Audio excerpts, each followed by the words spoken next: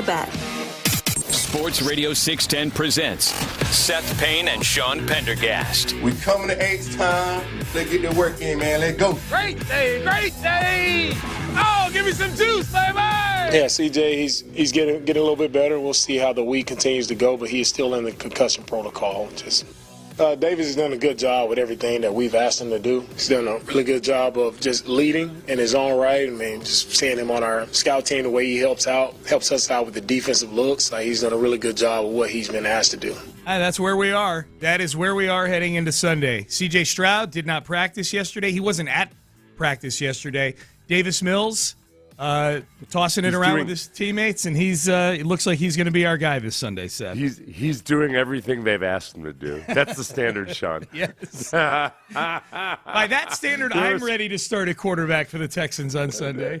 I don't know how I feel about that as a ringing endorsement. Well, on the GM show, Mark and John were talking to Caserio, and they asked him about Brevin Jordan, and Caserio did one of those things where he meant very specific things, but it didn't sound like an overall ringing endorsement. Can't wait to listen. Basically, I don't want to paraphrase unfairly, but it sounded a whole lot like, yeah, he can go out and catch the ball every now and then. And if you get the ball in his hands, then, yeah, he can run after the catch. Ready to go. It was very much about the run after the catch part, and without addressing any of the issues that they might have with him, either, running the proper routes or blocking beforehand or anything like that. Dude, let's just let it rip on Sunday, man. Let's see what happens. Oh, yeah. Look, if Davis Mills is going to go out there and do everything they ask him to do, then I would say that this is where I'm going to read into that. I say 10 designed runs out of Davis Mills. Yeah, you want that bad. Yeah. You want that I bad. really, really want it. Yeah. I want them to get I'm trying to – look, I'm trying, man. I'm trying really hard to understand exactly what they're talking about when they're saying they're okay with the rushing attack. Yeah. Singletary is averaging 4.2 yards per attempt so far this season. Okay. It doesn't sound glistening or awesome, but it's actually not bad compared to a lot of other backs in the league. He's averaging more yards per carry than Derrick Henry. Now, Derrick Henry has 100 more carries than him. Yeah. He's averaging more yards per carry than Jonathan Taylor. He's averaging more yards per carry than Saquon Barkley. He's just or he's tied with Saquon Barkley, excuse me. Okay. It's just that you haven't been able to use him like a bell cow. Obviously, he's not built that way. Right. So I think that the real problem when Monday was talking about the rushing attack being okay, he conspicuously left out Dameon Pierce in talking about that. He said, hey, Saquon and the offensive line are doing fine. Yesterday, Caserio talked about it and mentioned that, there's good times, but then there's also spots where you miss a block here, you miss 7 blocks there, and you got some of these negative plays. I think it really, if they could rush Singletary 20 times a game, I think they'd be okay with it as long as it's setting up the play action. Right. They certainly, obviously, they'd like a better rushing attack than they have. Yeah. But it's not. I'm trying to look at things in totality. I think it was okay when they had C.J. Stroud as their quarterback. Yeah. Now it's a whole different deal, and you got to get a better rushing attack than you've had to help out Davis. Dude, your take at the end of the show yesterday stuck with me all day long, which was I don't even remember. Well, I'll tell you what it was. I'll reset it here because kombucha had kicked in. We didn't. It was a good take. I don't know if it was I don't know if it's a take that's going to play out to be true, but it was something I hadn't heard anybody else say yet. Ooh. And it was that if You said you would rather, for this game against Tennessee on Sunday, you would rather they have Davis Mills with healthy weapons than C.J. Stroud with no weapons in this particular game. That stuck with me all day long, especially because we were waiting to see who would practice yesterday. And I guess we got good news and bad news yesterday. Nico Collins didn't practice. He was out there, kind of hanging out with his teammates. I only bring that up because CJ wasn't even out there yesterday, CJ Stroud. He wasn't even at practice yesterday. So that would suggest to me that he's still way early in the 5 phases of things you need to do in the concussion protocol. But Dalton Schultz practiced yesterday. Dalton Schultz he not just practiced, he looked healthy there yesterday too. That's good. So that's something. they're being extra careful with his hamstring, I'm sure, as you should be, because these things have a way of just coming back and coming back and coming back. Right. Yeah, I think – thank you for reminding me that I had said that yesterday. It's a good take, man. Well, I think a lot of it, too, has to do with the fact that before the show I had been watching Quinnen Williams specifically in the game from the Jets game. Quinnen Williams, the defensive tackle. Why would you go back? Why would you go back and watch excellence in action? Yeah, that's true. And, like, okay, so a dominant interior defensive lineman single-handedly destroyed not just the game plan but potentially the entire season for the Texans by dominating the Texans' interior offensive lineman, and then also ultimately concussing C.J. Stroud. Right. So, like, if I were to watch C.J. Stroud go up against Jeffrey Simmons, the defensive lineman for the Titans, who's awesome as himself, and watch Jeffrey Simmons have similar success while C.J. has zero offensive weaponry, then, yeah, I would be really, really nervous about it. Now, if he had Nico Collins and Dalton Schultz, that's a whole other story. But with Davis Mills, I think the rhythm change of nobody having really seen Davis Mills in this particular offense, essentially using Davis Mills' legs to your advantage, just as some kind of rhythm changer even further. Get the zone reads going, get some designed quarterback runs going, do everything you can to make it a more of a multi-dimensional threat on the ground. We should point, you bring up Simmons' name, we should point out he didn't practice yesterday. He's not expected to play in this game. I understand your overall point, Seth, with Quinnen Williams, honestly, the way this offensive line is played, it's not going to take Jeffrey Simmons to wreak havoc on this team right now, the way the offensive line is playing. You don't necessarily, they went into Miami and won without Jeffrey Simmons this week. But Nick Caserio, in that interview you're talking about on Texans radio, did call Jeffrey Simmons their best football player. He said they went into Miami without their best player and won on Monday Night Football this week, the Titans. And that's I'm assuming that's Jeffrey Simmons that he's talking about. Yeah, he would go on to gush about Jeffrey Simmons two more times in that interview. Yeah. So I was wondering at first, too. I was like, wait a second. Henry played. I saw Derrick Henry highlights. Hopkins played. I was same thing. I was like, he's not talking about Tannehill, is he? Right. Okay, all right. Voluntarily all right, they did it without Tannehill. Yeah, you know what I wonder, though, too? I mean, A, Caserio really respects Jeffrey Simmons, but B, I don't know if he would always mention necessarily like he's a really, really good defensive line, but he's not necessarily an all-timer that you would talk about like, wow, how is this team going to win without Jeffrey Simmons? Right. I don't know. I think part of it is that they just saw Quinnen Williams dismantle and destroy the Texans' offense and quarterback. Yeah, Vrabel had said that Simmons was going to miss a couple weeks. Last, so I'm just not. I too have PTSD over Quinnen Williams, so I'm going to monitor this situation. Big time. Can I just tell you something? We are going back to the Super Bowl, as you know, this year. We're going to the Texans. No, maybe you never know. Oh. No, but we being Sports Radio 610.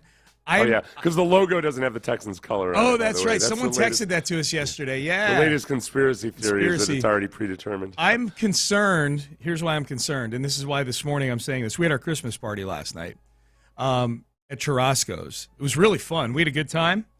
Went out afterwards for a little while. Probably shouldn't have done that. You and I, when we go to Vegas for the Super Bowl, our show starts at 4 a.m. local time. So in Vegas. Say we should just roll on through, right? Dude, there's certain nights I probably will and then sleep afterwards, but it's going to be, by the end of the week, it's going to be a bleep show. Honestly, Sean, I've got an appointment with my cardiologist the week after the Super Bowl, and I'm wondering, all right, I've got some extensive tests I need to do. Right. And I'm like, I don't know if this is going to be an accurate representation. Yeah, you should go before.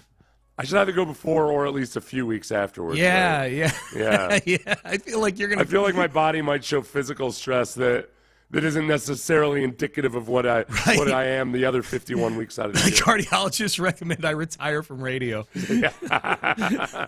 What? You've got the aging rock star. Right. No, you can't do this. Exactly. I don't know. A lot of these rock stars seem to be aging pretty well. If anything, I need to. Yeah, Brandy and I were talking about you actually, Sean, and you have a capacity for. I don't want to say debauchery. Yeah. Mike Shula once gave a speech to his team about how some people just have a natural ability to diminish themselves and still persevere on better. Because there's a player on the team with the Dolphins at the time who just used to drink like a fish, and he didn't want the younger guys to think that they could do that also and get away with it. But I do think that with you, there's something that you never get sick or anything. If I go out 2 nights in a row, I've got I end up with some kind of an ailment and 17 cold sores. So I can't I just can't physically do it. Yeah. She thinks that maybe the alcohol has an antibiotic effect on any potential germs that might be assaulting you. It doesn't work for me, though. I like how you make it sound like literally after the show, I immediately go out drinking and then drink all day long, which is only some days that I do that, not all of them. Okay. Usually if you start drinking at noon, you're done by 8 p.m. Usually you can probably tell in the rundown and in the text that I'm sending you, oh, yeah, Sean's definitely drinking this afternoon. I'd rather have you be sometimes people that drink a lot, I think at the very most, sometimes they're at least more aware of their condition. Yeah. Where people who are doused in THC, more frustrating because just to the nonsensical nature of sometimes I can tell when you've been drinking. Sometimes I can't tell if somebody's high. Yeah. And they're and I'm trying to communicate with them via text or on a Google Doc. Yeah. And I'm and I start getting enraged. What are you talking about? What are you talking about? God, sorry. Ben. We're talking about you, Ben. Seth's I can tell when you've been drinking. I'm yeah, what can you tell right now? Oh, Brandy just texted me the important point about it. Yeah. And I think this is a direct shot at me. She says, and Sean is never grumpy. Multiple exclamation points. I don't get hungover. I get angry and depressed. I lash out at the world. In between. Zero headache. I wake up feeling full of energy and anger. Go die, everybody. Yes. Yes. The day that Mike told me 22 times that I'm unbearable, I was totally hungover. It was just I know. I get it. Dude, I get it. That's pretty much when I stopped drinking almost completely. Oh my God. Yeah. That was funny. I remember we were Texans training camp when that happened. Ted and I it was summertime? It was in the summertime, yeah. That's another problem. Yeah. Turn on the phone in the kitchen. I'm what is going on? Oh, man, that was funny. All right, Payne and Pendergast off and running. I feel fine, everybody. It's cool. It's all good. This is going to be a great show today. I promise you. All right. Never. She's about to go get a tongue lash. Were there any emojis with it? Not the good kind were there any emojis with Brandy's text? No. Emoji with the shades or She has a police badge on it. I don't know what that's supposed to mean. Awesome. Authority. Yeah. All right, let's keep it moving here on a Thursday. We will get to the Texans, Davis Mills. It's looking more and more like we're going to get Davis Mills on Sunday. D'Amico Ryans talked about him yesterday. He's had good games against the Titans. Does this matter for Sunday's game? That is next. But first, Men's Tea Clinic. I don't know if men.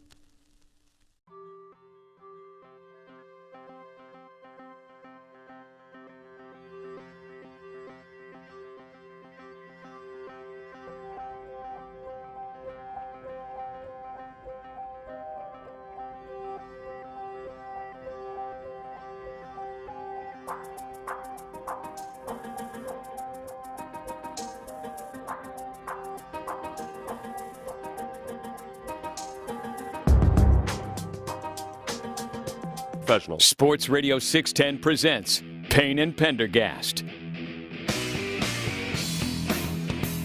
Payne and Pendergast with you on today, Thursday. It's Thursday, Sean. Thanks, Seth.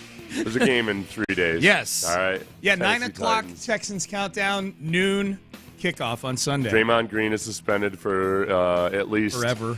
Well, indefinitely. Indefinitely. Second suspension this season. It's the third time he was ejected from a game this season.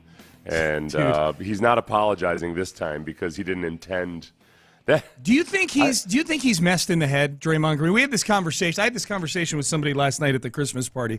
I think he might be he's acting like somebody who's concussed. Like you know CTE what I mean? or something almost, right? Like he's almost like he's getting to that point where his judgment is that he's always had sketchy judgment, but now it seems like it's gone way over. Let me ask you. Okay. His explanation for this time and why he's not even apologizing is that he was trying to draw a foul.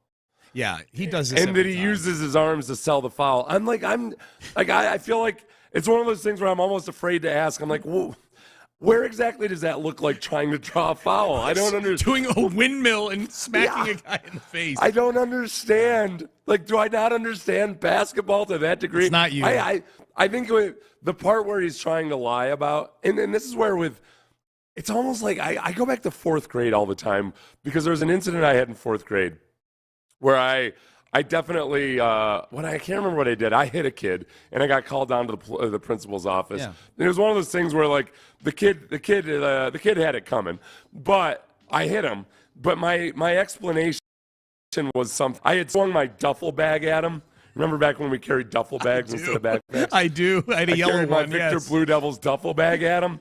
But the way I wrote it up on the incident report, because I had to write my explanation, was that I lightly tapped him to let him know that I was upset. Right. And like, it was total BS. Yeah. But I was also in fourth grade. You know, I still remember to this day.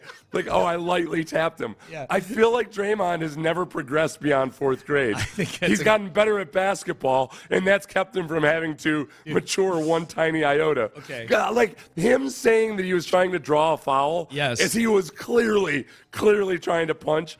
It feels like his version of I lightly tapped him. This is the best explanation I've heard anybody give of Draymond, trying to explain away, because this isn't the first time he's done it. Like, obviously it's not the first. His nut kicking. Yeah. Like, there's always, he would claim that was his natural motion. Right. He does this every time. You did a 360 and tried to knock the guy's head off. What are you talking about? It's one of those things it's frustrating just because it's such a, the original transgression is one thing, but it's his assumption that we're dumb enough to buy his explanation that's truly insulting. Yeah, no, fourth grade Seth is the best analogy I've heard for anything like this. And, dude, when you get suspended indefinitely, like, you're a bad person. If you get suspended indefinitely. That's always once you reach the indefinite part. Right. Like, in sports, sir, that's like, all right, we don't even know what to do with this guy. Sir, you are suspended. How long? We don't know. I don't know. I'm not sure. Really, Forever. We're gonna wait and see if you can keep from assaulting somebody for 2 weeks. Away from the basketball court. And he won't. All right. So Davis Mills looks like Davis Mills is going to be the starting quarterback for the Texans. I would say, barring a huge chunk of progress here from C.J. Stroud in the concussion protocol. Again, he was not at practice yesterday. C.J. not just didn't practice; he wasn't there.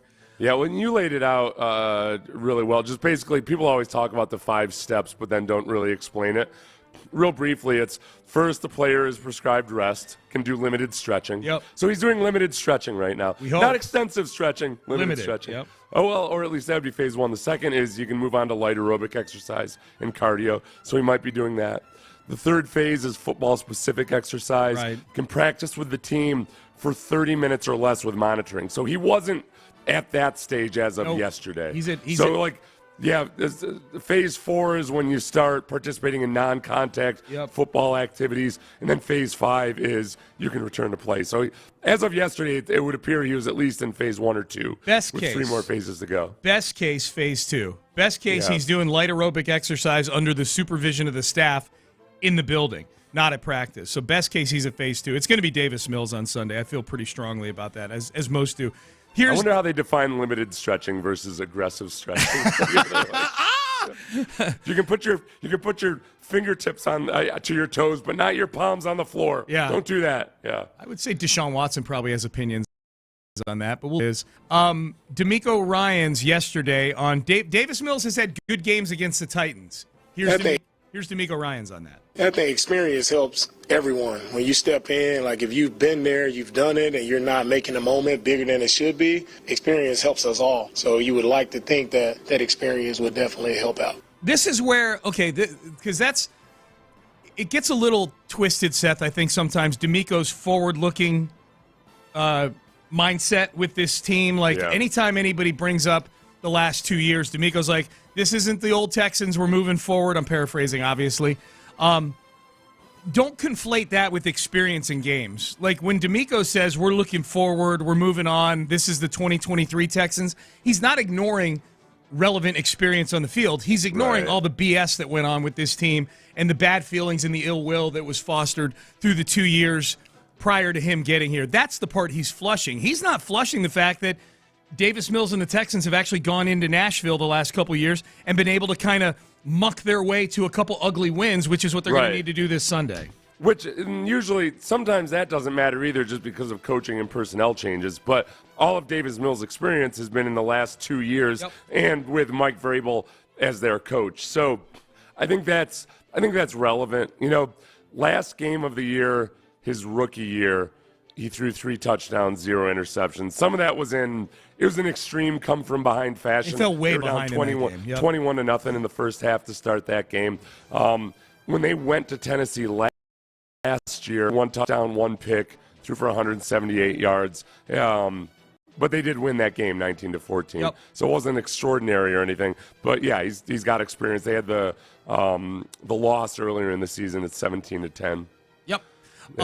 I think Sunday's game is going to, if the Texans are going to win this game, Sunday's game is going to have to look a lot like that 19-14 game from last season, which was right about the same time of the year. I think it was week 16 last year. They went to Nashville and they won. We should mention too, we're going to get to D'Amico on Will Levis here in a second. Will Anderson was in a walking boot yesterday. Will Anderson has missed practices, several over the last handful of weeks, and he's come back to play in all these games. According to Aaron Wilson, Seth, Will Anderson in a walking boot, and he has a high ankle sprain. And I know I'm talking to you about this with ankle sprains. That when you tack that word high onto the front of it, it changes the calculus on things. It's just like texting with a high person. You just you never know what you're going to get. Right. The high ankle sprains and high individuals are very similar in that they can appear functional, and yet and then out of nowhere, you're like, what the hell was that? Right. Where did that come from? You should be in a walking boot on your whole body. Yes. But that's a problem, though, Will, in a walking boot. Yeah, it's a problem. Yeah. And, and again, the finicky nature of them, it's impossible to say what that might or might not mean. Yeah. Will Anderson, I'm sure he's really, really eager to play this week after, last week. He was kind of responsible for at least one of those touchdown drives because the first time he blew contain on a bootleg egregiously for like a 10-yard gain, and then he roughed the passer for another huge chunk play on one of the touchdown drives there in the third quarter. Mm-hmm. And I'm guessing he's really, really eager to go out and kind of avenge that performance. If anybody would play through an injury like that, I think he's that guy. The problem with high ankle sprains is it's not a pain management issue. It's just your leg doesn't work right. Yeah. You just your ankle and calf and everything just shut down completely. So it's anybody's guess as to whether he'll be out there. We'll see. Yeah, I mean that 19-14 win last year. One of the signatures of that win was the fact that they forced mistakes. They won the turnover battle. They forced 3 turnovers in that game. It's a rookie quarterback again. It was Malik Willis in the game last year. This year it'll be Will Levis. Here's D'Amico Ryans yesterday on the style of the Titans rookie quarterback. Levis, the thing that sticks out about him is his toughness. Right? You see the toughness, you see the grittiness about him when he runs the ball. He's not sliding all the time, and guys have to be aware of that. He's trying to run you over at times. He has a very strong arm. Talk about a guy who's throwing the deep ball at a high rate. Right? They do a really good job of connecting, and he's made a lot of big plays throwing the deep ball. But I like his play demeanor. Right? You can tell he's a guy who that locker room is going to rally behind. They feel that toughness from him, and I think that really gets the team going with the style of play that he has. I think it really inspires that team. He's done a really good job as a young quarterback stepping in and helping that team to win some big games.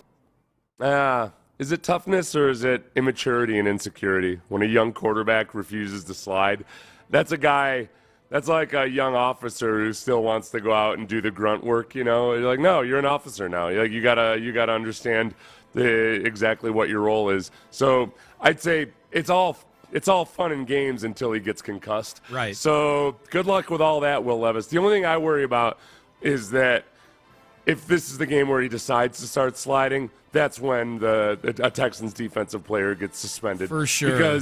Because Will Levis, who on film won't slide, now decides to slide and gets hit. Then, oh no, it's the worst thing that's ever happened. You got to fine and suspend and jail that guy, whether it's Denzel Perryman or anybody else. You just went right where I was going to go. Like, okay, which Texan is it going to be that hits Will Levis as he's sliding? Denzel Perryman definitely at the top. Denzel Perryman and Jimmy Ward are at the very top, and then it's a long drop-off to the next person. Although I feel like Jalen Petrie is having a season where it could be him too. Like, Jalen Petrie just feels cursed this season. I don't know if he has the body control to hit somebody in the head. That's true. He'll just go sailing over him. Yeah, that's true. He's going to hit him with his foot as he flies by. That's right. Perhaps. Yep. So, I'd say, more power to any young dude who wants to go ahead and prove that he's a throwback or something. It's all well and good until your brains are splat out of your skull. So, and then you're unavailable to your team. I think it's awesome that the Titans think that Will Levis is just a swell dude because he doesn't slide. I would say let's go ahead and present his corpse to them as a present. Like, here you go. Here's that guy that you love so much. Yes. Here we go. We'll give him to you. We can put him on a silver platter. Totally, dude. Scramble the hell out of his brain. Yes, if that's what he's gonna do. Cinco says Sean pickles himself with alcohol so the bacteria can't touch him. I wouldn't go that far. That's what I do. But for whatever the reason, I don't get sick, as Seth pointed out in the open. I've not used a sick day since I got to Sports Radio 610 nearly 10 years ago. That's where, like this last time that I've been sick, that I got sick, 3 weeks ago, where I stayed sick for 3 weeks. I was really upset because I hadn't been drinking at all. Right. Where usually a lot of times if I get sick, it's because I've kind of weakened my body somehow, some way. Yeah. Sometimes through alcohol, and like with you, so I have to be careful. It just doesn't seem to bother one bit. It's a weird thing. It's a weird thing.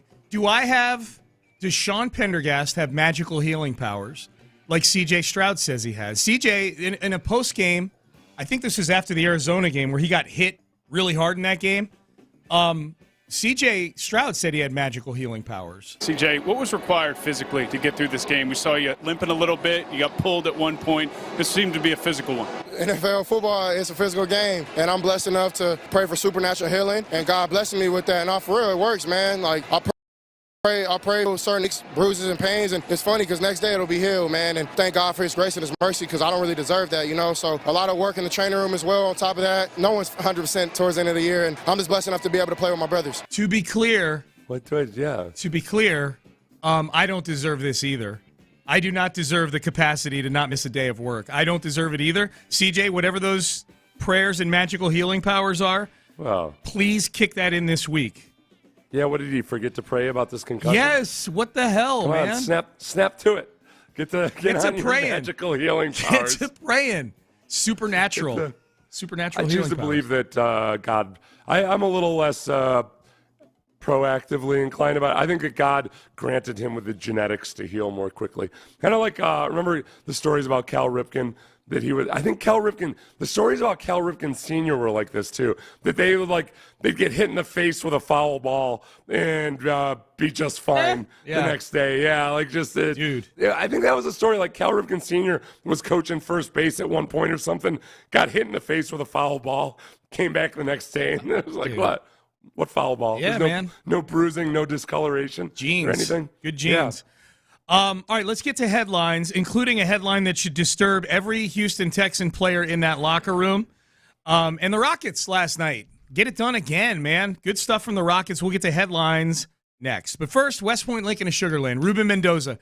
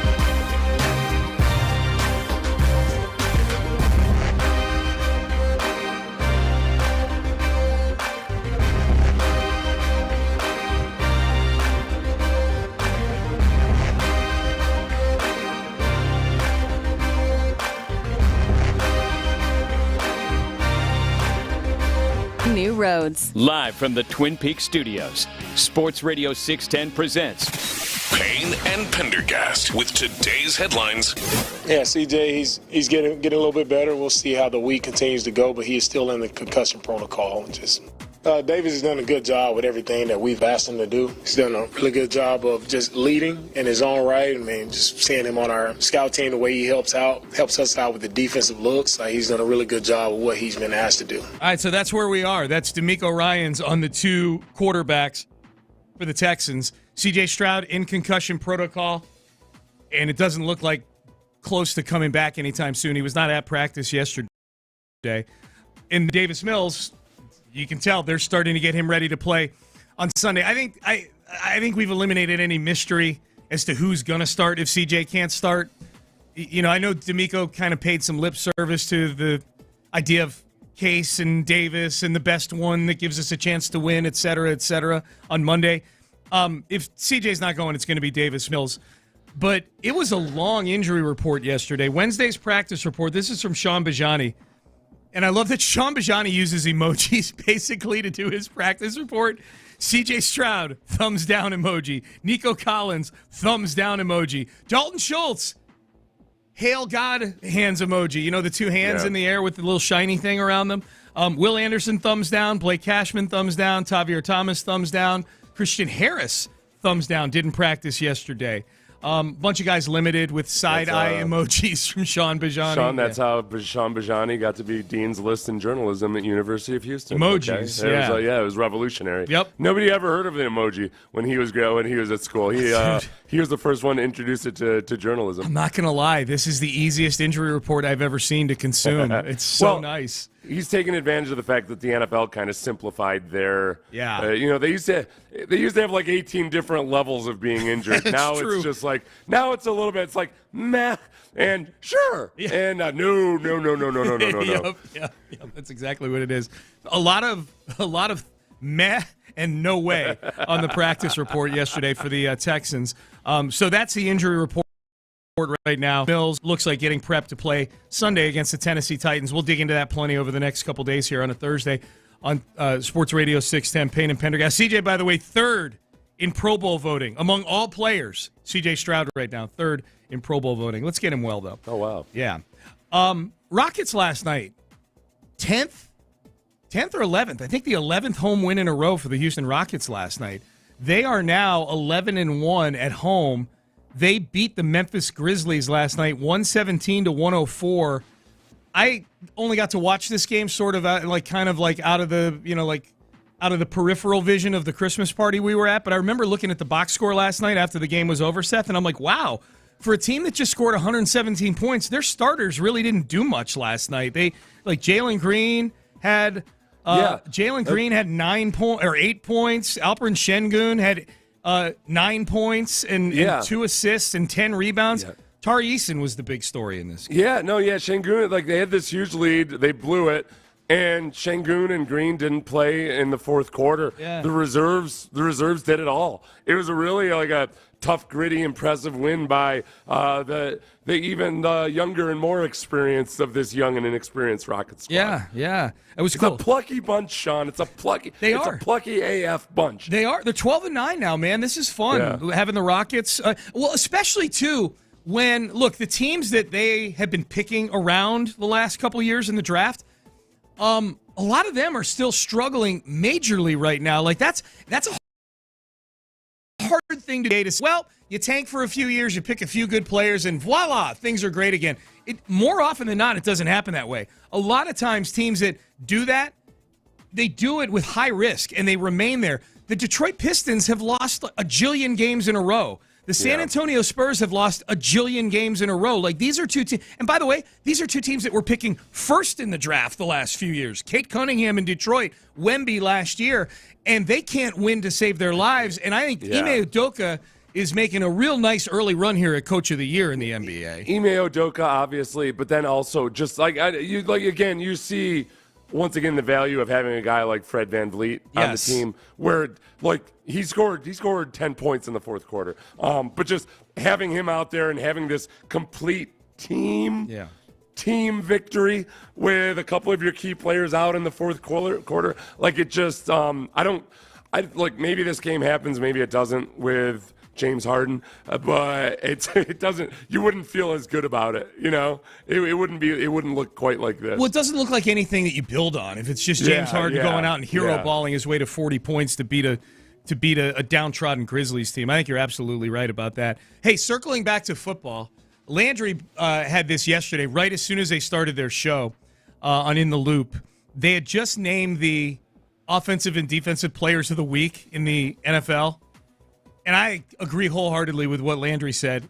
Dude, you've got to put Zach Wilson fatheads all over the walls of the building if you're D'Amico Ryans. Not only did you allow the Jets to beat you like a drum, not only did you allow Zach Wilson to have the highest passer rating in a game of his career, you allowed Zach Wilson to be named the best offensive player in the entire conference this past weekend.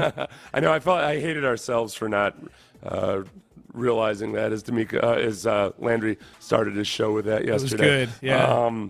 Well, I mean, I had pointed out that my level of disgust has been that was the highest passer rating Zach Wilson's ever had in his entire career. Yeah. Like the best game Zach Wilson has ever had was performed against the Texans in a monsoon. Yep. Like that's something to be ashamed of. That's something that should motivate you before you go and face Will freaking Levis this weekend. Yep.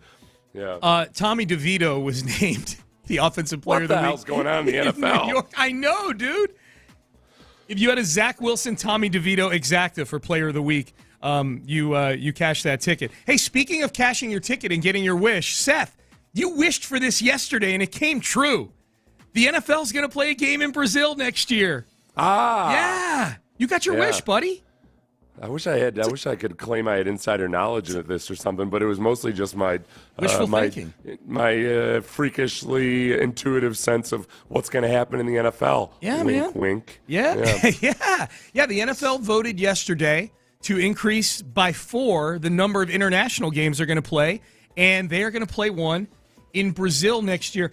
I know that you pointed this out yesterday that Brazil had place to go. 1, because they're rowdy and they love football down there. 2, it is in the same time zone as several of the teams in the United States, as opposed to going to Detroit. Why am I saying Detroit? As opposed to London and Frankfurt, Germany, where you're going, it's a 6-7 hour time difference, whatever it is. It is a long flight down to Brazil, though, for pretty much all the teams. It's by the way, they're not in the same as any U.S. teams. Remember, South America is actually way further east than you ever expect. Is it? We always, Oh, Sean, look at a map. It's honestly, don't be ashamed of it either. It's like in your mind, South America is due south of North America. It's not. It's way further east. Oopsie. Yeah, No, but it's not as extreme. I think it's 2 hours ahead of Eastern time zone. Yeah, it'd be like if you played a game. If you didn't travel south, if you just traveled east-west, it would be like playing a game on an island in the middle of the Atlantic Ocean somewhere. Yeah. So it's not as extreme though as going to London or Germany or something. I view like it that. as just being directly south. I know. It says south in its title. It's South America. No, Meltzer and I spent like 3 whole segments on this one day, like oddities of the map that you just said, things that kind of freak you out about just the latitude and longitude of various places. This is going to mess me up for the rest of the show, man. Yeah. Thanks a lot. Thanks for nothing. So now, but it is also the 3rd largest fan base in the world, NFL fan base of the. I think Mexico has the 2nd largest fan base outside the United States, and Brazil, South America, or Brazil has the 3rd largest. Yeah. Okay, man. I hope 8 games. There's a decent chance the Texans are playing an overseas game next year, I would say. Especially considering Jacksonville usually gets a couple of them. They don't expect. They're allowed to have 8 games. They don't expect there to be 8 games. Oh, it's 2025. Yes, yeah. Well, they or even by then, it'll probably be a slower ramp up. Okay. Because as we've seen in the past, it's a logistical nightmare in a lot of ways. So you got to be sure that. Remember, McLean wouldn't stop griping about the stadium in Mexico City and everything. Oh yeah. Having to climb the stairs. Yeah. They've updated the stadium so for some of the issues that they had before. Well, and there was a little small issue of a laser beam being shown being shined in Brock Osweiler's eyes. What was that? Yeah, that's true. Yeah. That's true. Boy, McClain. Nobody complains about working conditions better than John McClain. He got an air-conditioned tent. He's like a 12-year-old coal miner in like 1900 West Virginia. So funny. It's not shade, John. Daddy, I've got the black lung. Why is all this soot in my lungs? All right. All I want to do is be the next Mickey Spillane. Now here I am pushing a little cart on 1,000 feet underground in a holler in West Virginia. Holler. That's a great Southern word. Holler as a noun is a great Southern word. All right, Payne and Pendergast with you on a Thursday, heading into the 7 o'clock hour. Yeah. Real quick, clarify a story I told in the last about Cal Ripken Sr. Yeah, it was when he was an Orioles third base coach. Right. He ran across the infield to argue an umpire's call at second base during a game. An Indians player didn't see him and began the ritual tossing the ball around the infield. The throw caught Ripken square in the head, knocked him off the feet. He got up and continued on to argue with the referee. I find the visual of that so funny. He's an angry old man running to argue with an ump. The ball hits him in the face, and he's like, bah! And he just got up and ran to keep arguing with the ump. So, like, the Ripken family was freakishly immune to injury. That's the guy whose kid is going to break Lou Gehrig's record for consecutive games played. Poof! And another thing. All right, Payne and Pendergast with you. The Texans are allowing opposing quarterbacks to have their best days at a very disturbing rate this year. DeMeco Ryans, very charitable of them. It is. It depends on how you look at it. DeMeco Ryans, career days for everyone. He was asked about that yesterday. You'll hear from the Texans head coach next.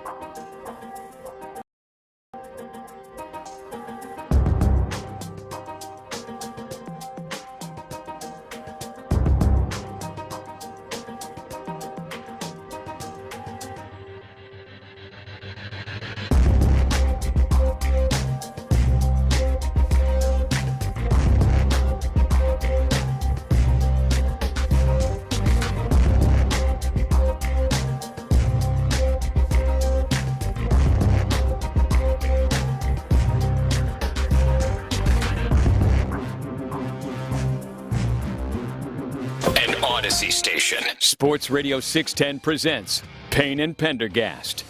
Payne and Pendergast with you. Into the 7 o'clock hour we go. Texans, Titans, Sunday, noon, right here on Sports Radio 610. Seth and I have you for Texans Countdown starting at 9 a.m. All right, so here are the numbers on opposing quarterbacks, Seth. This is courtesy of our friend Texans Cap, by way of a retweet from Cody Stutes yesterday. Just looked at this number, Texans Cap says. 7 of the 13 opposing QBs the Texans have faced have had their best or second best passing grade of the season against the Houston Texans. They are as follows. Gardner Minshew in week 2, who played most of that game against the Texans. Anthony Richardson started, scored a couple touchdowns, and then came out with an injury. Trevor Lawrence in week 3. Desmond Ridder in week 5. What a day. Had his best day of the season. Bryce Young in week 8 had his best day of the season. It was an inspirational moment for that little 15-year. It was the best quinceañera party ever. It was really nice. He went out, put up a big passing day by Bryce Young standards. They scored 15 points, and he walked right up to the Texans, and he said to them, "What's up, guys? How we doing? Everyone good?" Right after the game. That's trash talk by Bryce Young. The following week, Baker Mayfield. And then, to their credit, and some of this may be because these are actual good quarterbacks who have more than one good day a year, but for the next several games, they did not give up the best or second best passing day to Joe Burrow, Kyler Murray, Trevor Lawrence, nor Russell Wilson. They did give up Zach Wilson's best day of the year to him last week, and I guess that's the disturbing part about this, Seth, is that, you gave a big day up to Zach Wilson, and at least in those games where maybe you're not giving up the best day of the year to Burrow and Murray and Lawrence and Wilson, you're giving up a whole lot of shot plays to them, a whole lot of big chunk plays to all four of those guys in those games. Big chunk plays. D'Amico was asked about this trend yesterday. For the quarterbacks that have had, you call it good days versus us, I'd say we've helped those guys tremendously. And busted coverages, guys not being on the details of where we should be. And when you do that, like a guy throws two checkdowns and it goes for over 50 yards, I don't know if that's the quarterback having a great day or if that's defense not playing good ball, right? So we haven't played well when those guys have had those numbers and have done a great job versus it's been bust on our part defensively and just communication bust, technique bust, tackling. All of those things amount to explosive plays, which allows the quarterback numbers, right, to be inflated. I mean, sure, it's like saying my wife said that her ex was the best sex she ever had, but I mean that guy was totally on Viagra. Like what? So what? I mean, was he really that good? No. Dude, D'Amico's pissed, man. That is some great audio. Honestly, he's pissed. That seems very unlike D'Amico. Like he's just flat out taking credit away from guys who had big games by saying we let them do it. We sucked. It wasn't did they really have good games? No, we just we gave them those big games. That is great audio, man. Yeah, I don't know if that's being I don't know if that's being more dismissive of those quarterbacks or more angry at yourself, but I think I don't think he's happy about last week's performance especially. No. To the point where some of it is when he talks about how the playmakers got to make plays on contested balls and everything, I felt like that was a little bit of not conceding that Zach Wilson actually made some really nice throws in that game. Yeah. The mental errors were the bigger deal.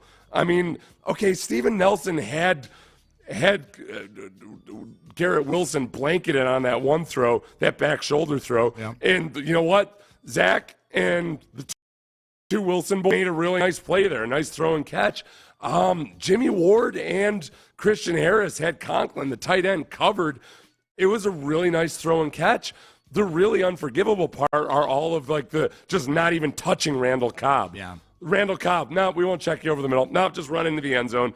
Those kinds of things. So Yeah, I think D'Amico's. I think he's really frustrated with probably like how many glitches they've had this year, where you could look back at the game and think, man, if we just played a clean game, this would have been a great defensive performance. What the hell's wrong with you guys? Yep. I could see this being one of those weeks where it's like, okay, we've had 13 weeks of, man, I love playing for Coach Miko. Coach Miko's awesome. Boy, he wants to get out there and play with us. Like, he's so awesome. We love Coach D'Amico. And they do, and we do, and I think D'Amico's awesome. But I could see this being a week where it's like, man, y'all are taking advantage of my good nature. You know what I mean? Like, I know I'm fun to play for, and I know, I know I'm a player's coach probably. I know I get hyped on the sidelines when you make an interception, Jimmy Ward. And I'm not saying that D'Amico is targeting Jimmy Ward with the comments we just heard there. I think it's everybody. When you lose to Zach Wilson the way you lost to Zach Wilson, it's everybody. It's not just one guy. But this feels like one of those weeks where it's like, no more Mr. Nice Guy.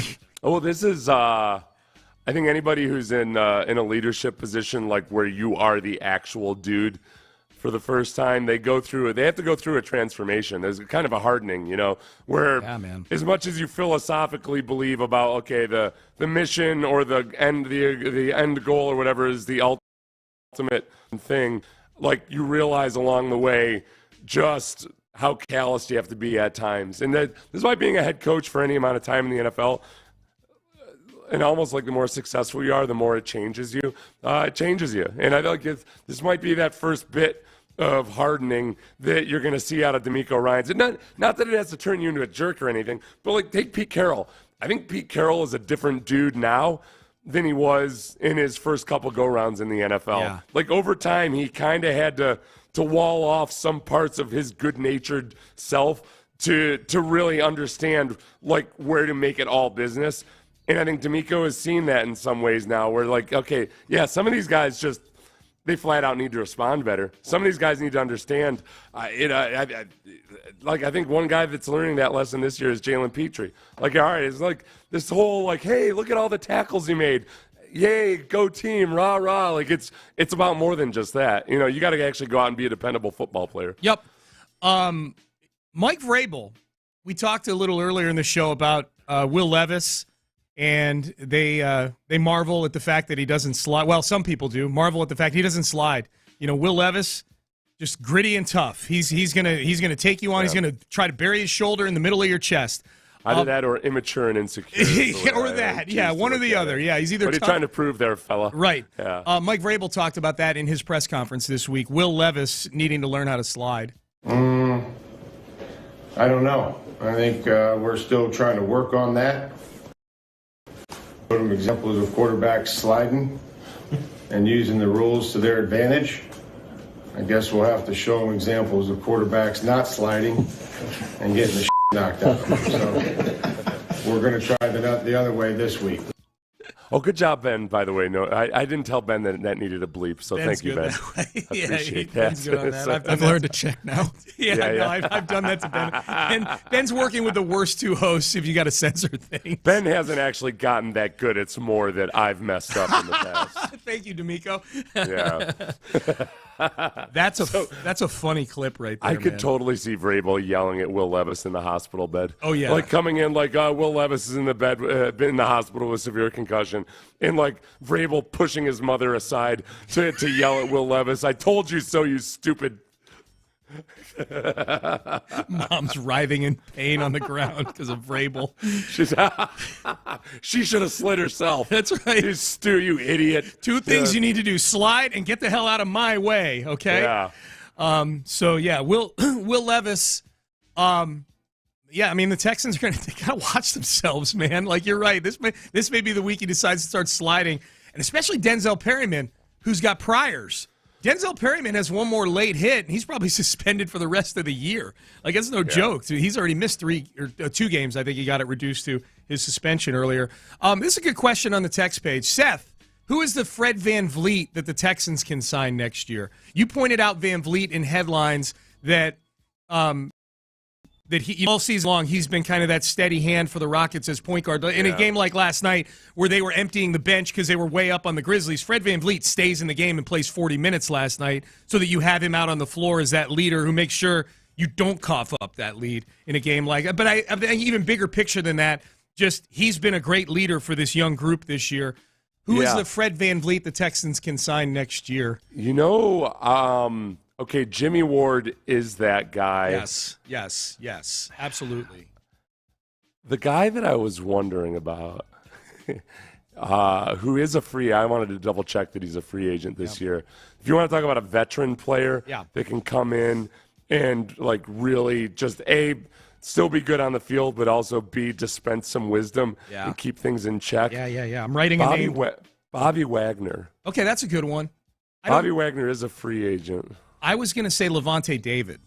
He's a free agent. And Caserio has gushed about Levante David. Has he? Too. Yeah. Okay. Yeah. And that's a position of need, too.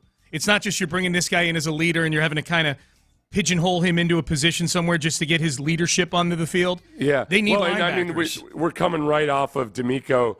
D'Amico's complaining about conceding these huge chunk plays basically because guys are uncovered. That he's pointing right at the linebackers on that one. It's been a hodgepodge of various, running backs, tight ends, whomever over the middle, just guys going completely uncovered at times this season. So yeah, I could see either of those guys kind of be a guy. I wouldn't be surprised if they signed a veteran in the offseason. I wonder what they really think of Henry To'oTo'o's upside. I mean, Henry To'oTo'o is the kind of guy that, man, you absolutely love everything about him except perhaps his actual athleticism. Sure. And he's the classic guy that was on a really good defense. And guys who are middle linebackers on awesome defenses in college, you're always got to be skeptical of if they don't have really good movement skills because a lot of stuff gets funneled to you. Yep. And you go back to your pal there, the girlfriend guy from Manti Te'o. Go back to Pat Fitzgerald, classic, was like Big Ten Player of the Year. Right. Actually sucked as a line. I don't know if he ever even made an NFL squad, but he was on an awesome defense at Northwestern. Yep. A lot of these guys, I think that Henry To'oTo'o might be in that same category because, man, he just does not move well in space. Yeah. He takes poor angles to the back. There's nothing about him I've seen so far that looks like a guy who's going to be a stud linebacker in the NFL. So I think until he's a 5th round pick. I'm not saying he's a bust or anything. Yeah. It was worth taking a shot on him. And maybe he'll get better with time and experience, but I would not shy away from signing a veteran linebacker one little bit. No, and I was looking, and maybe we'll dig into this later in the show. We'll see. I mean, Tennessee, the Titans game is at the forefront of everything right now. Yeah. But I was going through, Pro Football Focus had a list of the top 50 free agent article because it had proposed deals for them and things like that, so you could really take a look and go, okay, would I sign this guy? Or there were 3 Texans on the list. Would I bring this guy back at this price? I'll say this, and I don't know if this is a tiny little sign of progress or not, but for the first time in a few years, I went down that list, and I wasn't like, well, this guy's never signing with the Texans. This guy's never signing with why would he sign with the Texans? For the first time in a few years, I'm like, oh, yeah, I could totally see Levante David at the end of his career saying, man, I got a better shot to win something playing for D'Amico Ryans in Houston with C.J. Stroud as a quarterback than I do staying here in Tampa Bay where we're going to bring, what are we going to do, bring back Baker Mayfield on another 1-year deal? So that was kind of fun yesterday going through that list for 2 reasons. One, not every position was a position of need. I felt like, okay, well, I don't need to look at this position. They're okay there. They're not going to sign a big-ticket free agent at this position.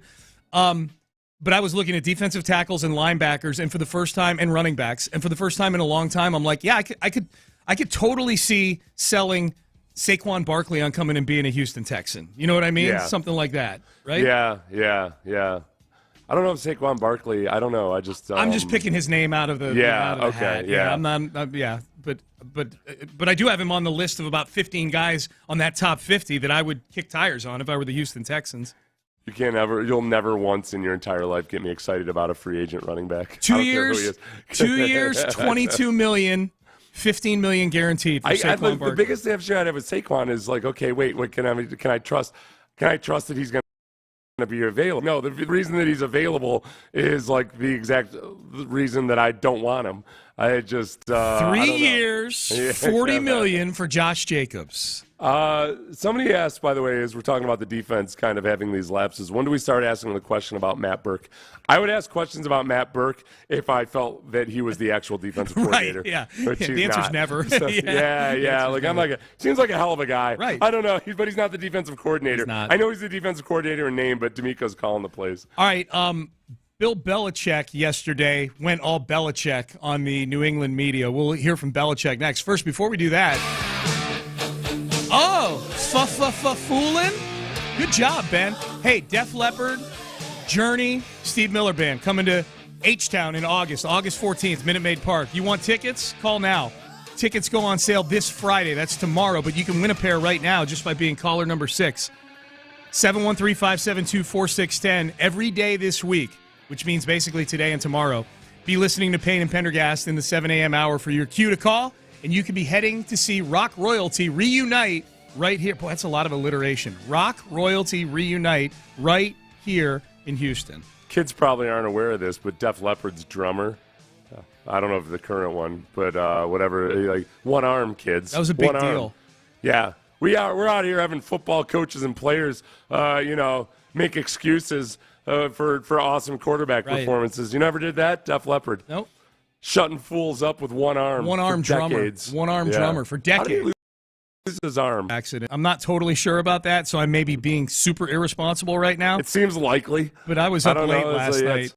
Where do you lose it? It's not like he lost it in a steel foundry. Or just it was something. It was like, I'm guessing it was some kind of an accident. Right. Or just misplaced it. Where did I put my arm? Well.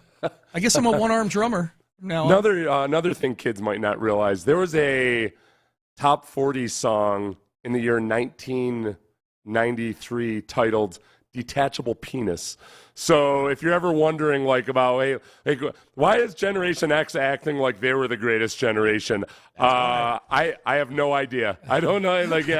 We were a weird crew. I don't know. It was a funny song, but yeah. I got to go see how high that made it on the Billboard charts. I'm going to fact check you on that one.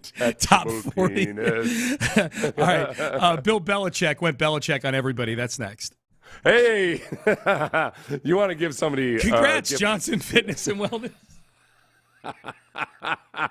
They can't help you with the previous issue we were talking about.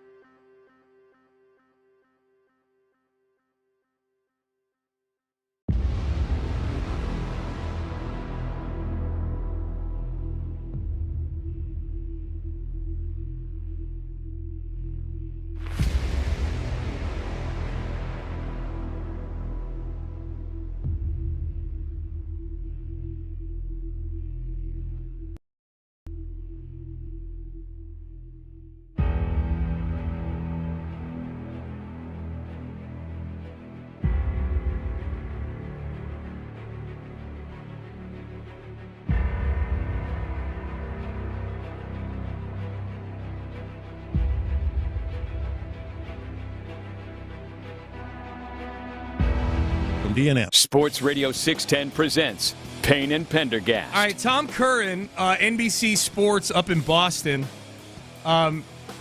He basically said earlier this week that it was the Colts game that the Patriots lost overseas in Germany, 10-6 loss to the Colts, when Robert Kraft kind of made the decision that is going to get executed after the season that Bill Belichick will be gone. Here is Curran discussing that. When they came out of Germany, conversations I had that week made it very clear that a decision was made and they were going to play out the string, and at the end of the year there would be a parting of the ways for a variety of reasons. The main one being, you don't fire Bill Belichick during the season. It's just not going to happen. He's an asset. He's under contract for another year. It's only through next year. So that would not be an impediment to them changing course. It had gone too far. The Germany game, the Commanders game, the Saints game. All huge marquee games, and then there was a Chargers game after that. Just because they won last week in Pittsburgh in prime time, I don't think it quells anything.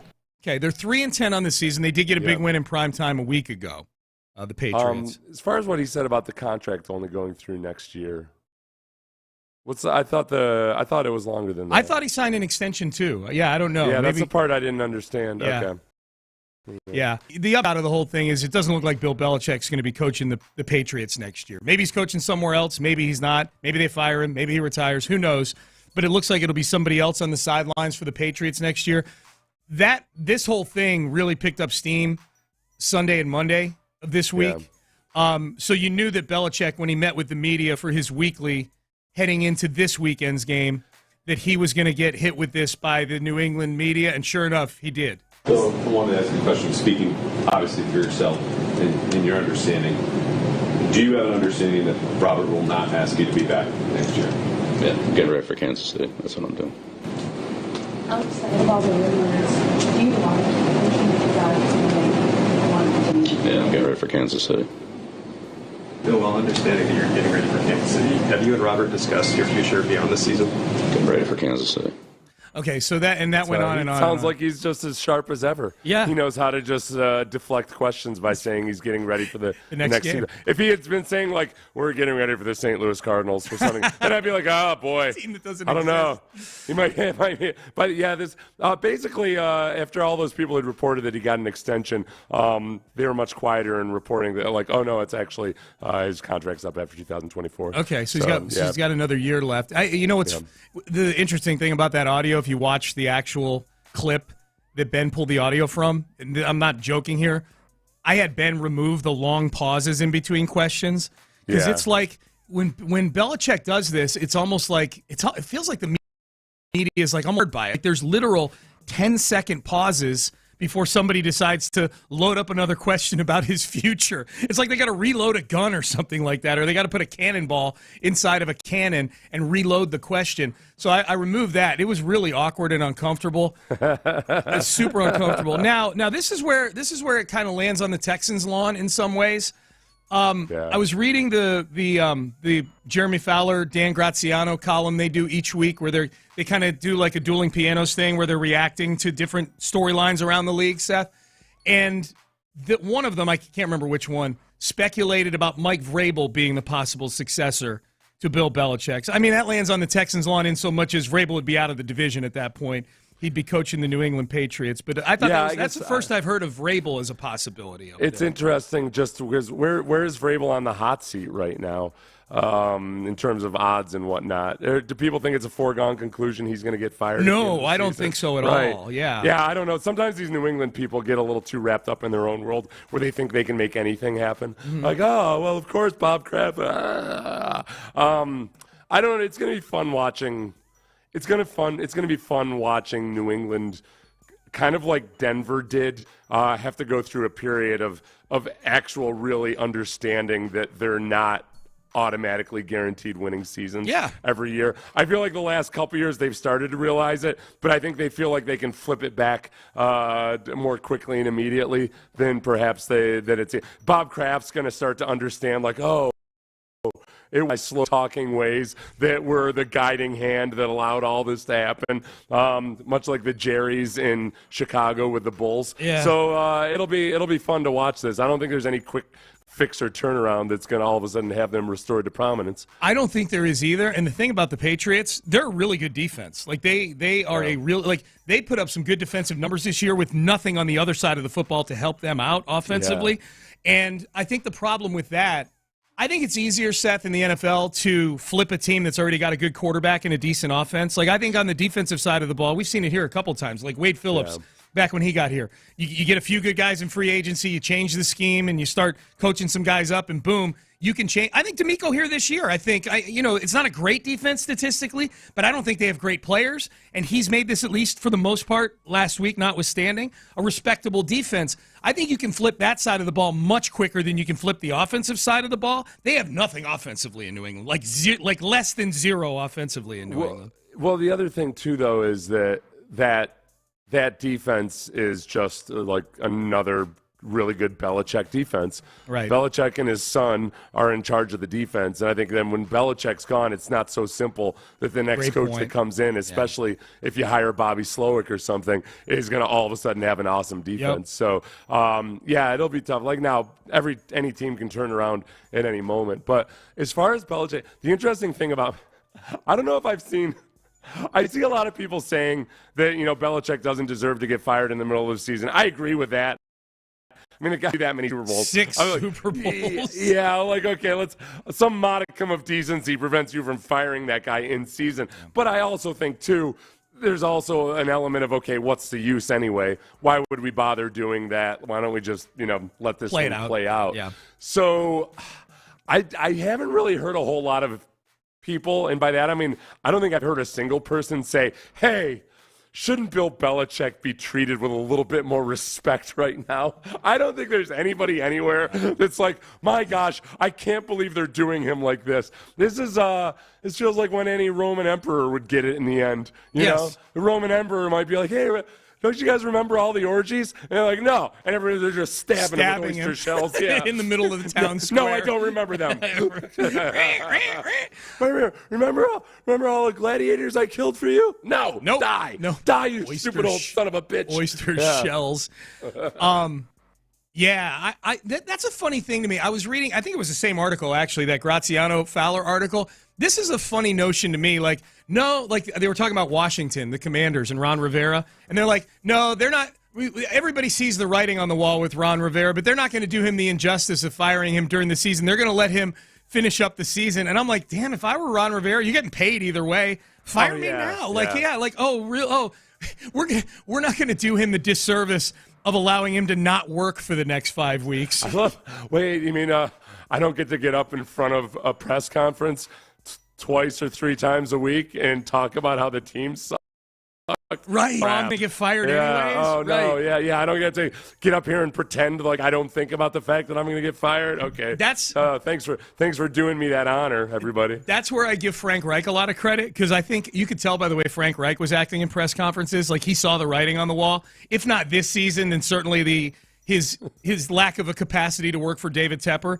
By the 4th week of the season, he's like, yeah, those meetings I had with Tepper are miserable. They're awful. They're terrible. Like, here's what I'm going to do. I'm going to give up play calling and then take it back 3 weeks later. That's what I'm going to do. It feels like openly having an affair because you don't want to disrespect your wife by divorcing her. Right. Like you're out in public in an awards show answering questions with your side chick on your side. Yeah. About like how committed you are to your marriage or something like that. Don't want to. I would never divorce my wife right now while I'm at an awards show with my side chick. I don't want to do my wife the disservice of being secretive about my relationship with this pretty little number right here. What's your name again? Payne and Pendergast with you. It's a Thursday. We're going to keep digging into this matchup with Tennessee. In fact, Texans GM Nick Caserio was on Texans All Access last night. He gave some insight into the Tennessee, particularly on the defensive side of the ball, and might Tennessee be missing their most important piece this week? And we'll hear from the Texans GM next. The most important piece in building a brand new home.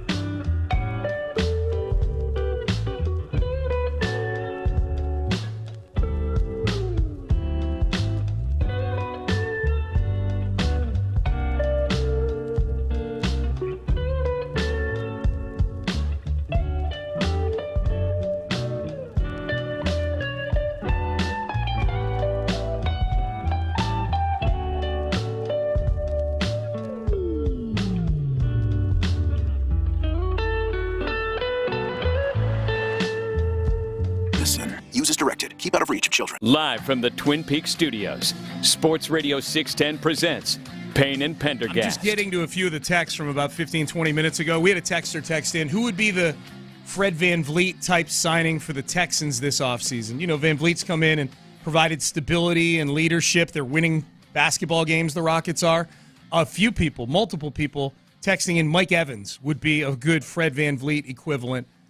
And the comparison holds up there because Fred VanVleet also got paid. And Mike Evans, I think, still wants to kind of get paid this offseason, even though he's older. They have the projection Spot Track is $92 million over 4 years. For Evans? Wow. For a guy that's I'm out. I think he's going to be 30. Yeah. He's either 30 now or he will be 30 next year. That's a lot of money for an aging wide receiver. Yeah. That makes me nervous. In receivers, there's a very a cutoff at 31 or 32 years where there's a few guys that manage to motor on through it, but there are a lot of other guys that just plummet right around that age. So that's a tough one, man, because he's the right kind of guy.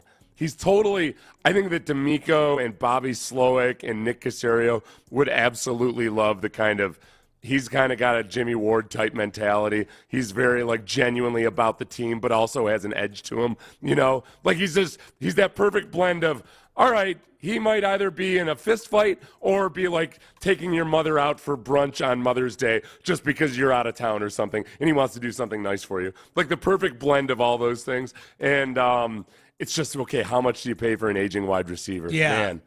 Yeah. It's a great answer to the comparison of Fred VanVleet, I think. But you're right. Those are the concerns. He was drafted in the Clowney draft. If that maybe gives you like an idea, you know, trying to give Texan fans an idea of like some semblance of what his age feels like. He was drafted in the Clowney draft. Speaking of which, by the way, I read a gushing article about Jadeveon Clowney yesterday, just because he's been the best edge rusher for one of the best teams in the NFL, and the Baltimore Ravens. And he's in that classic zone where Clowney is what he is, and yes, he's never going to be the 16 sack a year guy that you would have hoped, but he's just an imposing physical presence that has to be accounted for. Yep. But Clowney. Yeah, if only Mike Evans had more inconsistency, then you could get him on. Clowney was the perfect signing by the Ravens. As soon as the Ravens signed him, I thought, crap. They're going to get the absolute best out of Clowney on a very reasonable deal. And, yep, this makes perfect sense. I think Evans, there's no way that Evans is only going to get a one-year deal. No. He's a Pro Bowler right now. Like, he's still playing at a super high level. So you're absolutely right. That's the flyer you're taking on him is like, all right, man. All right, this guy's one of those unicorns that's going to continue to be an awesome wide receiver on into his early 30s. He's got the kind of attitude and grit and all that stuff that would suggest he could be that guy. Are you ready to take that chance in a year where, like, as of right now, your huge weakness on the team is that two of your wide receivers are both banged up? Yeah, Seth, I will say this about signing Mike Evans. It is the type of signing that you make when you have a high-level quarterback on a rookie deal. You know, you splurge on some things. You take chances on guys with good character. I think if you want to add a wrinkle to it, take chances on a guy who's from the area here. The Texans have been big on that the last couple of years and bringing guys in who are from the state of Texas. I don't know that necessarily is high up the list of reasons to do it, but I think it's a smaller reason to do it. And I think the biggest reason to do it is it actually helps that young quarterback that you're talking about.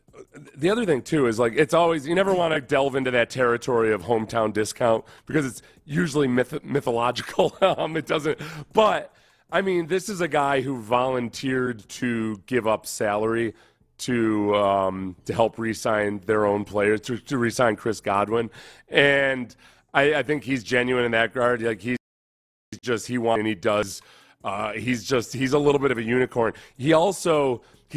right now. He's never played fewer than 13 games in a season. Yep. And he's played 15 or 16 games almost every year of his career, including this one if he, finishes healthy. Yeah. So it's not like he's had injury issues in the past that you would worry about. He's been very, very durable, and he's a big guy. Yeah. Yeah, dude, think about going into next year. Mike Evans, Nico Collins, and Tank Dell as your top three wide receivers with C.J. Stroud as your quarterback. Like, that's tempting, man. A lot of aging wide receivers, you start to look at, okay, they remain productive, but their yards per catch goes down because they get more savvy, they become more possession type guys. His yards per reception right now is 16.5 yards per reception. Yeah, he gets downfield. 1,020 yards receiving. Yep. I mean, that's as high as it was back in 2019. Yeah. And he's doing it on an imperfect Bucs team. It's really... Okay, you've talked to me into No, that's what I'm saying. I mean, I've talked to myself. You and I are gassing each other up on Mike Evans right now, for sure. Can they beat the Titans if they can get Mike Evans on the roster Can we somehow find a way to pay the Bucs to waive Mike Evans and then pay the 18 teams in front of the Texans in the waiver wire to not take him? None of the other playoff eligible teams That's to right. take Mike Evans right now. That's right. Nick, on an expiring contract. Exactly. For nothing. Oh, my God. That would be tremendous. Nick Caserio makes a weekly appearance on Texans All Access with John Harris and Mark Vandermeer. He was on this week. Tennessee, the Titans, they were the subject of a lot of that interview. Here's Nick Caserio. Defense. Defensively, it's one of the best red area defense in the league, and really starts with the front. So, I mean, Jeffrey's, he's a badass. I mean, he's one of the best players in the league, whether or not he plays, but you always have to count for him. But we've gotten good production from Key. Landry's back this year. He's given him some good rush production off the edge. Aziz has done a good job at inside linebacker. They signed him, played with D'Amico and the group out there at San Francisco, leads them in tackles. And the secondary is where they probably had the most, I would say, change or variability. Trade and Byard, claim some players off of waivers, but they play fairly disciplined. Very sound. They make you earn yards. So good run defense, good in the red area. They haven't taken the ball away as much. So Simmons is the big variable in all this as to whether or not, Caserio in that interview called him their best player. Overall, like their best player. Vrabel had said last week that they would miss Simmons for a couple of weeks. So I had barring some kind of extreme gamesmanship, I don't think the Texans will have to worry about Jeffrey Simmons. He didn't practice yesterday. I don't know, but I could totally see Vrabel playing him without practicing. So I'm not necessarily going to go by the practice report until the Friday one where you find out whether he's out for sure or not, or questionable. I think I doubt that he's going to play. Yeah, I would say, I don't follow the Titans on a daily basis. Everything you hear about Jeffrey Simmons is he's not just a badass player. He's a great dude in the locker room. I think he's their Walter Payton Man of the Year guy. He's everything you want in a football player. I would imagine, Seth, they're 5-8 coming off that Dolphin game, so they're mathematically still, the season still has a pulse, and it's the Texans. It's a division game, and he's going to do everything to try to be on the field for this game. And they've got, I think that's one thing about Vrabel. I don't think you ever doubt that a Vrabel coach team is going to play hard no matter what the playoff circumstances are. They've got the juice of a young guy in Will Levis who's playing increasingly better, did some exciting things with DeAndre Hopkins. Honestly, DeAndre Hopkins is the huge X factor here. It's that, it's not the first time Hopkins has played against the Texans since he left, but it's within the division. It's going to be a highly motivated DeAndre Hopkins who did just find a chemistry with Will Levis on a huge stage in beating the Miami Dolphins on Monday night. So they're feeling pretty good about themselves. I think extreme and constant harassment of Will Levis is basically the needs to be the driving force behind the Texans this week. Yeah. You just got to get the worst version of Will Levis. So he's taking care of the football. He's thrown one interception in the last 4 games. For a guy that had been very, very erratic at times in college, he's at least managed not to throw interceptions since his first couple go-rounds. Forcing him into the bad version of Will Levis is big. Well, and as has been pointed out, both on social media and at the press conference with D'Amico yesterday, the Texans, more often than not this season, have allowed the best version of opposing quarterbacks to rear their heads in these games. D'Amico was asked about this. We have to play this again. About the fact that, 7 quarterbacks have had the best game of their season? 7 of the 13 have had either their best games of the season against the Houston Texans. One of their top 2 games of the season against the Houston Texans. For the quarterbacks that have had, you call it good days versus us, let's say we've helped those guys tremendously and busted coverages, guys not being on the details of where we should be. And when you do that, like a guy throws 2 checkdowns and it goes for over 50 yards. I don't know if that's the quarterback having a great day or if that's defense not playing good ball, right? So we haven't played well when those guys have had those numbers and have done a great job versus our defense. It's been been bust on our part defensively, and just communication bust, technique bust, tackling. All of those things amount to explosive plays, which allows the quarterback numbers, right, to be inflated. Dude, you know what this is? This is Jadeveon Clowney calling Blake Bortles trash. Yes. No, dude. After they lost, yeah. Seth, you're reading my mind. He just said Zach Wilson sucks. Yeah. That's what he just said. He said Zach Wilson sucks. We were talking Zach Wilson, Bryce Young, did they have good days? No, we suck. Yes. Remember, for all of you that don't remember, there's not really good audio of it because Clowney said it as he was walking away from the podium. Yeah. After the Texans had lost to the Jaguars. 45-7. They lost 45-7, and Bortles threw for 300 yards. Somebody asked Clowney about Bortles, and as he's walking away, he said he's trash. And here's the thing. He was right. He wasn't trash that day, but he's right. Bortles turned out to be trash. And Zach Wilson's trash. I miss Clown. He was so much fun in an infuriating way. Would you give Clowney 1 year, $10 million next year? Can he be our Fred VanVleet? Yes. Dude. Clowney would come in and be like, basically I look at myself like a Fred VanVleet. Dude, no. Just less trashy. Clowney would be Clowney's Daniel House. Carries a kid's backpack over his shoulder, letting people in the COVID bubble. Daniel House. It's Clowney's Daniel House. Who's the Texans' Daniel House this year? They need one, and his name's Clowney. I feel like Will Levis could be a Daniel House. Yes. I think that. I don't know what to. Honestly, I don't. I feel like that's the evidence that D'Amico is. This is a turning point in some ways, maybe emotionally for D'Amico this week. Was that Zach Wilson? I understand what D'Amico is saying there, but the fact of the matter is, those guys had great days by quarterback standards. Some pass rushers, most guys who are all-time leaders on the sack board have a whole bunch of games where they had 4 sacks versus bad offensive linemen. You know what, though? That was a great day for those defensive linemen. They were playing a bad offensive lineman, so they had a great day.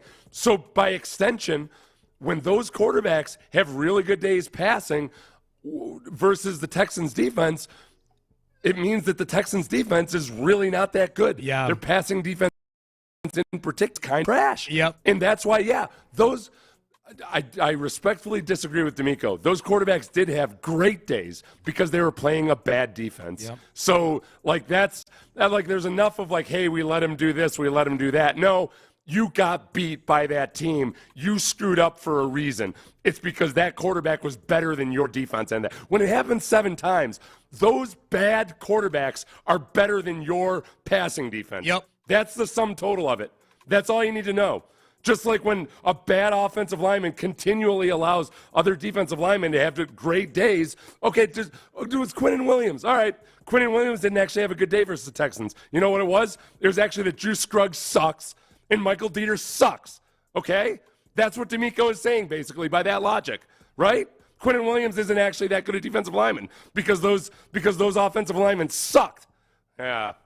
All right, they gotta turn this around. It's a bad defense. Yeah. We can say it out loud. The passing defense is atrocious, and I don't care about whether it's guys making mistakes or not. You let bad quarterbacks have career days versus you. That's a bad defense. Yep. A majority of the time. 7 out of 13. And I'll say this, if Will Levis has his best day, it's curtains for the Texans because he had 4 touchdown passes in his debut. If he has his best day, that means the Titans are scoring 30 points in this game. And I'll tell you right now, if I had to take one bet on this game, if I had to pick one thing to bet on in this game, I haven't seen what the total is yet for team totals, but I would think heavily if there's no Nico Collins, if there's no C.J. Stroud, and I would take under on Texans points scored in this game. I don't know what it'll be. I'm guessing maybe something like 17, 16 and a half, something like that. They make you decide, okay, do I think they're going to score 17 or no? I would take the under right now. I just, it's hard to trust an offense that runs the ball this poorly with all backups at its most important positions outside of the running game. In fact, here's Nick Caserio from Texans All Access yesterday on the Texans rushing attack. Kind of where we've been all year. We've had our moments. We've had some opportunities where there's been some run lanes and we've been able to churn out some good runs, and there's been some other plays where either we don't get a hat on the right guy or the back misses a cut or a combination. I think we miss a block on the second level, or there's just a myriad of things. So it's going to be hard to run a football against this front. I mean, this is one of the better things that they do. So see if we can carve out some, positive yards. And I think the big thing with the running game, and sometimes it's volume and then just putting yourself in a position where it's 2nd and 6 or 7. And it's not so much about getting a 30 or 40-yard run. It's just getting incremental progress and kind of putting yourself in a position offensively, where you can manage the sticks a little bit better. Yeah, they can't run on first down. That's the big thing. Like, I'm not saying when I say they can't do it, like they shouldn't do it. I mean, obviously you should do it if you're good at it. They're not good at it. They suck at it. They're never in 2nd and 3 because the running back busted out a 7-yard run right up the gut. They're in 2nd and 8 all the time. They're in 2nd and 12. They can't. There's too many times. There's too many negative plays. Yeah, they can't run the ball. They can't line up and run the football. When they need to run it, like in the 4-minute drill at the end of games, trying to run out a clock, grind out a first down. They can't do those things. They're awful and short. You're horrible. 3rd and 1 and 4th and 1. They're terrible to the point where Bobby Slowick's got a galaxy brain his way through. He feels the need to. It feels like at times to do weird, silly things on short yardage situations because he can't just line up and get a yard. You got to use C.J. Stroud in a QB sneak to go get a yard, and he gets his bell rung in the Denver game because you can't hand the ball off to either of your running backs and get a freaking yard. It's terrible. All right. Just by the way, the Texans' defense is just so weird. Like in the passing game, they're the 4th worst in the league in yards per attempt, and yet they still allow. They're still in the top 10 for passing touchdowns allowed in the NFL. Them that don't break. Yeah, they're very bendy but don't breaky. Yep. It's the weirdest dynamic. Yep, they broke last week. So they give bad quarterbacks lots of chunk plays, but it's more, I don't know. They're not good enough. Whatever it is. And those quarterbacks, I just disagree with D'Amico. Those quarterbacks had great days. Yep. They had great days because they were playing a bad defense, a bad passing defense. Yeah. You're listening to KALT and KALT HD2 on Odyssey Station. Let's get up to speed on the 8 at 8, the Ocho, 8 stories to get your day going. Let's start with the Texans, injury stuff, the big story. There's a lot of injury stuff with the Texans. The big one is C.J. Stroud is still in concussion protocol. Presumably, of the 5 phases that you need to go through to get back on the field, it would appear that he's very early in accomplishing those phases because he wasn't even at practice yesterday. Usually by the time 3 or 4, you're at least out there playing catch and doing some light practice work. He wasn't out there yesterday. It looks like it's going to be Davis Mills starting at quarterback. Other prominent Texans, as far as injuries go, Nico Collins did not practice yesterday. Will Anderson did not practice yesterday. According to Aaron Wilson, he was in a walking boot yesterday. Dalton Schultz. Was it a real walking boot or was it a Roethlisbergerian? He doesn't say. He just says walking boot. Roethlisbergerian walking boot. Yeah. Look at me. I'm in a walking boot, but look how brave I am. Yeah. I'm going to play. I don't know if Will's like that. I'm going to say I don't think he is either, yeah. I'm going to say it was legit. High ankle sprain is what Aaron Wilson says. The 2 bits of good news, Kaimi Fairbairn back at practice for the Texans. So if this is a close game at the end, you feel good that your regular kicker is back in there. And Dalton Schultz. At the very least, it looks like Dalton Schultz. Now, he practiced last week on Wednesday as well, but I saw some footage, people with their eyes on it out of practice. It looks like it's a more spry version of Dalton Schultz that we were getting at practice yesterday. So at least, who knows, Seth? Maybe the Texans can double tight end their way into some yards this Sunday against the Tennessee Titans. Yes. We'll see. So that's your Texans injury report. 2. Grizzlies and the Rockets last night at Toyota Center. The Rockets won their 11th straight home game. They're 12-9 on the season now, and they beat the Grizzlies last night, 117-104. Story of this game, they didn't need monster games from any of their key guys in the starting lineup, really. I mean, Alperen Şengün and Jalen Green both scored in single digits last night, and they were still able to, and they didn't play a ton of minutes either. The Rockets got out to a big lead in this game. They end up winning by 13. Tari Eason points off the bench. I like Tari Eason, man. That is a nice glue guy off the bench for them. They've had Rafael. It's a weird thing, Seth. Rafael Stone, the last few years they've had multiple first-round picks each year, and it's weird because in 2 years ago, would it be 2021, that draft, They draft Jalen Green with the second pick, and then they trade back into the first round at like 16 to take Şengün. Şengün's the better of those two players right now. And then in the draft last year, you take Jabari Smith Jr. with the third pick, and he's been fine. But Tari Eason, I think, they took him at 17 with one of those Brooklyn picks they got in the Harden trade. And, man, Tari Eason looks like he's got a ton of upside. It's just interesting. Like, if you look at, I feel like the combination of Şengün and Tari Eason are better basketball players right now than the combination of Jalen Green and Jabari Smith Jr. You know, they've been better with their middle of the first round picks than they've been with the high lottery picks that they've been losing all these games to get the last few years. They're a better combination of the yeah. They've done better with the late first round guys. Look, I remember that all those worthless Nets picks, especially because the Nets were going to be winning championships. Right. For the next decade. Tari Eason from one of those picks. Yeah. That's it turns out. By the way, that's an update we could do maybe at the end of the 8-8. James Harden not being with the Nets any longer. I don't know if anybody knew that or not. There you go. 3. All right, back to football. Zach Wilson and Tommy DeVito. If you had them as your parlay for AFC and NFC Offensive Players of the Week, congratulations. You can retire now.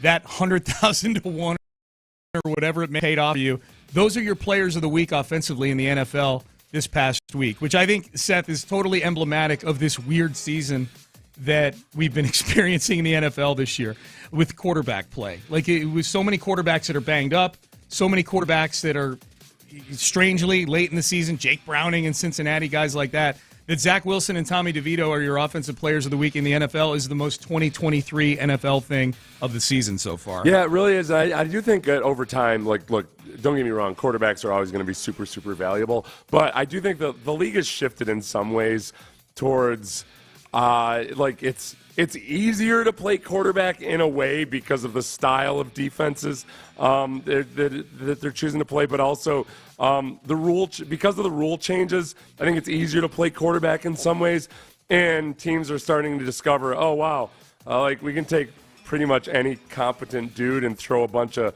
weaponry on the field, and he can be a Tua Tagovailoa. So, Tyreek Hill's an extreme example, but there's a little bit of a shift, a changing of the guard. I don't know what it means ultimately. I mean, guys are still going to get paid a boatload of money to play that's what I was going to ask you. Does it make you change? Does it shift your thinking about in 3 years from now paying C.J. Stroud $70 million a year? Because that'll be the going rate for a quarterback by then. I think that no, because in my mind, C.J. Stroud still needs to be one of those upper echelon guys. Yeah. I think where it maybe starts changing is, honestly, the Daniel Joneses of the world. Yeah. I think that's where it plays out. Is teams aren't going to be like, oh, well, going to do if we don't have Daniel Jones. Right. I don't know. How about Tommy Cutlets there? Yeah. You know? Yep. Absolutely. What is his name? Is it Tommy Cutlets? Tommy Pork Chops? No. Tommy Cutlets. Tommy Rib Roast? Tommy Cutlets is his nickname. Okay. But they called him on NFL.com Tommy 3 Wins the other day. Kind of like that. I don't know if that's a designation you aspire to in your life. You know? Tommy 3 Wins. Yeah. 4. All right, number 4, sticking with the NFL, the owners were meeting up in the Dallas area this week, and after more than 2 years of conversations with partners in Brazil, the NFL approved a resolution yesterday to give Seth Payne his wish, to grant him his one big wish, and that is to have an NFL regular season game in Sao Paulo, Brazil, next year in 2024. The vote paves the way for the NFL to play on a brand new continent. They've never played a game in South America before.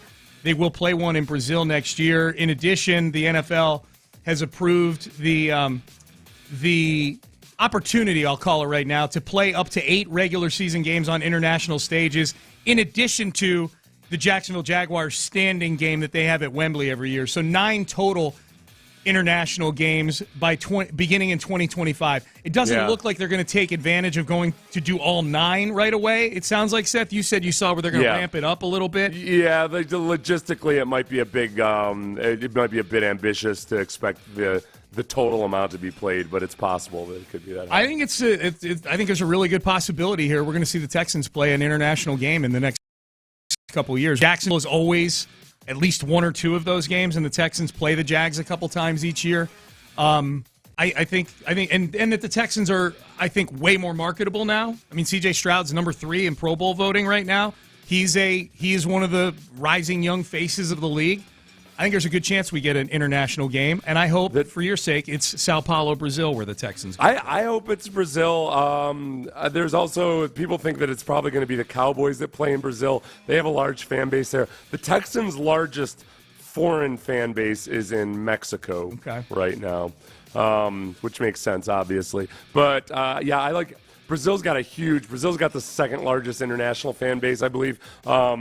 For NFL fandom, and I think we should all start. As somebody who once spoke for a Brazilian steakhouse here in town, I feel like I've got a special in with the culture. For sure. Yeah.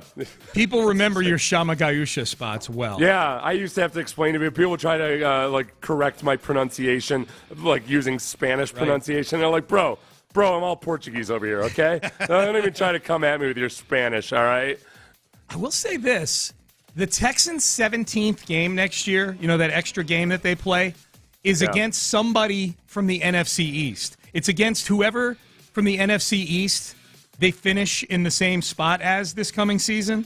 Yeah. And I think the Cowboys are now leading the division in the NFC East, so they're not in the same spot as the Cowboys. But I still think there's a decent chance that the Texans could in the same spot in the AFC South that the Cowboys finish in the NFC East. So we could get a Texans and Cowboys game next year is what I'm saying. How fun would that be?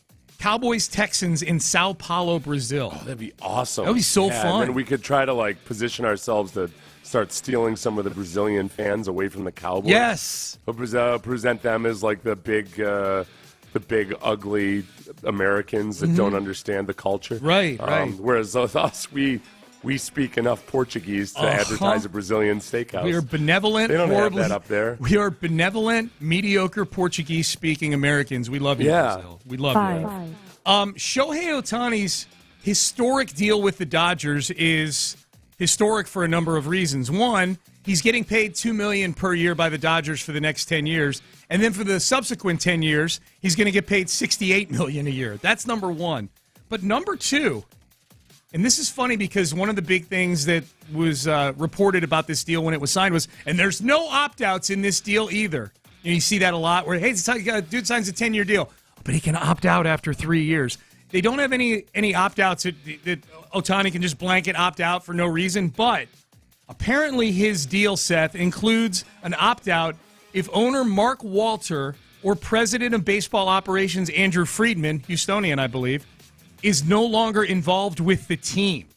Oh, my gosh. So, yeah. Holy crap. So if the owner or the guy running things, Andrew Friedman, is no longer with the team, Shohei Ohtani can opt out. Wow. That is some job security for Andrew Friedman. Yeah, no kidding. That's very unique. That's a interesting thing to work into a contract, too, there.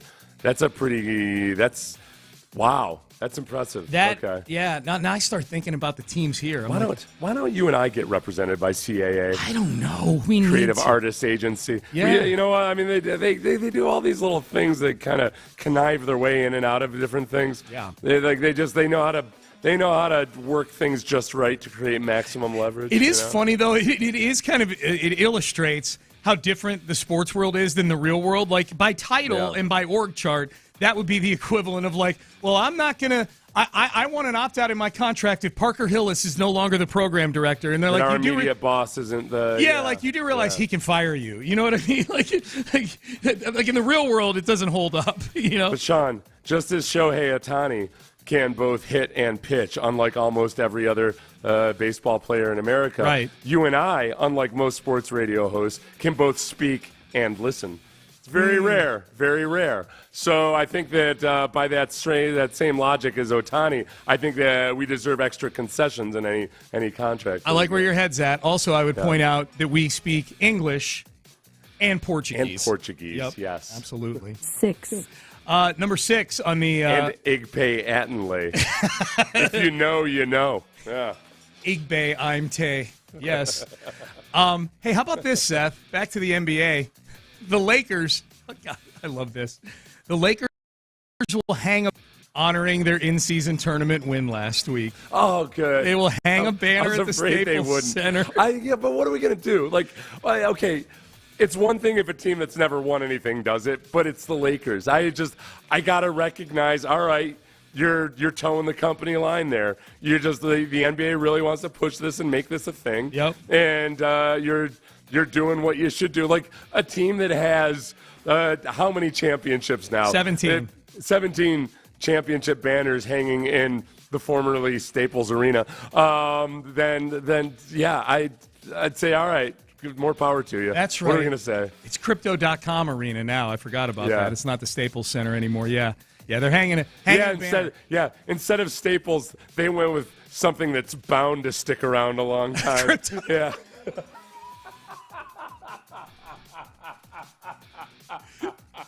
Ponzi Scheme Arena. Up next, it's Pilot Sitcom Arena. Yeah. So good.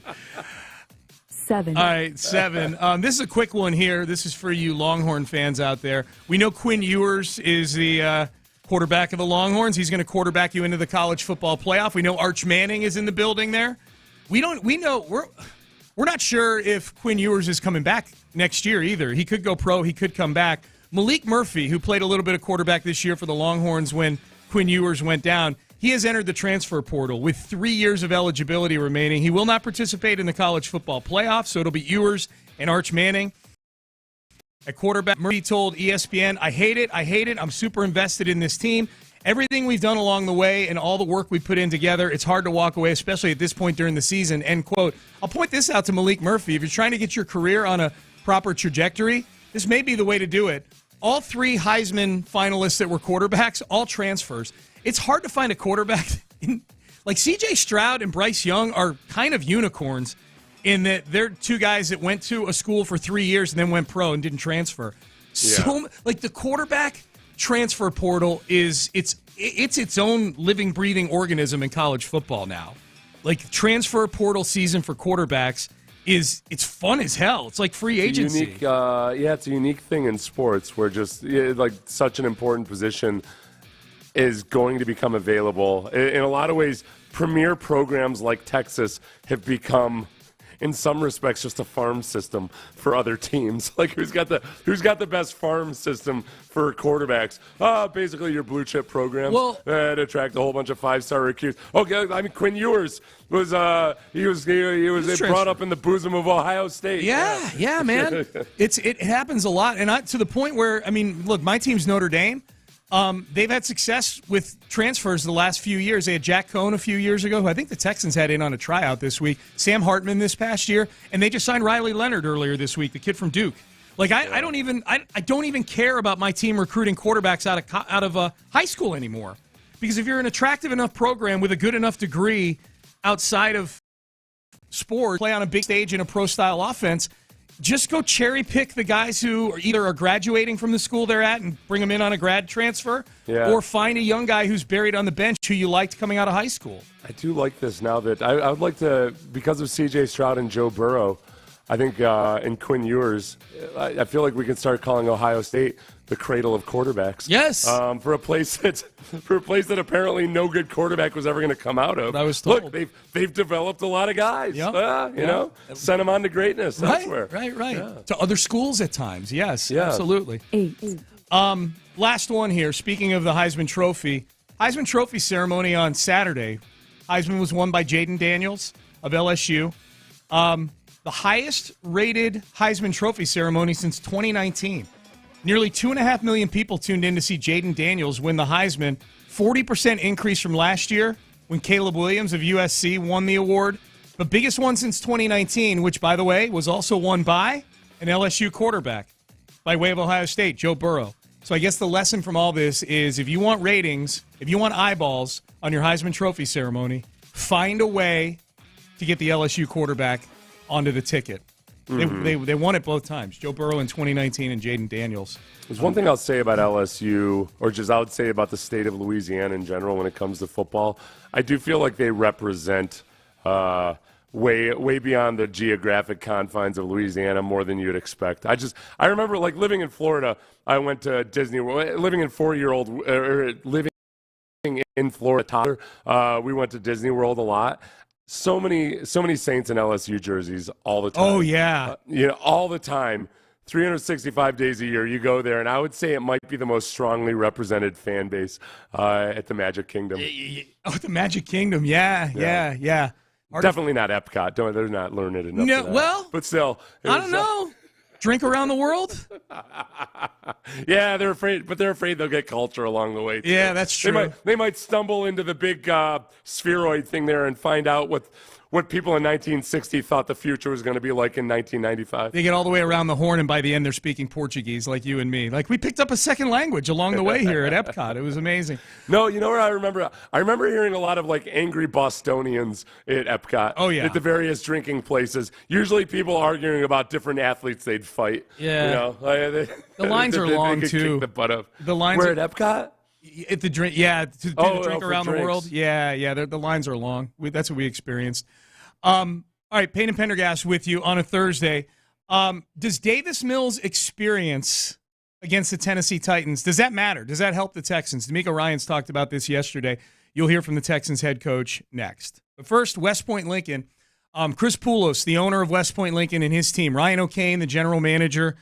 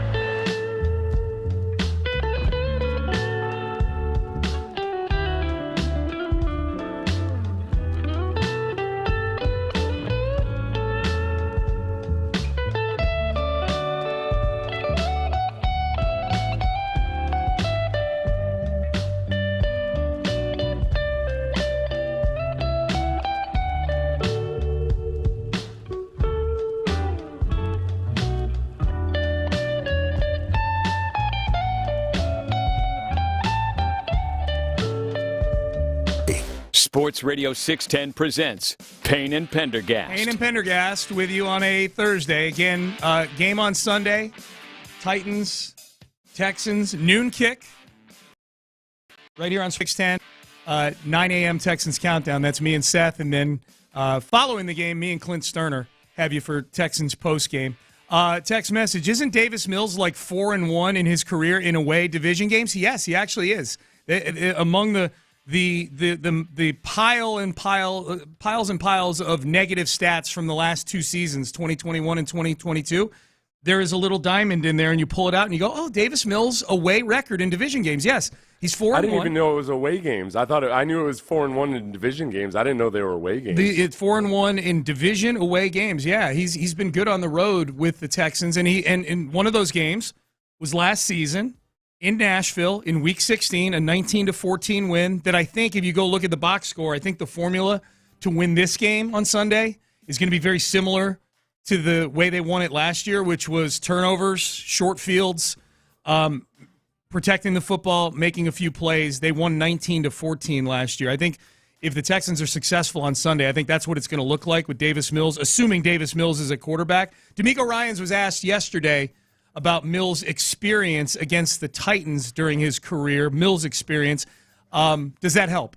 I think experience helps everyone. When you step in, like if you've been there, you've done it, and you're not making a moment bigger than it should be, experience helps us all. So you would like to think that that experience would definitely help out.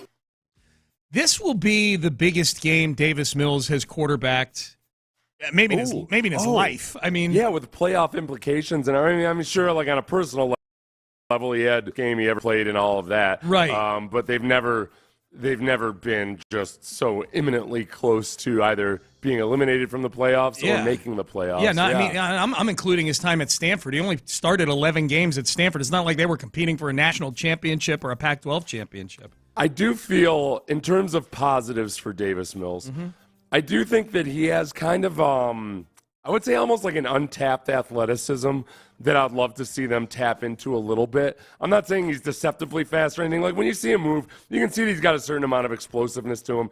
He has a totally fraudulent pro day 40. Like he doesn't run a 4.5 40 like some people think he does. I'm sure that he did. It's just that it's one of those ones that doesn't translate to the actual football field. Yeah. But he's athletic enough.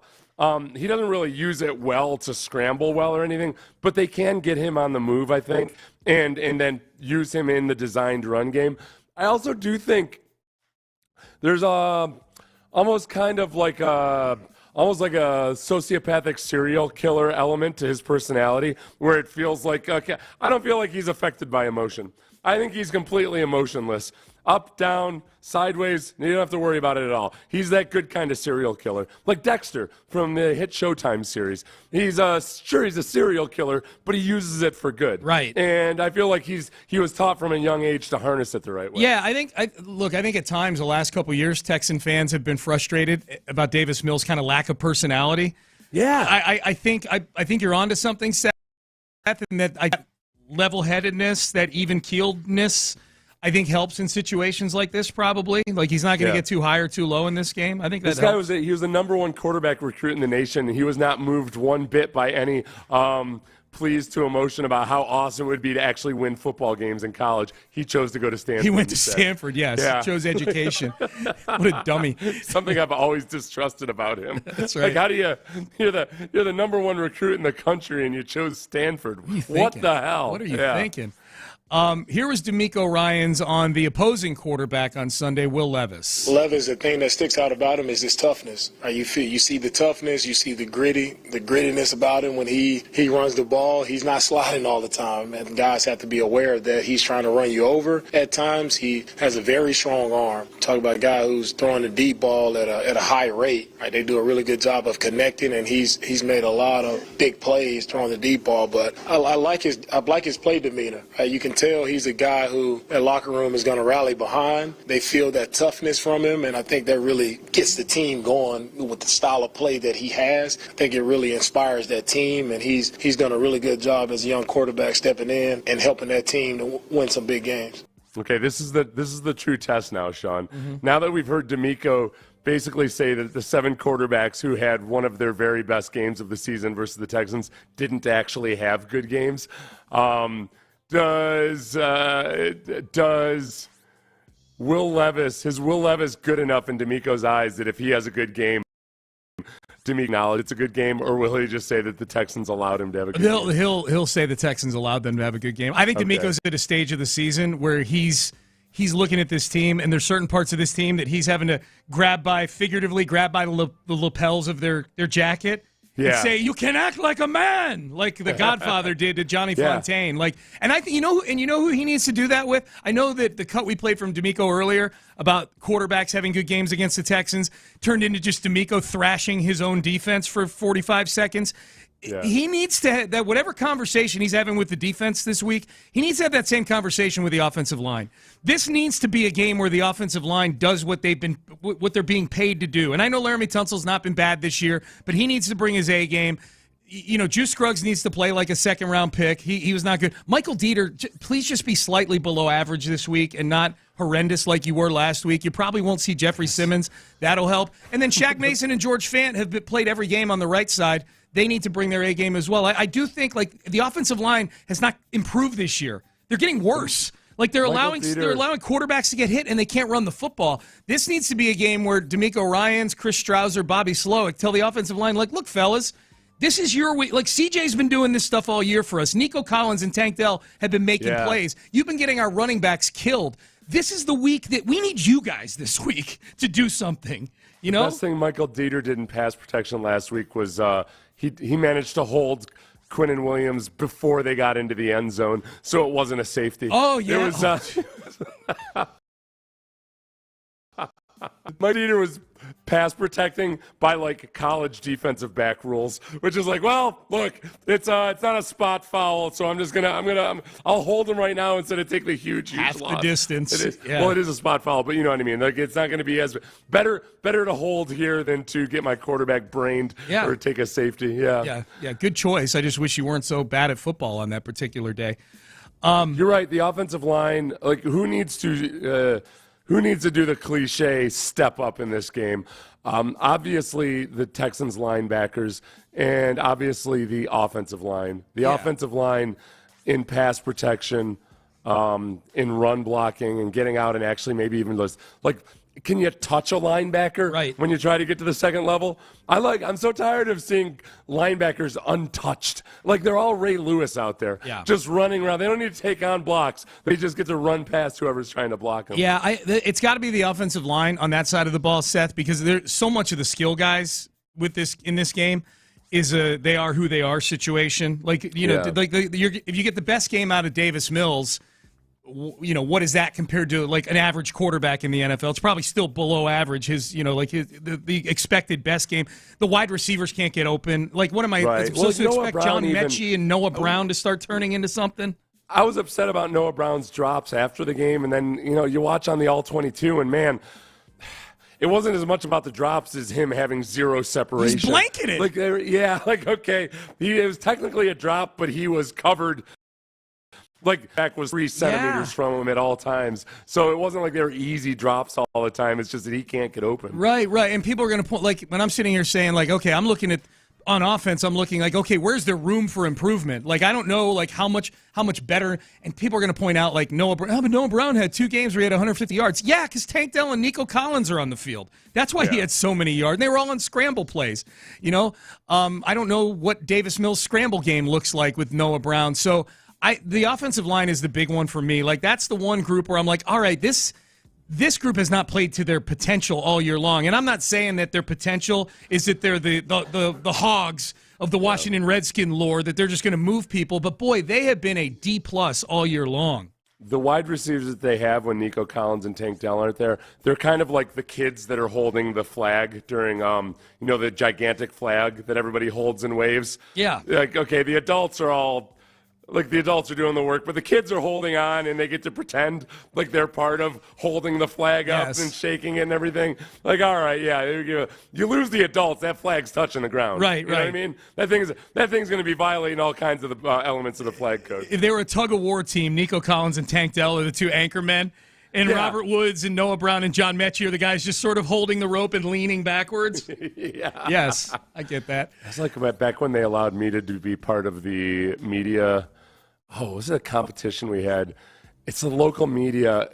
There's like a competition they do. They used to do it every year. But there's like tug of war and stuff like that. Yeah. So I got it one year, and people were livid because we ended up, I don't know, I think we won the whole thing, but the tug of war is a big part of it. So between me and Mark Semler, remember Mark Semler? Oh, yeah. He had played at Sam Houston as a freshman before he quit. They were PO'd that I was allowed to play in that. A ringer. Yeah. That's a ringer. That sucked. I didn't recover from that for a long time. The tug of war? Oh. Yeah, I was not ready for that. What'd you pull? Like, what muscle did you like? What were you feeling for the next few weeks? My body. The whole thing. I pulled my body. Yeah. What hurt, Seth? Yes. Is that everything? Yes. Do you have an anatomy chart? Yeah. I Yep. think to circle everything. Was Cam Newton just looking for clicks on his podcast this week? That is what one particular former player says. Yes, we will get to that next. Hey, are you looking for compensation because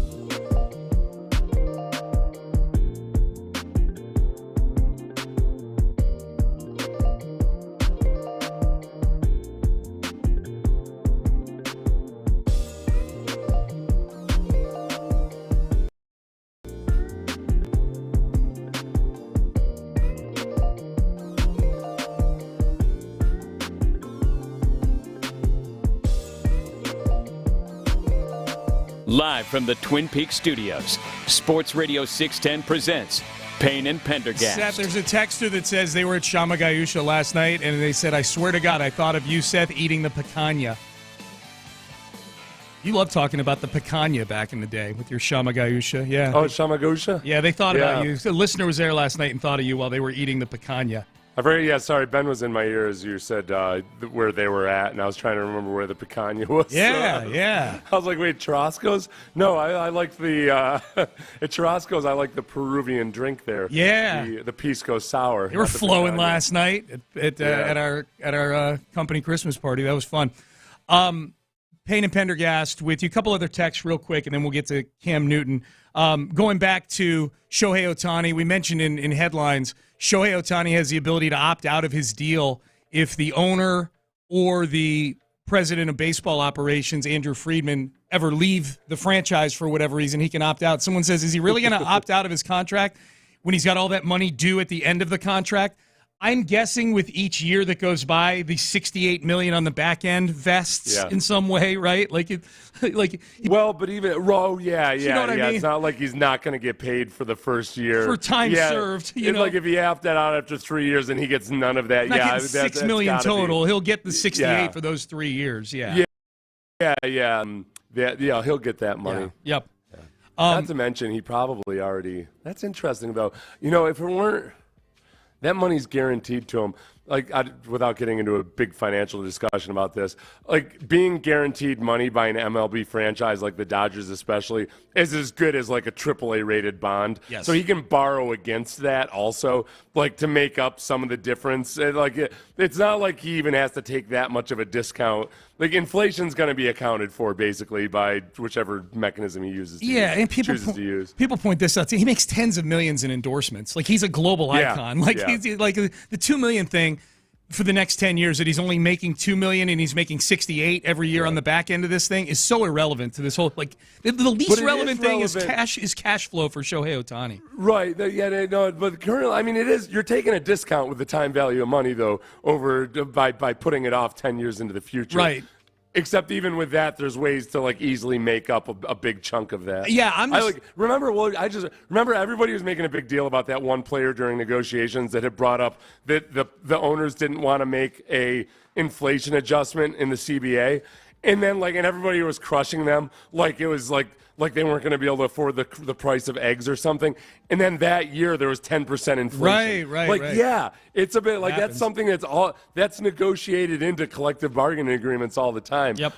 Because you do have to especially over the course of 10 years, it's a big difference. Here was Cam Newton on his podcast earlier this week, basically saying that if you ain't Lamar Jackson and you ain't Patrick Mahomes, just game manager. Lamar Jackson, obviously Patrick Mahomes, Dak Prescott, Brock Purdy, but Brock, they're not winning because of him. He's not turning the ball over. He's managing the game. And if we were to put that in its own right as game managers, Brock Purdy, Tua Tagovailoa, Jared Goff, and really, Dak Prescott. These are game managers. They're not difference makers. And when you say game manager, I'm not asking you to go out and win the game. I'm just asking you not to lose. Not to lose the game. Listen, I don't give a damn what you do. You don't have to score every time. You just don't have to throw a pick every time either. If we're going to really call a spade, a game manager is different than a game changer. Dude, he's just flat out wrong there. I think he wants to make a point about how multiple quarterbacks maybe could do what they're doing based on the talent they have around them and the system they're in. But those guys are the league leaders in touchdown throws. They're not asking them to just. So his argument, I don't think he understands and knows what his argument is. He's arguing that they're more system quarterbacks than they are game managers. In asking and saying that they don't want them to go out and throw touchdowns or make a difference, they're doing specifically that. They're throwing a boatload of touchdowns. And you could argue about whether or not that means they're skilled, et cetera, but they're 100% not game managers. There's no way in hell, even if you think that Dak Prescott isn't that talented, that he's playing like a game manager is to actively ignore every definition anybody's ever given for what a game manager is. Yeah. I would say that's this. like I say, like he's a produce manager. Right. I don't know. He's an IBM manager. It does no bearing. Like it has no connection to any way anybody's ever used that type of manager. Brock Purdy's averaging almost 10 yards per attempt. That's an explosive offense. And do I think he's the MVP of the league, Brock Purdy? Probably not. I actually think Tyreek Hill is the MVP this year. I don't think any of those quarterbacks are the MVP this year. I think the MVP is Tyreek Hill. But this is where I wish, I'm sticking up for Brock Purdy. I've been at the forefront of people waiting for Brock Purdy to turn into a pumpkin, and it's just not happening. So now I'm sort of accepting that this is the world we're living in, that Mr. Irrelevant might be one of the best quarterbacks, or at least be having one of the best seasons of any quarterback we've seen in recent years. I would say let Sam Darnold go out and quarterback a couple games, and then you'll see how much of a game manager Brock Purdy is. You know what I mean? Right. I don't think they would be humming on all cylinders with Sam Darnold as their quarterback like they are with Brock Purdy right now. No, a game manager is like what you're hoping either Joe Flacco is or what Trent Dilfer was. Like guys that just do go out and just try to take care of the football. Remember Trent Dilfer talking about playing with the Ravens? Like he would remind himself every series, like, no, this is about it was about not turning the ball over. This is about running the ball. This is about letting the defense get good field position, all this stuff. And that's just not the way those teams are operating. It's not that's not to say that Cam doesn't have a point about maybe where those guys are in the actual skill spectrum of things. It's just that he's using the wrong verbiage. Yep. Dominique Foxworth, former defensive back in the NFL, he's on several of the ESPN programs. I think this was on Get Up yesterday. He said Cam's just looking for clicks. I would say that it's called Funky Friday. That's his podcast. He wants you to download, rate, and review. Yeah. He's saying some wild stuff so he can get on Get Up. So please do that man a favor, because that's absurd. Dak Prescott, when he said Dak's name, he telling jokes. First of all, that is true. Just throwing Dak in there haphazardly at the end was like, wait, what? Dak's a lot of things, and Dak is probably overachieved based on where he was drafted, and then over the last few years has probably underachieved based on his contract. So Dak's a weird one, but one thing he's not is a game manager. No, he's created this. It is like Cam's trying to create this world where you're either a Hall of Famer or you're a game manager. I would say Dak Prescott, or excuse me, Cam Newton in a lot of ways was a game manager, but being able to balance out the pass and the run, but not really having to rely on his arm all that much. Yeah. Probably having more mediocre seasons than awesome seasons as an NFL player. Yeah, more of a game manager. By his standard, by his definition, I would say he's a game manager. Text message. Davis Mills is 5-20-1. As a star. I know he had bad teams around him, but if you're going to use that stat that he's 4-1 in away games in the division, use that one too. LOL. Look, I'm not using the 4-1 in the division on the road as any sort of stat to tell you Davis Mills is incredible or that his overall career record is deceptive in some way, shape, or form. I'm just bringing it up because they're playing on the road in the division against the team he beat last year, literally a year ago, almost to the day. He beat last year in Nashville. I think it's relevant to the game. Is it a reason they're going to win? I think it's a reason that Davis Mills could have some success there. He's had some comfort in that stadium, and he's beaten a lot of the guys that are going to be on the other side of the ball. Case Keenum, if you go by his quarterback record, not that obviously quarterback win-loss record is it's not valid to use that like as comparisons all the time or rarely. Is it worth noting though that other than his 1-7 team, he went 1-7 with Washington in 2019. Yep. Other than that, his worst seasons, well, he was 0-8 as a rookie in Houston. Yeah. So he was 0-8 as a rookie in Houston. He was 1-7 in Washington. Other than that, he was largely he went 2-0 one year. He went 3-2 with St. Louis. He went 4-5 with the Rams, 11-3 with Minnesota, 6-10 with Denver, and then 2-0 with Cleveland in 2021. Is there something to be said for the fact that, if what you're looking for is a game manager and a guy that actually has, regardless of what the record is, he's won games with bad teams before, is that if we're going to go by there, I think it makes more sense in that respect, other than the fact that he just really hasn't played that much football in the last 3 years, and he's now 35 years old. Yeah, if you just rattled off his record. Like, my big takeaway, unless you skipped a few years, my big takeaway is I thought he played more games than that. You know what I mean? Like, it feels like Case has started more games than the list you just rattled off there. He's only had 2 seasons where he was the main go-to quarterback. 2017, he was 11-3 with Minnesota. Yep. And then in 2018, he was 6-10 with Denver. Yeah. I guess we just remember that Denver one differently because John Elway didn't know what his name was. Case Keesum. Yeah. All right, Payne and Pendergast with you on a Thursday. Let's circle back to the John Elway was just desperately doing everything he could to keep Tim Tebow from ever being mentioned again. Right. He's just at that point. He was like, no, he still exists. Yeah. He still breathes. This is all Get Case in here. If I mess up Case's name, this is all they'll talk about, and I don't have to be reminded of Tim Tebow. Case got a nice contract with Denver. He did. 2 years, $36 million. Yeah, he got a nice one. Yep. The evaluation process on choosing between Case Keenum and Davis Mills. We'll hear from D'Amico on that, and D'Amico on Derrick Henry, who is a huge storyline for this game on Sunday between the Titans and the Texans. That is next. Hey, this Christmas season, you can give the gift of fitness to somebody you care about, somebody you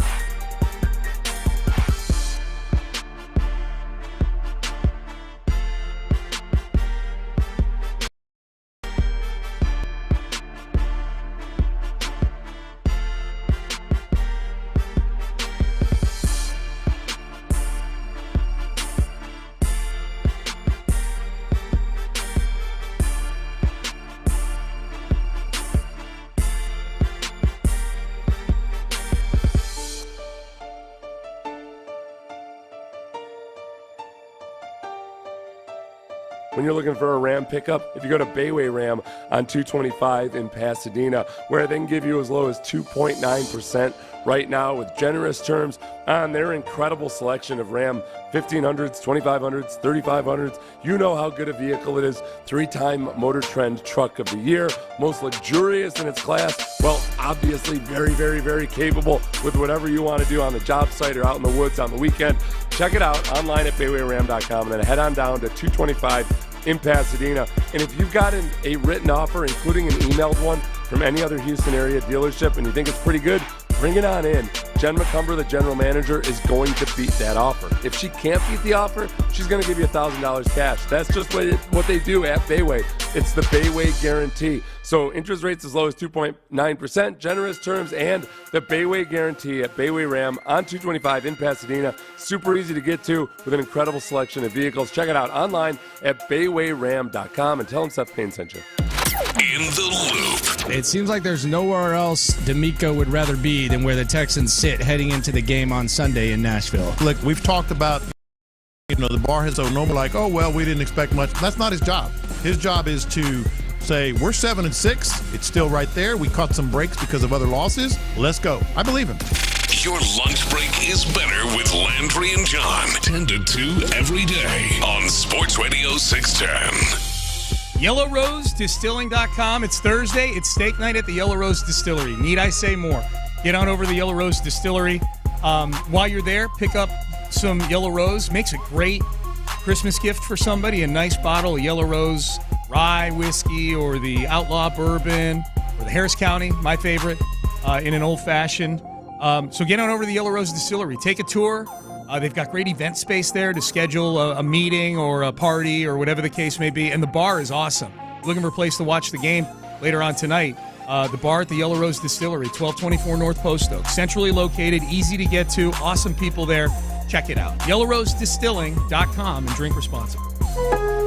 Pro Paint Days are back for MVP's Pro Rewards members at Lowe's. Now through December 15th, you can earn 10% back in paint rewards via Lowe's e-gift card when you spend $100 or more on qualifying paint purchases. Plus, save $10 on a new and exclusive 5-gallon pail of HGTV Home by Sherwin-Williams Drywall PVA Primer and Sealer. Lowe's knows paint. Lowe's knows pros. Offers valid 12/4 through 12/15. Exclusions, restrictions, and more terms apply. See Lowe's.com/L/pro loyalty terms. Subject to change. Tickets are on sale now for Houston's biggest college football showdown. Experience the epic matchup between the Texas A&M Aggies and the Oklahoma State in our stadium on Wednesday, December 27th for the Tax Act Texas Bowl. Be a part of the college football fanfare all week long with one-of-a-kind and free Bowl Week events, all benefiting Houston's oldest children's charity, the Pelchin Children's Center. Find your tickets, suites, or group offer opportunities today at Tax Act Texas Bowl. That's taxacttexasbowl.com. Get ready, basketball fans. The Toyota Center is heating up on December 16th for the ultimate college hoop showdown, the Halal Guys Showcase. It's a doubleheader you don't want to miss, featuring area powerhouse teams. Watch the Texas Longhorns face off versus the LSU Tigers, and the Texas A&M Aggies match up with the Houston Cougars. Visit ToyotaCenter.com today to purchase tickets. It's a doubleheader of intriguing out-of-conference regional matchups. Visit ToyotaCenter.com for tickets. It's the Halal Guys Showcase, December 16th. Finding great candidates to hire can be like, well, trying to find a needle in a haystack, but not with ZipRecruiter. Its powerful technology actively finds and invites qualified candidates to apply to your job. So while other companies might deliver a lot of hay, ZipRecruiter finds you the needle in the haystack. See why 4 out of 5 employers who post a job on ZipRecruiter get a quality candidate within the first day. Try ZipRecruiter for free at ZipRecruiter.com/free. That's ZipRecruiter.com/free. Build your custom home on your land with Our Vision Homes. Our Vision Homes is a family-owned and operated custom home builder in Greater Houston for 17 years. Learn how to get started building your custom home by attending one of our Build on Your Land seminars. Visit ourvisionhomes.com to register for this free seminar. Our Vision Homes Cup of Day, providing a turnkey process. Visit ourvisionhomes.com today. That's ourvisionhomes.com. Our Vision Homes, where your vision is our vision. This is the lunch rush at your local deli. Orders are flying in. Online, on the phone, and in person. Order for Nick. So is it possible that fast internet could help your business outrun the rush? It is with Comcast Business. Up-leveling your speed with gig speed Wi-Fi, powering all your devices, and fast downloads and uploads, powered by the next generation 10G network. With Comcast Business, next-level speed isn't just possible, it's happening. Comcast Business, powering possibilities. Get started with fast speeds and advanced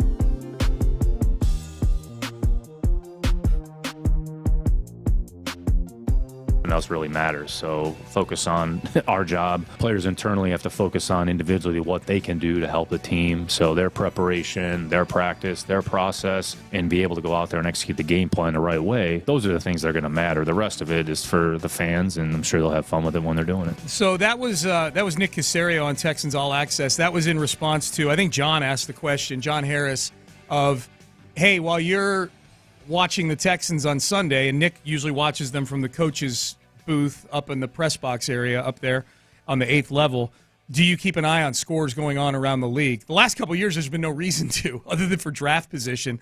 Now, Seth, I was just counting during the break. I mean, there's like 6 games that are highly, highly, highly relevant to the Houston Texans on Sunday. That's what happens when you're in the middle of a 6-team scrum where all the teams are 7-6.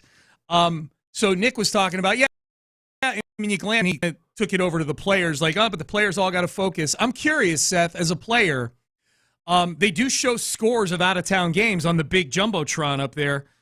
How much, as a player, did you have teammates that would glance up there to see what was going on in other games? I don't think I ever did when it came to something like this, because there's too much to keep track of. Yeah. So it's not like you'd be looking up and thinking like, well, okay, but if they pull it out, then we got to watch tonight. So I don't think that's a standard thing that players do. At least I can't ever remember doing it. You get down towards the very end of the season when things get simpler, then that's a big deal, I think. So I would say no. Okay. I don't think like right now. Plus, it's like you're in classic. All right, hey, all we need to know or do is, if we win this next game, we're still in it, or I'll control what's in front of you. You're getting that driven into your head. So I don't think you think too much about it this time of year. Yeah. Like, not until it gets down to very clarified, like, okay, if we win today and the Colts lose, this afternoon or whatever, then we're okay. I think as far as the games that impact the Texans this weekend, to me, the easy choice of if I could pick an outcome for one game that doesn't involve the Texans, what would it be? I would want Jacksonville to lose to Baltimore to kind of keep the division hopes alive here. So you got multiple avenues to get into the postseason if you need to. Right behind that, I think I'm a Cowboy fan this weekend.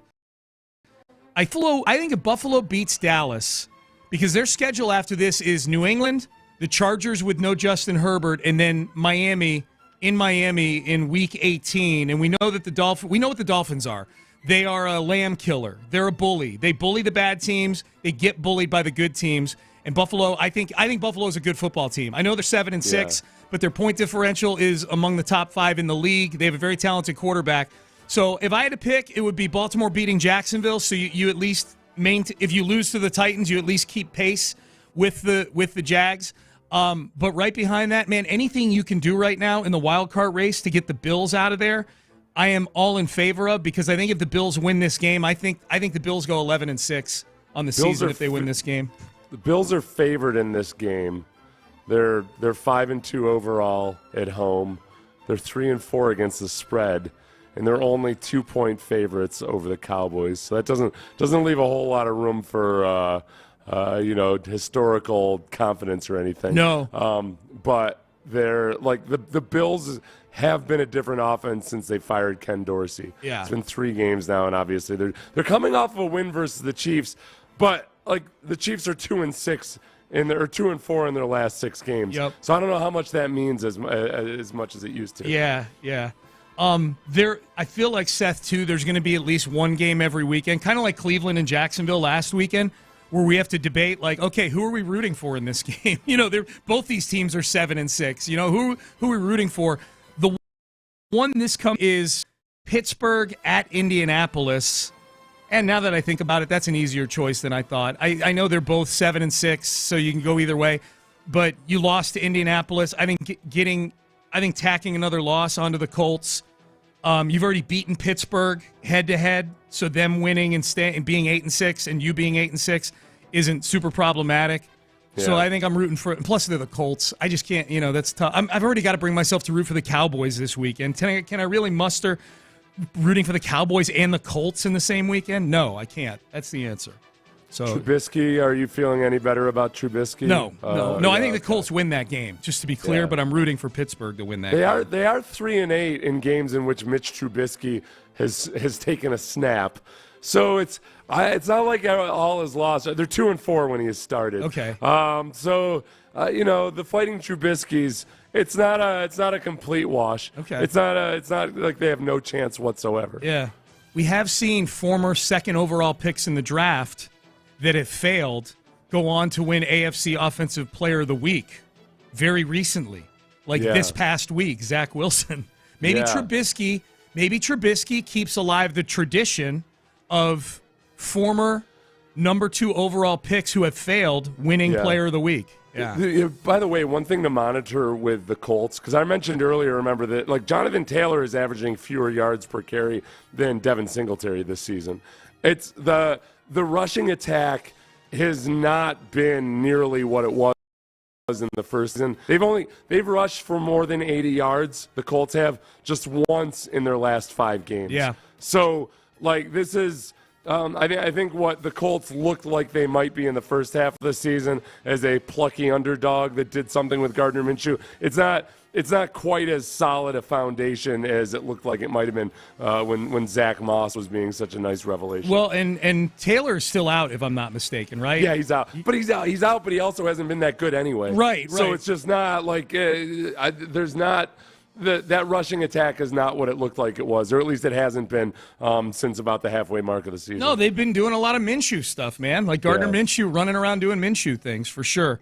Okay. I know we're broadcasting this game tonight on Sports Radio 610. I can't think of a game, and I can find reasons to watch Thursday Night Football, Seth, almost any game, even with bad teams. I'll happily watch a Carolina Panthers game so I can watch Bryce Young get his ass kicked. I cannot think of a reason to sit down in front of the TV and watch the Raiders and the Chargers. It's Aiden O'Connell, maybe, versus Easton Stick. Two 5-8 teams that are zero threat to the Texans, one of whom has fired their coach already, and one of them, well, maybe that's it. Maybe I'm here to root for the Raiders so that Brandon Staley is the next coach fired, and we get the Brandon Staley firing press conference where he gets real salty with everybody. Boy, the other man, I didn't want this to happen to Antonio Pierce, because remember, he came in and it looked awesome. It was very reminiscent of how Dan was an interim coach in Miami. But you remember what happened after the first couple games with Dan Campbell in Miami? Everything kind of fell apart. Yeah. The Raiders got that classic interim coach, especially a former player bump. They're all smoking cigars, which I know you and everybody else felt like that was like a ding dong, the witch is dead moment with because what's his face was out of there, McDaniels was out of. They have managed 36 points combined in the past 4 games. Yep. The sugar wore off. The sugar wore off. They had a sugar high for 2 games, and now it wore off, and now they have a big headache going on. The over-under in this game is 33.5 points, Sean. Oh, my God. That's a fireworks display compared to the over-under for last week's Thursday night game when it was 29.5. 3 Raiders games have gone over this season. Only 1 Chargers road game has. So this is I'm not making any arguments for you to want to watch this game. I realize that. Yeah. This does not seem like there's any chance at all that it's going to be a fireworks display. I can muster up a reason to watch almost any football game. There is nothing about this game tonight that excites me. Like zero. The Raiders are averaging 9 points a game in their last 4 games. Yeah. The Chargers are averaging 13.2 points per game in their previous 4 games. I've got my reason to tune in. Yeah. This might be the saltiest we've gotten Al Michaels all season long. Oh, God. Oh, poor Al Michaels. Right? He's going to be comatose. Because even last week, Seth, even last week on paper, that was a horrible matchup. Offense last week with the Steelers and the Patriots. But I would submit that anybody who has hated the Patriots for the last 20 years is taking extreme joy in the possibility of watching Bill Belichick look miserable and hear Bill O'Brien look miserable for 3 hours. Now, they won last week, so it didn't end up coming to fruition. But that's, I can find a reason to watch a Patriots game because they suck, and I like watching them suck. That's fun. This is a big, to quote Jim Irsay, this game is a big nothing burger. It is. It's a nothing burger game tonight. Well, it's fantasy playoff. It is fantasy playoff time. Yeah. So there's that. I guess. Well, I'm trying to think of who on these teams. I guess Devontae Adams, right, is probably. I mean, but Devontae Adams might implode. Yeah. There's something to watch. Could Devontae Adams murder Aiden O'Connell with his bare hands? He's given some pretty depressing quotes over the last couple weeks. Oh yeah, it's not been the dream. It's not been the dream scenario he thought it was when he went to go play for his boyhood team, the Las Vegas Raiders. You love that. He's a lifelong Las Vegas Raiders fan, so he just had to go back to several hours from where he grew up and played for the Las Vegas Raiders. I shed 0 tears for a player like Devontae Adams who was taking a victory lap when he got traded there. Like he got traded to the Chiefs or something. Let's see. Josh Jacobs has run for over 100 yards a couple times in the last 4 games. Okay. But then he's so against the Jets 4 weeks ago, he rushed for 116 yards, 39 yards versus the Dolphins, then 110 yards versus the Chiefs, then 34 yards versus the Vikings. Yeah, very up and down. Up and down. All right, Payne and Pendergast with you. People texting in. You're right, Seth. People are, fantasy football playoffs tonight. If you have any players on either of these 2 teams, then I feel sorry for you. Because the Chargers, they weren't scoring points even with Justin Herbert, and now Easton Stick is their starting quarterback. And Seth just laid out all the numbers for the Raiders. They're brutal. Easton, I gotta credit the Stick family. Yeah. That's a hell of a name. It's a great name. I feel like if you have a name if your last name is Stick, you gotta bring it with the first name, and Easton is pretty damn strong. Yeah, I don't think that's not like some Gen Z or millennial popular name or anything, right? Not that I know of. Stick. Easton Stick. That's pretty cool. That sounds like a porn name. Easton Stick. It does. Easton Stick. Coming up next. Top 50 very free agent. Particular niche that they use. That's a fetish right there, I'm guessing. All right. Payne and Pendergast on a Thursday. You go yeast on stick. Pro Football Focus. Turn his mic down. Pro Football Focus gave their top 50 free agents. 3 Texans on the list. Would you pay this in the offseason for any or all of these 3 current Houston Texans? We'll have that for you next. Snoring right there. There are very few people out there that have a fetish.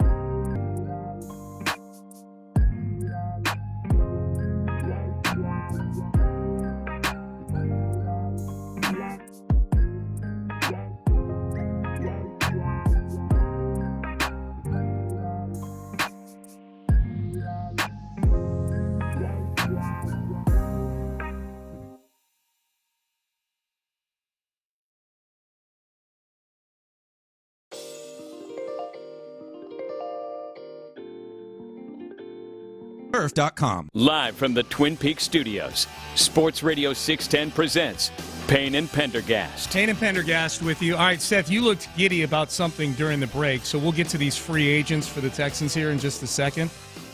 Why are you so happy? Easton Stick. That's why I'm happy.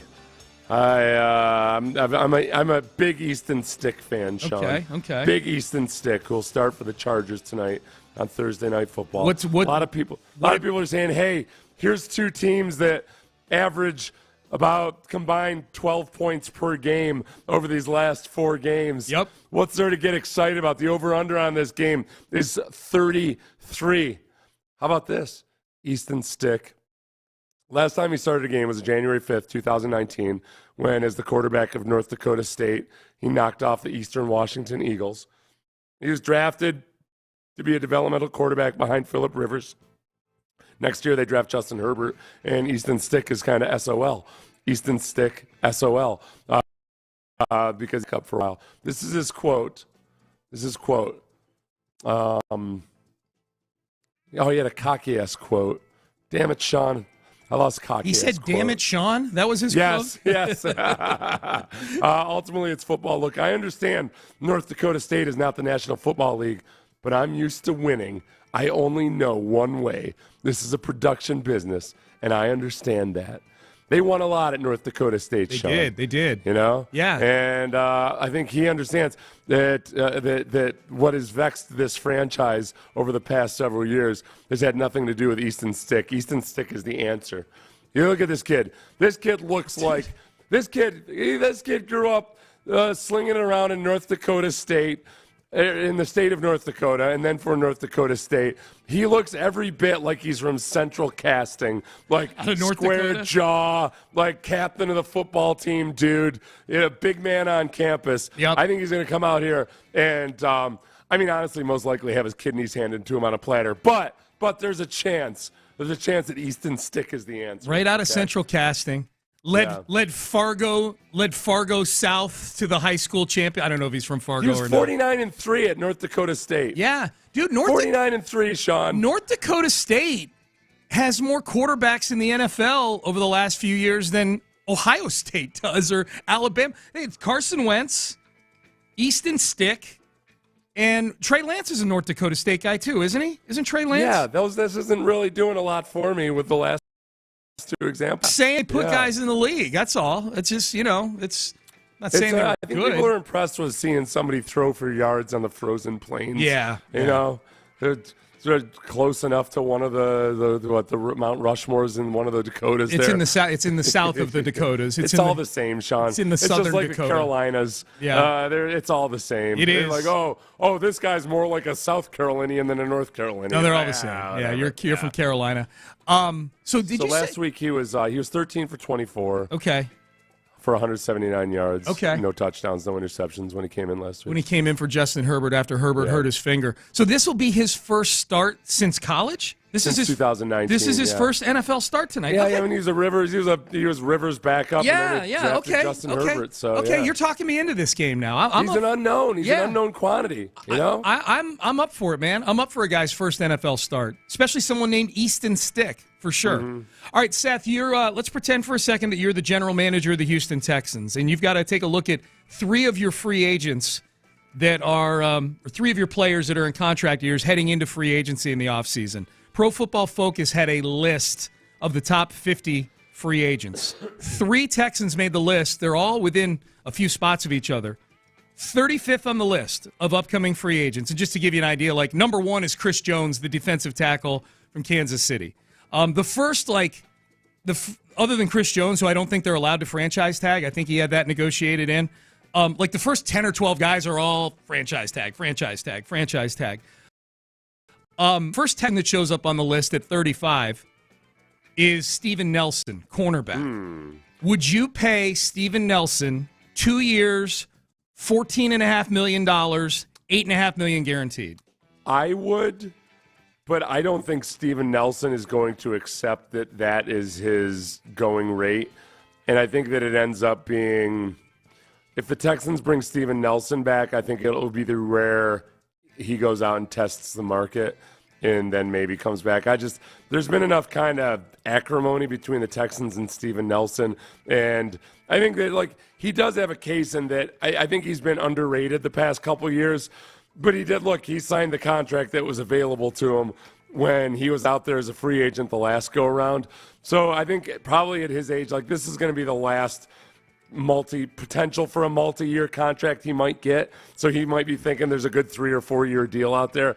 So I think that I don't know if the Texans have had the conversations with him or not, but I'm guessing that he won't be happy with the number that they have in mind. And it ends up, maybe you just hope that he doesn't get so chagrined at not getting the offer he wants the first time that it bars him from coming back. Hopefully they can work something out, the first week or two of free agency. I feel like for sure he's testing the market. I think Steven Nelson would be – this is the best season he's had of his pro career. Yeah. I feel like it'd be malpractice for him to not at least see what's out there on the marketplace. I think he's a Mulligetta guy, too, if I'm not mistaken. I think he changed agents, and I think he's I may be mistaken on that, but I think he is. We know, as you pointed out, he did a lot of emoting in the offseason on social media about the situation. All right, number 2, Dalton Schultz. He's 36th on the list of top 50 free agents. The contract proposed for Dalton Schultz. And by the way, I would do that Steven Nelson deal, 2 years, $14.5 million. I would do that deal. I would do it. Yeah, I just don't think he'll accept it right off the bat. I think you're absolutely right. I think that's actually a pretty good deal for him. For what he means to the team and what you can do elsewhere. Yeah, he's a captain. I mean, he's one of the leaders on the team. Dalton Schultz, 3 years, $33 million, $21 million guaranteed. Basically, you're giving him the deal set that I think Dalton Schultz thought he was getting last year in free agency. Yeah. I think that, he's really formed a nice relationship with C.J. Stroud. The blocking has become less of an issue, as honestly a lot of the route running and everything else. Dalton Schultz, I think, took a little while to on-ramp into this offense, and there were some ugly glitches early on, but once they got moving, and as John Harris pointed out, really once Laramie Tunsil got healthy and they didn't have to necessarily rely on the tight ends to help out in pass protection as much, then Dalton Schultz really got rolling. I'd be okay with that. I mean, we've seen what happens when him as well as others are out of the scheme. That he's been a really valuable asset for young C.J. Stroud. Yeah, and that's still less money. That 3 years, $33 million. People were rejecting last year, so I think this is a little bit more of a realistic assessment of what he probably is. I would do it. I don't feel as strongly as I do about doing the Nelson deal at the rate that's proposed there at $7 million. I don't. This is where I am, though.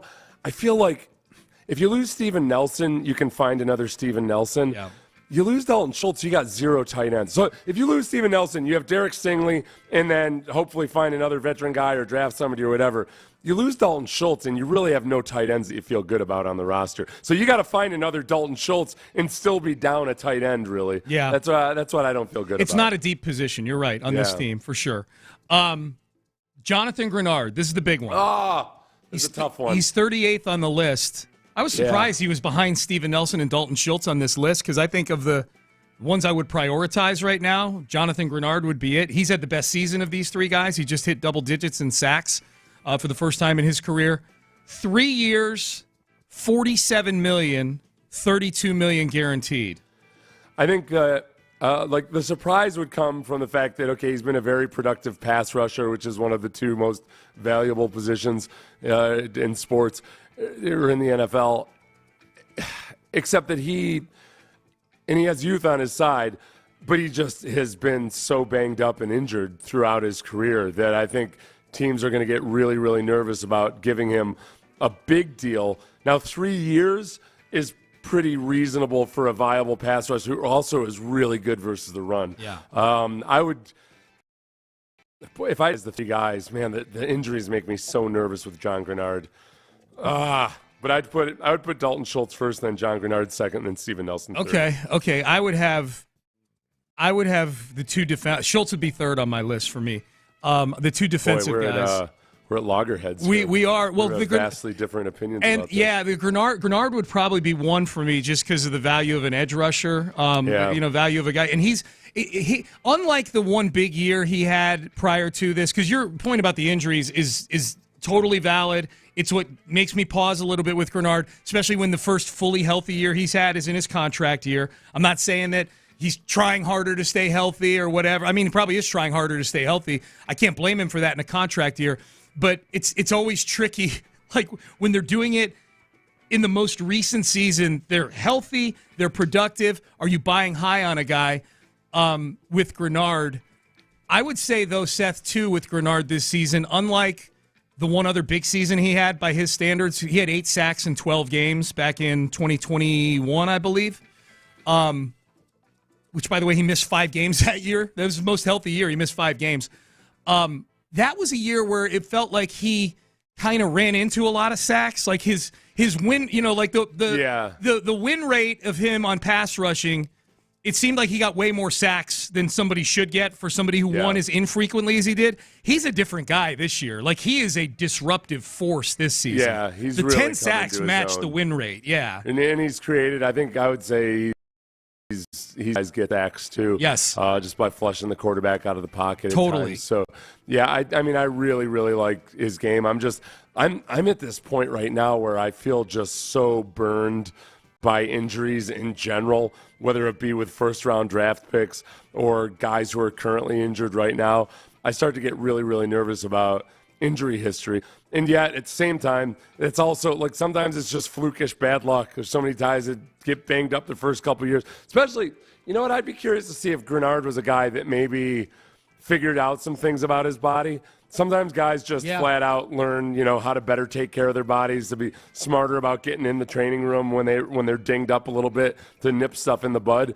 And that would probably be a big part of it. That's a nice thing about having the institutional knowledge of the Texans. Like the Texans theoretically should have a much better feel for whether Grenard has conquered some of these injury issues, obviously not totally, but some of the injuries, compared to what the outsiders might feel about it. John Grenard, Jack Easterby's pick. He was Jack's pick, remember? Yeah, to be clear though, okay, let's not get this twisted. Bill O'Brien said that's your pick, Jack, because the Texans weren't able to execute a trade that they wanted to execute. That doesn't mean that Jack Easterby had targeted John Grenard personally. It's the organization wanted somebody more than they wanted John Grenard, and Jack Easterby messed that part up somehow. Let's not act like it was because Jack Easterby had the foresight to know that John Grenard. And who are they trying to trade for? They were trying to make a trade with Detroit for. They weren't trying to trade for a specific player. They were trying to do a pick swap. Was there a player they had targeted by rumor? Okay. Yeah, not that I know of. Not that I know. They were just trying to trade out of that spot with Detroit and pick up some more picks. They only had 5 picks in that draft, so they were trying to get more picks. But as far as Bill O'Brien angrily saying like that's your pick. Yeah, it worked out pretty well. Yeah. Worked out well. I like to think Jack Easterby stood on the table for Jonathan Grenard. I do too. Yeah, like he had film on him, and he said, man, he was pounding for this Grenard guy all draft long. Let me tell you about this guy. Would you, John, give Jonathan Grenard 3 years, $47 million, $32 million guaranteed this offseason? Yes. $15 million a year. Yes. 3 years. Would you give Steven Nelson 2 years, $14 million this offseason? Yes. Would you give Dalton Schultz 3 years, $33 million this offseason? How old is he? Dalton Schultz, he's like only 5-6 years right in. Now, yeah. 3 years what? $33 million. $11 million a year. Yeah. That's a little iffy. I'd pay all of them, but you and I think, have sort of the same pecking order in all this. Oh, John's just liberal spending other people's money. Not my money. He's like, Dalton Schultz is only 27. Okay. Oh, okay. Yeah. Okay. Yeah. Well, if injuries are your concern, Steven Nelson would be at the top of those 3 then, because he has been a stalwart. I can't remember him even being on the injury list this year. Yeah. Unlike pretty much everybody else on the team. Maybe I'm missing something. You ready for today, man? Thank you for the brisket, by the way. Oh, you are welcome. Yeah. I'm getting very hungry sitting here right now. I can actually smell John's pretty. John, you know what, John? Your grandpa game is strong with all the cooking and everything. But you got to remember, with the kids, it's all about the sweets. Yes, it is about the sweets. With me, it's all about the sweets too. OG sauce and brisket, baby. How about that? Yep. Yeah. Merry Christmas to me. Yes. Awesome. All right, that was Crosstalk, brought to you by D&M Leasing. You're listening to KLT and KILT HD2, an Odyssey station. Seth, antibodies, my friend. Antibodies, and stick it with your Easton to you. Thank you very much. Thursday Night Football tonight. It's going to be right here on Sports Radio 610. In the Loop, Landry Locker, John Lopez, Figgy Fig. They start now. What are you wearing there, man? What were you wearing to the studio? I saw you. Oh, my jacket. Saw your picture. Yeah. What's 1993? KLT La Tremenda. Okay. What's that? That was my broadcast jacket from 1993. I broadcast pregame and halftime with the Houston Oilers. Oh, wow. The Houston. I'm starting to think you should Oilers. I'm starting to think you should send Amy Adams a thank you note. Why? Because she's having you at least appreciate the old days. That jacket has dust on it right there, and you happen to whip it out. And if Amy Adams hadn't whipped out these Oiler uniforms, I don't think you would. I think you might need to send. You might need to send Amy Adams a little thank you note for you actually appreciating the history, man. She can kiss my brown ass. Amy Adams, man. Shout out to Amy Adams. She's got Lopez whipping out the jacket. No. I whipped it out because just as a reminder. There you go. Just as a reminder. This is Houston.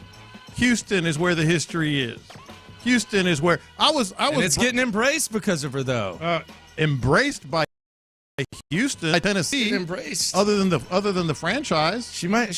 That Amy Adams might be like a hidden genius. You of are some reaching sorts. today. I mean, I'm not saying that she's not a witch. I'm just saying she's got you appreciating. When have I not appreciated? That has dust all over it. I haven't seen that one whipped out. When's the last time you rocked that? I've never seen you rock it. About 4, 5, 6 years ago, somewhere in there. I've worn it before. Haven't seen it. Looking nice. Yeah, looking nice. Man. Out there. Looking nice. Yeah, man. Really man. Nice. So I had to wear it just to remind everybody that, and to tell Amy Adams, come at me, man. Come at me. Huh? You try to take my jacket off of me? Come at me, Amy. Ames.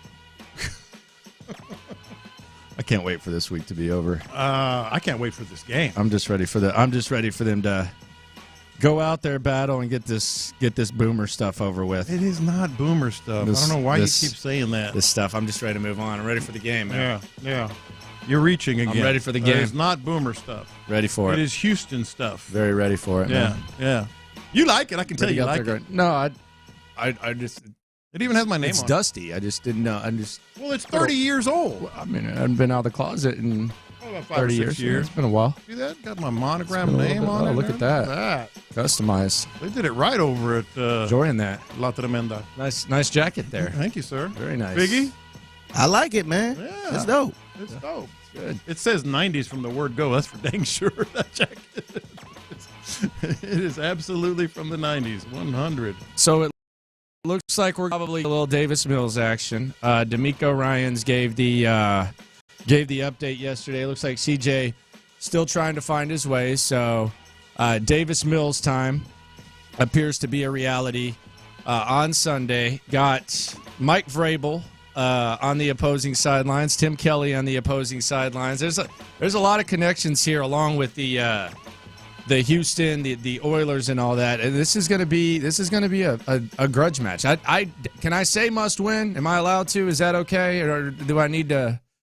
Do I need to preface it with win or what? I'm just asking. Is it okay to say must win in this situation? I think you're in the neighborhood. That's for dang sure. I mean, you lose this one, you can say goodbye pretty much to the playoffs, right? Well, and then you got the Browns next. And then you got the Browns. And the Browns are a very scary team. Yeah. So I'm not gonna push back too much on that because you're right in the neighborhood of must win. They lose this one, I wouldn't be counting on the playoffs. I'll put it that way. No, I don't think you should. Yeah. I mean, you lose control of your destiny. D'Amico's talked about control of destiny and all that. I mean, this is it. And again, I said this yesterday. I want to make this clear. This is not a rare situation the Texans are in. So this isn't a boo-hoo situation. 5 of the 7 teams that are 7-6 are starting backup quarterbacks. The Browns are starting a backup quarterback. The 2 offensive players of the week are backup quarterbacks.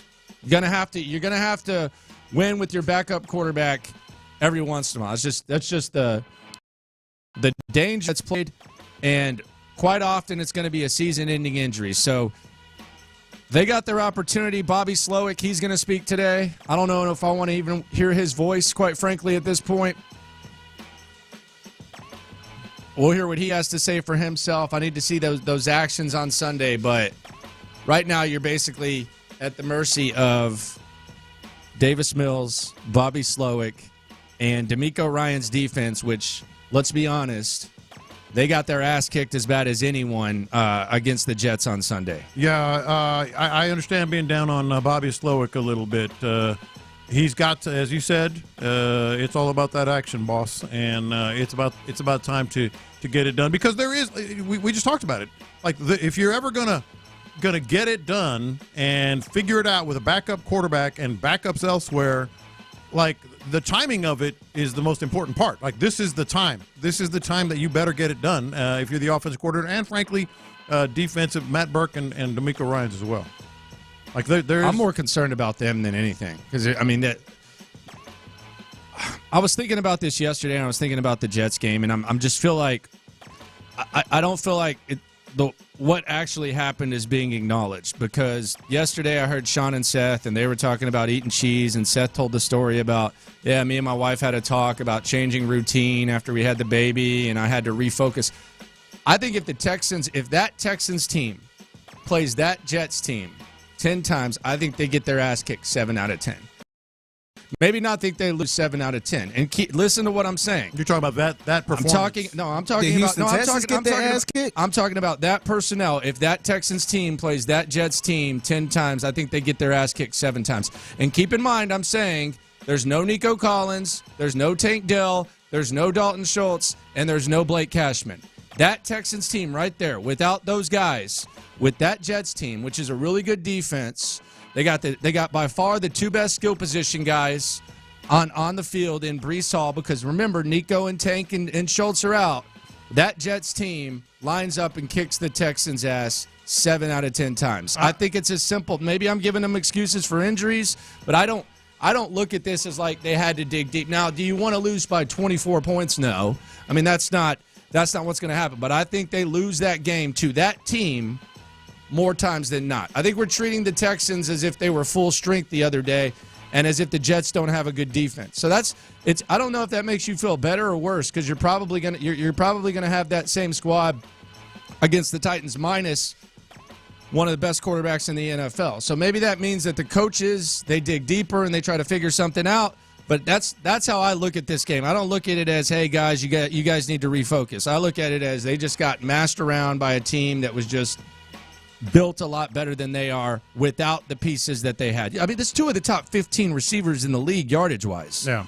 We're not talking about, we're not sitting here saying, oh, you had one guy out there. Now, the defensive performance shouldn't be that bad, but with what they had to, I mean, it's just, they didn't have a chance. I don't think that's outrageous. I really don't.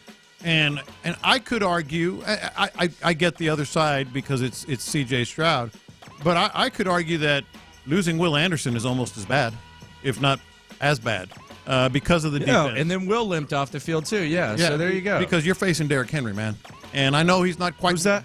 I know he's not quite what he used to be, but Derrick Henry against the Texans is like a video game. I might regret this. Mm-hmm. But I'm going to do it anyways. That's all right. This is Derrick Henry's highlights, or his biggest highlight from the last 3 weeks. Got to exhaust this matchup right here.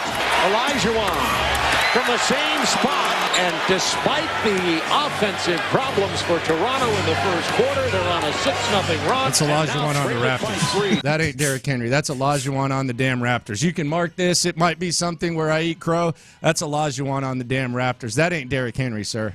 That is a ghost right there. You're talking to the guy that predicted a decline this year. That is a ghost. I predicted. He is wearing the knee pads and elbow pads and purple and black jersey. Look, I ain't worried about him. You should. I'm not worried about Derrick Henry. I predicted he's the least of my worries. I predicted his decline, and he is declining. He still has a 4.1 yards per carry average this year. Good for him. He's still going to have over 1,100 yards. Good for him. It's going to be the fewest he's had since 2018. Yeah, that's almost half. Yeah, it's going to be the fewest is what I'm saying. But he still is facing a defense without Will Anderson without Blake Cashman, with a rush defense that we don't know that Will's out yet. Well, if it is a high ankle sprain, unless he's Trevor Lawrence, that could be. Did they say high ankle? Yeah. Oh, then he's going to be out. Aaron Wilson. And they're telling the truth about it. Aaron Wilson. He was actually in the boot. Yeah, he's in a walking boot. They need to figure out this Aaron Wilson situation with all these injury leaks. But regardless, he said he's in a walking boot, diagnosed with a high ankle sprain. Man's getting all the news. He is getting all the news. Good for him. What are you trying to root out the mole? I mean, I'm just saying. I didn't kind of like. What's going on here? He's been on a run. Oh, he's on a huge run. He's been on a run. I mean, a lot of it I think is common sense. Nico and Cashman status in question and whatnot, but saying he's in a walking boot and high ankle sprain? Yeah, it's a lot. No, I like I said, I thought he was going to decline this year, and he is. He's not off the cliff, Derrick Henry. And you know how they're going to try to win this game. That's with him and that 4.1 yards per carry average, and they're facing a defense that is missing Will Anderson and maybe Toto, maybe Malik Collins, maybe Blake Cashman. Derrick Henry is a problem. I mean, you know what he's done the last 5 times he's faced the Texans. See, John Lopez, you're telling me this ain't a boom week? Text line right here. This is what we're getting this week. I mean, this is. No, I'm saying right here. Backup quarterback, 1972 Miami Dolphins, 17-0, won 9 games with Earl Morrall. Earl Morrall, who cares? Give it to Larry Zonka and get out of the way as a backup when Bob Greasy went down. How about that? We don't even have to go. We don't even have to go Tom Brady. We don't have to talk about the current. We going back to 72, man. Yeah, 1972. This is a hell of a week right here. Yeah, I don't know why you're hung up on the boomer thing. It's not a boomer thing. Oh, it is. I mean, look at. Oh, it is. Just look at. I posted a picture. There's some. Now, I don't take Tyler's sports opinion on Houston anymore. No, it's gone. I don't care if you have a tattoo or not. He didn't watch the game Sunday, so he cares. But you know what? Hey, I can shove him to the side at least for a couple weeks. There are 20-somethings and 30-somethings that. No, there's all over. Yeah, it's all over. But there's a lot. You got to admit there's a little bit of an emergence. I will say the ones who were there. Even as kids, like let's say you were 8 years old in 1996. For sure. It's still very, very personal. For sure. It's been over for a while, though. Yeah. It's been over. No, but I do honestly think, and I say it, and you think I'm being sarcastic. I do think Amy Adams has brought back some passion that had disappeared. I'm not. I don't disagree. Yeah, so I think a lot of the people that care now, if the Titans had not worn Oilers uniforms, we wouldn't hear about it. I totally agree with that. So I actually think, like in a strange way, like this passion, this emotion that a lot of people are feeling about this, I do think Amy Adams has woken it up. In a weird way, is it a petty way? Yes. Is it annoying? Yes, but. I do think she's woken it up. No, I completely agree with that. But I still think, as I mentioned yesterday, it's more because she's like jabbing at the Texans and Cal and Hannah and all that stuff. Like people are like, man, you can't do that to our squad. With all the crap she's doing, wearing them against this team and the lawsuits. Well, they never wanted the Oilers uniforms, though. Let's be serious. Like they wanted the color, but I'm saying that. Yeah, they wanted a little. I mean, they didn't want it to be like the main. They wanted it to be like a secondary, which might make it more petty. But they never wanted like. Hey, we want the Oilers uniforms back. No. And that's why I've said yesterday, and I'll say it again right now, it's not so much about the Oilers. It's about Houston and what Amy Adams is doing. So that's why it's passionate. I think it's going to be a very, very intense game. Either, I don't know about on the field, but certainly there's going to be a lot of opinions about it. Look on social media and stuff. Yeah. A lot of tweets. Maybe reactions. On the field, too. I don't know. Yeah, I've seen Lawan has said some stuff about it. Taylor Lawan busting with the boys, talking about the winner should wear the uniforms. I guess he pissed off a lot of Titans fans. Mm-hmm. McLean he's kind of creeping back into the business of. It's funny how that worked out, isn't it? Giving a damn about the uniforms. He was taking a break for a while now. McLean's back in the game. But we're gonna see Davis Mills, man. That's my throwback. That's as far as I'm going back. I'm going back to Davis Mills. 1 year. 1 year and onward and upward. Davis Mills on the field. Mm-hmm. Let me see you, man. See what you got. And by the way, today. The last, maybe he can pass concussion protocol, small percentage type of thing for C.J. Stroud. If he's not, this is what's going to happen. People I talk to, we're going to get Davis Mills and Case Keenum at their lockers. So they're not going to send either one to the podium. We're going to get Davis Mills at his locker and Case Keenum at their locker. Yeah. And we won't hear from CJ. That's kind of the other thing that's been awkward about this. And I think this is kind of like an enlightening thing for me when it comes to how to feel about the Texans. And this is why it's kind of uneasy when it comes to discussing this team post-win or loss is the voice that makes me feel better is CJ. That is 100% whether it's a win or a loss, like the voice that makes me feel better is CJ. He is my bedtime story before I go to sleep. When I close my eyes and rest peacefully. I don't know if I'll go that far. I'm talking about when it comes to the Texans, whether they win or whether they lose. When CJ Stroud goes up to the podium, whether it's on a Sunday or whether it's on a Wednesday, like we get all this wisdom. You feel better. You feel like you're in good hands. When you're in concussion protocol, you can't speak. Yeah. So because we haven't been able to, following that ugly-ass loss, regardless of how you feel about it with the Jets, because we haven't been able to hear C.J. Stroud speak, kind of makes it a little bit worse, We're man. a little bit anxious. A little bit anxious about everything because we don't have is he your whoopee? Is he your whoopee? Like, absolutely.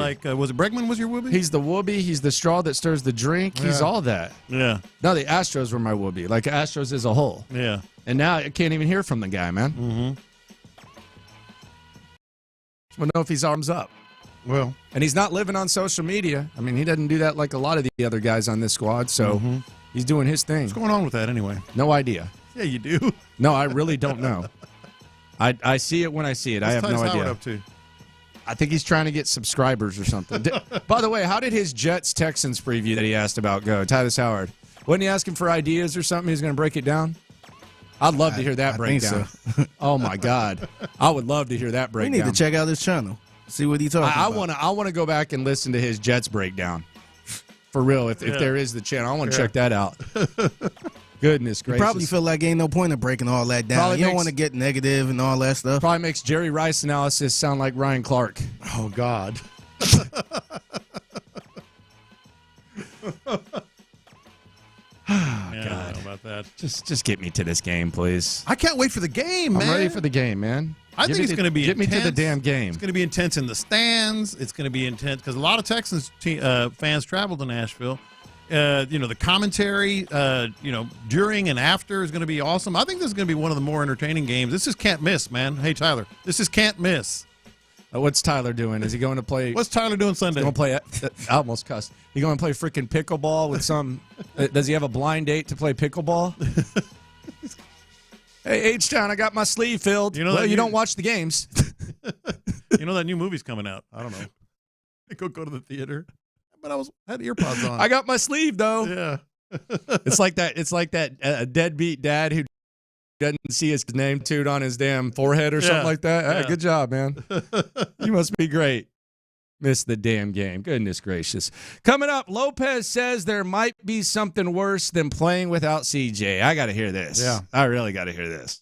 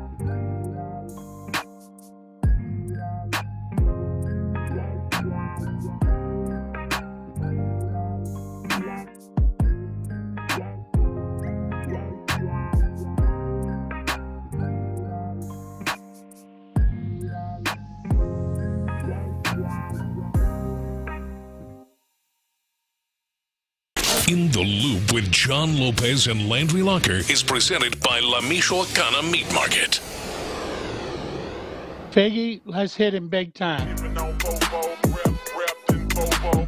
Houston, let's get in the loop. Oh, the jokes are coming fast and furious every time y'all talk about this guy. With Landry Locker. Landry, I mean, you're going to be in midday forever now. And John Lopez. On occasion, Lopez makes a statement that's so ludicrous, it makes me pick my phone up and call you guys. You're in the loop on Houston's sports leader. Your champ, 610. Sports Radio 610.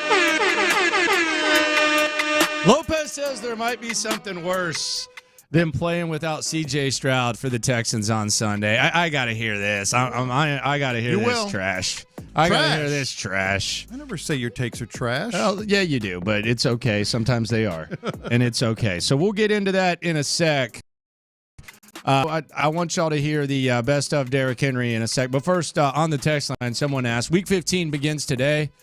Someone asked, who do you like tonight between Chargers versus Raiders? I like two. I actually like two things in this one when it comes to viewing this game. Sitcoms and reality shows. Yeah. Because I ain't touching that. This is going to be the first time I haven't watched Thursday Night Football in my entire life. Pulling Tyler? Zero interest. No. You going to go golfing? Nah, this ain't a Tyler. This has nothing to do with the Texans. I can promise you that. I damn sure ain't golfing either. I'm going to catch up on Lilyhammer and maybe watch Elf. Join me in the locker room on YouTube. I'll stream, and I will hold a baby and do some like tummy time or whatever she's up to. But I will not. That is going to be. You want to take a peep at it at least? Just see how it looks? I don't know. Al Michaels is kind of pushing me away from the game. Mm-hmm. Here's Derrick Henry's highlights, and this is the best play Derrick Henry has made. The former Texans killer, Derrick Henry. These might be famous last words. This is the best play he's made the last 3 weeks. Got to exhaust this matchup right here. Elijah from the same spot, and despite the offensive problems for Toronto in the first quarter, they're on a 6-0 run, and now trail it by 3. There you go. Keem Olajuwon on the Raptors. That's Derrick Henry as far as I'm concerned right now. I hate washed. I hate that you're putting me in a position to defend anything Titan right now. It's fine. I mean, you can hype the guy up. You put him up. I'm not hyping him up. I'm not hyping him up. He ain't running for no 300. He ain't a threat to go for 2 bills. I can promise you that. Mark that. Mark it. Mark that. Here is Lopez's claim that there might be something worse than playing without C.J. Stroud for the Texans on Sunday. All right, hear me out on this. I'm hearing. And that's always dangerous when someone says, hear me out before they make their point. Yeah, that's weird. They're facing Derrick Henry without Will Anderson. High ankle sprain in a walking boot. I think that's safe to say. They're facing him without Blake Cashman. Probably. Didn't practice yesterday. We'll see about today. Henry To'o is on the injured list. Malik Collins is on the injured list. This is what Derrick Henry has done in his last 5 games against the Houston Texans. He's averaged 204 yards rushing with a 7.1 yards per carry average. This is against the Texans. Right? Against the Texans. In 5 games, he's gotten over 1,000 yards. The Texans haven't had a 1,000-yard rusher since 2018, just as a side. Right. As a side note. He's been a Texans killer, no doubt. He's been an absolute Texans killer. Now, I came into the year saying I expect a slide. It just doesn't happen. Time is undefeated when it comes to running backs. That said, he's still on pace for more than 1,000 yards, probably about 1,100, 1,200 maybe. He's still averaging 4.1 yards a carry. he is today, going into Week 15, the third leading rusher in the NFL, behind McCaffrey and Mostert.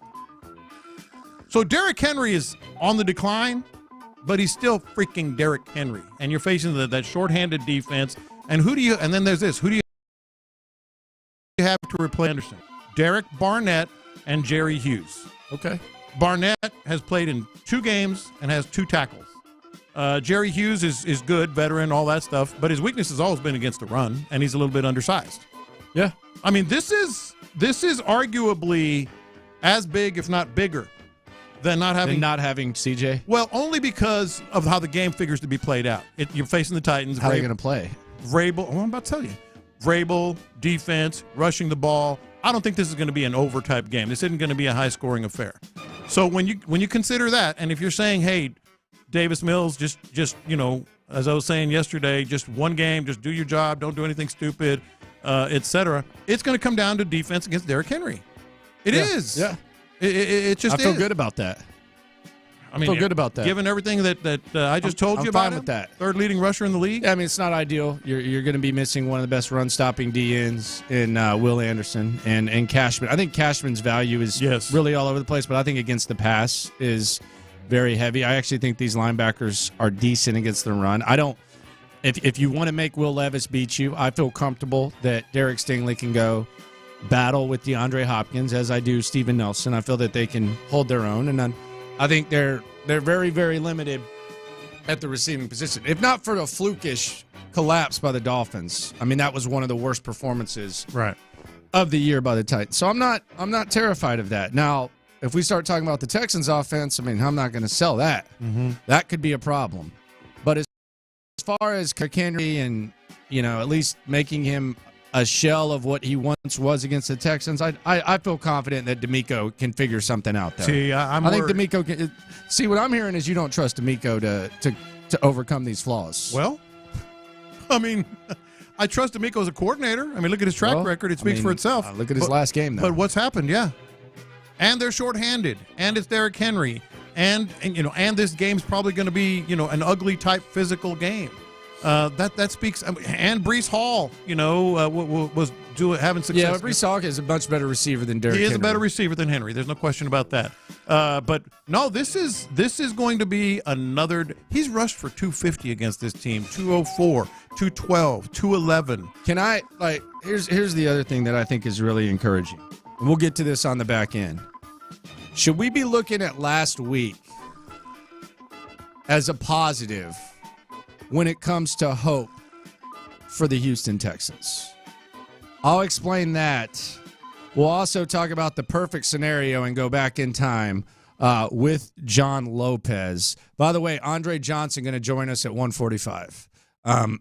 Right here, another exclusive interview. Andre Johnson going to join us live on the show. But coming up, how last week and something that happened could actually be a positive for the Houston Texans when it comes to making you feel good about a potential win against the Titans. Next. Payne and Pendergast. So if you were given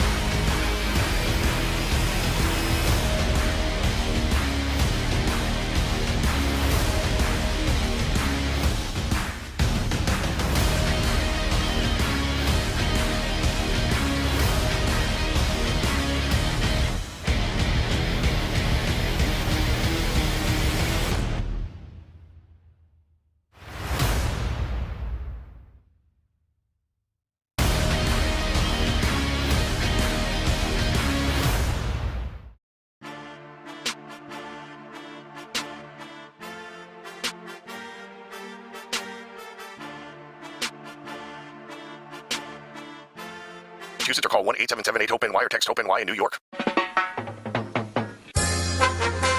We're making the stories from outside the loop matter to you. This is Eliza. Don't you know I'm local? You're in the loop on Houston's sports leader. Sports Radio 610. All right, so there is something that maybe we can look at from last week to perhaps be encouraged by the Texans game this Sunday, no matter how you feel.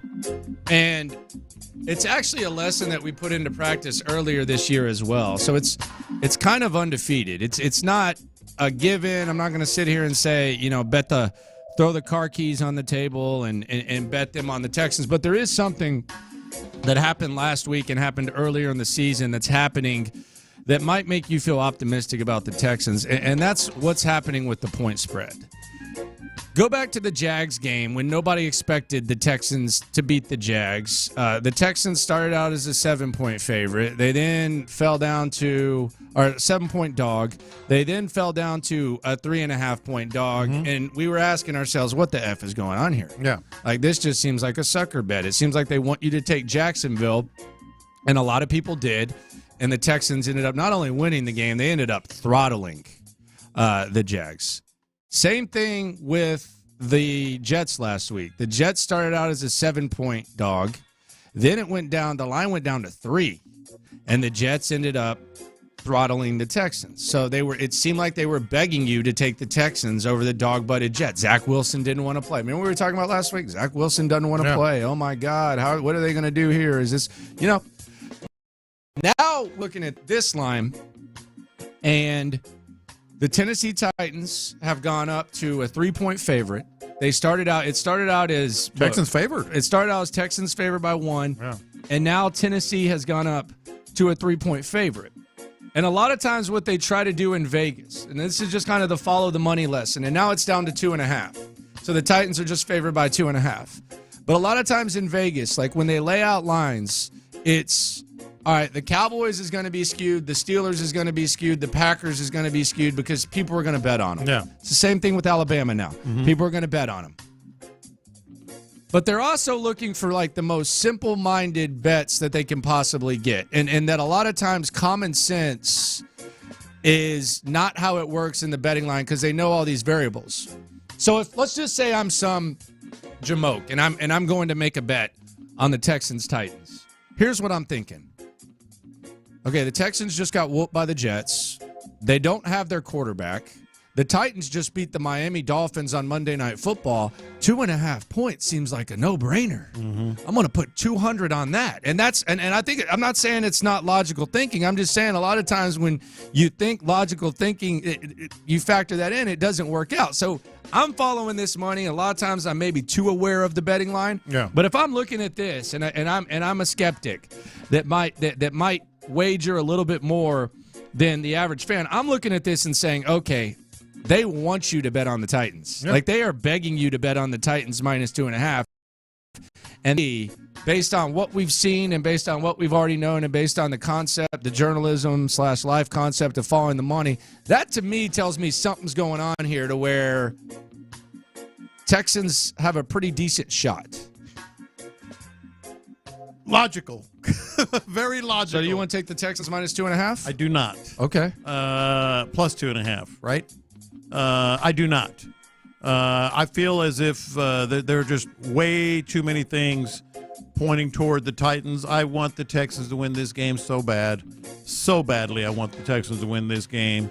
But the line goes up for a reason twice. I mean, for two reasons. One is what you just said.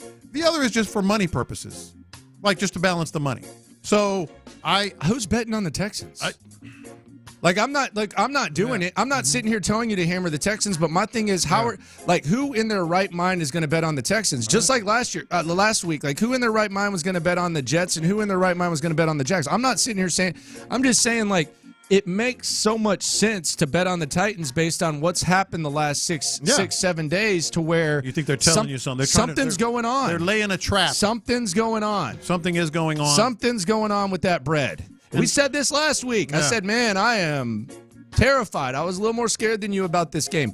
I am terrified of this game because something is going on with this betting line to where Vegas is telling us something really strange, and they got their ass whooped. Something's going on. Davis Mills is only a 2.5-point underdog against the team. The Dolphins. Oh, by the way, there's no Will Anderson. Yeah, just beat the Dolphins. Oh, by the way, there's no Will Anderson. There's no Blake Cashman. We don't think there's going to be Nico Collins. There's not going to be Tank Dell. Dalton Schultz is coming back. They're telling us something, man. No. And they often speak to us. They do, and it would make a lot of sense to bet on the Texans here for that reason. I ain't doing it. I would not do it. I ain't doing it. Now, I'm not going to bet on the Titans either. Well, hell no. That's just out of principle. No, I mean, if I thought I could make some bread, I would bet on them. I don't care about that. No, I don't need principle. Give me some green. I will say this is the most emotionally invested game I've been a part of this year. Like I want them to beat the Titans so bad, so freaking bad. Oh my god, I really do. Oh yeah, but I think the Texans are bigger underdogs than 2.5. I mean, I really do. Well, I really do. You should bet -2.5. I just can't do it, man. You should bet -2.5. Can't do it. Bet on the Oilers. Come on. Bet on the Oilers, man. The bleep out. Just like in the old times. Bet on the Money's Oilers. green. You've always heard me say that, and normally I would, but not this week. The perfect scenario, courtesy of John Lopez here on In the Loop, Sports Radio 610. Andre Johnson joining us in 3 hours right here on In the Loop. Maybe this is it. Maybe this is it right here. Because as much as Amy Adam Strunk wants the uniforms and to stick it to the Texans, we all know the story. I hope she gets the whole Houston Oilers package. And by that I mean anybody who was around this team back in the day in the 90s and certainly before that. What was this Oilers team known for? I'll be honest. Coming up and choke. Thank you. I'm sorry. I'm sorry to all the booms. I agree. All you booms out there. No. You're right. Like the one hope we have as Houston fans is that they do what this franchise did in Denver in the playoff game with Stagger Lee and Jerry. Why were they running the hurry up at the one? Hurry up at the one with a no huddle and a pass backwards to a guy who hadn't caught a pass and hadn't thrown a pass all year. What was the hurry? They were idiots. This organization. So, Amy, you want the whole Houston experience? Choke like the Oilers were known for. How about Joe Montana? How about Joe Montana on his last legs at the Astrodome? Dang, man, I was in the end zone when Marcus Allen ran it in. And the Oilers trying to hold on with their defense. 3rd and 1, biggest play of the game. Montana to Cash, brings the knuckleball down, takes it 41 yards down to the Oiler 29. That set up this. Under 2 minutes to go, another 3rd down call. Marcus Allen twisting, turning, burning, churning for another Super Bowl, perhaps. 28-20 Chiefs as they seal the win. That dude was running right at me. I was standing behind the end zone on that. Unbelievable. And then, of course, if she really wants the whole, if she really wants do this to the people, the whole Houston experience. I thought you were the man of the boom. No. It's her ass now. I mean, she wanted the organization. I hope she gets this. An attempt of 32 yards for the win. It is right down the middle. And the Bills have engineered an unbelievable wild card, come from behind, record-setting wild card playoff victory here at Rich Stadium. Oh, Lord. So, perfect scenario. Titans go up 28-3. Texans start mounting that comeback. Here comes Davis Mills. A backup like Frank Reich. Nah, I don't. A backup like Frank Reich. Well, Kaimi Fairbairn is back. That comeback would have never happened these days. Why? Because Don Beebe was out of bounds, man. Like that doesn't happen. Dude ran out of bounds and cut the touchdown. Let's assume he stays inbounds this time. Never happens, man. Who would be Don Beebe in this case? I guess it would be. I don't know. John Mechie. Mechie, yeah, there you go. Okay. Yeah, Mechie. And then the Texans come back from 28-3, 31-3, and win. What was the final score of that game? 41-38, I believe. Buffalo 41-38. Yo, Amy, this one's for you. You get the whole package of the Houston experience. That's my perfect scenario. That's what I went to bed thinking about last night. She wants it, she gets it, they choke. Simple as that.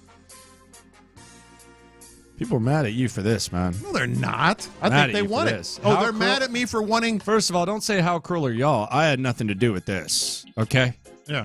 Lopez enough, LOL. I had nothing to do with this. You said LOL. Yeah, well. You realize I'm talking about the Titans choking. I had nothing here, to do right? with this. The Titans choking. Amy Adams choking. I heard Oilers highlights there. Yeah. Low lights. Well, shit, that's because she took that to Tennessee.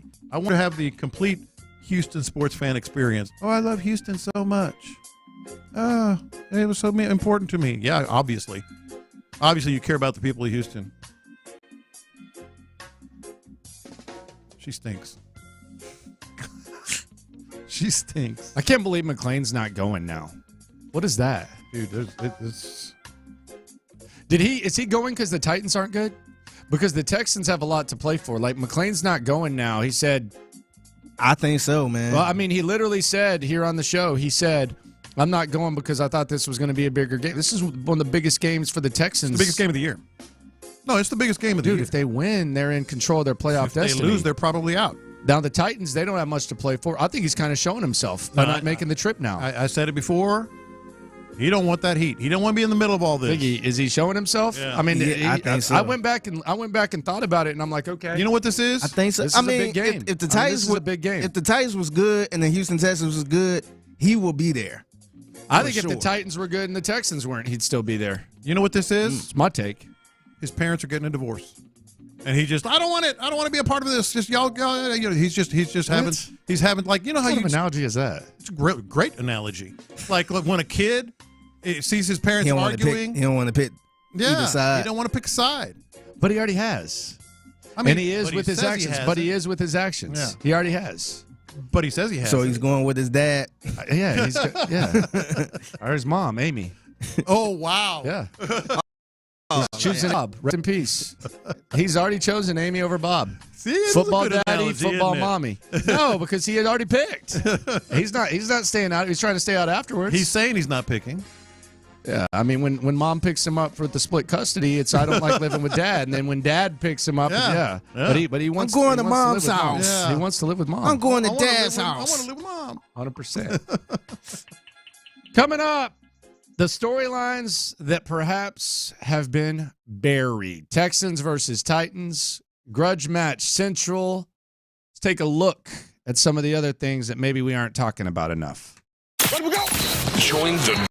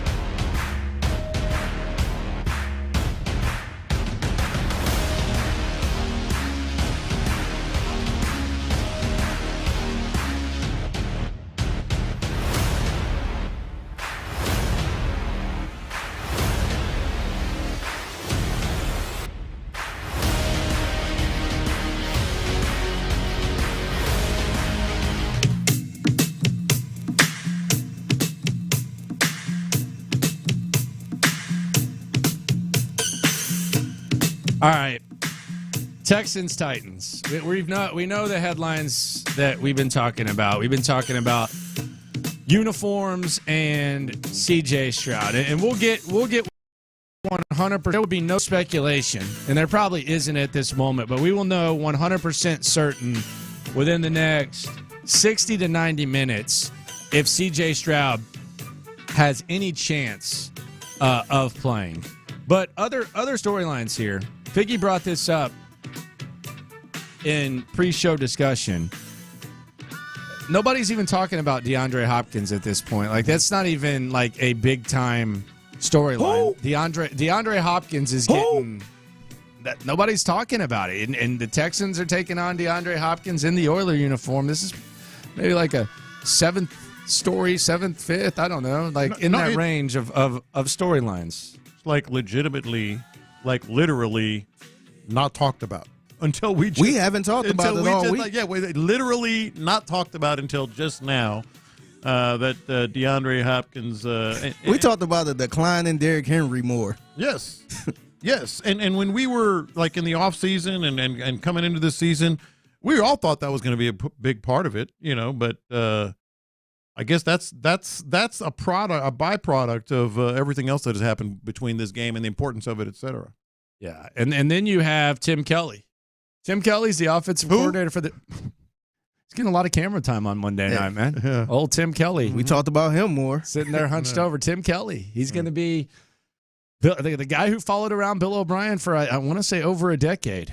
From Penn State all the way here. Worked his way up. Started out as an O-line coach, tight ends, quarterback coach, offensive coordinator, Tim Kelly.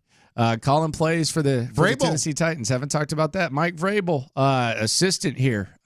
Studied under Urban Meyer, got into the NFL. O'Brien took him under his wing. Linebacker coach, 1-year defensive coordinator. Had the J.J. Watt, Whitney Merciless injuries, the bad 2017 season. Mike Vrabel, another storyline. Will Levis. I mean, there was say what you want. I know it's a thing of the past, but leading up to this draft, as soon as Bryce was off the board, there was you could find a Will Levis guy every once in a while. Oh, people thought people like NFL people said the Texans favored him. Yeah, there was talk about Will Levis. Golly. And then Will Levis falls to the Tennessee Titans with the Texans pick, by the way, that second-round pick. They traded with Arizona after Arizona had traded with Houston in the Will Anderson trade. So there's all kinds of connections there. So there's a lot of storylines on this game. Obviously, the emergence of the Oilers' passion, which I do think Amy Adams deserves a thank you for, because John Lopez, I mean, look how dusty that thing. Goodness gracious. Is that a rat bat? Put it on. No, I'm just saying, like, you wouldn't have even thought about touching that jacket, and now all of a sudden you're rocking it like passionately. And I like that your passion and your appreciation for everything Oilers has been fired up by Amy Adams. Flat out. It's been fired up by Amy Adams. This is the say in the old days, this is the baddest. This is the baddest I won a game. This is but I've worn that jacket. You've seen it before. I have not. I think I wore it about 4 or 5 years ago, something like that. I don't think so. Yeah, I do. Well, I do because I wore it. No, I think you might have worn it when you were like gardening. It was just kind of like one of those like throw-ons, like your play. Remember when you used to? Dude, this is a sweet jacket. Remember as a kid everywhere. Remember as a kid when you used to have your play clothes and your school clothes. You used to treat that like play clothes, and now all of a sudden you're just so pat. Look, you're going into the details on it. I mean, what are we doing? Has the little shoulder clips here. I don't even know what those are for. Yeah, look at this. What are those little shoulder? This wouldn't have been possible without Amy Adams.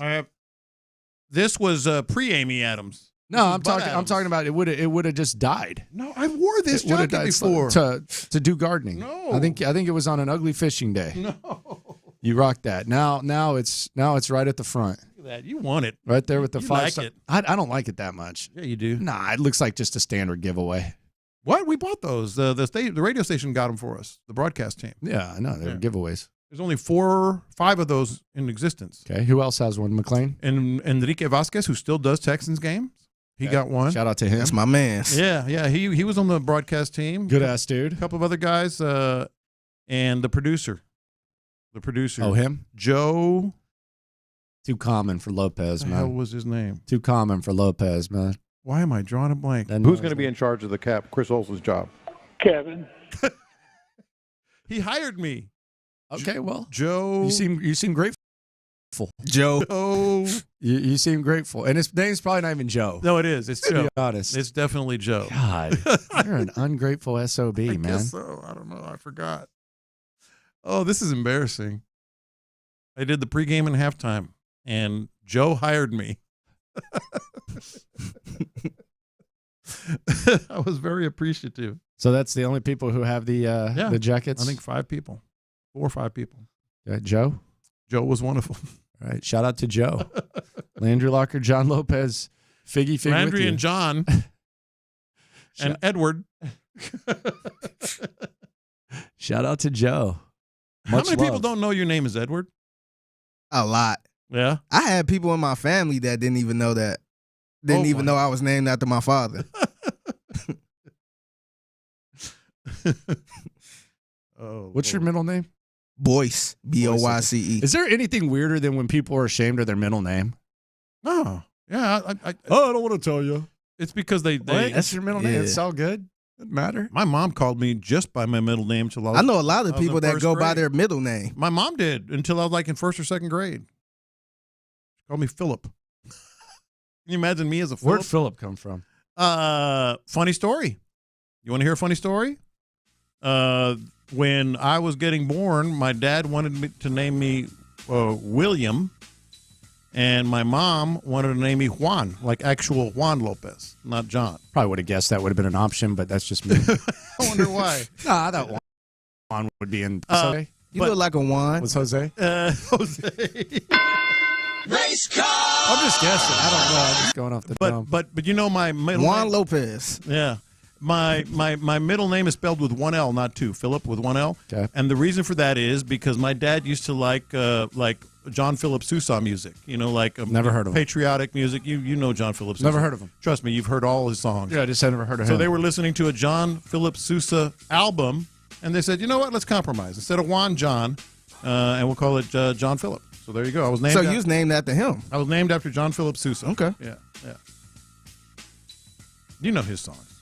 I'm sure marching band songs. Yeah, I'll take sure the Longhorn Band plays a lot of them. I know the Aggie Band does. Yeah, I'm sure. Yeah.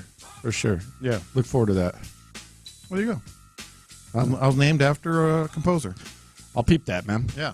Check that out. I'm a little disappointed that we haven't heard from CJ. Well, I know it's the rule. I think that's just a big part of I think it's a big part of the process of a Texans fan right now is a lot of times there's certain things that you go to make you feel better. Whether it's some people go to radio shows. Mm-hmm. You know, let's get the pulse of what's going on. They go to radio shows. Some people, there's songs that they used to play when you're a kid, or your mom used to sing you this, or your dad used to sing you this, or there's like those comforting feelings when you're going through life and you're going through whatever you're going through. You hear those things. It's become apparent to me, and I think it was already pretty apparent that I've had to go without, after a loss or after a win, hearing what C.J. Stroud has to say, whether it's Houston fans deserve better or we're going to be fine and we're going to keep fighting, to Wednesday where he's like laying out the hope and stuff. One of the hardest things for me, I think even more so, and this might just be a me thing, one of the hardest things for me, even more so than having to play without C.J. Stroud, because I've already laid it out, 5 of the 7 teams that are 7-6 are starting a backup quarterback this week, and assuming that CJ's out. Mm-hmm. So that's not like it's not ideal, but it's not odd. That's what I've said every year. But not hearing the voice, man, not hearing CJ let us know, how he's feeling and how the outlook of the team, kind of the face of the franchise type of vibe. It's got me feeling a little bit uneasy-ish. And if there was ever, I don't think there was ever a debate, but C.J. Stroud is the face of the franchise, because I don't know anyone else. Put D'Amico aside, I don't know anyone else that can do that. Like Laremy Tunsil didn't even talk to the media, and I don't think the media that goes to NRG would be able to even record what Laremy Tunsil said, because they got a bucket of water in each hand when they talk to him. So, the highest paid player in on the team doesn't speak. Yeah. Will Anderson's not really like a vocal type of guy. He's more of a lead by action. Jalen Petrie says stuff, but he hasn't played very well. It's really become apparent to me, and it was already apparent that C.J. Stroud, he centers you. Bedtime song. He is the face of this franchise, and that's been one of the hardest parts for me this week is not getting to hear that calming, soothing, enlightening voice of reality and hope this week. Yeah, he centers you. He calms you down. Kind of talks you off the ledge just with his approach and his voice and all that. I get it. I think that part of that is there's not really a voice outside of him. You know for the club. I mean, you can take Jimmy Ward, but he doesn't. He's not necessarily in the same ballpark as C.J. Stroud. But no, it's a whole different vibe around this team. I am glad Jimmy's going to be out there though this week. Yeah, no question. I think it's very valuable that Jimmy Ward is out there. I think it's very valuable that Dalton Schultz is out there for Davis Mills. Davis Mills can find some random ass chemistry with tight ends. We've seen it. And Jimmy Ward, he's been in battles, man.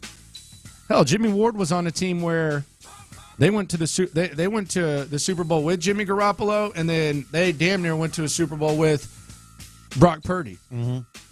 I mean, he's been in kind of battles like this. And the other thing is Bobby Slowick's been a part of organizations. I think this is a nobody's talking about. Mm-hmm. Bobby Slowick and D'Amico have been part of an organization now. Probably have a little bit more skill position talent, I'll be honest, than the Texans do. A little bit. But they've been in situations where there's been question back, and they found ways to win ugly and figure stuff out. I also think this is something big. Fairbairn, you need him in this one. I said that in the last segment. Bro, you need him in this one. Big time. Man, you need him in this one. It's going to be low scoring, muck it up, physical, maybe come down to a last-second field goal after the Titans choke. I'd rather have Fairbairn is like one of the top 3 players in this game. 5? Because it's going to be that kind of game. I'll say 5. He's absolutely going to be huge in this. Like Davis Mills, Devin Singletary, they're on the list. Obviously, Perryman against Derrick Henry. Fairbairn's right up there. Landry Locker, John Lopez, Figgy Fig with you. So Mike Vrabel yesterday was asked kind of like in a joking manner about the potential of wearing a Bum Phillips cowboy hat to the game. He kind of joked around, maybe to the game, just ha ha ha type of vibe. Do you think the Bum Phillips cowboy hat travels well with time? I think his jacket does. Remember the jacket with the white fur? Do you think so? Yeah. But Wade Phillips wore it to the AFC Championship game. Okay. Back when the Broncos went. You think it travels well? It's a sweet jacket. You think this jacket's sweet? I'm just talking about like on the sidelines and stuff. Yeah. Okay. Yeah, big time. Okay. Cowboy hat would be cool too, though. I think so. Don't wear it indoors. Bum Phillips never wore it in the Astrodome. Little Oilers trivia there, because his mama told him he'd never wear a hat indoors. I thought that was hilarious. What if he went to the rodeo and it was like in the Reliance Center? He wouldn't wear that cowboy hat? That's Bum Phillips' word. He wore it at all the outdoor games, all the road games, but he never wore it in the Astrodome. See? Okay. I mean, I guess if Mama said it. Okay, Mama said it. Do people still kind of go by that, wearing the hat inside? Hell no. Heck no. Restaurants. That's the other thing. You used to have to take your hat off in a restaurant, but there's like some restaurants that won't take you if you don't have have the hat on. Yeah, but they wear them now.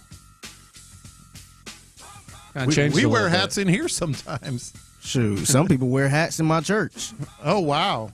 Now that was an absolute no. Yeah, that was a hell no. That was especially when I was a kid. Hell no. What, hat at the table? Hat at church. Oh, who does that? They still. Figgy said he's seen. No, are you talking about like the stylish hats? Yeah, just any cap, like a ball cap. Like the who's wearing a ball cap to church? Hey, you just gotta go to my church, man. Go to Lighthouse. Y'all wearing ball caps? Yeah, a lot of people be styling in there. Now, I thought maybe y'all would have like some like Cedric the Entertainer type of hats, but not like y'all are wearing like ball people caps. actually dress down at that church. Mm-hmm. So you can rock some jeans, a jersey, a little hat. With a hat. Yeah. They ain't wearing the cap with a suit or nothing, but yeah, I believe it. Okay. All right. I'm offended. Hey, talk to my church then. Yeah. We want God. I'm offended. Very offended. Landry Locker, John Lopez, Figgy Fig with you. Text line 991. Nobody's talking about after the Jets' pathetic loss, the team does not have the talent without CJ. No kidding. I think everybody's talking about that. I don't understand that. Like are people sitting here saying that they got this team without Nico and Tank and they got the talent?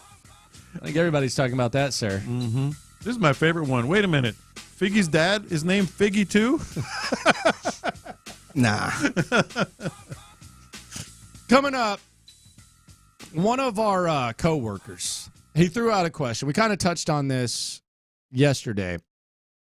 As the Texans approach Sunday, is it time to ask a perhaps harsh question about someone that needs to step up? You'll hear what one of our coworkers had to say, and we will cuss and discuss it. Andre Johnson coming up at 1:45. In the Loop continues next.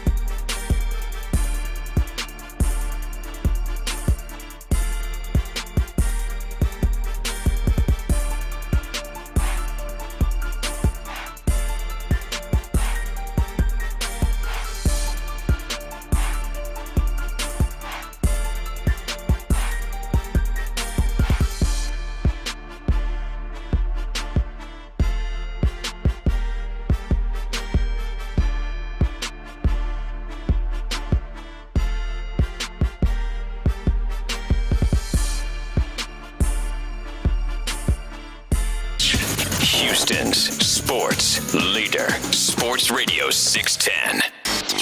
In the Loop with John Lopez and Landry Locker is presented by La Michoacana Meat Market. All right, so the Texans need people to step up on Sunday.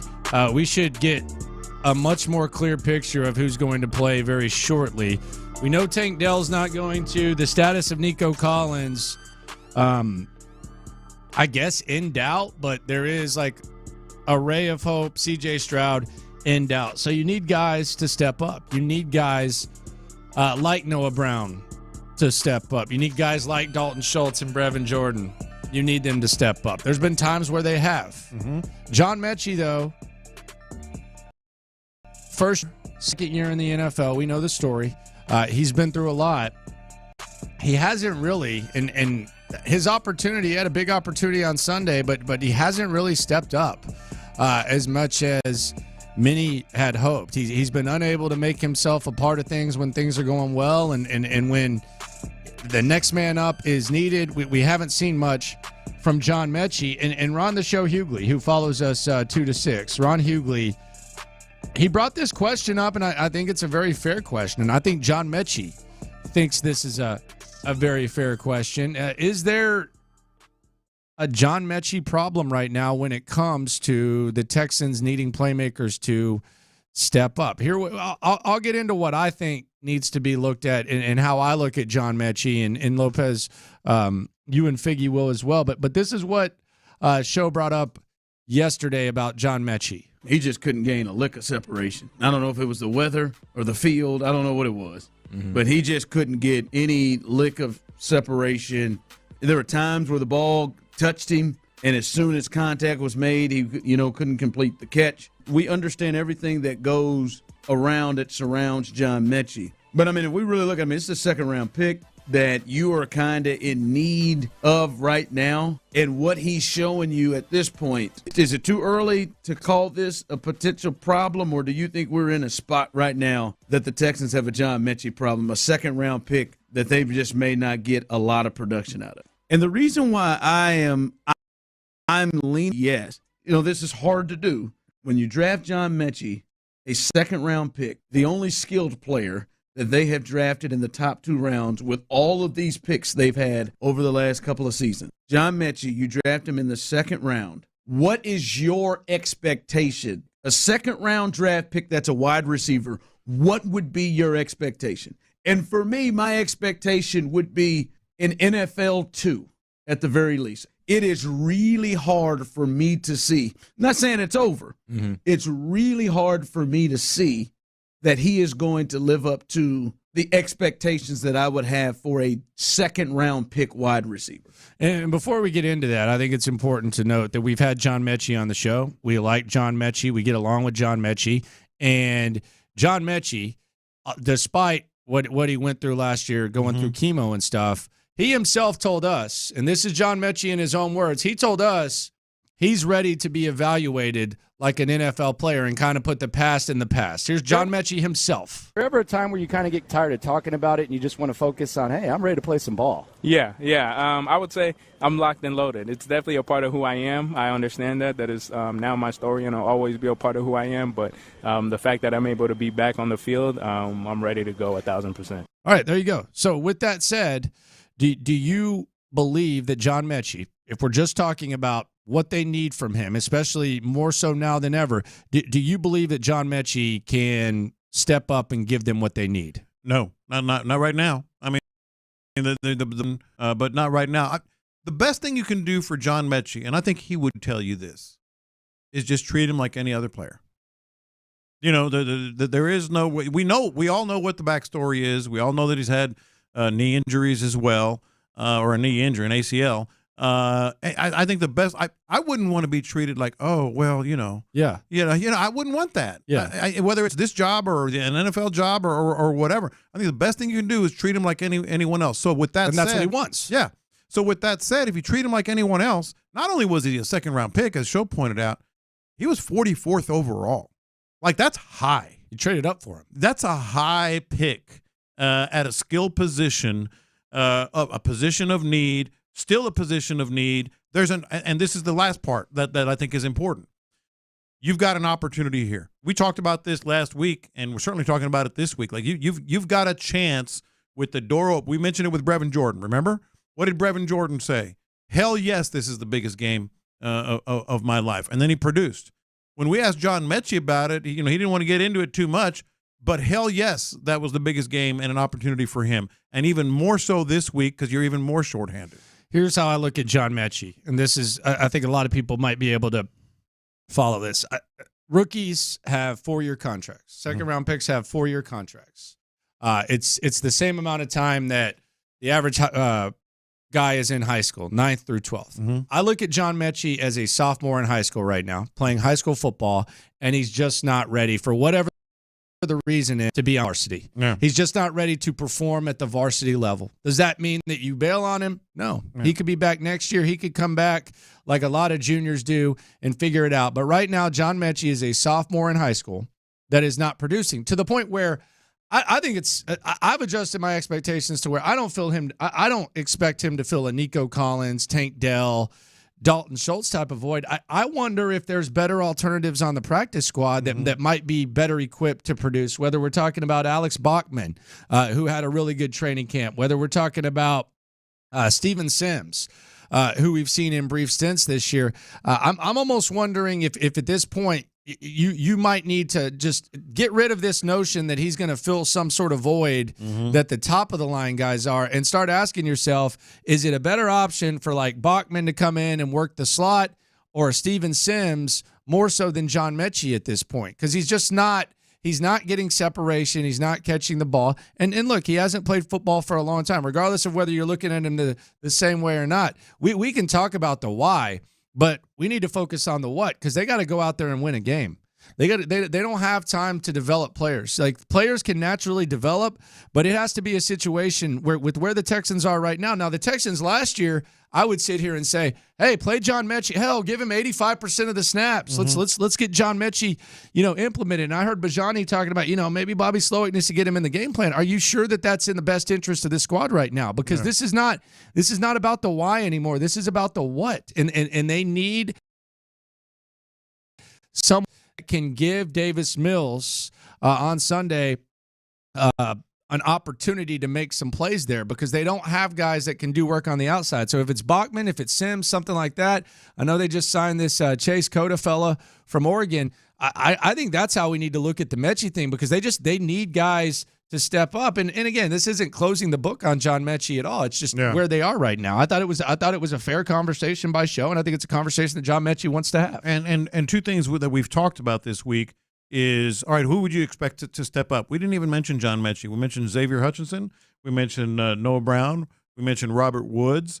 That's a sign right there. And then the other thing that I think is important, like, number 44 overall has to be a game break, go-to kind of guy, whether he's the number 1 receiver or the number 2 receiver. It's got to be a guy that you can just go to in a pinch. Well, they're in a pinch right now. And we've talked about this. Well, I also think even if he's not number 44, you're number 5 receiver. Like, when your number 1 and 2 receiver go out, your number 5 receiver should have some sort of presence on the football field, regardless of where he was drafted. I don't give a damn if he's undrafted. If you're carrying him on the roster and he's a number 5 receiver, and we're hearing all this stuff about him, I get what you're saying about the drafted thing, but that is the other. And the other thing is, he had a torn ACL when they drafted him too. Sure. No, that was going to be something that he was going to have to be there no matter what. But if you're going to carry a guy and he's going to be your number 5 guy, then you're not going to fill the void of those guys. You got to be something. And you have to be able to break a game open, and with that kind of have to invested into you.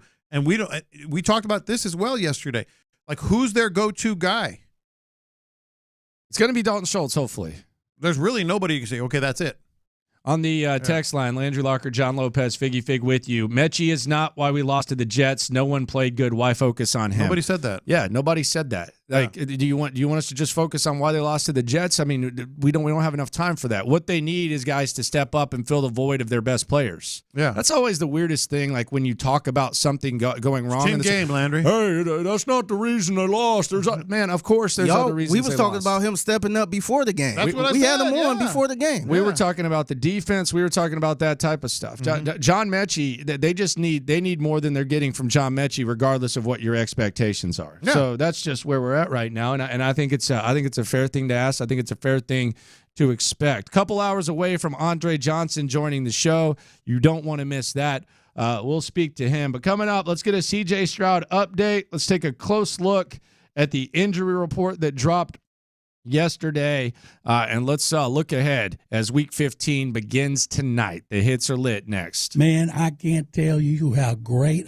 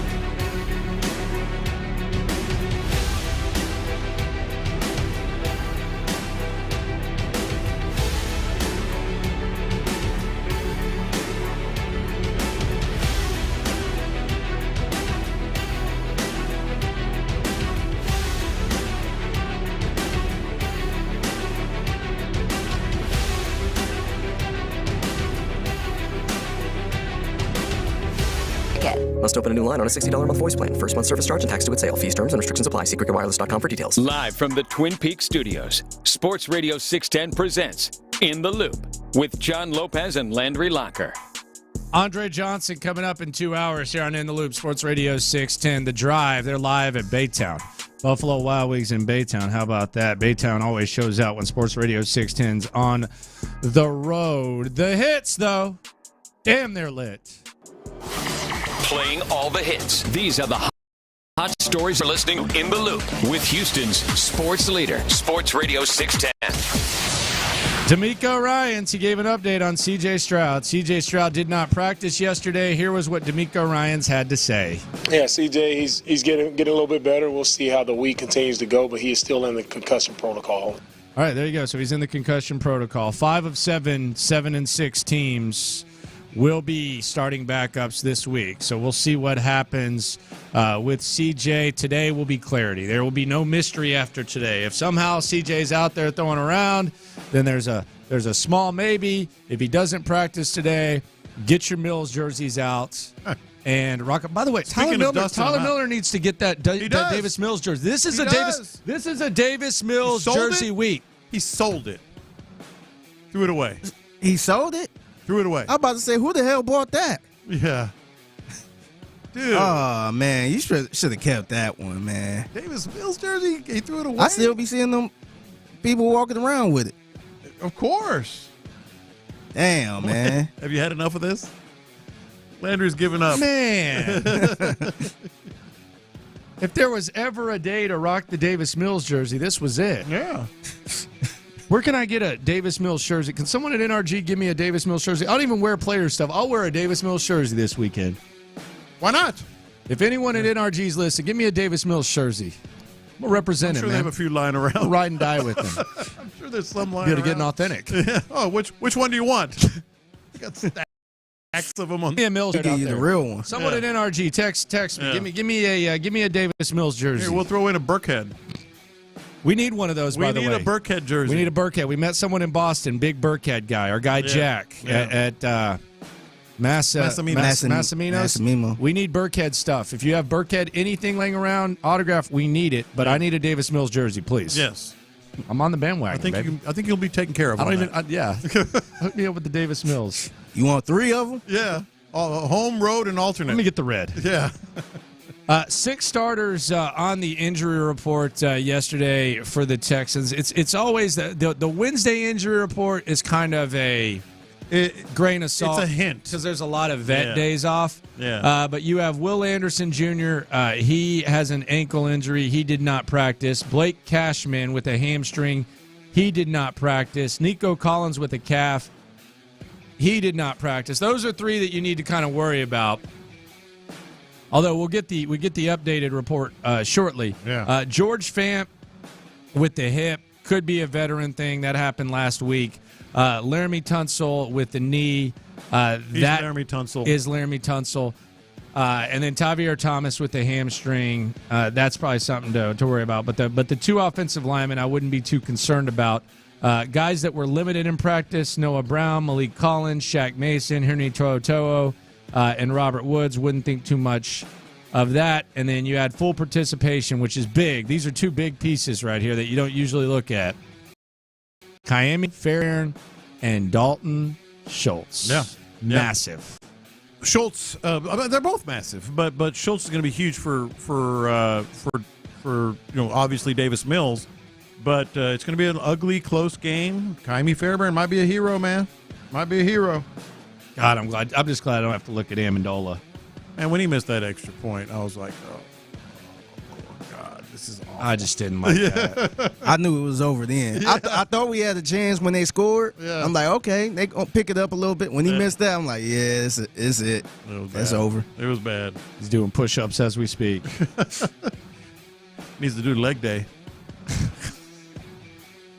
Nick Caserio, man. Mm-hmm. He was on Texans All Access for his weekly visit. Yeah, he might as well have done it from bed. I mean, this was the least amount and I don't know how they put this on the air and felt comfortable with it. No, it was embarrassing. I'm embarrassed by the. It was even bad for him.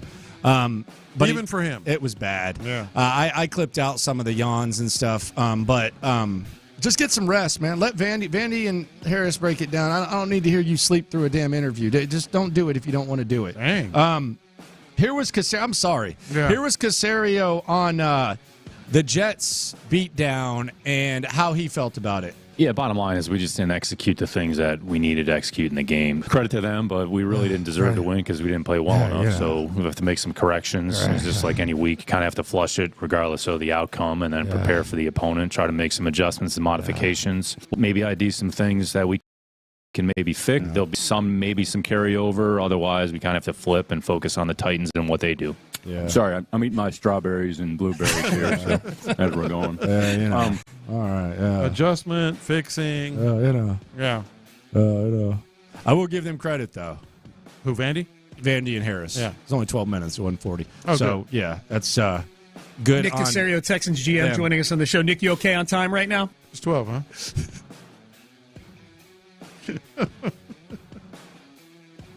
NFL Commissioner Roger Goodell, he's weighed in on the Kansas City Buffalo drama. I saw that. This is how a commissioner acts when there's controversy, okay? He doesn't sit there and say, I'm going to give you time to go to counseling because you like to punch guys in the face. We'll get to that. This is what Roger Goodell said. This is why the NFL is the NFL. Quote, there was no question about that foul. It was absolutely the right call. Close quote. Thank you. Appreciate it. We all knew that. Good to hear from the commissioner on that. Chargers at Raiders tonight, Thursday Night Football. I got to confess, man. Is that the Casario interview of games? I got to confess. I don't know if my streak of watching every Thursday Night Football game since Thursday Night Football has been a thing is going to continue with this. Yeah. This is... Who could blame you? Perhaps... And the other thing is, man, I've been spoon-fed these damn teams like crazy. I feel like I could name the Raiders too deep at this point. Yeah. Plus, Al Michaels is a factor. Yeah, Al Michaels doesn't want to be there. Yeah. Chargers, I mean, they're backup.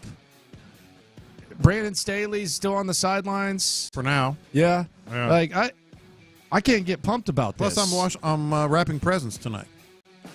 Good So for you. I'll be flipping. I bet you suck so bad at that. I used to suck so bad. Just use a bag. I used to I was the Just worst use a bag. gift wrapper in the history of gift wrapping, and I've worked so hard on it. Like every Good for year, you, John. I've gotten better. I'm not good. Good for you, John. I'm not good, but I'm better.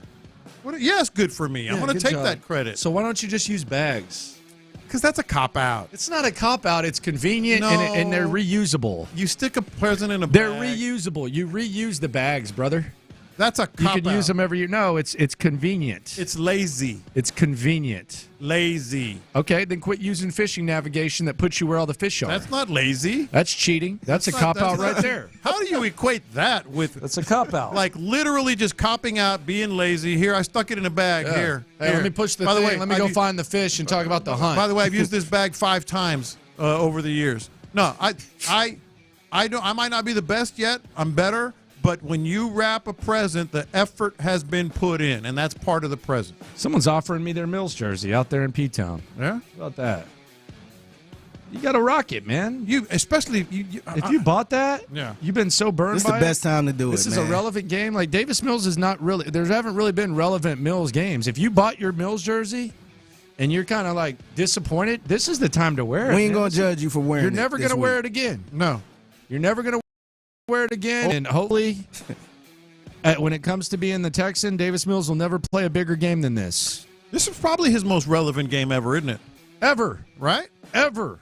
Like everything's on the line here in terms of postseason. Ever. Go back to Stanford, high school, he got hurt. This is his most relevant game ever. This is an opportunity, man. Yeah.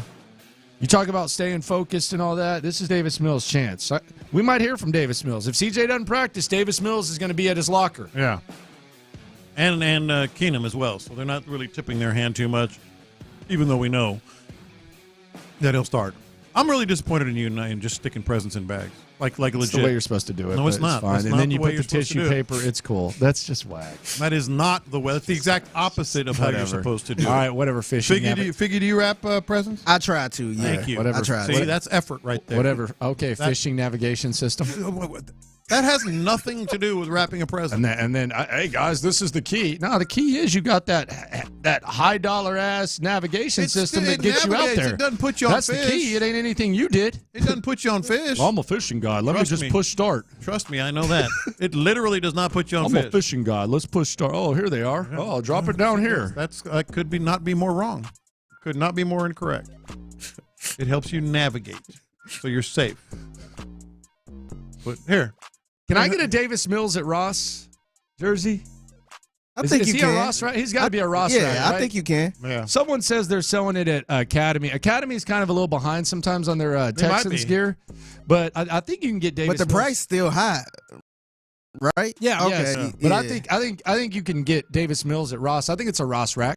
I think so. I might stop. I seen the DeAndre Hopkins. I might stop by some Rosses. You saw Hopkins? Yeah, I did. Yeah. It's like $45. Yeah, those are made for. I might stop by a couple Rosses or TJ Maxx's and see if I can get me a Mills jersey. Yeah, I'm in on this. I don't typically biggest game of his life. Threads. Yeah, I'm down with it. Let's ride and die with it. Let's yuck it up a little bit. We've been through this. I mean, you've seen some of the quarterbacks they've had to try to win games with. Yes, I have. Yes. I am very familiar. We've been through this. Give me a big one, man. Vintage Texans football from the past. As the era of hope continues, a brief step away for vintage Texans football from the past. There you go. I agree. On the text line, 713, Landry, chill, you know zero about fishing. No, what? Really? Oh, my gosh. I am so shocked. Apparently knows zero about wrapping a present either. That's a cop-out. I'm like legit disappointed in you. Good for you. Bags, like brother. The woman you love, the mother of your daughter. Here, I stuck this in a bag. Yeah. Enjoy. Thank you. No. There you go. No. It's a good one. Oh, Thanks. look at the wrapping. Oh, you put a bow on it. Sometimes even the bag's a waste of time, we're being honest. I mean, if we're being honest. He just gives her gift cards. Here. Gift cards are the best. What you get me from Target? No, I think she would rather have a gift card sometimes than a shoes. The gift card, the biggest myth ever is that gift cards are bad gifts. Some of you people that give me give gifts instead of the card, I would much rather you have just given me the gift card. Gift cards. It's less space. You overthought it. Just make sure you have the receipt so I can exchange it and basically turn it into a gift card. Gift cards are not a bad gift. Thank you. But they're horrible for like your significant other or your kids when they're young and all that other stuff. Yeah. You can get me a gift card every time. Hey, horrible. Honey, gift card is fine. This is how much I love you. Yeah. I got this on the checkout line. Here go $200. Yeah, I got this Have on the fun checkout with it. line. No, you give it with a suggestion. Like she wants like some. She wants to do some gardening in the backyard. She wants to figure something out. Yeah. What the F am I going to pick at that? Put some thought into it. It'll mean more. Okay, I'll guide her in the right direction. No, like get stuff. It will be very, very meaningful to her. Yeah, and that show you how much you listen to her. When she say, "Oh, I want this" or "I want that," that show you how much you listen to her. Yes. Dude, it's a vague description. I don't know what this gardening thing's about. Rockets improved to 12-9. Tari Eason yesterday with 25 and 14 off of the bench. Jalen Green struggles continue. The last two games, he has 15 points on 2 of 22 shooting. But Ime Udoka, I mean, he's finding ways to win. Shout out to the wrong Rockets guys on the bench doing their thing. He is doing his thing, and shout out to the damn Rockets. Yeah. Coming up, the dreams. When it comes to Texans versus Titans. Lopez has dreams. Lopez has nightmares. We'll get into them. We'll also get an update from practice next. All right.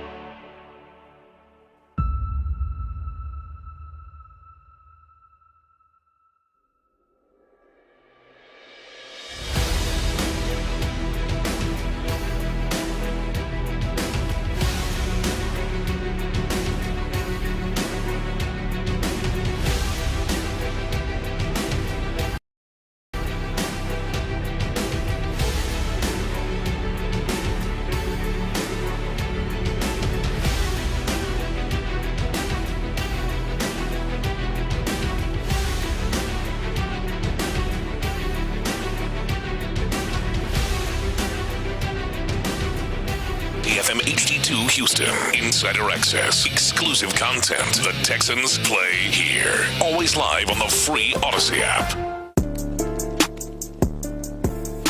All right, so we got a practice update. CJ Stroud is there. He's at practice. Now, he's not practicing, but CJ Stroud is on the field getting some side work. I don't know what he's doing, but he's there. Not practicing, though. So, looks like we could get a little Mills Mania type of vibe going. Not practicing. You see Rappaport yesterday? He said at 6:30 p.m. that Oh, yeah, I saw you respond to that. He said, officially, CJ Stroud did not practice. Mm-hmm. It was official 5 hours ago, sir. That's right. It was official. So, life without CJ Stroud. The life that feels like so long ago. It wasn't long ago that we were talking about maybe Jimmy Garoppolo coming in and saving the day. Now it just seems like so long ago when quarterback was a concern for Texans fans. But this should really be something we're used to. Although it seems so long ago, this should probably be something we're a little bit used to. Games like this, feelings like this, questions like this. Yeah. I mean, we can unofficially say he's not playing Sunday, right? Because here's the thing. If he's a wide receiver or a running back and they're just waiting for him to start feeling a little better, you can miss a Thursday practice. Quarterbacks cannot miss a Wednesday and a Thursday practice and play. They just can't. I mean, this is just me talking, but I think it's pretty much a done deal now. Davis Mills is your starting quarterback on Sunday. We've assumed it, we've thought it, but a quarterback missing practice 2 days in a row, that just doesn't happen. This is true, right? I don't think so. I mean, I don't know. I'm not gonna. He does have super healing powers. You heard him yesterday. Yeah, I heard him say that. He's got super healing powers. So I would say this is probably. We'll find out who speaks at the podium today. Mm-hmm. And who doesn't. Yeah. By the way, George Fant, he's at practice, not dressed though to participate. So, yay. Will Anderson not at practice. So. Yeah, I don't think he's playing either. Doubtful. Will Anderson on the sidelines. So you're gonna have all this hype about having the two of the top 3 picks in the draft, that both those guys are going to be sitting on the sidelines watching in Nashville. Yeah. Assuming they're in the sidelines. I know that the Browns claim that Deshaun Watson was in a suite because they didn't want him to get run over. They're going to put Will Anderson and CJ in a suite since they don't want him to get run over, which, by the way, just don't say anything. He was sipping on champagne with his girlfriend. Joe Burrow was on the sidelines coaching and stuff.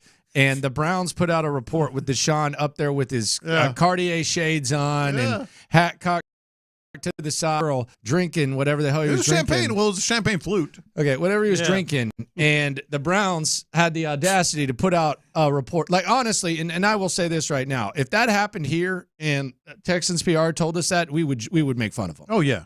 We would make fun of them. Why even say anything at that point? But I'm assuming that Will Anderson and CJ Stroud will be on the sidelines if they're there cheering on their teammates and stuff. I don't think they're going unless they want to sit in the suite with their girl.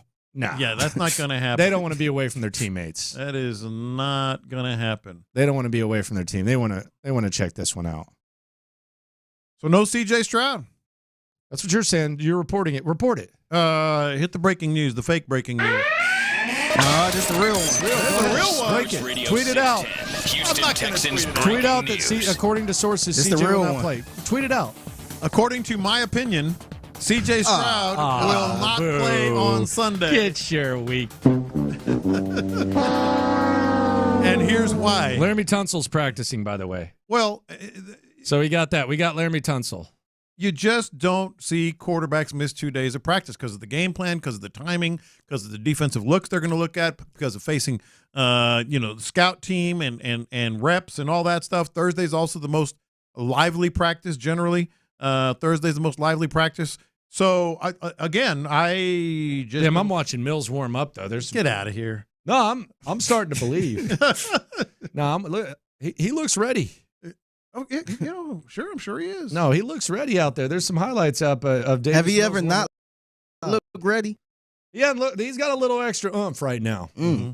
Yeah, I feel like this is Davis's moment. He's feeling it. This is his moment. Yeah. This is a relevant. I'm gonna show game. y'all why y'all shouldn't have drafted. Yeah, I don't think he's gonna say that, but I think this is his moment. Y'all had a starting quarterback. No, let me show y'all a real starting quarterback. Yeah. This is his moment. This is Davis Mills. Give me my moment to damn team shine. back. I was a captain last year. He was a captain. From the Ross rack to the comeback. Mm-hmm. I like that. That's a good headline. I like that headline. If they win, Yeah, hey, if they save win, that. I know if they win. Actually, I'm going to use it. From the Ross rack to the comeback. I'll steal that because I always go first. From the Ross rack Whoever get that one getting the point. That's right. to the comeback. That is the Davis Mills. You sure you want me to go first on these headlines? Hey, I might go first once. The Ross rack comeback. Man, I impress myself sometimes. Yeah, go figure. Goodness gracious. Davis Mills. We hardly knew you. Now we know you again. What if he's CJ Stroud's lifelong backup? What if Davis Mills just becomes the lifelong backup? Was that guy in New Orleans from Austin? From Southlake, Chase Daniel. Yeah, Chase Daniel. Yeah, he's doing videos now. He's actually pretty good. He's doing tape breakdowns. Yeah, good dude. Good dude. Started out as a receiver in high school. Went to Missouri. Yeah. Yeah. Started out as a receiver. He had Greg McElroy there. McElroy. Wow. Yeah, he followed Greg McElroy and some other kid. They were good. Make a lot of money as a lifelong backup. You damn right. Make a lot of money. Davis Mills and not as many business. injuries. We haven't seen the neck pick in a while. I'm gonna be the emergence of the Davis Mills neck pick too. Yeah, he's head and neck above the others. Good one, John. There's my headline. Head and neck above the others. Good one, John. Thank you. Appreciate that. I think this could be the Dalton Schultz game. Who is the game? I mean, who stands? Noah Brown is practicing. I think he's got a chance. I think it's Dalton Schultz and I want to say Singletary, but I could see them messing around and giving Pierce 15, 20 carries this week. Okay. No. Okay. Yeah, that's your final answer? That's my final answer. I could actually see Pierce having a good game. Based on good what? Good game how? Yeah. What's a good game? I think this could be the type of game where 60 yards. I think this is the type of game where 3 yards is important. Yes, I agree with that. Like in a normal situation, Yeah, 3 I agree yards with that. on first down is kind of Yeah. But in this game, I think 3 yards on first down, 3 yards on second down. I totally agree with I that. feel like it could be important, and I think in that situation, this could be a game where Dameon Pierce could be valuable. Ish. Put an over-under. Put an over-under out there. On what? On Dameon Pierce. Rushing yards. Seriously, give it some thought. What is the over-under on Dameon 20 Pierce? for 60. 20 carries? If he gets 20 carries. About 65 Let yards. me put an over-under on it. Okay. I'm trying to see if there's a betting prop on this. I'm going to say 9 carries, 23 yards. Golly, man. 9 carries, 23 yards. Why can't Dameon Pierce be the guy to step up? Because is it not kind of telling that we've sat here rats chasing our damn tails, feeling helpless without CJ Stroud? We've sat here, we've talked about guys stepping. You brought up Jerry Hughes. Yes. No, as a bad thing. I didn't say he's going to step up. I brought up Steven Sims. Yeah. I said, could Steven Sims come in for Mechie and do his thing? And we have not even shaped our lips or shaped our brains to think that maybe in this situation, Dameon Pierce could be the one to step up. That is crazy. Yeah. I'm looking at the prop bets, too, and I can't find it for Dameon Pierce. But I'm going to say 9 carries, 23 yards. That's where we are. Jeffrey Simmons isn't playing. You know this. I understand that. I am aware. Oh, my God. Yeah. All right, I got touchdown scores, okay? Mm-hmm. You want to hear some props on this? Let's hear it. All right, we got first touchdown. Just the first touchdown, not... Well, that's always a wild card. God, the Texans They must not think the Texans are going to score first touchdown. You want to hear these props for first touchdown? What are they? Devin Singletary, 16-1. Noah Brown, 17-1. Dameon Pierce, 22-1. Brevin Jordan, 28-1. Robert Woods, 28-1. John Mechie, 1. Dave Mills, 30-1. Do they think the Texans are going to... So I guess they don't think the Texans are going to score. Derrick Henry's 11-1. Of course he is. That's long odds. $10 to win 110. The lowest on the board. But $10 to win 110, they might think there's not even going to be a touchdown. Yeah. I can't see of all the scenarios that are possible, Dameon Pierce getting more carries than Devin Singletary is very low on my list. I do not think it's low. I don't. It would not shock me. Would I love it? No, but it would not shock me. That would be. They need a Dameon Pierce, 2 touchdowns. I'll take that bet. 63 yards, 2 touchdowns. You ready? And the post-game interview with. I'll take that bet with Sean on the post-game. Yeah. It'd be just good mojo. Man. I just don't see it. I just don't see it happening. Not even close.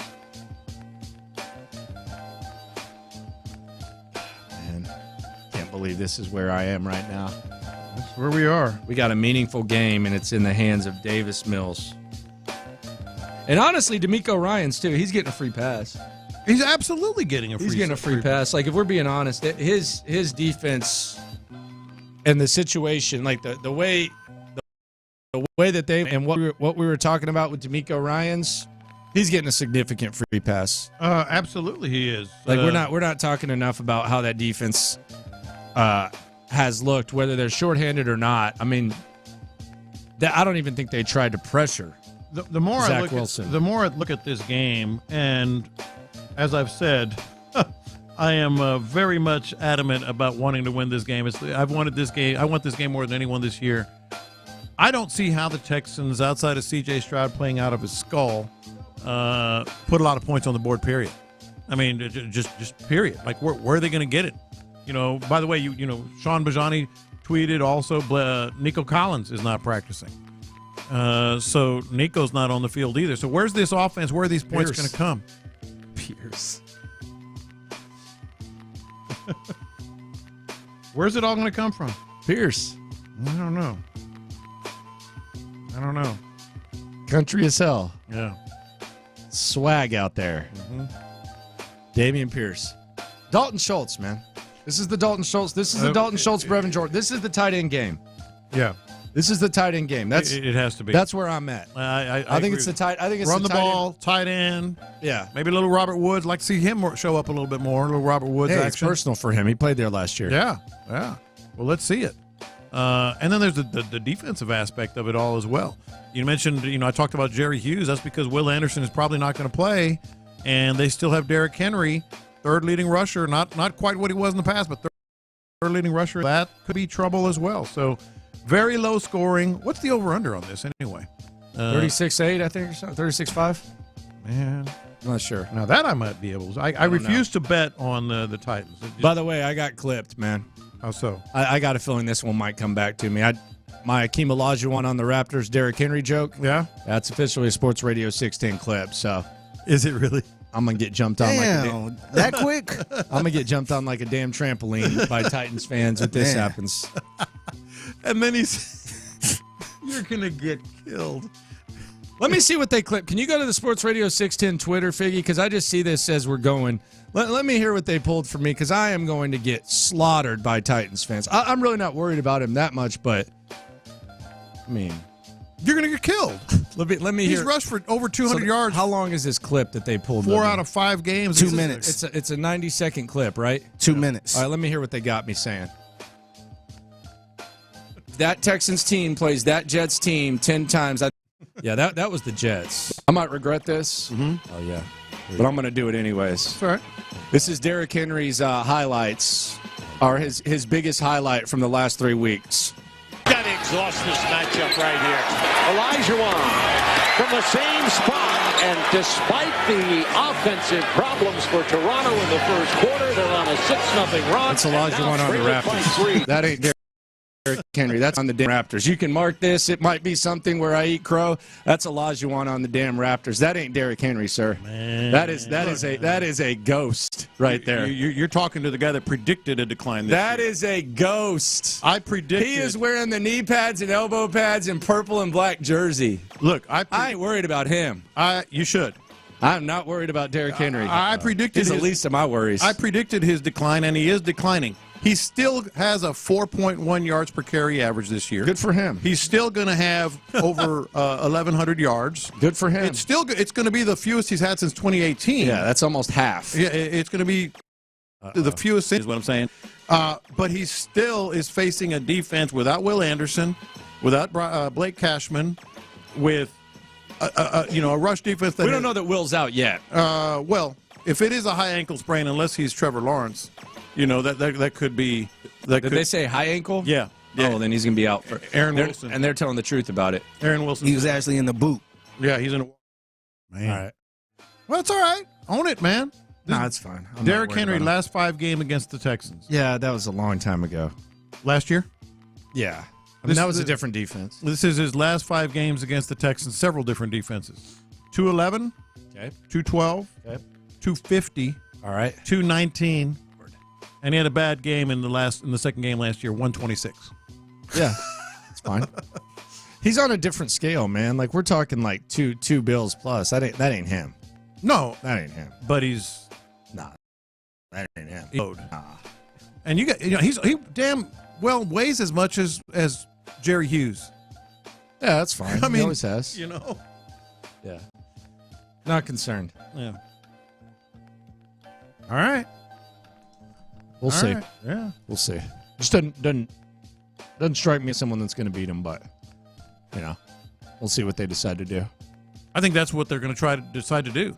I think they're going to give heavy doses of Derrick Henry. Heavy doses of Derrick Henry against a defense that you just heard is kind of hurt. All right, we'll peep it. Yeah. Landry Locker, John Lopez, Figgy Fig with you. Coming up, Lopez needs to thank public enemy number 1. And a lot of you do too as well. Lunchtime Confessions coming up next. Let we go. Join the drive with Stu.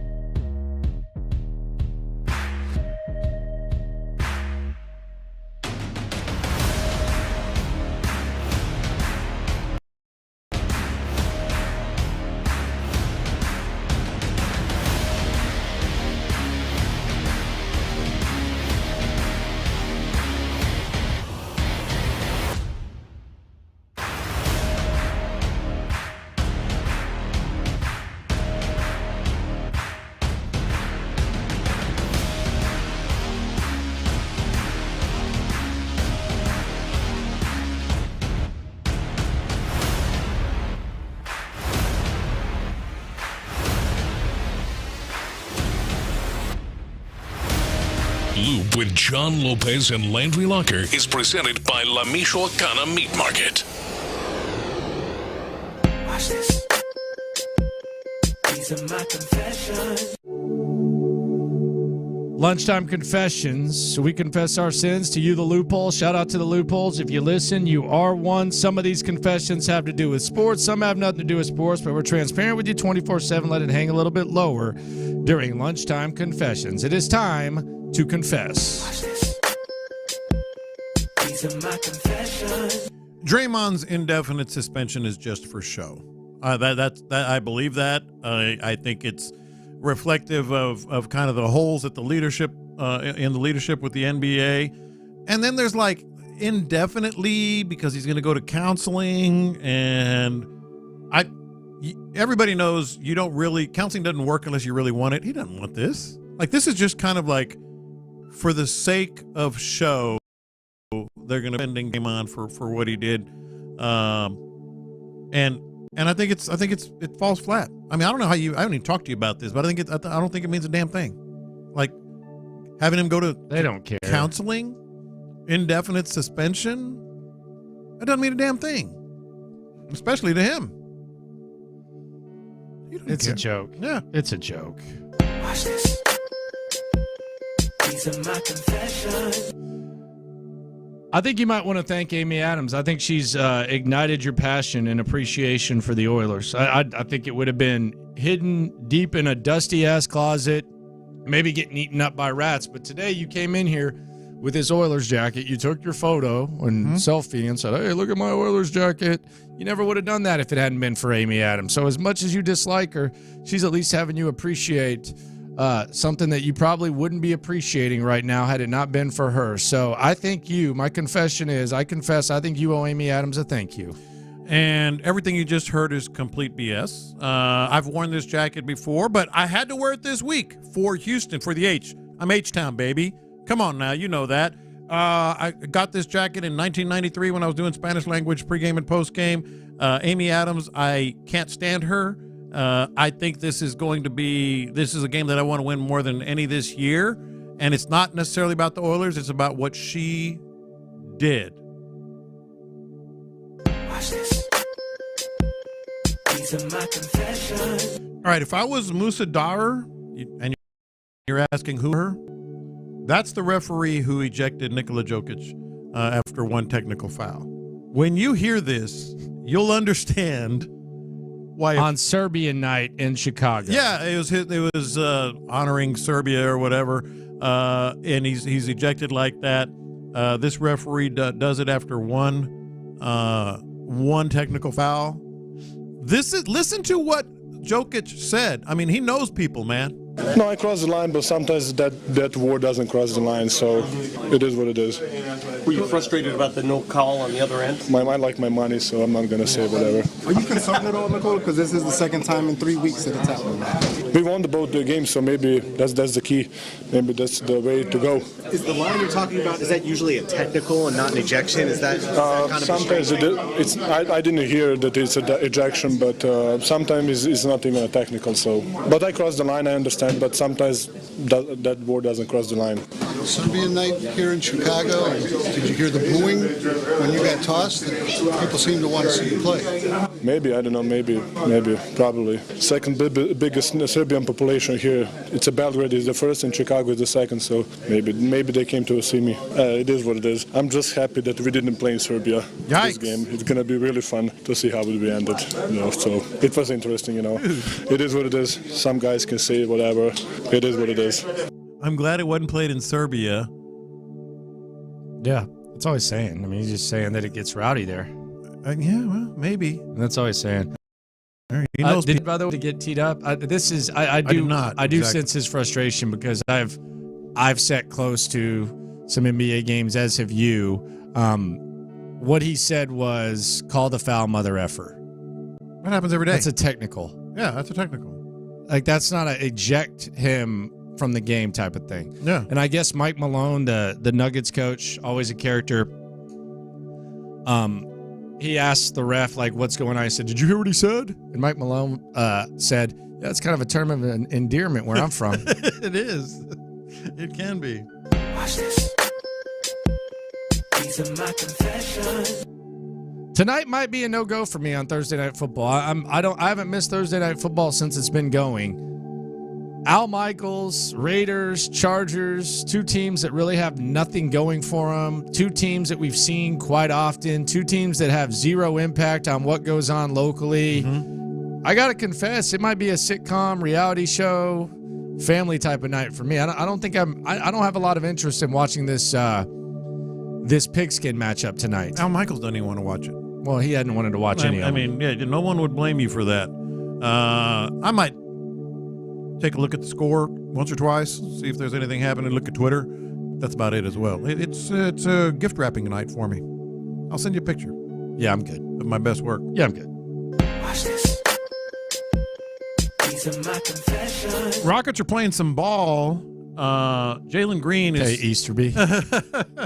Rockets are playing basketball. No thanks largely to Jalen Green, who sat again late in the fourth quarter, but my favorite part was on the Grizzlies broadcast. They realized after a foul that Jalen Green painted his fingernails, and the play-by-play guy goes, wait, does Jalen Green paint his fingernails? And Brevin Knight, who does color, says, yeah, he's been that way for a couple of years. Of all the ways to put it, I was like, he's been that way. Shout out to Brevin Knight, man. I ain't heard that name in a minute. Yeah. Stanford, man. Stanford to the Cavs. He's been that way for a couple of years. That for some reason just made me laugh out loud. It was hilarious. The nail painting is crazy, man. They were black last night, I guess. I think that's his go-to. Yeah. That's crazy to me. Yeah. That's wild. I'm sorry. I don't. He's been that way for a while. Where does that? I mean, like you're going to hoop and you're painting the nails? Of all the places, of all the things. That's crazy. Nuts. And then you're scoring 15 points on 2 of 24 or whatever. And you're sitting in the fourth quarter the last again. 2 days. Yeah. Yeah. That's wild to me. Mm-hmm. Watch this. These are my confessions. I'm starting to lower my circle of information that I consume in order to prepare to do our job. There's certain NFL guys that I don't pay much mind to because you can tell they don't have a grasp of what's going on here. But as I get older, I'm starting to realize that perhaps the most fake, try-hard, switch people cover, it has to be college football. Mm-hmm. And there's two things that have happened the last couple of days that have just made me see the light. Texas A&M 2 days ago hired a strength and conditioning coach. You would have thought that they hired freaking Bear Bryant from his grave. All these people acting like this is just he's a the great best hire. in the business. How the hell do you know? Golly. How the hell do you know? And it wasn't like what it was like 15 people. Oh, what a hell of a hire by Mike Elko and his staff, the strength and conditioning coach. We don't even know who the quarterbacks are going to be from year to year in college football. And now we're talking about strength and conditioning. Yeah. Then Barrett Sally, however you say it, I followed him for a while. He started to just kind of exposed himself as a little bit of a try-hard because, first of all, before the Texas-Oklahoma State game, his lock was the under. Mm-hmm. They hit that in the first quarter, the over.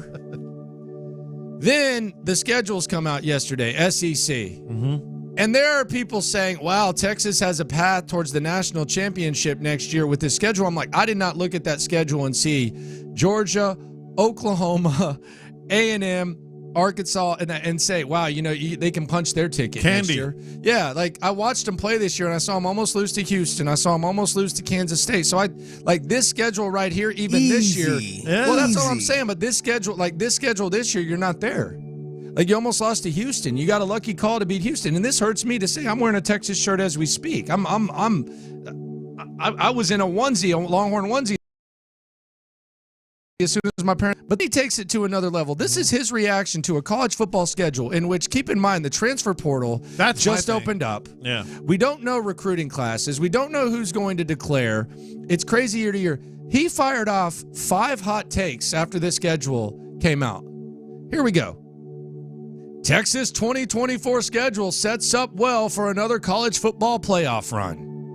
Texas A&M is going to have a good chance to vault into the top 10 or 15 in 2024. The schedule is very favorable. I don't know what Oklahoma did to anger the schedule makers. I don't even know who their quarterback's going to be. Georgia's 2024 schedule is ... Damn. Florida's 2024 schedule is just disrespectful. Can the Gators even finish at 500? Brother, it's December. It's a college football schedule in December. We haven't even gotten recruiting class rankings. We don't know who's going, who's staying. Is still open. 5 hot takes right there. A&M's in the college football playoff. Texas is in the college football playoff. Oklahoma might be screwed. Georgia might be screwed. And Florida, they might not even make a bowl. Come on, man. You're trying to do too much. Yeah. Yeah, you're trying to do too damn much. Well, it's just too soon. A lot of these guys, obviously, you have a December signing period. A lot of these guys aren't going to sign until February either. You don't even know, like, who's your recruiting class. Strength and conditioning coach. That's the worst. Yeah. I was reading that, and I got sucked in. I was like, oh, okay. I'm like, what is going on? I don't even know anything about this guy. Dude, he was I know like he's at trending. LSU. He was trending. Yeah, he was trending. He was at LSU. What a get for, like, I get when they hire, like, Kansas State and stuff like that. Yeah. I'm like, okay. Yeah. But strength and conditioning? Come on. I mean, that's me saying that. I'm too. sure he's great. Yeah. Is he? Are you? I guess. I mean, I don't know. That's just, it's wild. Watch this. These are my confessions. So just dropped. At first, I was kind of eye rolling, and then I realized I'm going to watch it for sure. 100%. Eddie Murphy returns. Beverly Hills Cop. Oh, I'm in. Axel F. I'm in. Summer of 2024. I'm in. Me too. I mean, they're bringing back all the guys. All Judge Reinhold, obviously Eddie Murphy, I'm in. and the other actor, and Bronson Pinchot. They're gonna be playing the music too. Yeah. The one guy died though, but he died. They killed him off in number 2, right? The black dude, the chief at first. Oh, okay. You know he was a corrupt slimeball in real life. Yeah, he was a corrupt slimeball. The one who dies at the beginning or whatever. Yeah, I know. The funny badass dude, like in Detroit, like he had a big hand in getting White Boy Rick. Yeah. Locked up. Huh. Yeah. Like I've said it before, like certain movies should never be remade, and certain ones I'll watch it all. Anytime I can see Eddie, I'm happy with it. Even Coming to America too, it was rough, but I mean, I like seeing Eddie. I thought they did a good job. Plus Beverly Hills Cop. I mean, he can do that. Right? In his sleep. They figure that out. Yeah. Shout out to that. Beverly Hills Cop. One of the best song things, whatever. Turned into kind of like a let's do some Ollie and X and dance, but it was really just supposed to be trying to solve a mystery type of joint. Who knows? Lunchtime Confessions here on In the Loop on Sports Radio 610. Coming up, Lopez has a dream, or is it a nightmare? Discuss next. It's Texans game week. D'Amico's crew heads to Nashville to take on the Titans in a crucial division test on Sunday. Texans countdown gets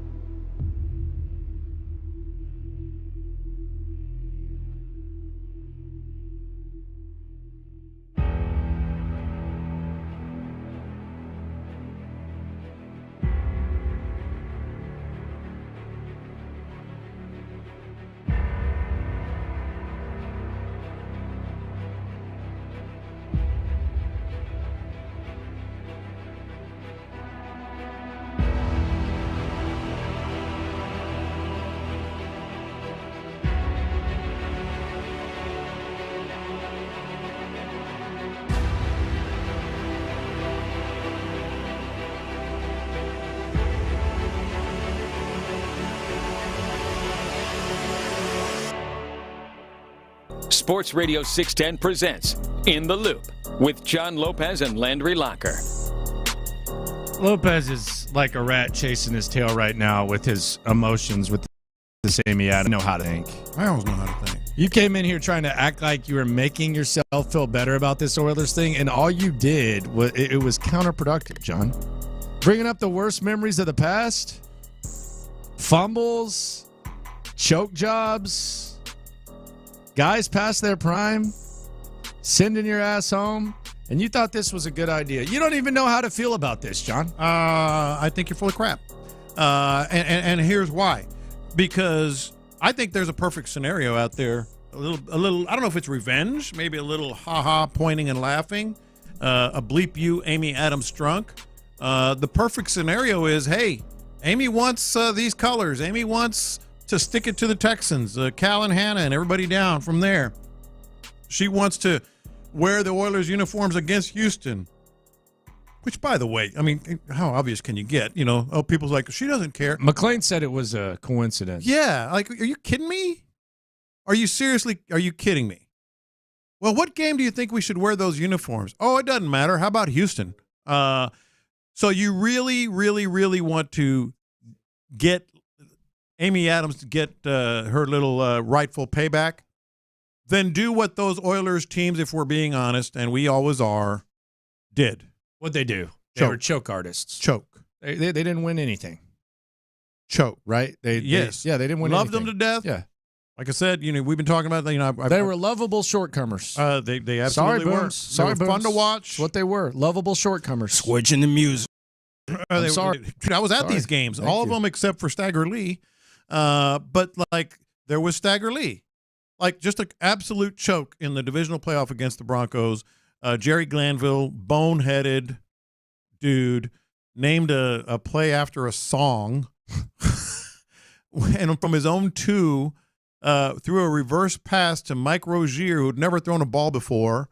And, of course, it ended with the Broncos getting the ball on the one. They choked. So I hope, Amy Adams, if you want it, you get it. You take a big lead against the Houston Texans. I'll take 28-3. Oh, God. Titans up 28-3 in the first half. And then what happens? You choke.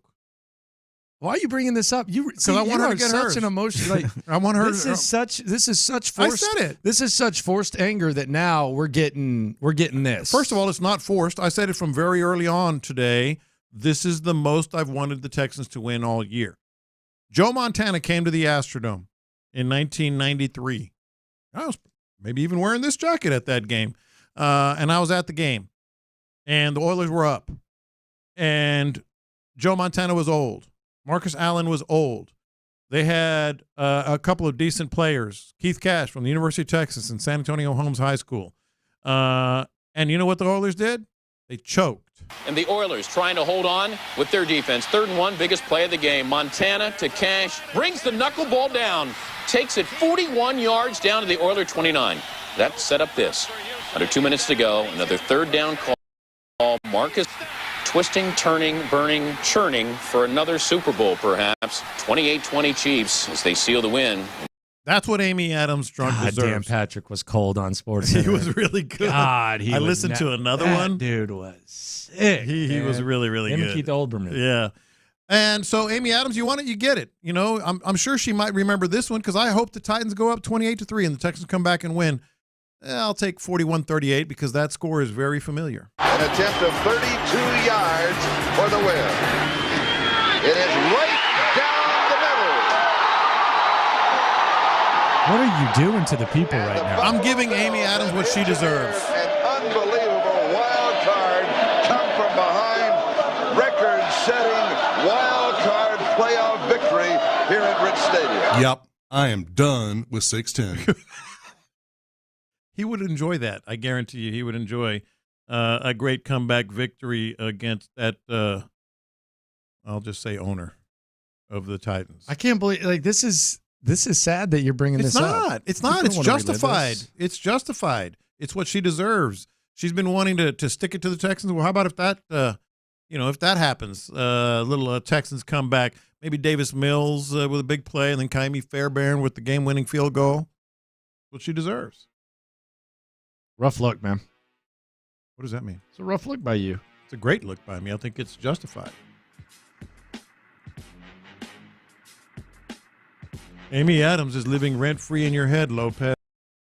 Just shut up. I don't usually go the rent-free route, but I agree. Yeah. 100%. That's very well said. She's under your skin. Yeah. Well, very well said. Very well said. Very well said. She is, man. First of all, that's the worst expression in history. Secondly, it's not living rent-free. Shout out to the 619. It's not living rent-free if I want her to get hurt. 619. Yeah. Yeah. No, I think she is. And I think it's very obvious that you either need to thank Amy Adams or you need to write her a love letter. It's very obvious that you're trolling me. No, I'm being serious because you whipped out a jacket I've never seen you wear. But I have. And now you think that you're sticking it to Amy Adams, but really you're sticking it to all the Oiler fans that before this segment were on your side. No, they want her. So this is like forced anger that we're having, and I don't want you to force anger. There's a lot of reasons. You work with me every day. There's a lot of reasons for you to get pissed off. Mm-hmm. Okay, you're gonna find them. It's not forced. You're gonna find them, but this is forced anger. No, it's not. This forced anger, it's forced, man. No, it's not. It's you. It's Tyler Milner. It's forced anger. How many and Tyler times- didn't even watch the game Sunday, and he's mad about Tyler's this. scowling at you. Like too. he didn't even watch the game. Okay, he didn't. He hung out with someone he never hangs out with, and he went golfing. He is the one that is angry about the Oiler uniforms. He should be, brother. Watch a game. I mean, watch a game that if you win, you're in the playoffs, and then take your forced anger elsewhere. You got to. How many times have you? When heard are we me- going to move on from this? As soon as the Texans have an opportunity to get in the playoffs. Dominguez has an opportunity to be coach of the year. You have an opportunity to get C.J. Stroud back. You have an opportunity to perhaps even win the division because the Jags got the Ravens. And we're mad because they're wearing Oilers uniforms, which Lopez and a lot of these people that are angry did not care about until Amy Adams just poked you. They have nothing to play for. How many times do you hear me say nothing? You never really know how you're going to feel about a game until you sit down and start watching it. Well, once this week started, it's just about it's about how you feel. I couldn't have predicted it, but I am more angry with what she's doing to Houston than. But you're not. You know what? I'm sorry for being an H-Town true guy. No, but you're not. Let me apologize. You thought you were putting her through pain. You just put our listeners through pain. No. You played the end of the Buffalo collapse. You played Montana and Allen. Yes. And then you played the fumble. Yes. And you thought you were sticking it to Amy Adams? What was you know how many people you made sick right now? You might have created car crashes with that. That's how much you can't even find the line of thinking for your anger about these Oilers uniforms. And you must she's got you. You must not have been She's listening. got you. You must not have been listening very carefully. She's got you. Because I said, Amy, let go of J-Lo's coconuts, please. You must let go of them. You must not have been listening very carefully, because I said that team, unfortunately, was known for that. The best payback. And now you're disrespecting them. The best payback. The best way to stick it to Amy Adams, the way she wants to stick it to you, is for her to experience that in this game. That's H-Town true. That's not getting anybody angry. That's like, you want this? You got it. Yeah. This is keeping it real gone wrong. This is a Hell Show skit. No. Incorrect. Man. You didn't understand what I was saying. We just can't give CJ. I don't think I'm the only one. I think we this is like about this anyone that's holding on to this still. Mm-hmm. First of all, you're giving her what she wants. And that's what she wants. She's a petty bee. I'm not defending that. That sounds like something a mother would say. I'm not defending You're Amy just Adams. giving them attention. No, I'm not defending Amy Adams' sake. But this is just as much the Texans' fault. Like, don't give the Texans a free pass. The Texans have done nothing in 20 years to. I think you should move on. But they really haven't provided. You know who else hasn't done anything in 20 years? They haven't provided you with any memories. 24 to be exact. They haven't provided you with any memories like that, like real memorable. It took them 24 years to do this. The Titans, and that's our team. That we own them and we have their rights and all that. Yeah. They hadn't done squat in 24 years. Yeah, so they're fake as hell. Yes, okay? yes. I'm not saying they're not. They're fake as hell. They're doing something stupid, and now you're battling their fake with like this fake outrage. It's like a whole battle of fake. It's a whole battle of fake and not moving on. What have I said? It's a whole battle of fake, John. What have I said? said? You acknowledge. That's what's even crazier is you acknowledge that it's such a joke that they're doing this, but you're getting mad about it. Like you're giving them what they want. Can you be a little specific? What have I said that you think is fake? I think that if you acknowledge that something is disingenuous and they're just doing it just to do it, and then you come at them with the same energy, and you're basically validating that Amy Adams, fake-ass Amy Adams, is you've already acknowledged that it's fake and it's disingenuous, but then you're trying to come at it with, quote, real passion. I think y'all are having a fake showdown. That's not true, because I don't think what she's doing is fake. I think she deliberately wore those uniforms in this game. I think she deliberately went to the NFL to keep the Texans from using this color that she thinks she owns. That, by the way, she doesn't. She deliberately sticks it to the city of Houston. That's not fake. What they're doing is not fake, and what I'm saying is not fake. I want her to feel that pain again. But you just made the people that you just made the people feel that pain. Okay, you just made the people feel the pain by reliving that. Yeah, you heard them, man. Nothing she's done is fake. You heard them. My feelings, I can tell you with authority, are not fake. So I don't really get that whole point. I just want her to feel that pain again. You want it, you get it. And I want the Texans to go out there, create their own legacy, get over the hump that the Oilers couldn't get over, and let the Oilers/Titan fans, whatever the hell they are, do their thing and get the job done. Hand the ball to CJ. I'm sorry I'm standing up for Houston. Let me apologize for that. I apologize. You need to apologize for putting them through the pain right there and thinking you're putting Amy at it. Wanting Houston to get a victory here against Amy Adams. You haven't said anything about the game. I'm not talking about the game victory against Amy Adams. Let me apologize to the city of Houston for standing up for you. Okay. I deeply and humbly apologize for representing Houston the way it should be represented. Good apology, man. Let's go around the NFL. What's up with Bobby? Bobby's going to speak today. What can we hear from Bobby that'll make us feel better? Plus, some other drama involving the most important position as Week 15 begins, I should say, in 6 hours. That's next. First, I want to tell you about Texans Turf. God, I love Texans Turf.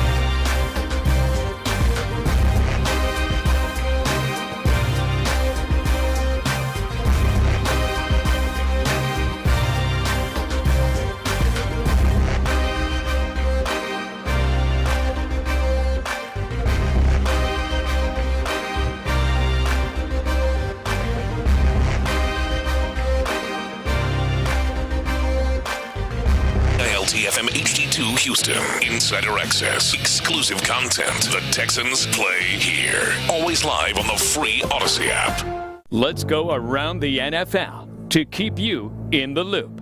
This is Houston's sports leader, Sports Radio 610. All right, what's up with Bobby? Bobby Slowick. Where are you at, sir? We need you. Offensive coordinator, Houston Texans. Been known to abandon the run game ever so often, even when it's working. Here's D'Amico Ryans talking about the process of him and Bobby Slowick, who he started his coaching career with in San Francisco. Here's D'Amico talking about the process of those two and the process they go through to correct concerns, problems, all of the above. The main things is me and Bobby working together is how do we help our guys as best as possible, or how can we put them in a better position to make plays, because that's our job. And then we go in with the offensive staff. We'll go through, everybody has their say on how their unit played, where we can be better, who played really well. And we just go through it, and we all, for me, it's always a collaboration of, okay, what can we do to help your guys, or anybody have any ideas on how we can help them to play better. All right, here's what we're going to do. Ideas? We're going to do something. Yeah. We're going to do something that we don't do too often. We don't pretend to be what we're not. Yeah. We don't pretend to be film guys. Mm-hmm. We don't pretend to get in the sticks. But let's drive off the road. Let's get out of our lane for a minute. Okay, out of the comfort zone. And let's go ahead and act like, just from simps like us, let's talk coaches speak here. Let's talk ball. Let's talk ball. Things that these guys can do to put their players in better position. Because it's easy to say. But I think even for a simp like me, there are a couple things that I believe, the simp I am, that perhaps D'Amico and Bobby could do. Because I think adjustments have been something that they haven't done an awesome job at, like in-game adjustments. But I do think that there are a couple of things that I think they should do this week to put us in better position.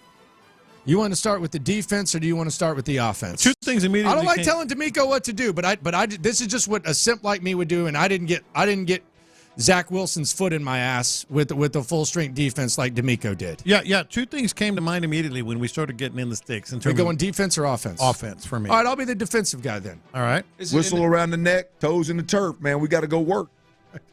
I think the strength of your team at this point on offense, on defense, in a crazy way, based on what Tennessee has, is your secondary. I think Derek Stingley and Steven Nelson, I think they've both shown that at times they can play great. Hell, Derek Stingley might end up making a Pro Bowl. You have Jimmy Ward, you have Jalen Petrie. So I think you can find – I think you need to be more aggressive. Don't sit back in zone and all that. Be more aggressive. If that means blitzing some of these guys, cool. You're probably not going to have Will Anderson. You're going to have Jonathan Grenard. You're going to have Jerry Hughes. Dial up a few more blitzes. And if you have to put Derek Stingley on an island with Nuke Hopkins and you have to put Steven Nelson on an island with whoever the hell that is, fine. But don't just let them sit back and dissect your linebackers, DBs, whatever, with tight ends, etc. I think D'Amico needs to coach this thing like the secondary is the strength of the defense. Again, it's a simp like me. That's just where I think the strength is right now, and I think it needs to be a little bit more aggressive than it's been. All right, so the two things that came to mind, one, we've talked ad nauseum for probably 6 weeks now. So I'm not going to talk too much about Devin Singletary getting more touches and making it very deliberate that he does.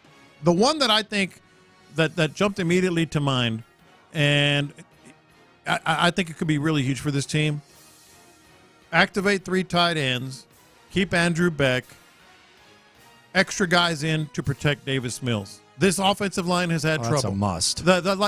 Andrew, either both tight ends or a tight end and Beck, because you don't have weapons at the receiver position anyway that are active. So send fewer guys out into the route. You don't have to take big plays. You don't have to take shots. Yeah, this is going to be a street fight, 5 yard at a time type of thing. You don't have to take these shots. You don't have to send 4 guys into the route. No, send 2 or 3. Yeah, and just have a dump off option. And protect your damn quarterback. Dump off option. So I think I'd like to see 2 tight ends or a tight end and Beck, and protect like it's nobody's business Davis Mills. That, I know they have a Keenum and it's not much drop off, or maybe he's even better, whatever. But protect your quarterback and give him time, because he's not C.J. Stroud. He's not going to run around like crazy and buy extra time. You can't just, in C.J. we trust. Send 2 guys out on a route. It happens all the time in the NFL, and it's going to be a muck-it-up game anyway. And if you're running the ball with Devin Singletary, man, I love talking in the sticks. I love talking X's and O's. I'm uncomfortable. Then so be how it. the ball jumps off his hand. Yeah, I think it's very simple, and I frankly would be disappointed if we don't see better protection. 2 tight ends and a tight 4 end. yards of play, we're good. Yes. Figure it out. These guys are not gonna take the top off the defense, and you're not getting consistent pressure enough with 4 guys, even when Will Anderson's in there too. Yes. And look, against the Falcons, it's one thing. I give them a free pass for the Falcons game. They had no corners. Mm-hmm. So playing that safe zone, you didn't want to put the excuse that I gave D'Amico was, well, hell, you didn't have any DBs. You didn't have any DBs, so I understand why you want to be safe. You got them all. Mm-hmm. If you can't trust Steven Nelson,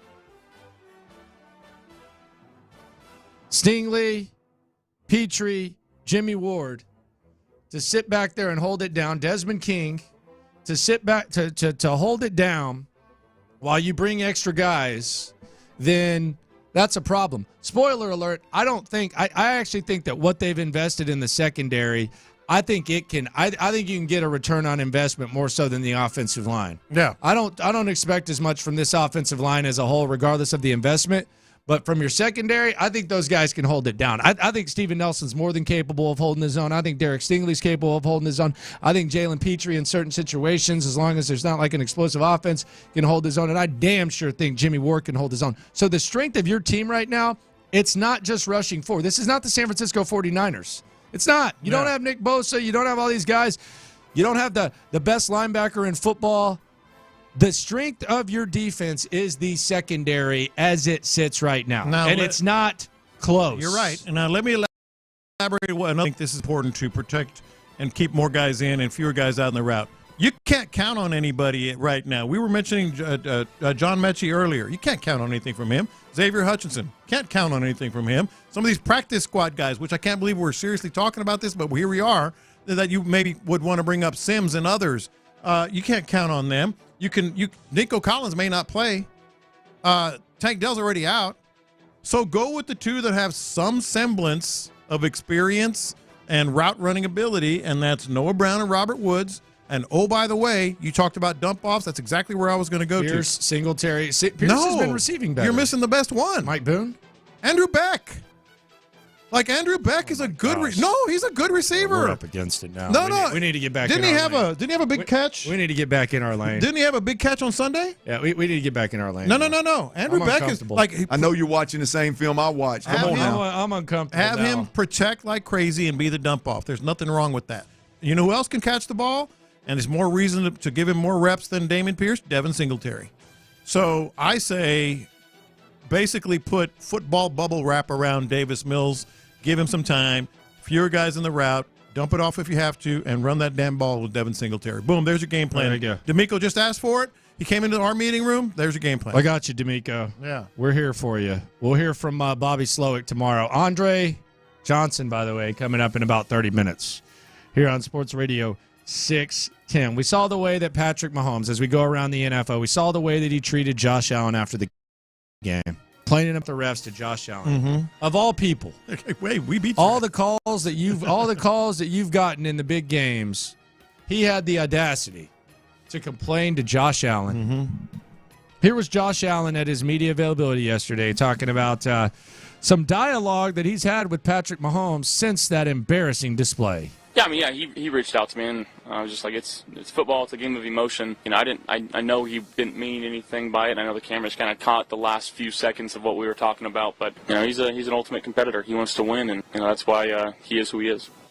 That's fine.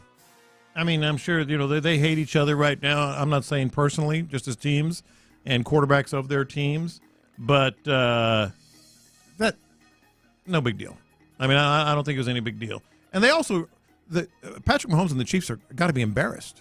Like, they look so bad I think he ruined his legacy. I don't think he ruined his legacy. I think he definitely damaged it. Because I didn't think Patrick Mahomes could do any wrong. I thought that was awful. That was bad, man. The Chiefs. Like, didn't ruin. He's still great. Andy Reid. Still the man. like they just look bad. It's terrible. Yeah. They know it, too. Yeah, they do. He knows it. Everybody knows it. Derek Carr, man. This is the most Derek Carr quote ever. So Derek Carr has been getting booed at Saints games, which isn't fun. He's also got kids. The brother of David, first pick in franchise history, draft pick for all the supplemental folks out there, the well-actuallys. Derek Carr, he was asked about booze, and just like everything in life with old Derek, he just uses it as a lesson. I talk to my kids. I'd like, you guys still got to do your job. My son was, true story, he's frustrated with his math homework. He's getting really upset at it. He won't even look at the page. Look, son, it's okay. I'm going to start booing you right now, too. You know, and it made him laugh. You know, I was like, it doesn't matter, buddy. Just focus and do your best, man. That's all you can do. Knocked his homework out, and it was just a great lesson for him. You know, it was a great lesson as a dad to be able to teach him. So, look, man, I love everybody, and I'm going to do my best this week to get everyone excited, complete all the passes I can complete, score all the points that we can score. And I'm going to keep doing that. I'm going to keep giving everything that I physically can, everything mentally that I can to do my best. And I know all of our team is doing that, but we got to give them some stuff to get excited about. And we have in certain halves, you know, but we got to do it as a whole, you know, so we can keep being positive and keep getting excited about all the fun stuff that we believe that we can do. Man, I like Derek Carr, man. That's a good lesson right there. Yeah, well, what does Eric McCoy think about that? Threatening to boo your kid as who's Eric McCoy? He was the lineman that was yelling at him. Oh, okay. Oh, from OU? Yeah. That's a good lesson. It is a Threatening to good boo lesson. your kid during the math homework? Mm-hmm. Did you teach your kids homework at all? Were you good at it? I did some, but it was mostly mom. Oh, no wonder they ended up well. Yeah. I did all the English and stuff. Okay. Yeah. So you weren't teaching them the... My kids were kind of go-getters themselves, all three of them. But they still need your help, right? Yeah, like especially math and stuff. Teaching them. I hate math. I would do it, but I was like, ugh. Not a fan. Huh? Is that that's the worst to teach is math? I'm okay at it, but I just don't like it. You know, I'm talking about the advanced, you know, the older math, you know, into middle school, high school stuff. Yeah. Yeah. Got to get a tutor or something? No, I tried. They did mostly on their own. Roger Goodell, he weighed in on this whole thing and said that there was no question that it was a foul, and it was absolutely the correct call. Also around the NFL, Joe Flacco. Got that contract. The Browns have signed him to the active roster. Okay, like, what was this? Like, I mean, well, of course that was going to happen. It's more money for one thing. But of course this was going to happen. Mm-hmm. I got to confess something. I know this is around the NFL. I got to confess something. Watch this. These are my confessions. I think Flacco might be able to go on a run. I do too. No, I don't think that's like a run or like an AFC title game. Oh, I don't know about that. Dude, he's one of the best playoff quarterbacks of all time. Yeah, he is. Like I'm not in look. And he came in at the right time, and too. he doesn't have to do anything. And you know what the Browns have finally But gotten? he can throw it deep too. So like just run the ball, play defense, and every once in a while take a shot. Yeah, they don't have Chubb, so obviously they're not the same. They do have an elite defense, but you know the other thing that they finally got that they said they wanted? Mm-hmm. An adult in the room at quarterback. Yeah, they do. They only had to go get Joe Flacco off the couch. You didn't need to pay $230 million for Deshaun. They're paying all him. you needed was to get Joe Flacco off that couch. He's got $4 million in incentives, which, by the way, even if it wasn't incentives, $4 million is cheap for a quarterback, and $75,000 a game. Eagles get $75,000 a game to maybe make them go on a run here, and they're in it. I mean, they are in it. Damn, imagine if they go on the run for real. $75,000 a game. That's Joe Flacco. It's a bad look for Deshaun too. Yes, Oh, God. I think so. No, that's going to set. That's an awful look. No, that's going to mentally even if Joe Flacco gets in the playoffs and goes down heroically to where the city of Cleveland feels that we want Flacco, but they feel like he gave them everything that he could and every ounce that he could. Then Deshaun, when he goes back, that wrath, that anger, and the obvious, I think, questions about Deshaun Watson's desire, his materialism, and all that, I think they're fair. Yeah. I think there's a lot of unfair stuff, people assuming stuff like with the facts, but I think that is fair. That's going to be a tough spot for Deshaun if he comes back if Flacco goes on a run. And tough. It's certainly, he's certainly capable. He's looked damn good, man. Like I didn't have any. I didn't know. Just what hot to and ready, expect. man.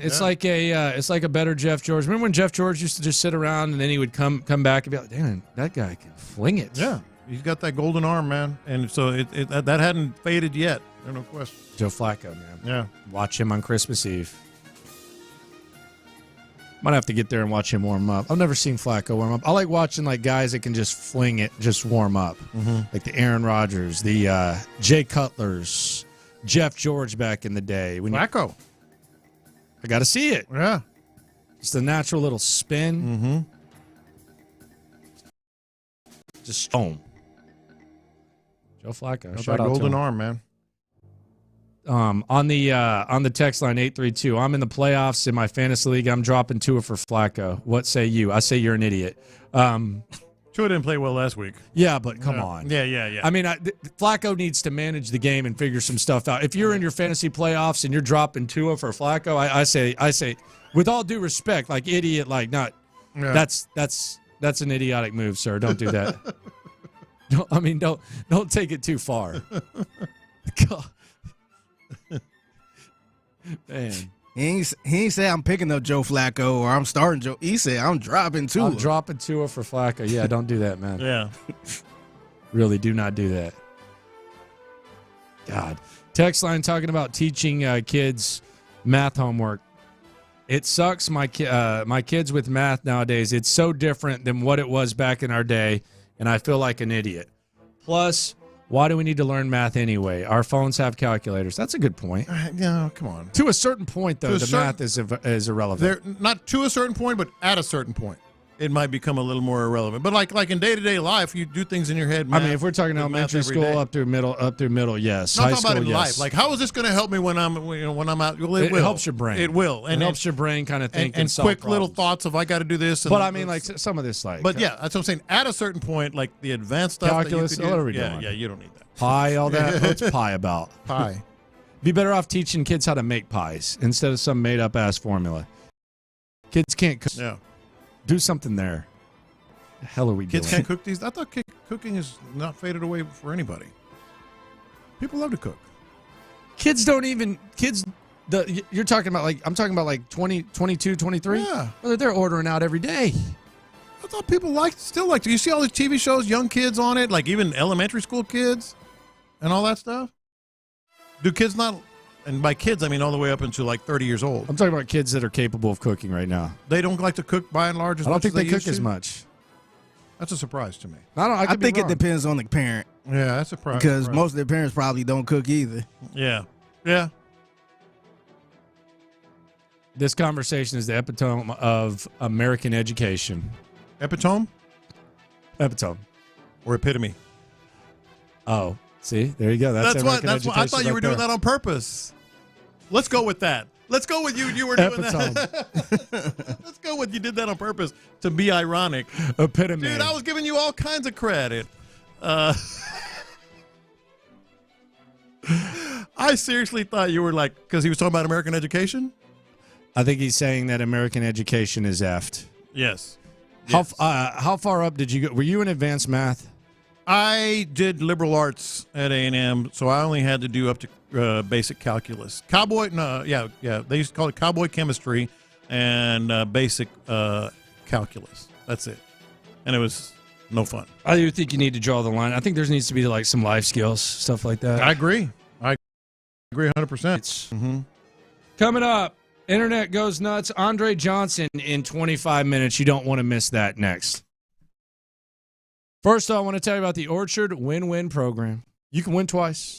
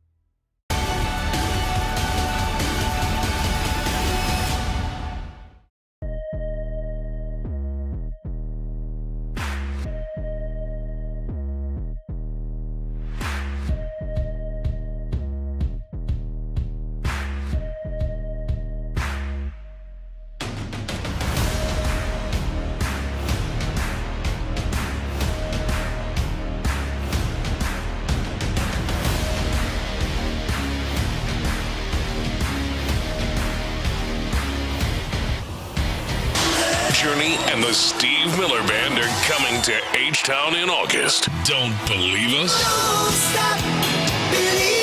You should.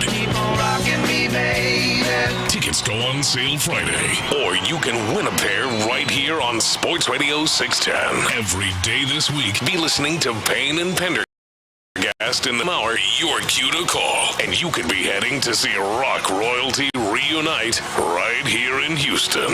Houston's sports leader, Sports Radio 610. In the Loop with John Lopez and Landry Locker is presented by La Michoacana Meat Market. I got the internet going nuts. Internet going nuts here on In the Loop on Sports Radio 610. Andre Johnson coming up in about 18 minutes. Live. Snoop Dogg. How about Snoop? Snoop Dogg. He's got a Pee Wee League in California. I didn't know that.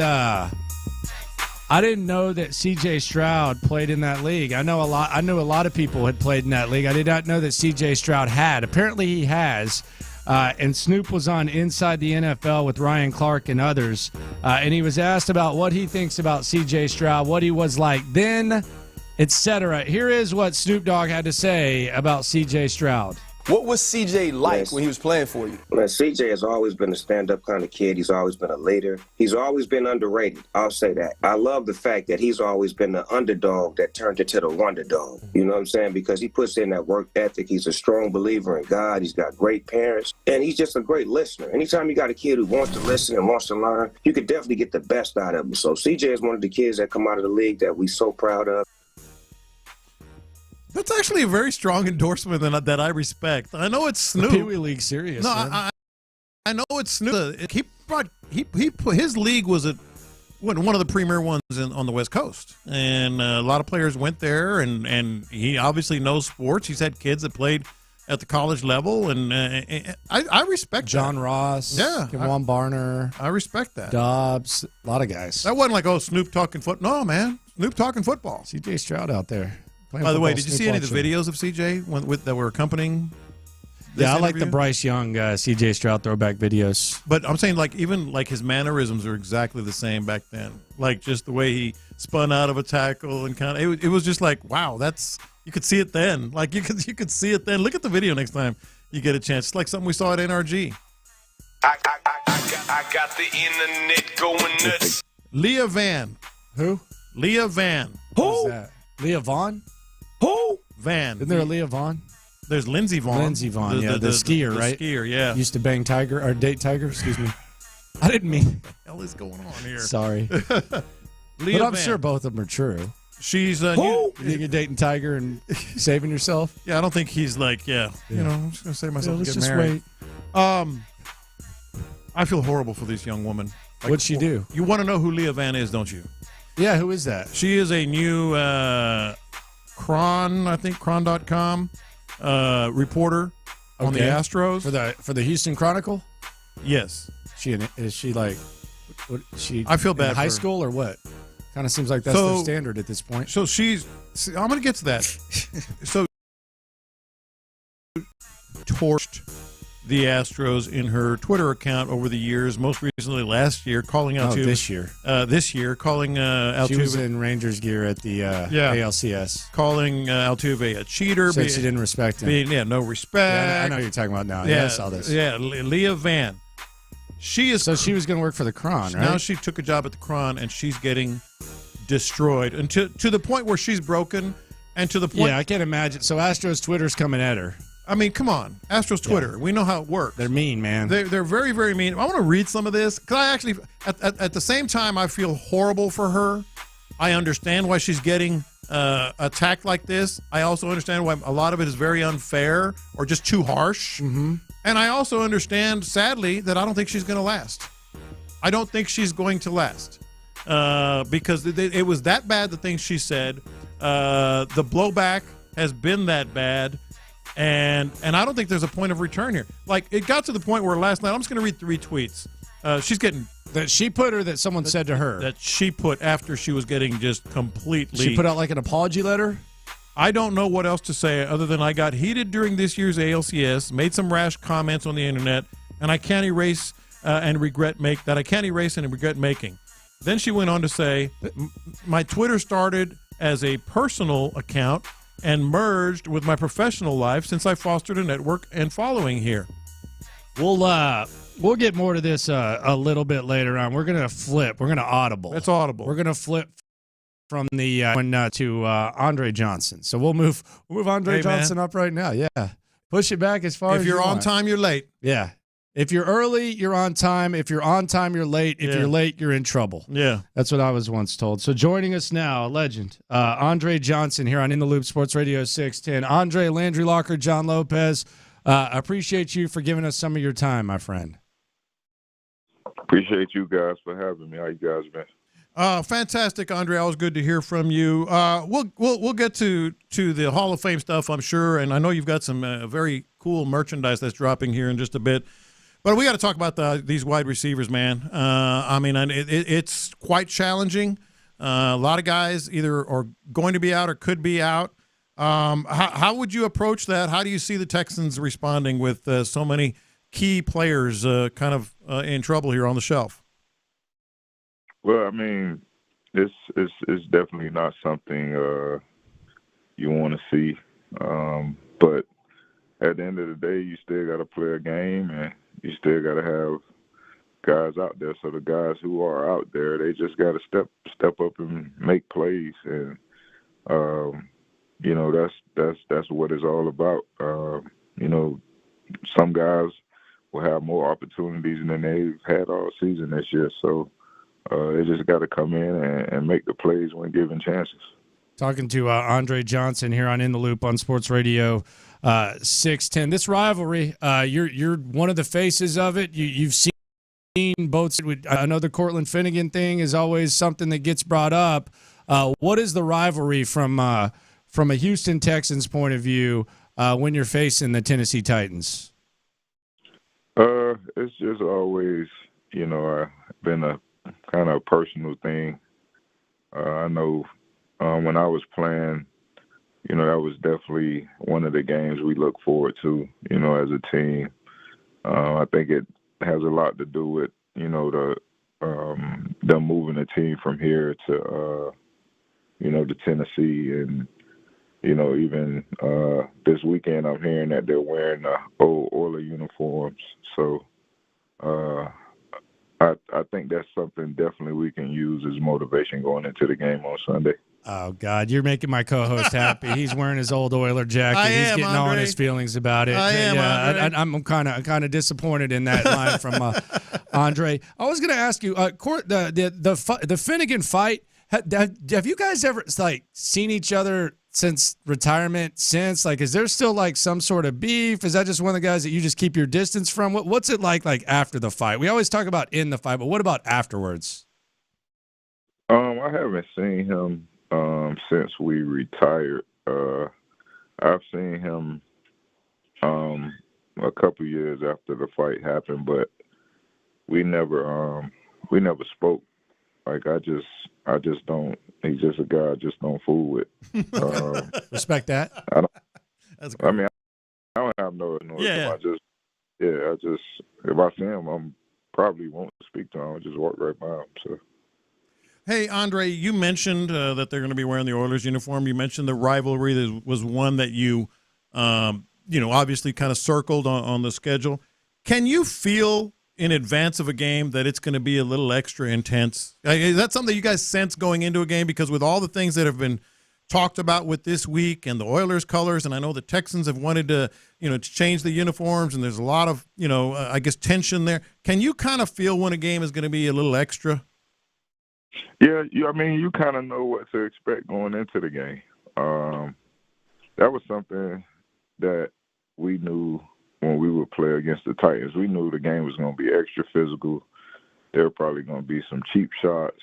But one thing Kubiak would always say was don't do nothing stupid, But and I was with the guy who did it, that one time. But other than that, it was just you just knew what to expect because, it's it's a division game. It's a team you play twice a year, so you just kind of know what to expect going into it.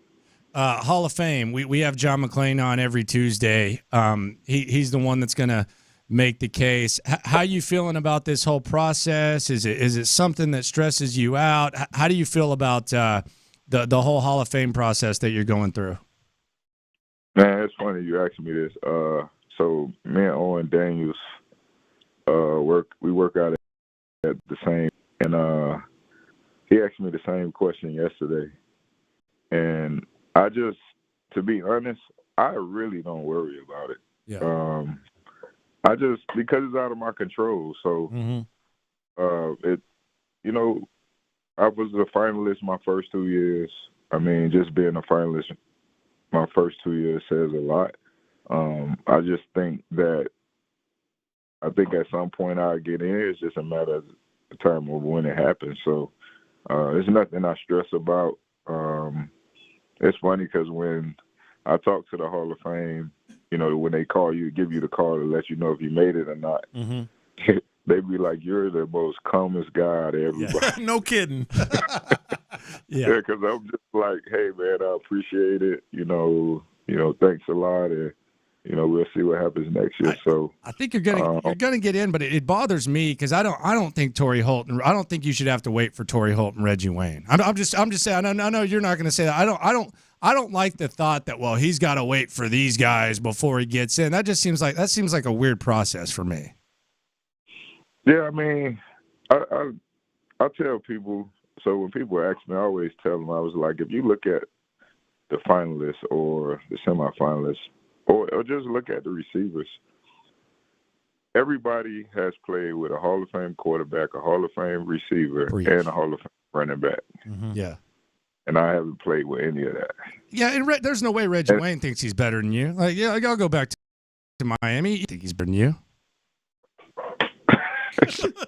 Come on, let's be serious. He knows the deal. No, Reggie's always said that he think I would get in before he would.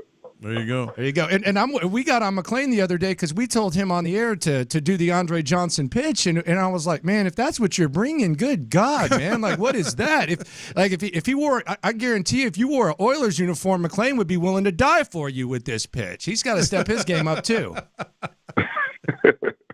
No, he's been doing a good job. He's been in touch with me, through the whole process.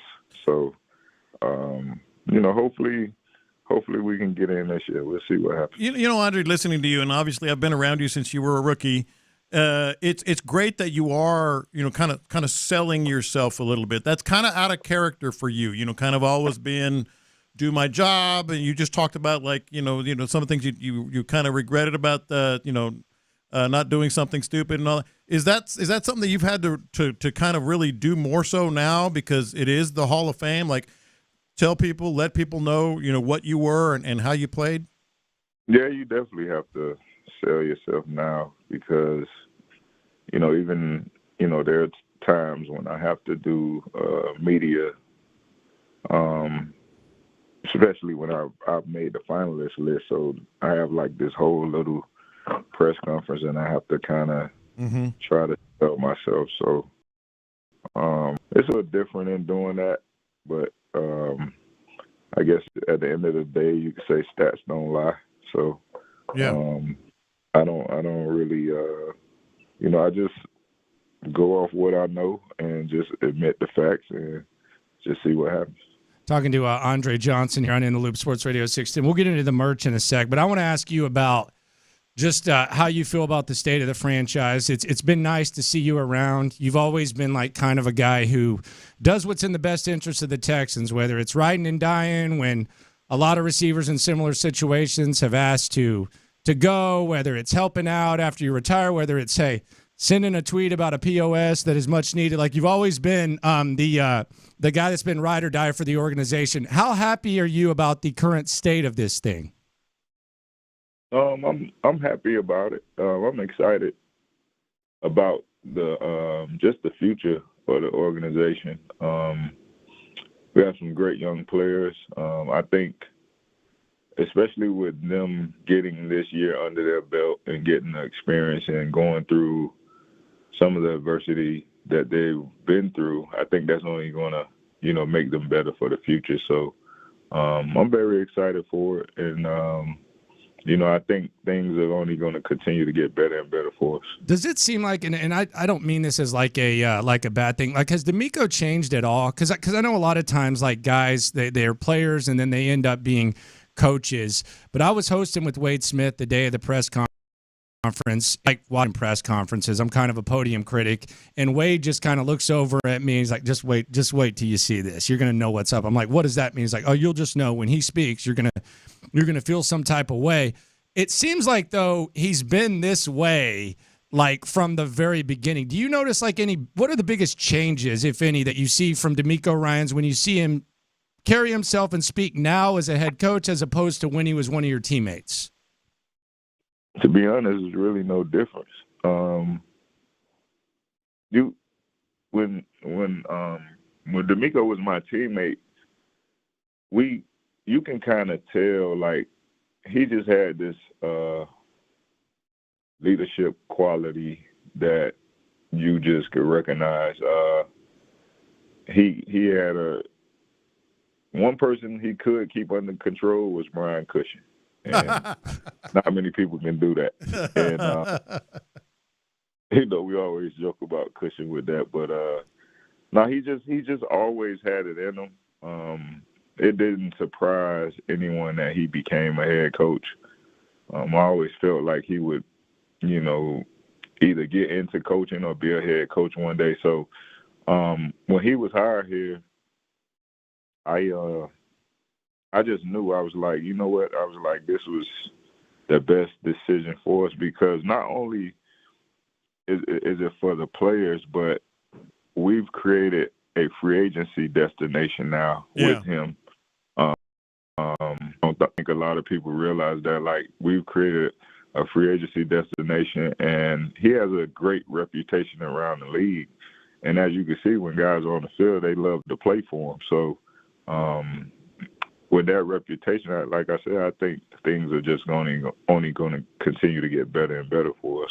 So when I think of you as a rookie, and then I stand you next to Tank Dell as a rookie, and I ask somebody, these guys are pretty much for the first part of their rookie season are going to have the same numbers. A lot of people would think I was crazy. I mean, because you looked the part, you had the all the rep, the Miami stuff and all. Tank has been a phenomenon. I mean, I just kind of like for you to dig in on why that works for him.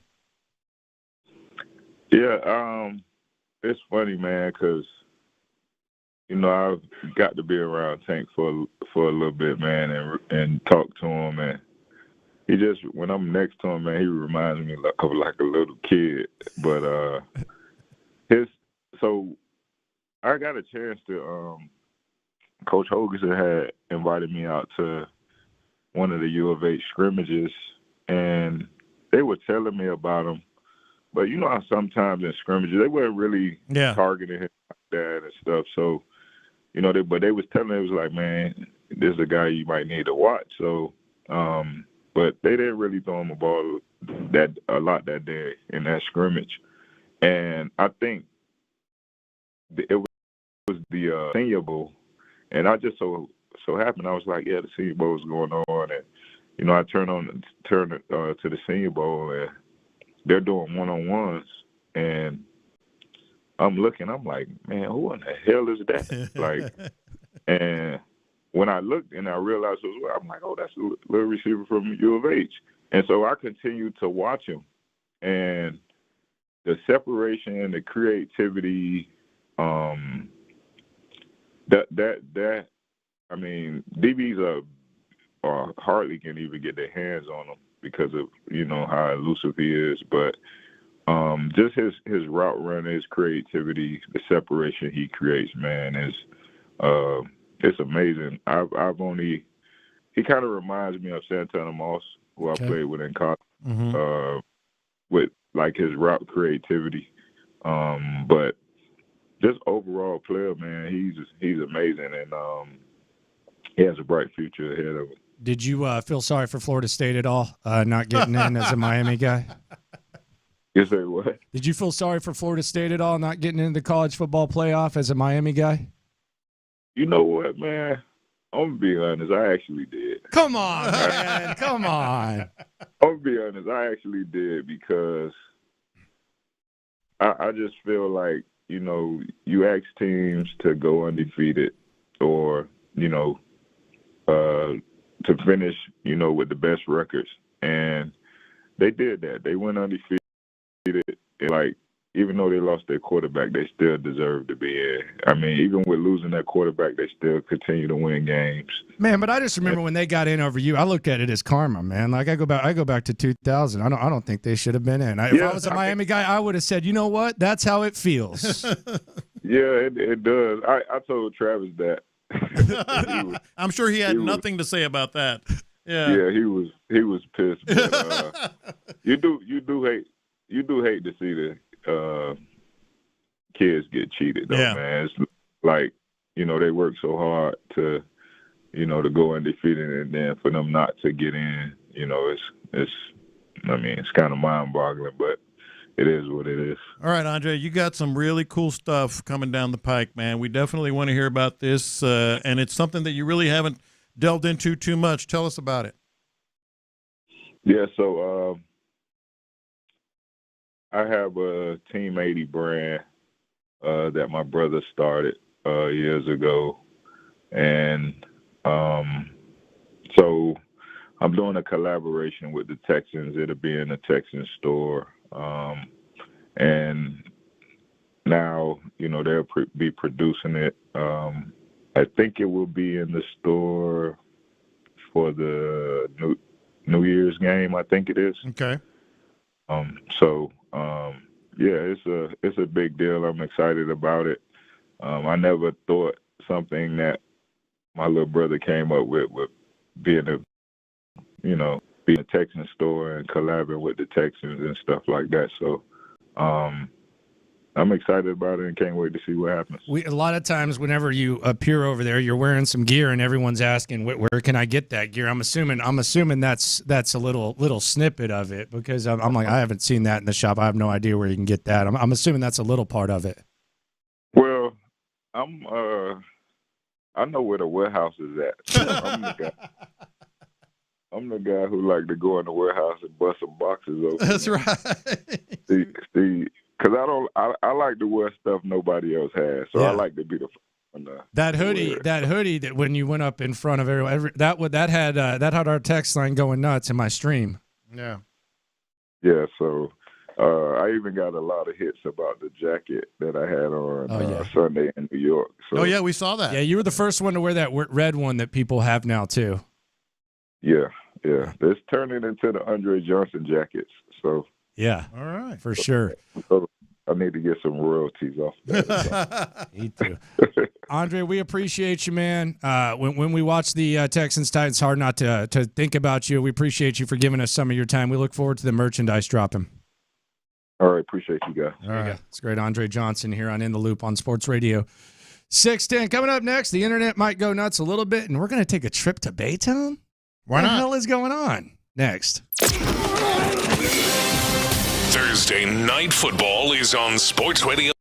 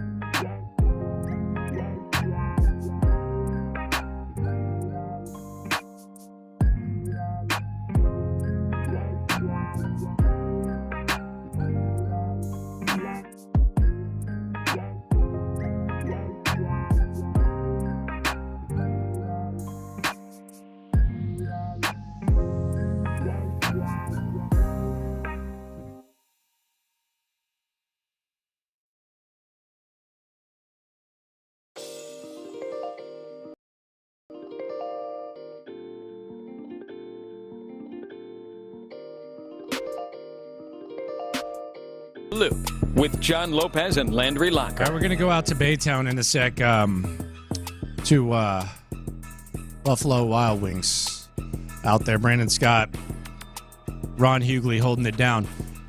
Shout out to Andre Johnson. That was a good interview with Dre. We'll revisit that tomorrow. You know what I dislike? I dislike when people make luxuries into inconveniences. Okay. Don't do the talk and type on the text when you're sitting around in a quiet place. It's weird, bro. I got you. It's weird, bro. Mm-hmm. You're sitting there doing the talk and text in a crowded ass room where everyone's just being quiet. Where did we hear that? We heard on that the bus to Army Navy. We were in traffic. Oh, that's right. Literally in traffic. That was the perfect time to send a text. Just use your fingers. Come on, man. Yes, what exactly. are we doing with that? Exactly. Let's go out to Baytown, home of Tyler Milner and Clint Stoerner. Once home. Fellas, how we doing? We're good, baby. We're good. This game keeps getting more nervous and nervous by the day, and potentially who's going to be out on the field for the Texans coming up in a gotta have it game. It feels not even feels like it is a gotta have it game, and it seems to be getting more concerning by the minute. Yeah, and all of the games have felt like that, honestly, weeks, but especially this one, and the further you get into the season, but. I don't think I'm nervous, guys. I feel like I've been resigned for the last few days. I just don't like that. What does that mean? You mean you're confident? No, resigned. Resigned to the fact that they're likely going to lose this game. Once C.J. Stroud was concussed, once I saw that Nico Collins could not return after the third or fourth play of the game, once I saw Will Anderson was out with an ankle injury, and then I find out later on he's in a walking boot and has a high ankle sprain, and the way I watched them play without their without their abundance of resources against the Jets, no, I didn't feel good about them going into Tennessee and winning the game. So, no, I've been feeling this way for a few days now. I'm going to change this. I don't like this. He's been talking like this, Lopez Landry, since Monday. God. Really the second half of the show since Monday. Hey, man. He's it is what it is. I'm not I know you don't like that. Hey, Lopez, I know you don't like it is what it is, but it is what it is today. Yeah, well, right, no. Well. I mean, now he's in a place where he's not even giving you any room of belief. He's just might as well pull a Tyler and not watch the game, man. No, I'm gonna watch it. No, I'm gonna watch it. I'm here. I'm a day one. I'm here. I'm here for the whole entire experience. But yeah, no. You're listening to KILT AM, KILT HD2. The Drive is live-ish. If you don't factor in Brandon Scott, good Lord. All right, the Drive is live. I'm gonna get to you, man. Because I came in, Tyler, because I got to get where Tyler is. Maybe he's wavering. I think that I didn't just feel like it was Brandon. I feel like I've seen a lot of people on the text line and Twitter they've just, as you said, resigned to the fact that this is an L. And I want to at least try to lift. That's what Cousin Ron's here for. I'm going to try to at least lift, because that's a positive. There's potential positive. I really felt good about that about 2 hours ago, and I was ready, and I had my presentation, and then it got a little bit more difficult for me as we are live. We are live here in Baytown. Dirty Bay, what up? That's right. When's the last time you've been to Baytown, Tyler? Man, it's been months. It's been a few months for sure. I bet it has, man. It's good, man. Good people out here. Make your way out here. Was it Garth? Right off Garth Road, and you can come out and have a good time and hang out with us. We'll be here till 6 o'clock, and we always have great crowds when we come out here in Baytown. And I know I'm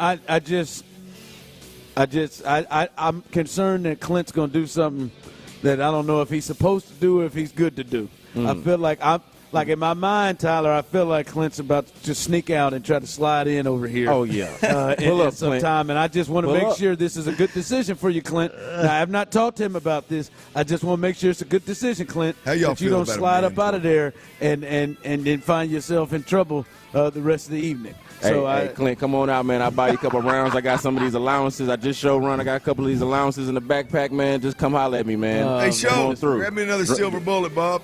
Just make a good decision, baby. Hey, silver bullets on me, Clint. Come on through. Pull up. But come on out here. We got some prizes, as always, on a Thursday here at Buffalo Wild Wings here in Baytown. If you're in the building, all you got to do is sign your name right here. Put your name and put it on the paper there. Put it in our raffle box, and you'll have a chance to win. We'll do at around 3 o'clock, we'll do a $25 gift card, Visa gift card. You can use it anywhere. You can pay for that beer right there that this young lady is drinking. If you have a chance to win, just write your name, put it in our raffle box, and you'll have a chance to win a $25 Visa gift card coming up around 3 o'clock. So come hang out with us. It's always a good time on this Thursday as our good friends here at Buffalo Wild Wings and our good friends with Bud Light will come and take care of you. All right. I was feeling pretty good about the positive things that I could give you, because I want to sell that. I just don't want you to go in with your head down. I don't want you to go in this give up mentality. My head's up. My head's up. No, I'm just a realist. Man. No, it's my not. head's up. You're a realist. Your head's down. Back straight, head up. It's gotten worse by the day. Man, I stand tall, man. It's gotten worse by the day it's with all you. Good, man. The white flag has been risen higher and higher by the day with you in this game. Got to take your L sometimes. All right, I do. Before we go over the injury update, which has made this job very more difficult for me, before we go over the injury, I want to get where people are. 713-572-4610. You on Twitch, you on YouTube as well. You can jump in on this. Are you like Brandon Scott, my partner here? Have you just said to hell with it, man? It's over. Moving on to Cleveland.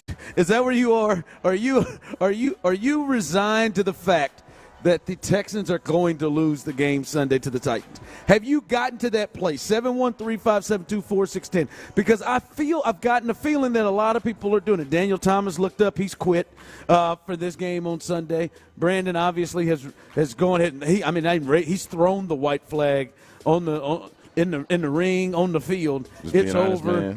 Hell, Tyler looks like he's given up on this thing. I'm not sure of it, but I just want. Where are you at right now with this game?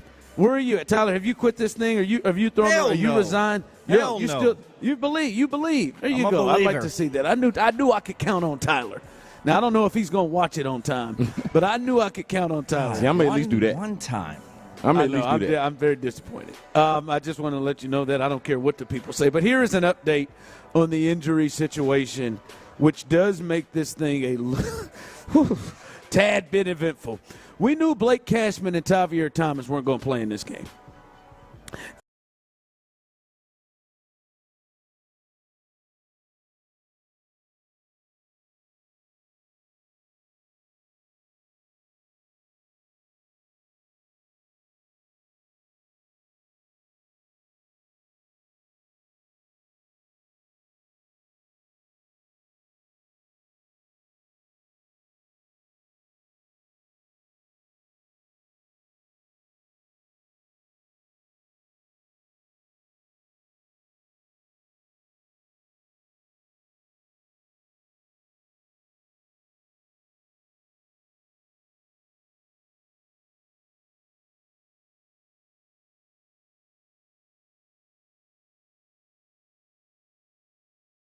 Both days this week, at least reported, we'll get the official injury report to you here when it comes out.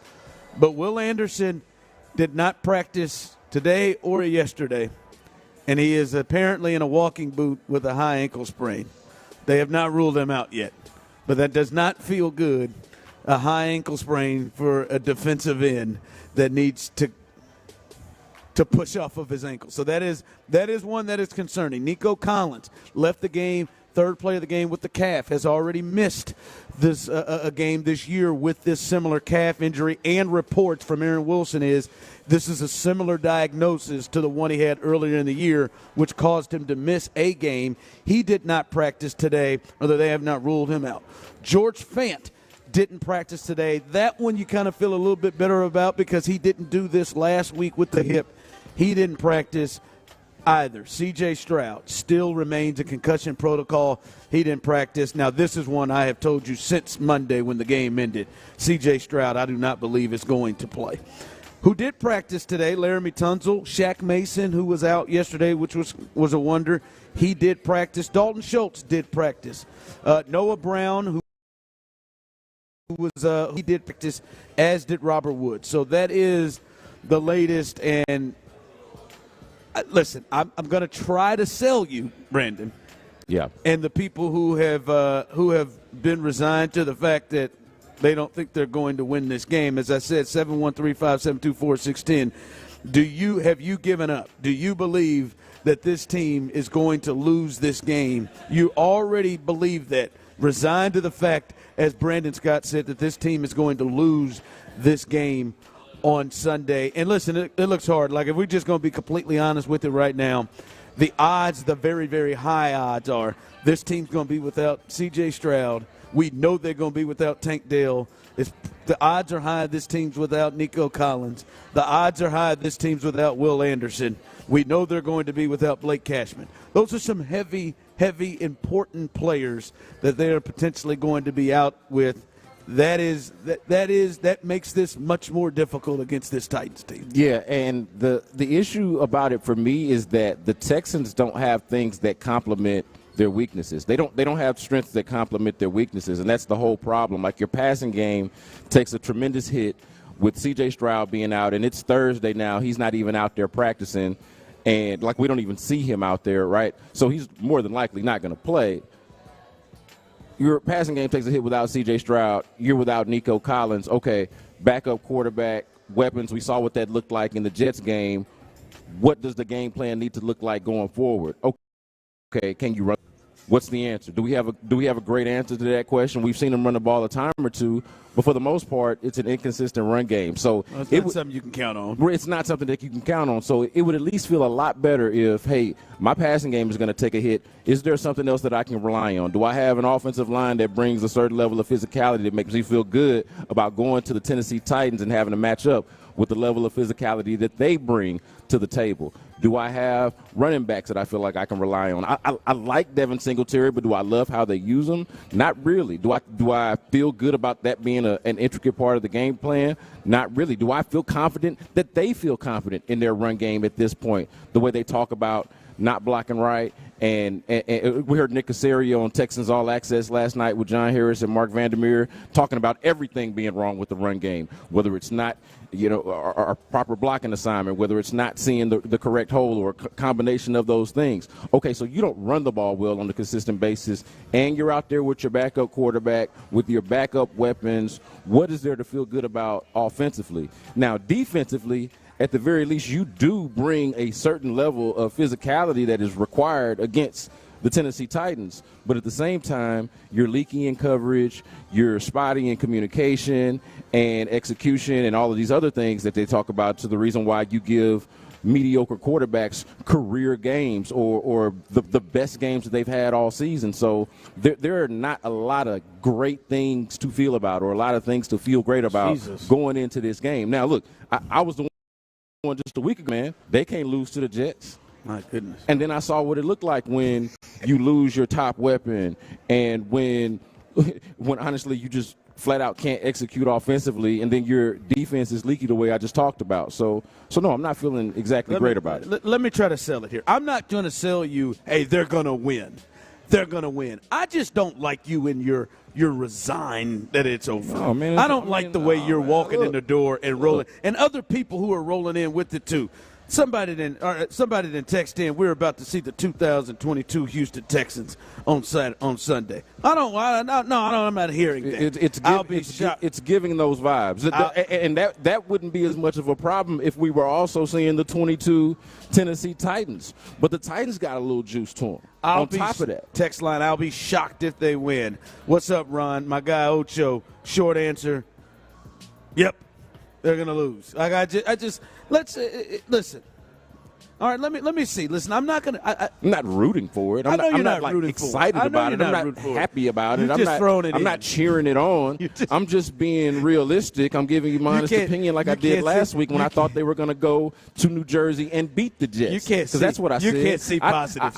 You can't see them. I told you last week, Ron, that I thought this team could go on the road and win a playoff game. That's what I thought. And now you can't see the positives. Let me. Now they lost a game to the Jets on the road, and they don't have their quarterback going into another game on the road. Let me give you. I got three things I'm going to try to sell you and many of you who just believe it's out. And listen, I'm not saying it's not fair. You've made a very, very good sell job yourself of why you don't believe they're going to win. The number one thing for me is, and I think Tyler can attest to this too, the Tennessee Titans aren't a good football team. Right? They're not a good football team. I think that's fair. This is not like you're not going up against the Niners. You're not going up against even teams that have it like the Lions. This is not a good football team. This is not a team that's going anywhere either. All right, so this is a team that makes. I mean, if you look in the last 2 weeks, I mean, their special team mistakes, I mean, are just atrocious. They've gotten their punter killed.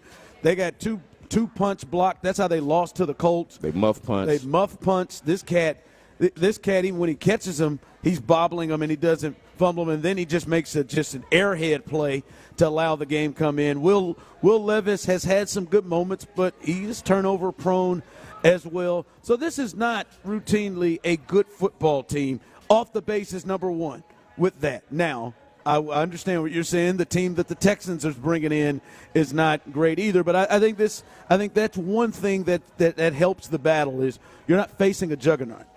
My second thing is one thing that we have really learned in the NFL this season is that teams, and I mean most teams in the league, just completely play differently week to week. And we've watched since ourselves. Like, we'll watch the Texans go and play the Pittsburgh Steelers and win 30-6 and not give up anything to the strengths that are actually going against weaknesses for the Texans and just play their asses off, and then the next week go play the way they did in Atlanta. And then we'll watch them play the Carolina Panthers, and they can't muster up a damn thing. Can't score, can't do anything.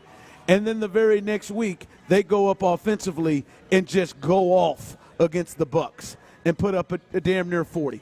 And that's not just with the Texans. I mean, the Titans played a pretty good game against the Dolphins last week, but they can turn around and play a game, many games, bad games like they played this year. They almost gave that game. They were trying to get that game away to the Dolphins, and the Dolphins just doggone wouldn't take it. Yeah, that is a thing that has been very, very consistent this year. Is, you could have Buffalo go play like they did on Sunday the last 2 weeks against the Eagles and the Chiefs, and then they'll play games like they did against the Patriots and lose to those teams. So it's just, I don't. It's an ebb and flow for sure. Like, to me, I don't think that you can look and say, good God, look how the Texans played against the Jets.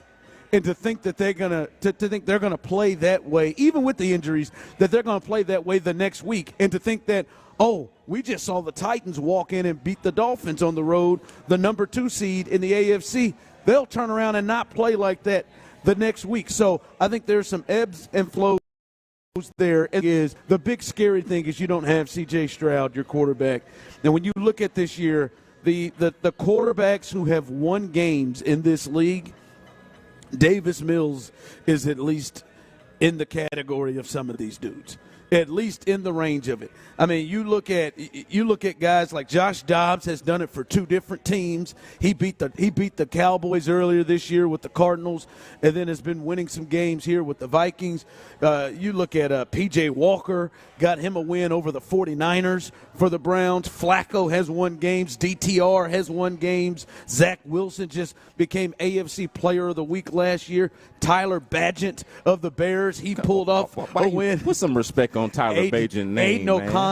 Bailey Zappi walked into Pittsburgh last week in a game the Steelers had to have and won.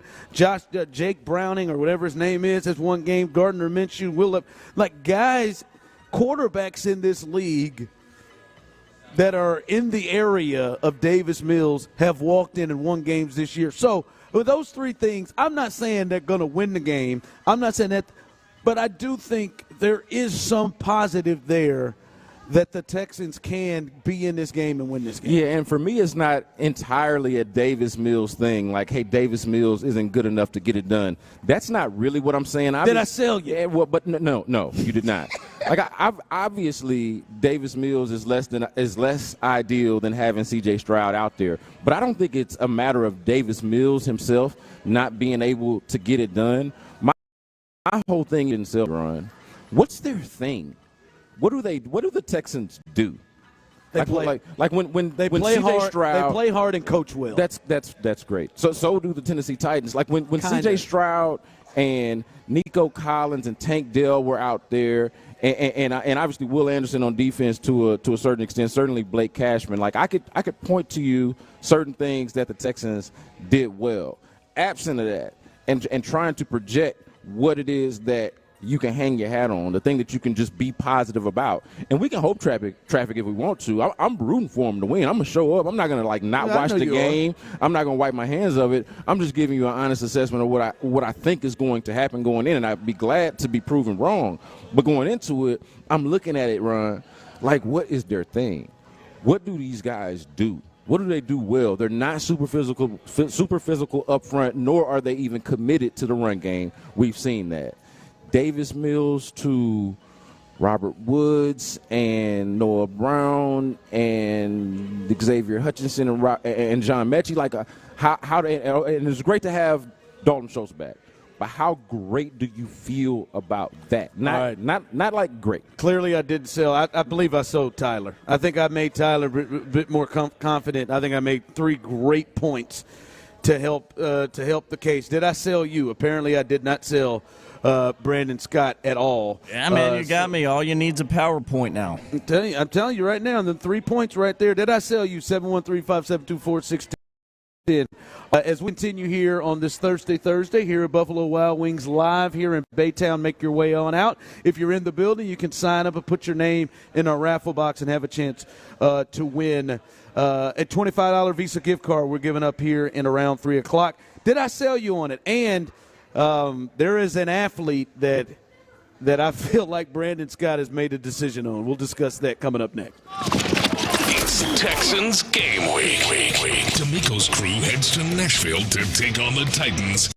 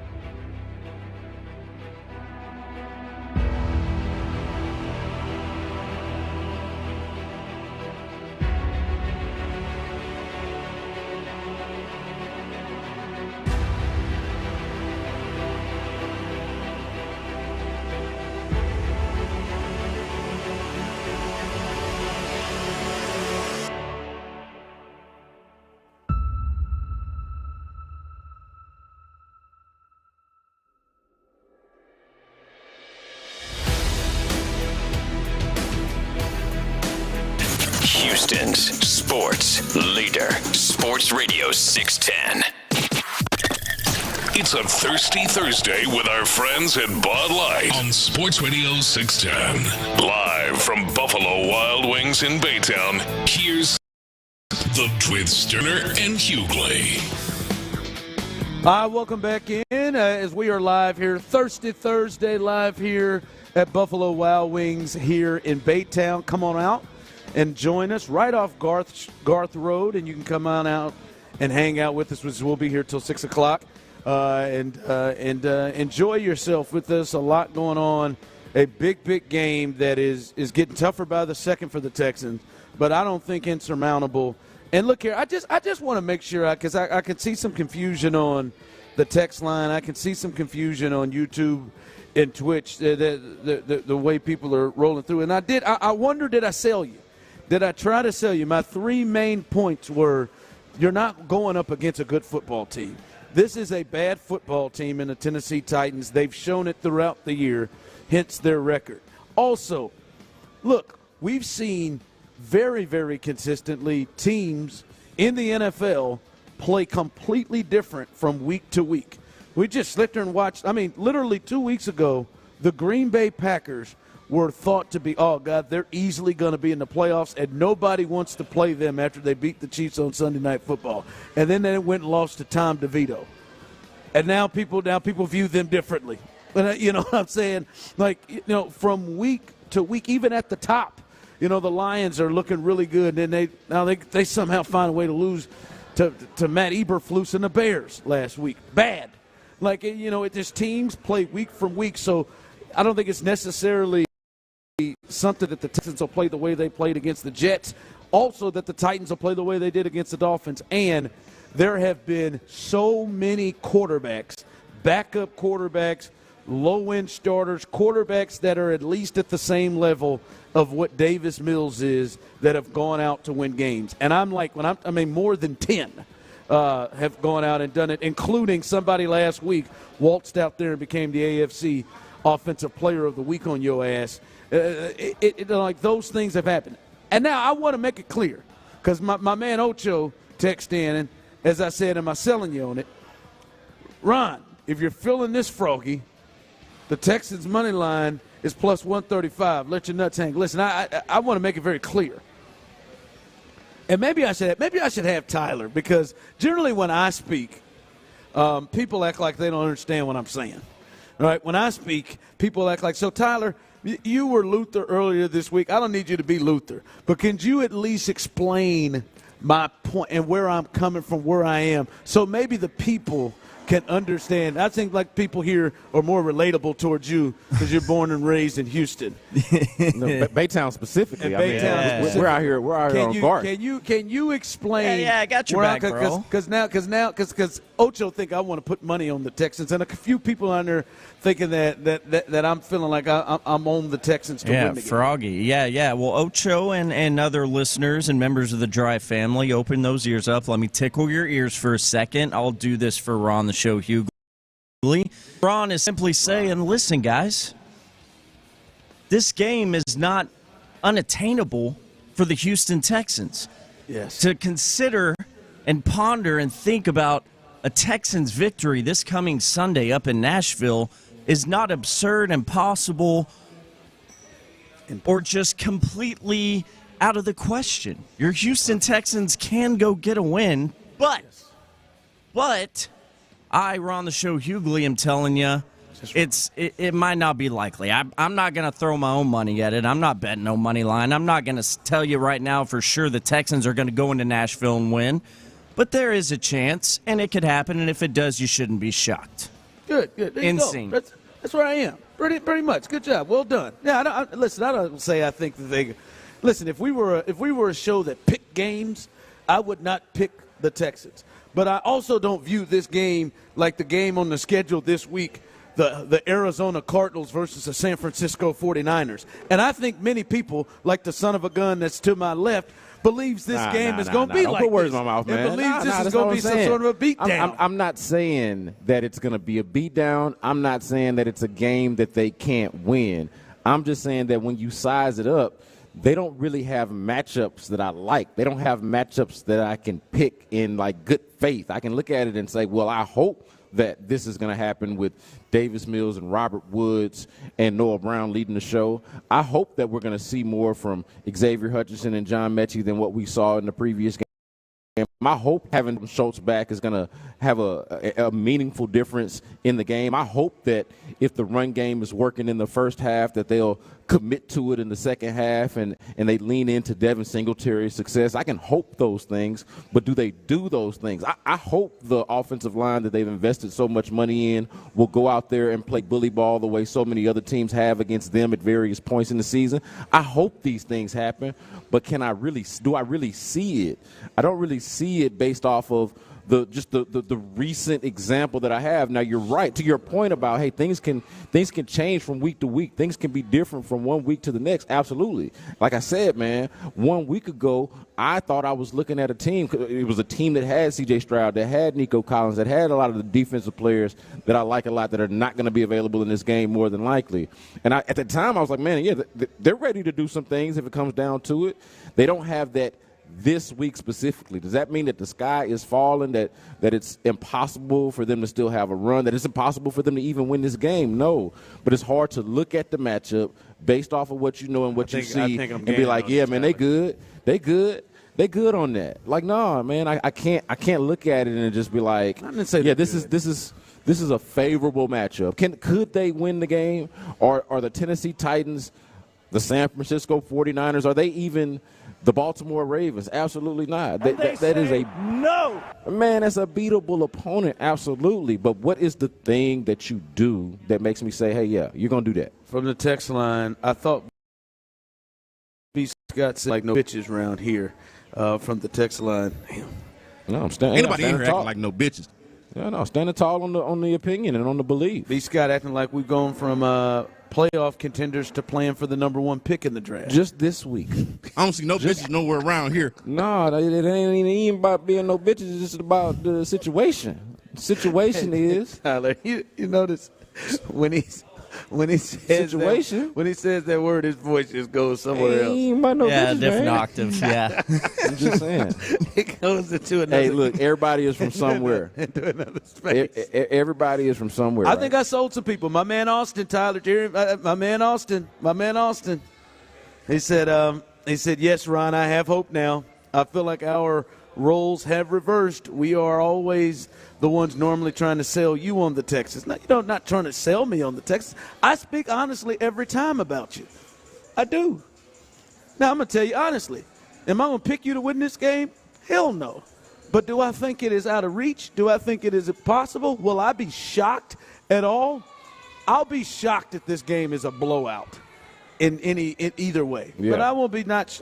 No, I will not be. I said that about the Jets game. I will not be. Said that about the Jets game. Yeah, and then it was one.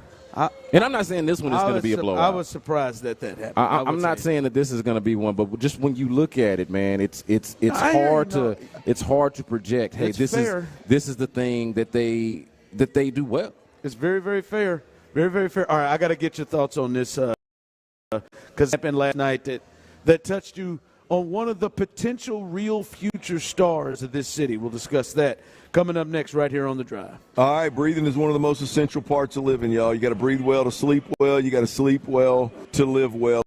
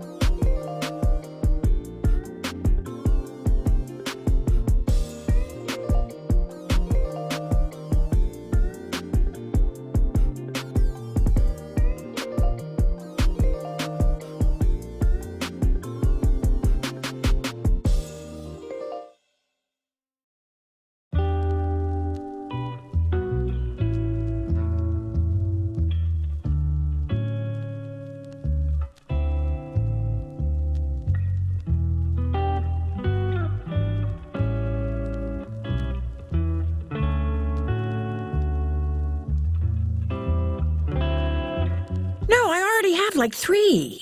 $0 fraud liability guarantee. It pays to Discover. Learn more at discover.com/credit card. Limitations apply. It's a Thirsty Thursday with our friends at Bud Light on Sports Radio 610. Live from Buffalo Wild Wings in Baytown, here's The Drive with Stoerner and Hughley. All right, welcome back, good people. We are here live in Baytown on a Thirsty Thursday. As Clint is out still, as we've told you this week, he's got a new addition to the family, and they are taking care of the baby. You know, those first couple of weeks are vital, and Clint is holding it down at home with the wife. And when you got 2 kids under 2, up in that piece. Been there. I have done that. Not done that, but you need all the help you can get with that, and take your time, and we'll hold it down right now. Just not going to take the bait. You hold it down, and we'll hold it down for you here. And like I said, our good friends here at Buffalo Wild Wings, good friends here also at Bud Light will take care of you. Make your way on out here, Baytown's Buffalo Wild Wings, as we'll be here till 6 o'clock. TV's all over the place. A football game Thursday night. It's a big game. It's a game. It's a game tonight that does not include national audience. Probably 4 of the players that make the game interesting, including Justin Herbert, Keenan Allen, and Bosa. None of them are in the game, but it is a game. I can't interest you in Quinn Johnston and Easton Stick. Is that their guy? Is that right? Also, Josh Jacobs and what's my man's name? The receiver Devontae Adams. They are listed as questionable right now for this game. So a couple of guys that may be ready to shut this thing on down with Aiden O'Connell running things, and I've already fired their coach. So, but it is a game here. People love football, and they'll have that on for you right here at Buffalo Wild Wings. You can come out and watch the game here and enjoy yourself. All right. We'll talk a little bit more in a bit about another win for the Rockets. But another thing jumped out is they beat the Grizzlies last night, and they sweep that little 2-game. Or they play them again to try to sweep that 2-game series as they play them 2 games in a row. They just won last night, first one. Playing tomorrow in Memphis. Yes. Shout out to the bench too. There you go. They had we'll get more deeper into that game, but I just want to look at one player in particular, and it's Jalen Green. And Jalen Green, for the second straight game, had another 2-for-10 performance, under 10 points. It doesn't even seem like Udoka wants to finish the game with him or play him in big moments. He's under 25 minutes, second straight game. And it's not been a really good couple of days for him. And really, he's just not taking the step that you were hoping he would take. And it's still a bit early in this season. But he is just not consistent whatsoever. He is not taking that step. And we're getting closer at this time for having to figure out what the hell you got to do with him future-wise. Yep. Are you going to bring him back? What are you going to do? And this is a guy who's averaging 18 a game, 3 assists, 4.5 rebounds. But he's shooting 40% and 32% from 3 this season. And the thought is, we're rapidly getting to the point of what should you do with Jalen Green. I know you and our guy Adam Spolane, you guys do a great podcast about the Rockets every single week. Down that you can find right here on SportsRadio610.com and anywhere you get your podcasts, including the Odyssey app. Yep. But where are you at this point right now? Because they got to make a decision on what they're going to do with Jalen Green, who they picked number 2 in the draft. By the way, 713-572-4610. What would you do? Where are you at the place with Jalen Green in terms of decision on giving him an extension, whatever it is that you would want to do with Jalen Green? So when we had a conversation, we have to keep in mind that this is not some arbitrary timeline that we're talking about. Like, when and at what point do you lose your patience with a player that you drafted high or a player that you acquired in any way? But at what point, what is the leash? At what point do you either give up on a player or start to look at a player differently. And the reality is this was a big year for both Jalen Green and Alperen Sengun going into their third year, understanding that the option for their fourth year would be exercised or had been exercised at that point. But this is the year essentially when the Rockets decide whether they're interested in signing him to an extension and to what degree do they want to build the team around this player, if at all. And so this was the year that Jalen Green, like we talk about patience, we talk about coaching, the environment, and all of the things and all of the different excuses that you can make for why the Rockets were what they were over the last couple of years. But the fact of the matter is that the timeline comes down to year 3 knowing or at least having a feeling for what you want to do with all of the guys that got extensions after year 3 or by year 3, the Ja Morants. I know that's not looking great now because of his situations off the court, but you understand why he got it. Yeah, there was a reason why he got paid. Even Zion, I think, got paid. Like different LaMelo Ball got paid. And those guys aren't winning anything, but he showed enough for them to think, hey, this is a franchise cornerstone guy, a guy that is a max contract guy. Jalen Green shows you flashes of that. He'll give you games of that. He'll even give you stretches of that where you might have 3 or 4 games, maybe 4 out of 5 games where he is scoring like one of the high-level scorers in the NBA, but he also has those games where he disappears and he shouldn't. You know, like on any given night, you and I have talked about this. On any given night, Jalen Green can be the very best basketball player on the basketball court. We've watched him do it with Anthony Davis and LeBron James on the floor. On more than one occasion. As a rookie at Staples Center, I watched him do it. And this season at Toyota Center, I watched him do it. But far too often, and it's getting to a point to where it's more often than not, you're finding him with these lapses where it's just too often where he is not like noticeable in the game or not making enough of an impact in the game. And the thing that really disappoints me the most when I'm looking at his numbers is watching how, like one of the improvements last year when he averaged 22 points a game was that he'd get to the free throw line at least. Like when his shot wasn't falling, and let's just be honest, dude's an inconsistent shooter. Like he's not a knockdown shooter. Sometimes it's not. When his shot wasn't falling, he was using that athleticism and that ability to get to the basket to force the issue and get to the free throw line. He's averaging at least 1 less free throw a game this year, less shot attempts, and now some of that has to do with the coaching change, but he's not aggressive enough, not consistent enough, doesn't really seem to have the greatest feel for the game for a player of that caliber. And so it's one of those things where you start talking about, okay, is this a max guy? I'm at the point right now where I sit and have to say no. Brandon, I don't know exactly what you do with him, but that's not a max guy. Brandon, I'm at the spot here where we're talking about Jalen Green, who he's been all right. And I'm glad you brought up the Sengun comp because, see, Alfie, what he has done is become clearly the best player on a team that is improving, that's currently the 7th seed in the Western Conference and a game out of the 5 spot. Like that, so he has clearly taken off. His defense has improved. He has really become a better player and has taken that step under the new coaching staff. For me, I would be shopping him right now.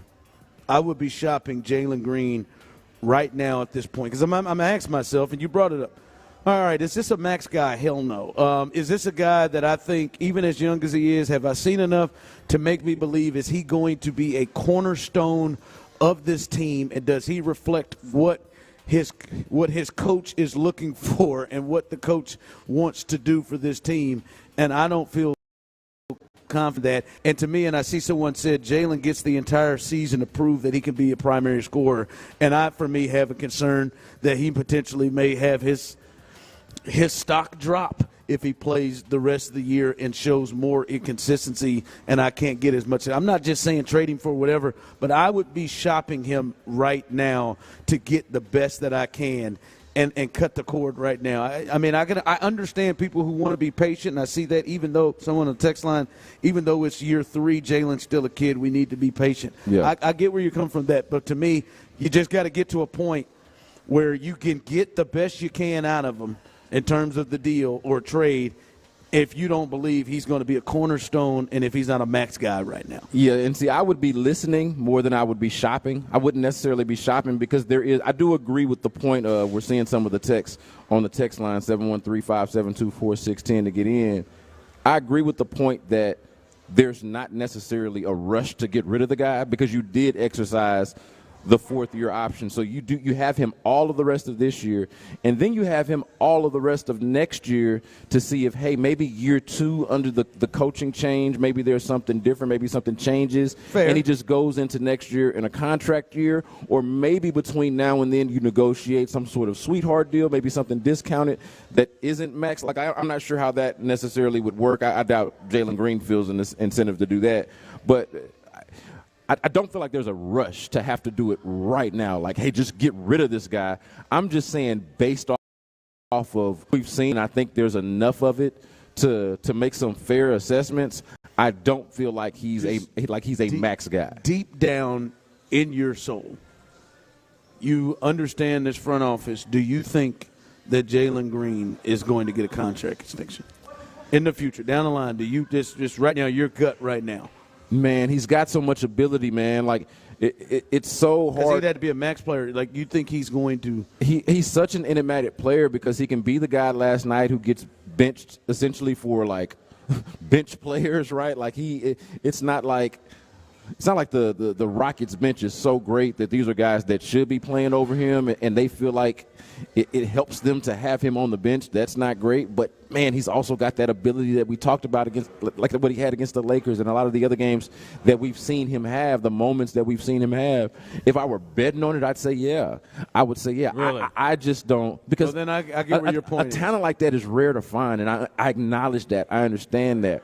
But just when I watch him, I do not feel like that is what you should be getting out of a max player. Shouldn't. I would not feel good about it. I feel like they're going to do it. I don't feel great about it. Yeah. All right, coming up, we'll get you caught up because the injury concerns have become very, very real with the Texans. We'll give you the latest on what's happening and what we're hearing, as well as we'll dive in more than just on Jalen Green with the Rockets. They had a big win last night, and somebody continues to step up for them, and a decision was made on Draymond. We'll discuss all that. All right, out there, get your holiday shopping done at Academy Sports and Outdoors, y'all. These deals are, we good. I'm telling you, man.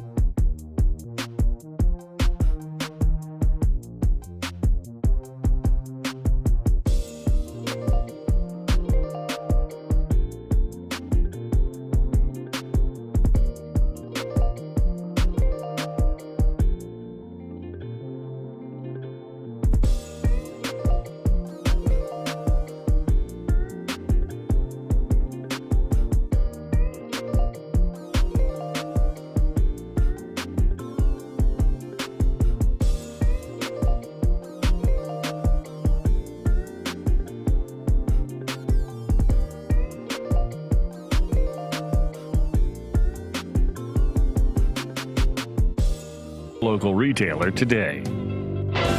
KILT FM HD2 Houston. Insider access. Exclusive content. The Texans play here. Always live on the free Odyssey app. Sports Radio 610 presents The Drive with Stoerner and Hughley. With the biggest stories of the day. It's the Big 3 at 3. Number 1. All right, welcome in as we are live here. A little Thirsty Thursday action, and we are in Clint Stoerner, Tyler Milner's stomping grounds. We are in Baytown. Come on out here to this Buffalo Wild Wings. We are live here till 6 o'clock. And not just can you hang out and see our beautiful faces, you got a chance also to win some surprises. And if you're in the building or on your way, come right on in. You can sign your name right here and put it in your raffle box there. You got a chance to win a $25 gift card, Visa gift card. So you can spend it and pay for what you need in here. So get on out here and make your way out here on this Thirsty Thursday. Make a bad decision, as we like to say around here, baby. There's several people in here that looks like they're primed and ready to make some bad decisions, all right? So come on out here and enjoy yourself. There are plenty of things and drinks and fun to be had out here. As our great people here at Buffalo Wild Wings, great wings as well that you can always get. By the way, like Tyler likes them, the little nuggies, but they're the boneless wings. They are buy one get one, so you can do that special and deal today as well, and come hang out with you. I'm telling you, they've got a lot of sauces and rubs. That bourbon barbecue rub they've got is pretty strong, and that Chipotle dry rub barbecue is pretty good too. Getting me hungry, man. Getting me hungry, man. Thursday, I'm just saying stuff, and I can't even touch it. So come on out here and enjoy yourself. But news to get to here, and that is the injuries that we know of at this time. The official injury report is not out at the moment, but we're starting to get a potential clear assessment. And I want to go. This is what I want to do. And Tyler, you can jump in as well on this, just a simple yay or nay. And I don't want any yeses or nos. I want yays or nays. I feel more comfortable when I hear that. I'm going to go through players here, and we're looking at players. These are players that haven't practiced all week, and if you think they're going to play in the game. Obviously, we know Blake Cashman is going to be out. Will Anderson, high ankle sprain is what we're hearing, was in a walking boot. He didn't practice today. Yay or nay, he plays Sunday? Nay. Tyler? Nay. Yeah. Okay, stop. All right, so he didn't practice today. Nico Collins, calf strain, had the issue earlier this year and the issue that put him out of the game after the third play against the Jets on Sunday. He didn't practice again with that calf issue. Yay or nay that he plays Sunday? Nay. Nay. Yeah, nay. All right, thank you, Tyler. George Fant, he's missed back-to-back practices with the hip. He did this last week as well. Yay or nay, he plays? Yay. I'm going to go yay on that. Yeah, I think he plays. Yay. C.J. Stroud remains in concussion protocol, did not practice today. Yay or nay? It's a nay. Yeah, it's a nay, dog. We know Tavier Thomas isn't going to play. So those guys right there, Will Anderson, Nico Collins, George Fant, C.J. Stroud, and I think we all agree maybe George Fant is the one who has an actual shot to really play on Sunday. But those are three hugely important pieces to this team. Your top two picks from the draft last year, guys that are in the running. Well, C.J. Stroud will win Offensive Rookie of the Year. Will Anderson is at least in the running. And then Nico Collins, who has been playing at a Pro Bowl level at the wide receiver position, already over 1,000 yards, and he's basically missed 2 games. This makes this absolutely more difficult for them to win this game when you look at especially what they have coming behind them in those positions. Yeah, man, and it's not insurmountable. It's not Absolutely. like it's a game that you can't win. I'm bringing it. It just seems like it's such an uphill battle. You look at who you're losing, who you're not going to have. You're talking about your starting quarterback, and you felt that way going into the week, and everything about the week and how it's played out sort of confirms that, or at least makes you feel like that's the way it's going to go, or you've been preparing yourself to go into it with your backup quarterback. As far as backup quarterbacks go, I know we had fun with the Davis Mills versus Case Keenum conversation. But as far as backup quarterbacks, I didn't have very much fun. I thought it's a case by case basis. Some of us did, and some of us didn't.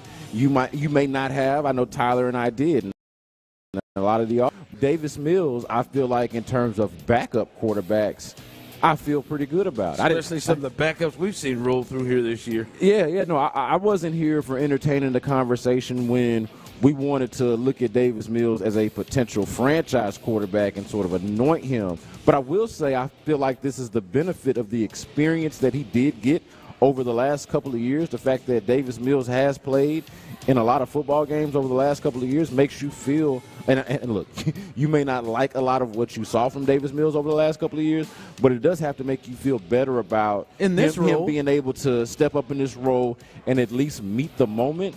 So it's not even so much Davis Mills. It's everything around it and feeling like this is less of a team than what Davis Mills has worked with even in the past. You don't have to be confident in Davis Mills, the player, so to speak, but you can at least be confident in the fact that Davis Mills has won multiple games like this. We've seen him. Yes. Against teams like this and against teams held in some ways better than this, or at least perform decently enough. We've seen him play good football. But the issue is, okay, last year at least, the last couple of years, his first 2 years playing, he at least had Brandon Cooks. Like you substitute that now for your top receiver is going to be Robert Woods, and you just look at everything around it. You look at the other side. Okay, the last time, when you played the Titans last year, they didn't have a quarterback playing the way that Will Levis is playing right now, and they didn't have anything that resembled DeAndre Hopkins in terms of a playmaker in the passing game. Now they do have that. So you're without Will Anderson, you're without Blake Cashman, more than likely without these guys. But you got to feel better about your defense overall and your secondary. If you're comparing to last year. Yeah, your defense overall, isolated just how you feel about your defense, but how you feel about them in this matchup, given what they're going to be without, and the way that the Titans are playing. At the very least, they got a quarterback who I don't know how good Will Levis is, but the dude is fearless. The dude don't scare. He gonna give you a chance. He gonna give you a chance, and he gonna give DeAndre Hopkins a chance to make some plays. The dude is fearless. DeAndre Hopkins is a better playmaker than what I feel like the Titans have had in the passing game in recent years. And so, and again, you feel better about your defense overall, but you give up plays in the passing game. We've seen that time and time again throughout the season. So, yeah, man, I want to feel better about the Texans going into this game than I actually do. Now, to feel better here, the other part of the injury report, guys that did practice today that give you a pretty good feeling that they'll play, and that is Laramie Tunsil took his rest day and practiced as he has all week. And then Shaq Mason, that was one that was interesting because I know Sean was on with us yesterday talking about, man, this is a dude that don't even ever miss practice. Right. That was something that was alarming out there. He practiced again, so you feel good about him. And then Noah Brown, Robert Woods, they were back. Dalton Schultz, the big one, he's practiced these, and they need all the weapons they can get back. Fairbairn also back as the kicker. So those are at least some positive notes, but that is a daunting task and just made more difficult when you see the odds go way down of Will Anderson, Nico Collins, and C.J. Stroud not playing Sunday with them being injured. Yeah, and I feel like, was it 2 years ago when they beat the Titans on the road and they forced it was maybe the Cully year, and they forced I think they beat the Titans on the road 2 years in a row. Yeah, but I'm talking about the one where it seemed like they had the rain and Des King kept picking off Ryan Tannehill. Yeah, and it was Cully's Texans, and it just was like, there's no way they're going to win this game, and they did. They did. So, yeah, weird things could happen. They absolutely could win this game, but you can't feel great about it going in. Big 3 at 3, number 2.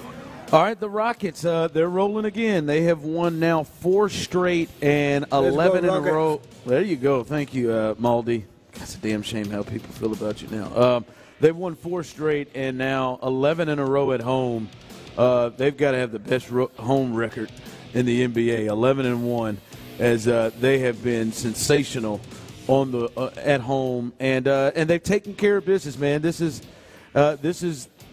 what they have to do, and this is what helps them get themselves to a place where They are competing for the playoffs and the play-in, and they currently sit 7th in the West. They're a game back from 5th in the West with the Lakers, all right, at 12-9, and they got to go take care of business again as they play on Fridays again, another game against a bad team, which has been good, especially at home. They've taken care of games against these bad teams, but they got to get on the road, see if they can get 2 in a row on the road. But we can't go any further about talking about yesterday's game. In a game they win 117-104, so they win it comfortably.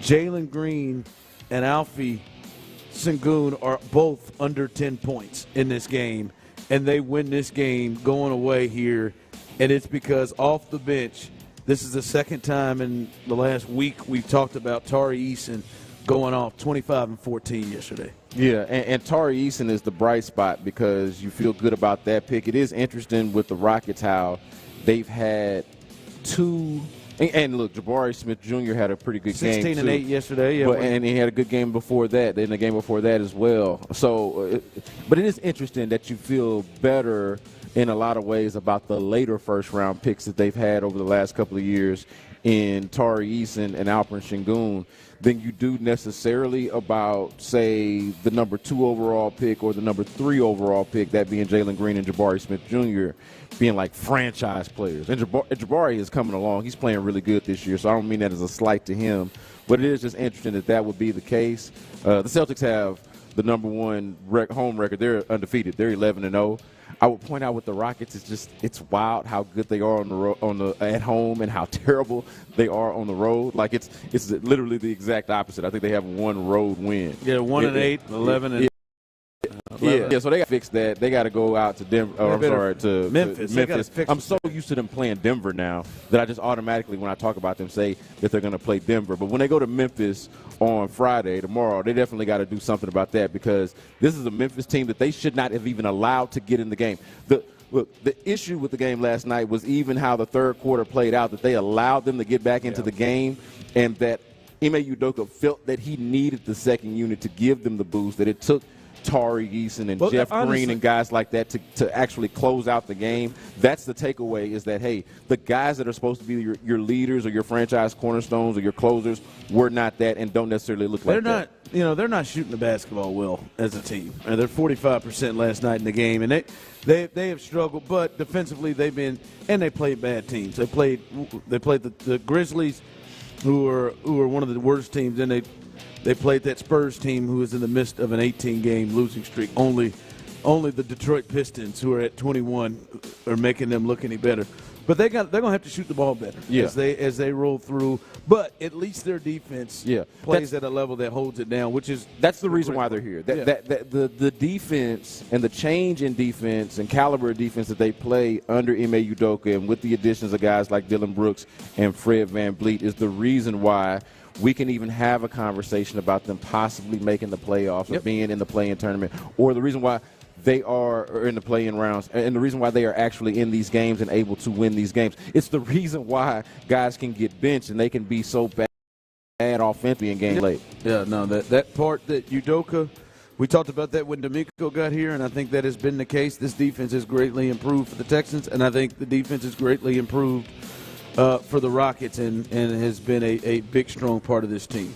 Hey, Houston fans, I am so happy. Big 3 at 3. Number 3. All right, the news finally came down. We were wondering what was going to happen with Draymond Green. The NBA suspended Draymond Green indefinitely. Hell, they didn't put a timetable on it. This reported and broken by Adrian Wojnarowski, and this is what he had to say. Draymond Green, Warriors GM Mike Dunleavy Jr., Green's agent Rich Paul of Clutch Sports are expected to meet Thursday to start discussing a path of counseling and help for Green to move forward, sources said. The league didn't want to put a specific number on this suspension, but allow Green to take the time he might need to deal with challenges he's facing. This sounds eerily similar to what they did with Ja Morant last year when Ja was having some of the off the field things, and I think it resulted to him probably missing about 8 games. That's what it resulted to. They suspended him indefinitely, and the similar deal of him kind of getting help he needs. What do you think? How many games do you think he is actually going to miss? Because to me, and I think the NBA knows this, I don't think it matters the games in terms of things that for going back here. I just think I think they know that this needs to be more seriously handled. Yeah, I have an issue with the Ja Morant comparison, though, because the things that were going on with Ja Morant were happening off the floor, and they had more to do about image and being more image conscious, whereas this is actually happening. This is an image issue, but this is happening on the floor. Like, he's jeopardizing the safety of other players, putting Rudy Gobert in a headlock, swinging on Yusuf Nurkic. He's even taking out his own teammates. Like, this is an issue. I don't know what the league is going to do. I'm not exactly sure what they should do. Like, obviously, it should be more than, what was it, the 5 games that he got the last time? Yeah. It should clearly be at least double that. Do you go beyond that? What kind of message are you sending? Is it more about sending a message, or is it about what's actually fair to Draymond? And I don't know what's going on with Draymond off the court. I think that's what they're doing with this, because they're not putting dates on it to make it to make a deal. Like, this isn't just I feel uncomfortable with the Draymond off the court stuff because I don't really have anything on that. Whereas with Ja Morant, it was at least, it's like, okay, well, why has the dude got a gun on camera? Like, that's at the very least he's silly. You know, like, there were different reasons to question at the very least Ja Morant's maturity off the court.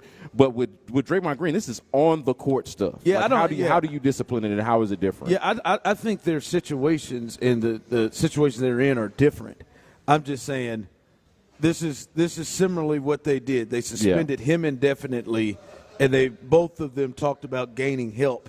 And I think when they did that in both cases, they want to make it appear to be the thought of, like, this is bigger than just games and a punishment. This is more of, we're trying to help a person, and I think that's where they're going with it. So I don't, like I said, Ja was 8 games. I feel like it'll be around 10, something like that. To him, but they're trying to make it to appear a deal of more of help than not just, hey, he needs to be punished, because he's certainly not reacting. And if he needs help, I certainly hope he gets it. All right, coming up.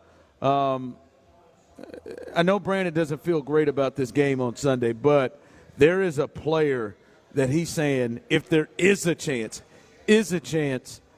needs to be there. And I mean, I'll be honest with you, I don't know how realistic this is that he's asking for. We'll discuss that coming up next. Clint Stoerner here, and I want to take a minute to tip my cap to all my fellow Coors Light.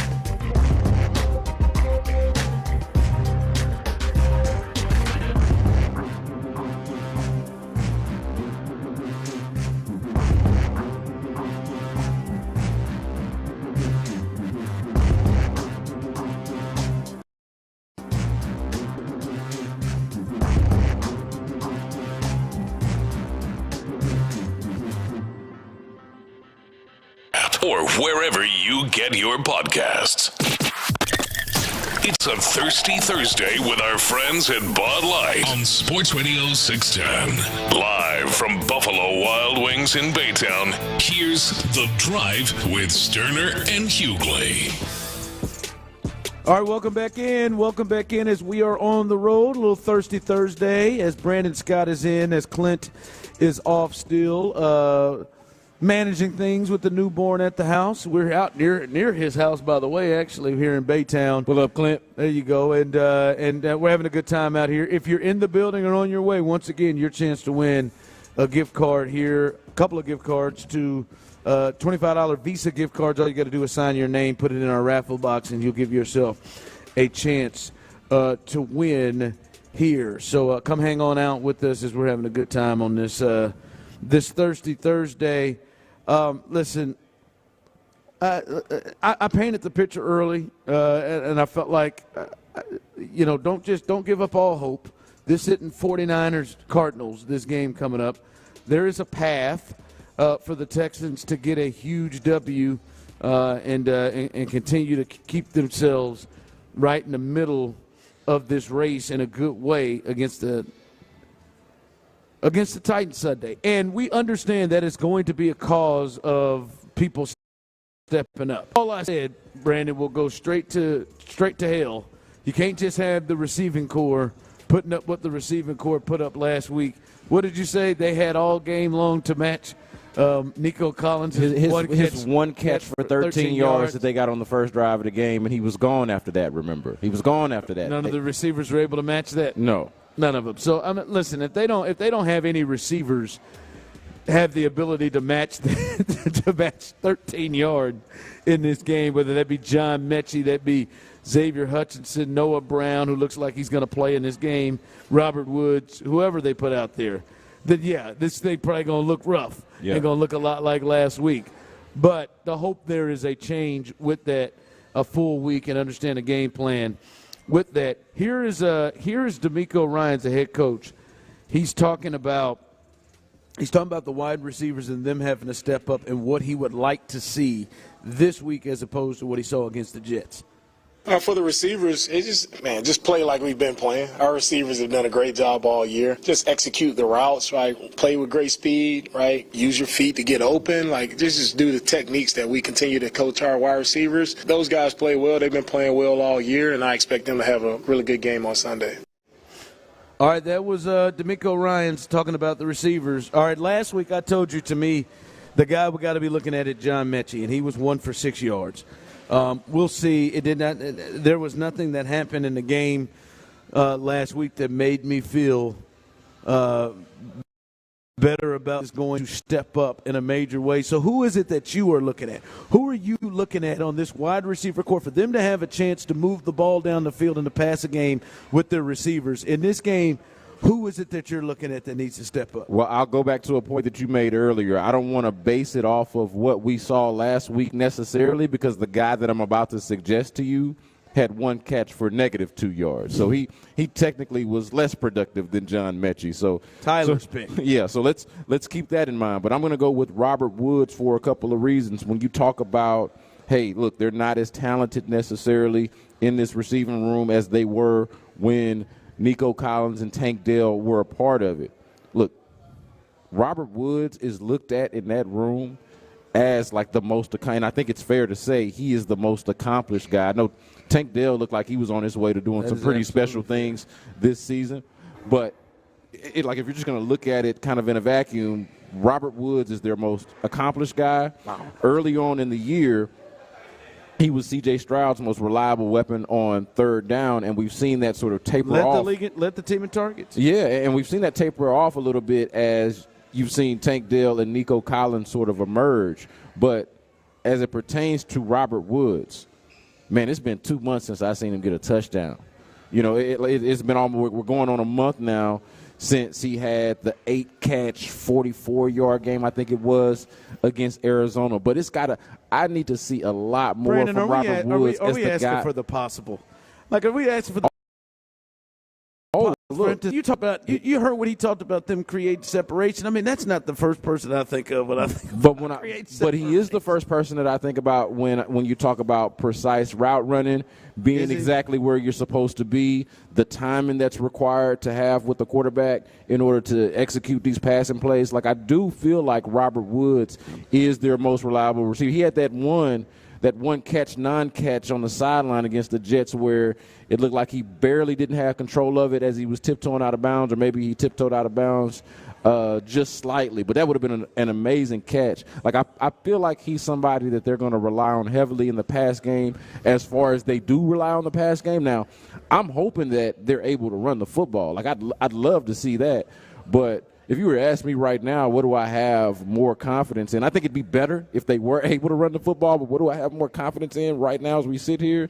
It's that Robert Woods could at least have a game similar to what he was having in the first couple of weeks of the season. I'll be honest. When they started winning, I should say. I'll be honest. Listen, this secondary, especially the corners, are not as good as what they faced last week. So that is a help to the receivers. But, man, like, it feels like I have several people that come to mind. Not several. There are a couple of people that come to mind that I feel like give you a chance to create some sort of separation or have on this team in the passing game. A couple, yeah. Who are they? Like, to me, like if you're asking me, at this point, in terms of separation, being able to get open, I feel better about Brevin. I feel better about Dalton. I probably feel better about, to be honest with you, Nico. Noah Brown to create some separation. I just don't feel real good about Robert Woods. Like, if I'm looking that's my first option. I'm seeing in route that he's gonna find a way to get himself open. And it's gotten worse as the season has gone on. He surprised me earlier this year and was able to do some things, but it's also remembering like CJ versus also Davis and I think Davis probably needs a little bit more open. So, like, if I'm Davis, there are routes. Like, I'm probably looking at my tight ends first potentially. Yeah. To see if they're able to create some separation. As someone texted in, like Hutchinson or Mechie. I don't know about Mechie. Hutchinson, there was some times where he created some things that if he could catch it. But, man, it almost to ask him to step up without those other two guys out there to help with coverage, because I feel like maybe the Titans are maybe thinking the same thing of, like, all right, let's make sure Robert Woods is not somebody. Yeah. I doubt that. That's the thing about it. I don't think that he hasn't been dynamic enough, and we can just be fair about it. He hasn't been dynamic at all, but he certainly hasn't been dynamic enough for them to, like, but if you're the game plan around stopping Robert Woods. There's no game plan to stop it. But if you're the Titans and it's obvious passing situations, that would probably be the guy that you would say, all right, let's be alert to get. But see, that's great. Then that opens it up. That could open it up for the guys that you were talking about, either the tight ends or maybe the running backs, or maybe so. That's not the worst thing in the world. But I do feel like to your point about Davis Mills. Okay, Davis Mills, who has played a lot of football but hasn't played a ton this year. Like, you remember how back when he was the starter, how much he relied on Brandon Cooks. And look, Brandon Cooks is much more skilled and talented than Robert Woods is now. But he relied on the most reliable guy, the most experienced guy. I do feel like that guy is Robert Woods in this situation. Yeah, he just didn't create separation the way that Brandon Cooks did. All right, this is something I think we need to continue and roll on this show. Tyler's turds list. All right, he gave us his overall turd list, but I believe there is a potential that there's a turd list each week. And there are a lot of candidates to be on Tyler's turd list this week. There's a lot, from gold to silver and bronze, and I cannot wait to hear. There is a lot of material for Tyler Milner and his turd list. We'll discuss that coming up next right here on The Drive. Turd Ferguson. All right, Clint Stoerner here for Lewis Floor and Ability Tree Experts. Look, if you've got big, beautiful, valuable trees on your property, you need to listen up, man. Give me your attention.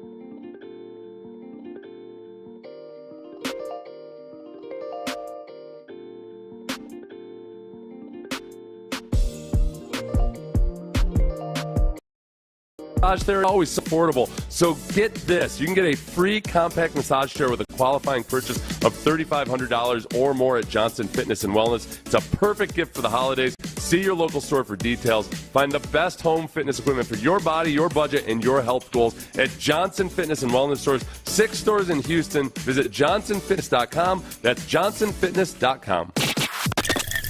It's a Thirsty Thursday with our friends at Bud Light on Sports Radio 610. Live from Buffalo Wild Wings in Baytown, here's The Drive with Stoerner and Hughley. Special guy. All right, coming up here as we are live here at Buffalo Wild Wings. You come up here, bring your family, bring your kids, have a good time up here. As the good people here at Buffalo Wild Wings will take care of you. I just see Brandon. He ordered him up some wings. He's about to get him his grub on here. They got everything you need here, from really good wings to really good burgers and everything in between as well. And then you can have some drinks, man. Lady, the bartender, she gonna put it together and set it up right. I'm seeing some big, tall beers get taken out as people are starting to enjoy themselves on this Thirsty Thursday. Come on out and enjoy yourself. And if you're in the building, got a chance to win a $25 gift card, Visa gift card. All you got to do is sign your name, put it in the raffle box, and you'll have a shot to win. All right, I do want to get to this. I think this is going to have to be a new segment, Tyler. I think you're going to have to create some sort of an open. I think you're going to have to give us some – I want some good turd music, something there. I think, right, Brandon, I think this is doable when we look at in the sports world I think Tyler can find 3 turds a week. Oh, yeah. I think Tyler, and I do think I think we can do it on Thursdays. I think Tyler can also hop in on Fridays for emergency additions to the turd list if something were to happen after he gives his turd list. But I do want to do this. I think this is the thing, Tyler's turd list. Before we get there real quick, Tyler, I just want to read this text as we were talking about who could step up. As Brandon said, he's looking at Robert Woods to step up. Someone on the text line said, Ron, you don't ever feel good about anything or anybody, ever, is what they said. Am I supposed to feel good about Robert Woods? Am I supposed to feel? Is that something? Do you feel good about Robert Woods? How the tables have turned. We started the show a couple of hours ago. We started the show with you trying to sell me on something. Now it's me trying to sell you on something, and it doesn't feel like either one of us is particularly sold. As I said, I like the potential of Brevin Jordan and Dalton Schultz. I like those potential matchups to be able to do something with. Right, I do. I should be feeling good about Robert Woods. Revenge game, baby. Create separation. Robert Woods, revenge game, the game within the game. Everybody talking about Oilers, Titans versus Texans and all that. Woods going back to his old stomping grounds. I think there are some matchups. I think there are some chances. I think there may be some things you can do with some of the guys. Xavier Hutchinson, maybe. We'll see what happens with Mechie. I really think the tight ends may potentially have a situation. I think there could be a situation in the passing game getting Devin Singletary matched up on some of these linebackers that they have and maybe making some plays out of that. But no, I'm sorry. There he is. No, I'm sorry. I personally ain't feeling the Robert Woods thing. What about the fact that the Texans guaranteed him $10 million, and at some point you have to hold leaders and players who are highly paid accountable to perform for you? Like, out of all the guys, you've seen the most production over the course of their career from Robert Woods. You have the most invested in Robert Woods. He's the guy who should step up. I've mentioned this on the air before, earlier in the week. But Robert Woods got around $1 million less guaranteed than DeAndre Hopkins got. DeAndre got way more money overall, but guaranteed dollars. The Titans guaranteed him roughly 10.9, right around $11 million. Robert Woods got $10 million. The gap between the production that the Titans are getting from DeAndre Hopkins and what the Texans are getting from Robert Woods is enormous. Now, I'm not saying that Robert Woods needs to be DeAndre Hopkins, but you need to get more than the one catch for -2 yards, that BS screen pass that they tried to throw. You need more than that. And you also need more than just – like, I want to see them involve the tight ends more. I'd love to see that. But you're going to need more than that as well. You're going to receiver to step up in the passing game. No, I hear you. Yeah, you can. Yeah, everything you said is correct. I also don't have very good confidence that he can actually come through. Like if I were to say to many people, hey, the expectations that Dameon Pierce coming into this year was supposed to be this, and you really feel like you need to have Dameon Pierce to perform in a major way when your quarterback and top receiving targets are up. But do I think Dameon Pierce is going to, based off what I've watched this year? No. I told y'all what my confidence was. I told y'all where my confidence was at. This is just what I'm telling you what they need. They need this to happen. I like you holding accountable. I just don't know if it's possible. Yeah, and how confident am I in it happening? Not super confident, but is it a key? Is it something that they absolutely need? I think so. All right, let's do it. Let's hear it. This is the first one, the inaugural Tyler's Turds list. Let's hear it. Who you got this week? We know your overall turd list, which is James Harden, Mike Fiers, and Steph Curry. But who is your? Yeah, those are some all-timers. Those are your all-timers. Who is the gold, silver, and bronze on the turd list this week for you, Tyler? Yeah, we'll hand out some medals. There's always turds floating around in the sports world, man. Okay. I think you're onto something here. And this week was no different. Start with the bronze medal. What do you think? Start at the bottom of the podium. Bronze medal for the turd power rankings this week. I got to give it to Patrick Mahomes, man. Wow. And that kind of pains me to say in a way. I've always really liked Patrick Mahomes, even though he plays for a team in the AFC. The White House kid, as we all know. I personally get a lot of pleasure out of Patrick Mahomes' voice. I think he sounds like Kermit the Frog, and that tickles me. Heavily pause. But it's this week, man. Patrick Mahomes, him and Andy Reid acted like a couple little crybabies, dude. Yeah, listen, I knew they damn near deserved to be on the list. I just have one problem with it. Uh-oh. I can't wait to hear who's getting the silver and the gold. Oh, you think it should have been higher? I got an inkling on who's going to win the gold. This feels like one of those who's the best hockey players of all time, Wayne Gretzky. We know who's at the top. Who's picking 2 and 3? I'm just surprised that Mahomes didn't make it higher, at least in that silver spot. So you got Mahomes. Yeah, I'm intrigued. Yeah, it sounds like you got Mahomes and Andy right there in that bronze level. Okay, so who is picking up the silver this week? Yeah, so a couple Chiefs there at the bottom of the podium getting the bronze. Didn't have a protractor out there. Silver. God, man. Silver. The silver medal for the Turd Power Rankings this week has got to go to Draymond Green. Oh, my God. Draymond Green. Both of those contenders for the gold. So absolutely. I mean, I thought Draymond was a gold medalist running away. He was the Wayne Gretzky that I was speaking of. So you have Draymond with the gold. I mean, silver. Obviously, or the silver, excuse me. He had himself a hell of a week. He hit a guy for playing defense. Again, and then came to the press conference and said it was bad luck. That was my favorite part. Yeah, Draymond Green, we all know this guy puts his behavior. With the gold. There's not a whole lot of weeks where he would not have earned the gold medal on the Turd Power Rankings here, but he gets the silver Tyler, this week. I got to be honest, I'm getting nervous. I feel like I may have to just end this segment right now. Who in the hell could win the gold? I feel like this is about to make me a special really week. Disappointed. It's a special week. All right, who is at the top of the podium this week in Tyler's Turds of the week? At the top of the Turd Power Rankings podium this week, some are going to love it, some are going to hate it. I got a feeling Landry Locker of In the Loop's probably going to crap all over this, but that's all right. It makes me feel like I'm doing something good. The gold medal for this week's Power Rankings goes to all of the residents of Nashville, Tennessee. It goes to all Tennessee Titans fans. It goes to Titans ownership, Amy Adams and others.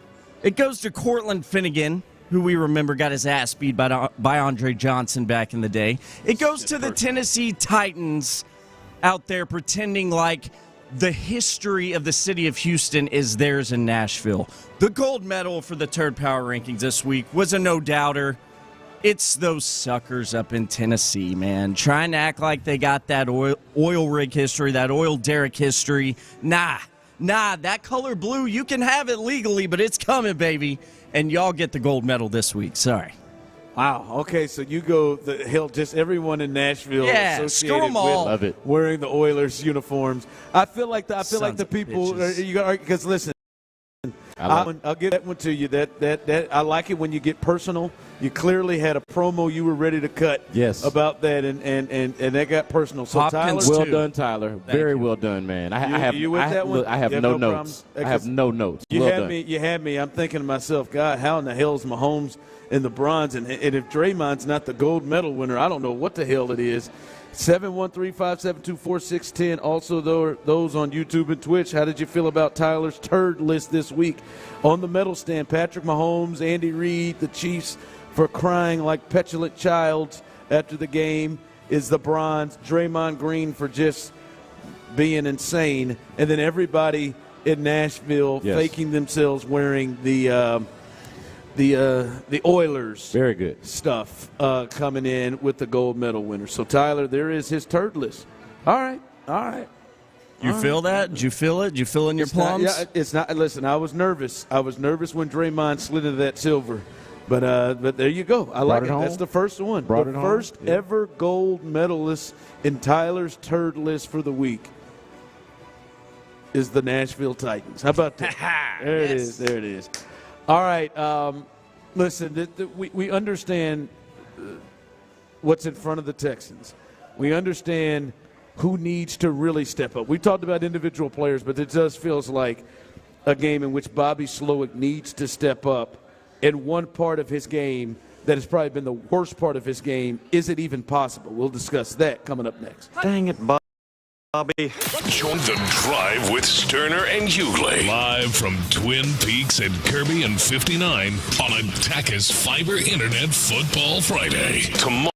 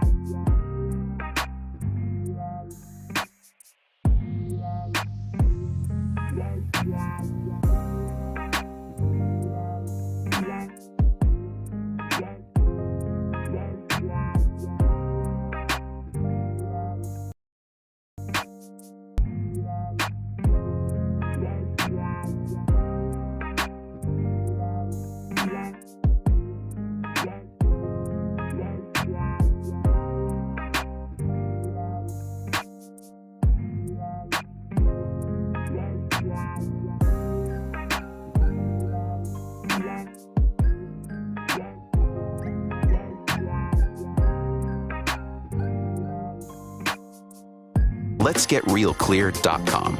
Sponsored by AbbVie. KILT FM HD2 Houston. Insider access. Exclusive content. The Texans play here. Always live on the free Odyssey app.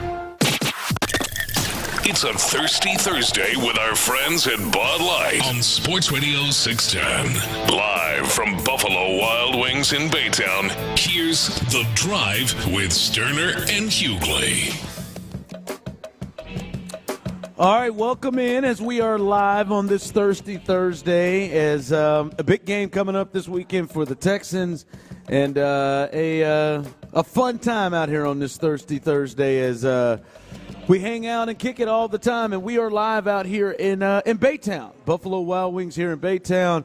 Old Clint and Tyler stomping grounds. Now, Clint ain't in here, but his people out here, you know they always going to make their way on out here to Baytown. I ain't gonna say anything by name. I might get them in trouble or something. Nah, we're not blowing up the spot. But you know his people come on out here and enjoy themselves. So hang good people here at Buffalo Wild Wings will take care of you as well as our good people at Bud Light also. And again, if you're in the building, we're going to do this coming up as soon as this break ends. If you're in the building and you want a chance to win a $25 Visa gift card, all you got to do, sign your name, put it in the raffle box, and we will draw a winner here in about 15 minutes or so. So that's the game plan, and that'll be the first one. We've got more prizes as well, so get on in here and have your chance to win here at Buffalo Wild Wings on this Thirsty Thursday as we're having a good time. Brandon Scott in for Clint as he is continuing to take care of business with his number one family and his new addition, and he will be back soon. He has not been fired, as some of you have wondered, or quit or anything. Nope. He is going to be back soon. And in his place, our guy, Brandon Scott, SportsRadio610.com. You can catch him every week with us on Wednesdays, as well as catching him on Thursdays at 11 o'clock within the Loop.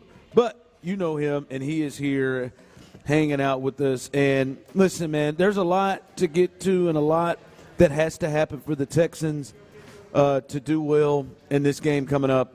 And I think offensively, Bobby Slowick, we've been talking about it a bit this week, but he is the one that you're really looking at, especially right now.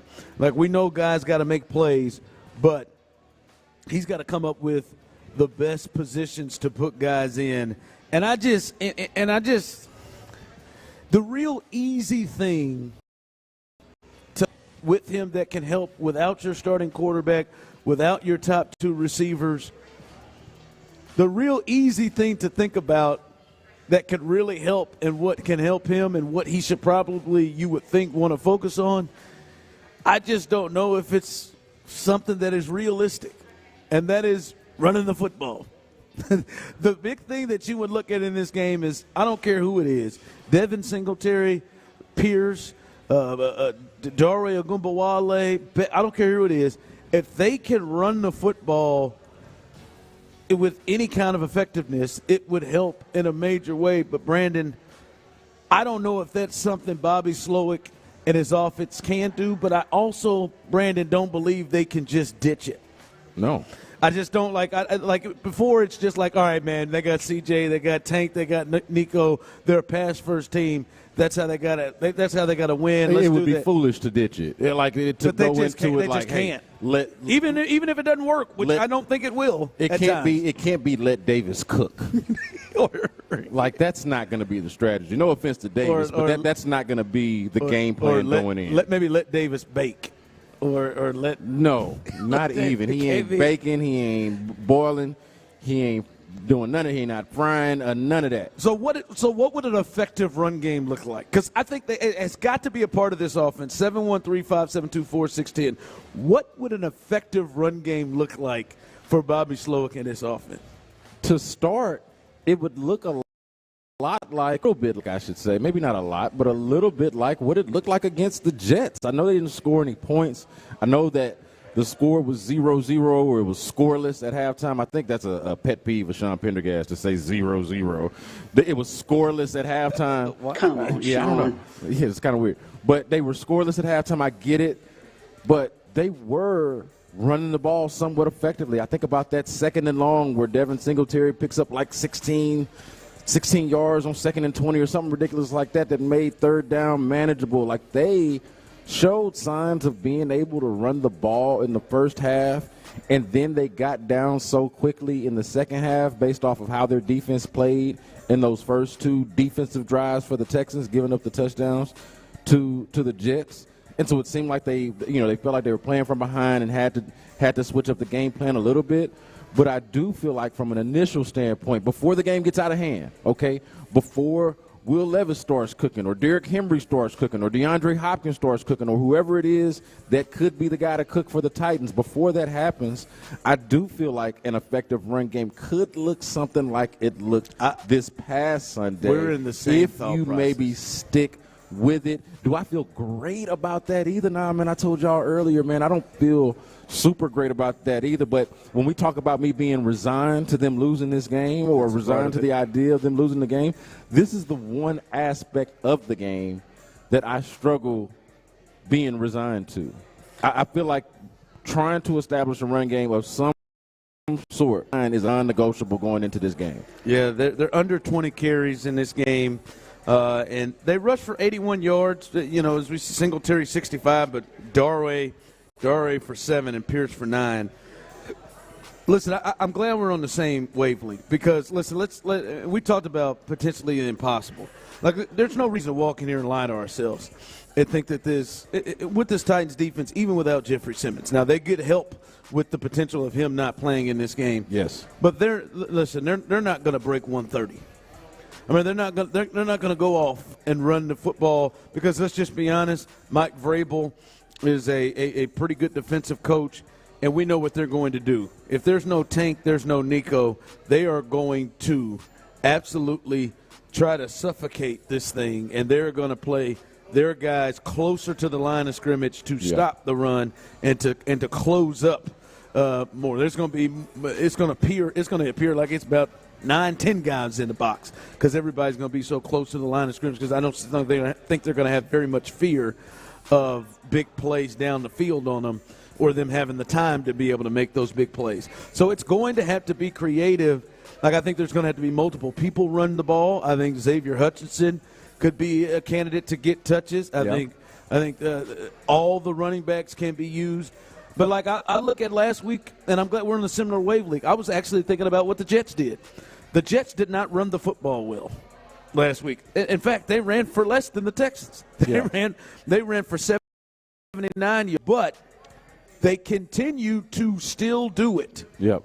And then they had a couple of runs. Breece Hall had a couple of runs in that second half that helped, but they continue to help and keep him honest. Even though Zach Wilson was really good, it wasn't just on Zach Wilson all the time. Yeah, they also had the benefit of taking the lead, and a lot of that was off of some big plays, chunk plays. But even before and they using did, Breece Hall as an extension of the run game through the pass game. But even before they did, they were still running the football. Yes. They weren't just he ain't dropped back. At one point this year, CJ dropped back 16 straight times. Like they weren't doing that to Zach. But I mean, they're well over 20 carries. They had 24, 25 carries in the game. And to me, that's what it has to be. They've got to be creative in who touches the ball. But let's just not be honest. It's not going to be a strength, right? They're not going to do that. But they've just got to at least keep the Titans in somewhat honest with a chance to be able to maybe have a little second on a play action to make a play to somebody. So that to me is what they have to do. Someone said 70 yards in a run game max. I hear you. I like the point somebody texted in. Let Davis save us. No, look, this can't be that game. That makes you, man. Now this goes back to my initial point to start the show of why I am so down on this game. Is it let Davis cook or let the 25th ranked rushing off against the 14th ranked rushing defense, which is the Texans versus the Titans? Like, the Titans have a rushing defense that is not elite, but is on the better half, on the higher end of rushing defenses. Yeah. And then the Texans are pretty close to last, like 25th. That's pretty close to last, right? So I don't love the matchup, but I also can't fathom the idea of going into this saying, hey, we're just going to put it on Davis's shoulders. I like Davis's chances of making some plays here or there and keeping you in the game, but also trying to have like an old school type of style of like ball control, win the turnover battle. I'm not very excited about the entertainment value of this game. No, it's not. But I feel like a W. Mucking it up is the way to win this game for the Texans. And I don't feel like you can really muck up a game much if you don't have some sort of run game established. Can't quit on. Oh man, we got 2 yards. Oh, well, I guess we're just not going to run it. Like, no, you got to just you got it. I think they have to keep. And you can mix it up on the downs a little bit. Like I do think you want to be careful of not being so predictable. I think early on in the season we criticized them for being really predictable on the early downs with the runs. I don't think you want to go back to that, but you do want to mix it in and stay committed to it. Absolutely, you have to. I mean, that's just like you said. You can't the let Davis cook save us. That's not a plan. It's interesting to me, man, because I don't know what your grade is. It's probably lower than mine. I would give Bobby Slowick probably a B plus thing that he's dealt with rookie quarterback, young players, injuries to the offensive line, injuries to receivers. I would give him a B plus on the season. I've been really impressed by what he has done overall this year. The one major knock to me, and I still can't get over, and I think it is fair to criticize him for this, is it's not just the run game, but it is how far Dameon Pierce has fallen.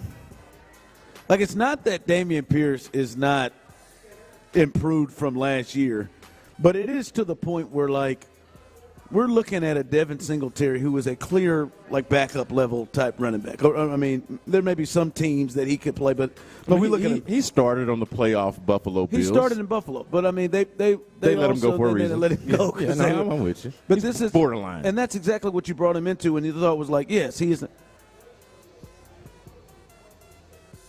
And Dameon just, I mean, it's not just it's just not like a sophomore slump. You're holding Bobby Slowick accountable for Dameon Pierce's regression? I think it's a part of it. To me, I think there is I put some criticism, not all of it. I put some criticism on how can we see a guy perform the way he did last year, and now he just doesn't work at all. Yeah. At all for the most part. Like, and they've tried to change some things, I think, but at all, it's not. You know what I'm saying? I could see maybe a step back, but this guy was the 8th leading rusher before he got injured last year. Yeah. Now, he is well deserving of a 4-carry game like he had last week in a game that you need backs. And he is a guy that we haven't even brought up as somebody. And I heard In the Loop saying this too. They haven't even brought up as somebody like, I think people are, as you said, the word you used, resigned to the fact that he's not going to do anything. Yeah. And I do look at, I think Bobby Slowick deserves some criticism. I'm not saying it's all him. I think he does do some things. And I did see a stat earlier this week, so I do think some of this is on Bobby. I think it is. I think, what does he lead the league of contact behind the line of scrimmage? Yep. Which means like, one, yes, we know the offensive line struggles at times, but also I think it has to mean that there is a bit of a deal where, hey, when he walks in the game, hey, it's a run. And we are preparing ourselves to run for the run. And we up in the front 7 or as soon as 31 comes in the game, it ain't no pass, and we are penetrating immediately. Because there are times I watch it. Like I said, I think Dameon has to do with this, and Singletary is clearly right now, he's shown it enough time, enough sample size to be the better back in this offense. But there are sometimes I sit there and look like, man, they just don't block for him the same way they block for him. And I don't know if that is the case. I don't think that is the case, excuse me. I think teams, when they see him come in, the penetration is just completely different than when Devin Singletary is in the game. Yeah, and whatever the plan is for when Dameon Pierce is in the game and when they are running Dameon Pierce, whether it's Pierce's fault or whether it's Bobby Slowick's fault, it's clearly just flat out not working. It's not working. It's not working. And whatever I'm it is. I'm shocked that it's not working to this point. I would agree with you on that. Like, I didn't think you and I had different opinions on what Dameon Pierce ultimately is, but we both thought he was more than this. He was more than what we've seen this season. There was no point that this year you would think him or Darway or Goombawale. Yeah, no, I Maybe didn't. you need to go with Darway. Did not feel like that's those a were fair thought right now. Well, it's not just a fair thought. Like, sometimes you look out there and those guys are interchangeable. Like, I looked up all of a sudden at various points in the season, and you've seen Mike Boone. I know Dameon missed some time, but you look up and you see Mike Boone and you see Daria Goombawale, and you're like, man, they couldn't get Rex off the field at what point last year, and now we were begging for guys like that to be on the field, and now your second back is supposed to be Dameon Pierce, and you're still playing Daria or somebody else like that.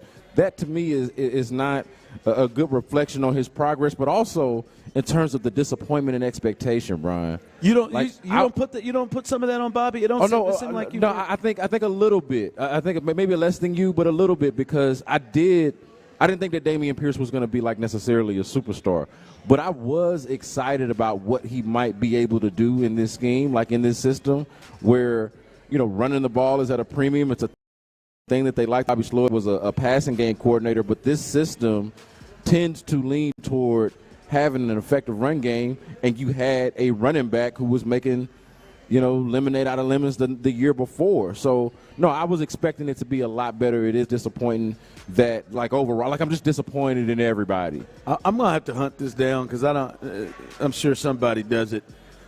Many people out there do it. It's not my bag. I am intrigued the tendency for the Texans of how often they run the ball when he's in it, when he's in the game.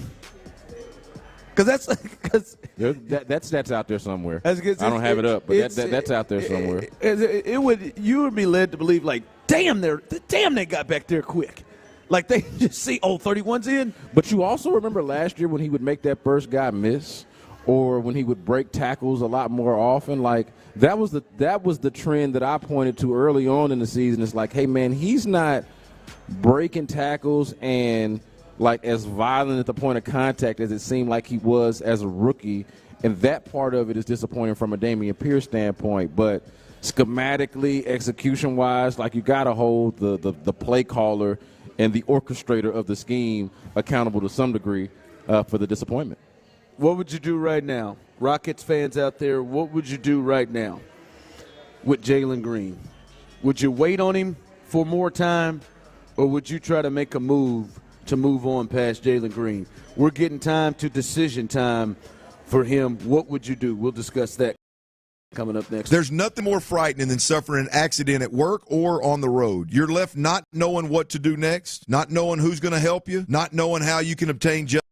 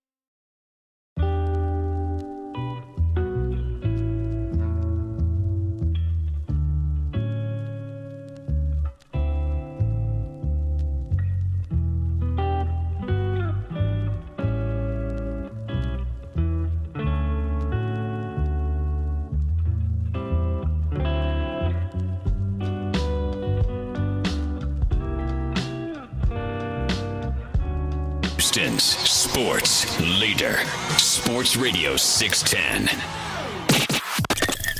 It's a Thirsty Thursday with our friends at Bud Light on Sports Radio 610. Live from Buffalo Wild Wings in Baytown, here's The Drive with Stoerner and Hughley.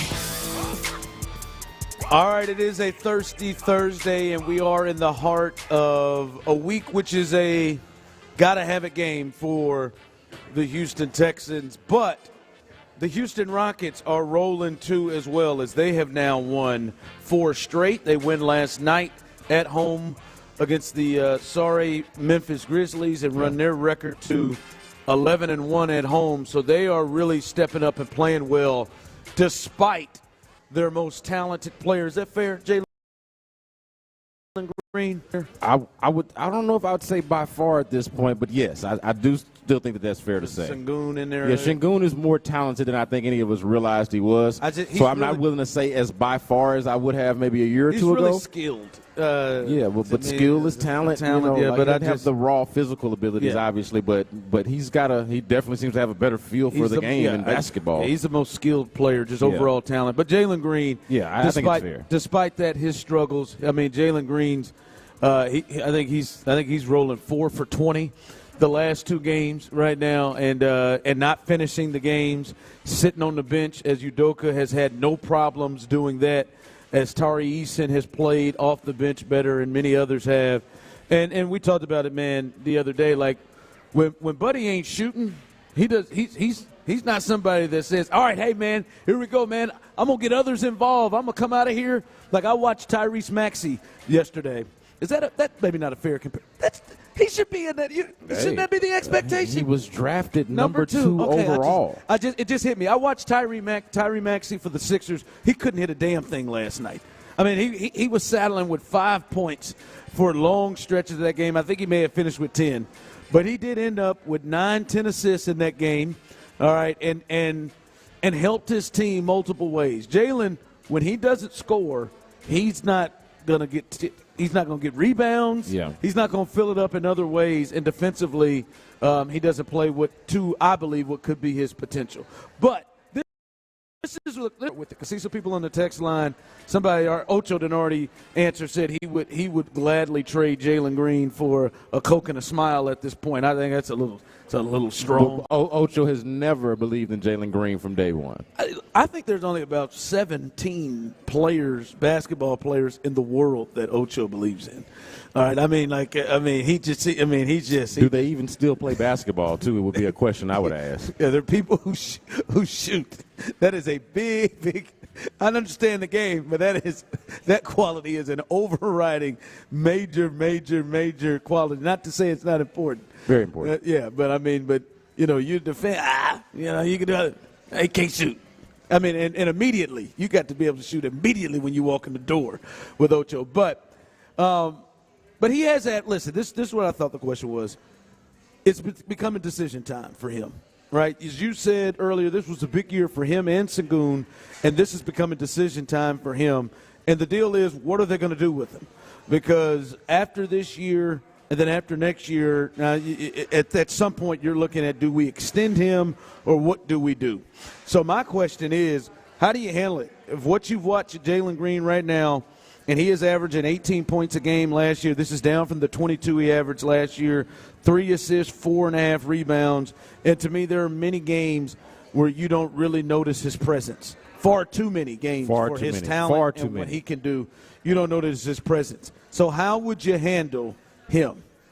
Is this somebody that you would move on from, or is this somebody that you still would wait out with the intentions of potentially giving him a max deal? He's somebody that I would wait out, but definitely not be. Well, how much longer are you waiting? That's my thing. You've got another year to look at him, and to me, I'm looking at him outside of the context of a max deal. So, like earlier when we talked about this, you mentioned trading him. Look, that's not off the table. I'd definitely be listening to offers as opposed to shopping them. But a year from now, that's the whole idea of exercising the 4th-year option. You give yourself that extra time. I'm just talking about right now, to the heart of your question. Speaking of how you feel about the guy right now, you cannot feel like you're looking at a max player in Jalen Green. And that's what year 3 was supposed to be about, speaking to the timeline, speaking to the urgency.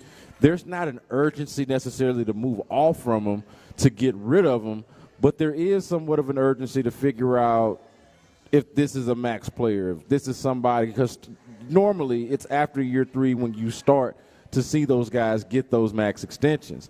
So, LaMelo Ball is a perfect example of that.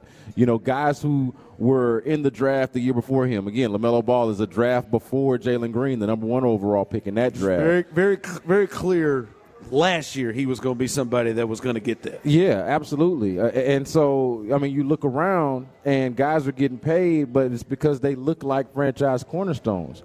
Jalen Green looks like a piece, and I've talked about this too, of part of the appointment being just re-characterizing how you view him, just recasting him, so to speak. Like, okay, maybe this guy is not the franchise player. Maybe he's not the number 1 on a playoff team, on a contender.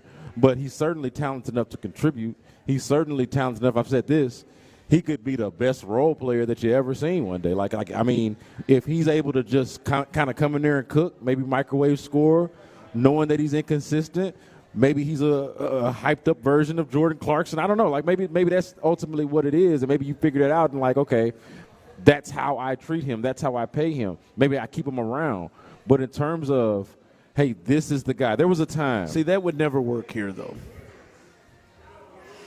That would never work here because where he was drafted. But if that's his fate, if that's his fate as a player, if it becomes so obvious that he's not the max contract guy, that he's not the perennial all-star, all-NBA guy that he was probably trying to be, if he's not somebody that's going to lead the league in scoring because he doesn't score consistently enough, right? If he's not going to be any of those things, that's going to be his lot in life wherever he goes.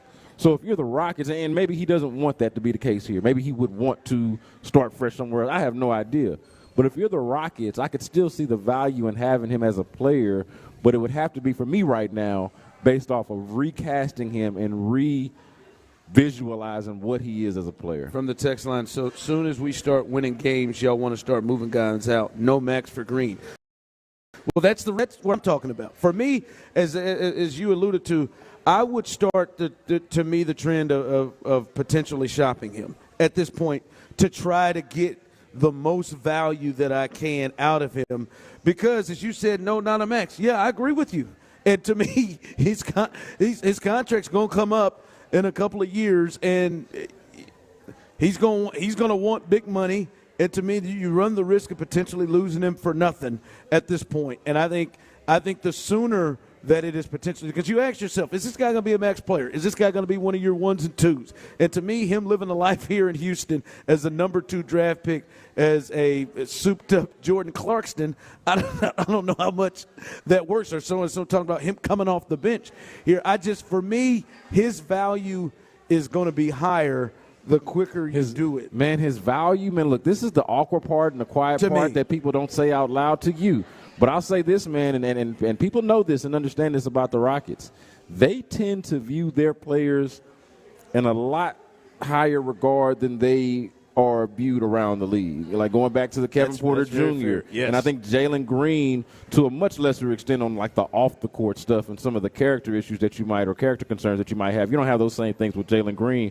But in terms of how they view him as a basketball player and how I think he is viewed across the league as a basketball player, I'm not sure about what his value actually is or that it's all that great. Obviously, he's a number 2 overall pick and is incredibly talented. But, man, everybody watching the same thing. It is right here in plain sight. The blind eyes can see. This guy does not feel like a franchise player, and I'd be shocked. I'd be curious of what you could actually even get for him at this point. Yeah. All right, I want to try to sell Brandon and others like Brandon, because Brandon started off the show by saying he is resigned to the fact that the Texans are going to go to Nashville and lose.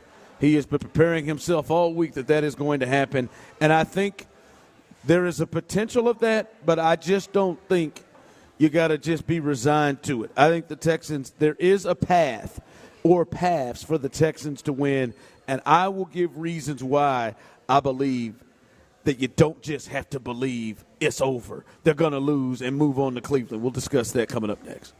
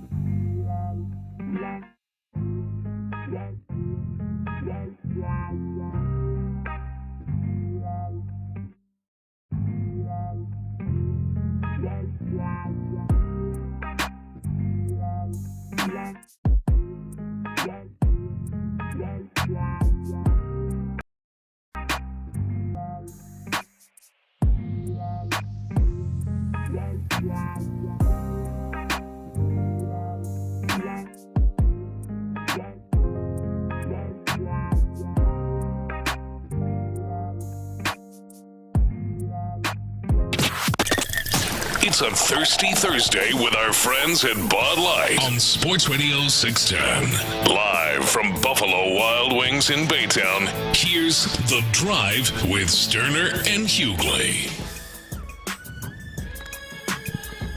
All right, welcome back in, and congratulations to our first winner, Sergio, who won a $25 Visa gift card.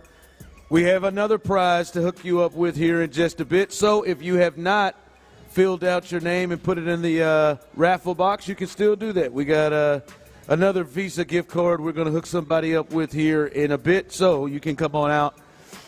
If you're in the building, see some people who just fell in here, you can go ahead and sign. You can go ahead and sign your name and put it there and win a Visa gift card coming up here in a little bit. So as we're live here in Baytown, Buffalo Wild Wings, a little Thirsty Thursday. Come on out and enjoy yourself with us. Brandon Scotty and his Clint is we're in Clint's stomping grounds. As I said, Clint's boys is out here, but he is taking care of the fam. Pull up, Clint. As they just man, do what's best for you, baby. As they just gave birth, had their second child, and he's taking care of the home right now. Be back with us soon, but. Listen, I want you to explain to the people where you are, Brandon, in this with this game coming up, because we've talked about it a little bit on the air and off the air, and you have. It seems like you have gone ahead and put this loss in the L column already up to this point. I'm just trying to find a matchup advantage. You know, when you break down a game, when you look forward to a football game, you look at the head-to-head. Okay, this offense versus this defense. Okay, this defense versus this offense. And when I look at it, I just don't feel like I can find a matchup advantage as desperately as I would like to. As much as I would like to find it, I don't see it. I don't see it in the Texans' run game because for performance reasons and because they don't commit to it even when it is going really good. We couldn't run the ball. I don't see it in the passing game because obviously you've got your backup quarterback out there, but you've got your backup quarterback out there without your top two weapons. Your top tight end is coming back from an injury, but he is coming back from an injury. You know, like I don't know. Dalton Schultz looks fine out in practice, but how effective is he going to be necessarily in this game? I can't really promise you that. I'm not really sure. And so I'm here on this show trying to sell you guys on Robert Woods having a reemergence of sorts. Like that's where we are now with the passing game. So how am I supposed to feel great about that? So offensively, don't feel good about them running the ball. Don't feel great about them stretching the ball downfield or their short and quick game. Seen it a lot with C.J. Stroud. Would like to see if we're going to see some of it with Davis Mills, if that's going to be part of the game plan, knowing that they need more of that. And then defensively, the best thing that you can say about the Texans, especially defensively, is that they bring a level of physicality. They have a presence on defense that I do think is required when you go up against a Tennessee Titans team. But also, they're leaky in coverage. Their communication is bad. Their execution overall is bad. And they just have not been a very good pass defense overall. I think that Derek Stingley getting 4 interceptions over the course of 3 games really masks how weak they are in coverage, how bad they are in coverage overall, and how bad they've been. I think it's more so been on the linebackers and communication than anything, than necessarily an ability or inability issue on the part of the Texans secondary. But up and down, when I look at matchups in this game, I have a tough time finding the one that is favorable to the Texans. I'd like to. Well, and if y'all can sell me on it, please do it. I want to feel better about the game. I'm going to watch the game, not just for work, but for pleasure and leisure as well. Let me get this But I want to feel better about it. Let me get this then from you. And the people as well, Tyler. I want to hear you too. On a scale of 1 to 10, 10 being you feel 100% confident that they're going to walk in Nashville to win this game. 1 to 10, where are you at in them winning this game? 1 to 10, I'm going to go 4. Yeah. Where are you? Yeah, that's reasonable. I'm probably closer to 3. You sound like you're at 4.4. I'll give like you're 4. At a 2. But look, since I'm H-Town, since I'm with it, I can get to 4. If you can convince me, I'll get to 5 or 6. Where are you at right now? You're at I mean, be honest. Based off of the argument that I just made, how there are no matchup advantages for the Texans, I'm probably closer to a 3. We don't like that. So you're at a 3. Tyler's you said a 4.5. Tyler's always. So listen, I'm at a 5. I'm at a 5 with their chances to win this game. And I was going to say that before y'all gave y'all numbers anyway. I'm at a 5. And listen, I wouldn't say that it's that I feel like they have the best chance of the two teams to win the game.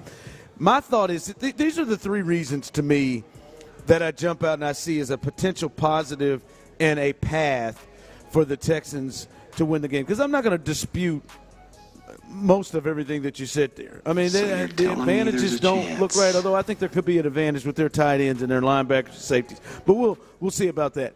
But for me, I think there's 2 things. I think a lot of it is based off of what the Titans did last week for many people, and then how bad, how god-awful the Texans looked in New York against the Jets. They gave up 30 second-half points to Zach Wilson and the Jets.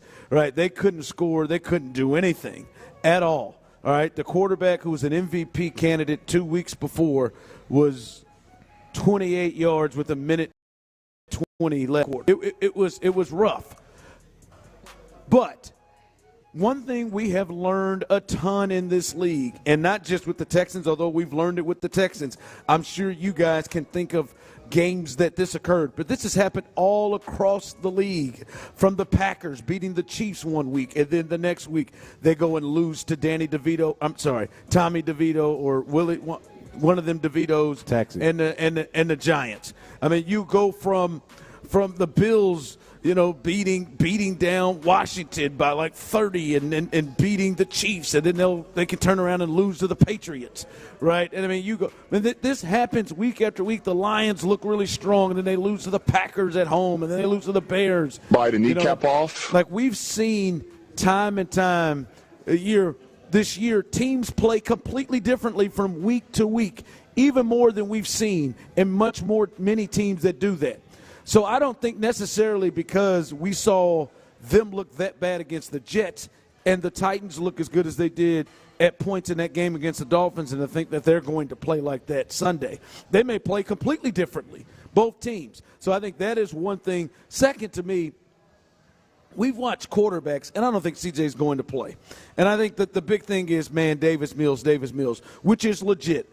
But we've just watched a ton of quarterbacks this year get wins that are in the same range of quarterback as Davis Mills. I mean, Bailey Zappi just went to Pittsburgh and beat the Steelers. Now, he was playing against Mitch Trubisky, but beat the Steelers and beat that defense that has won games themselves. Yeah. The Browns. The Steelers are frauds, though. Let's be honest. The Steelers are frauds. Sure, but negative winning record, negative point differential. Those guys are frauds. We call them frauds. They're right there in the playoff race. Fraudulently. There could be frauds. Yeah, they're right there in the playoff race.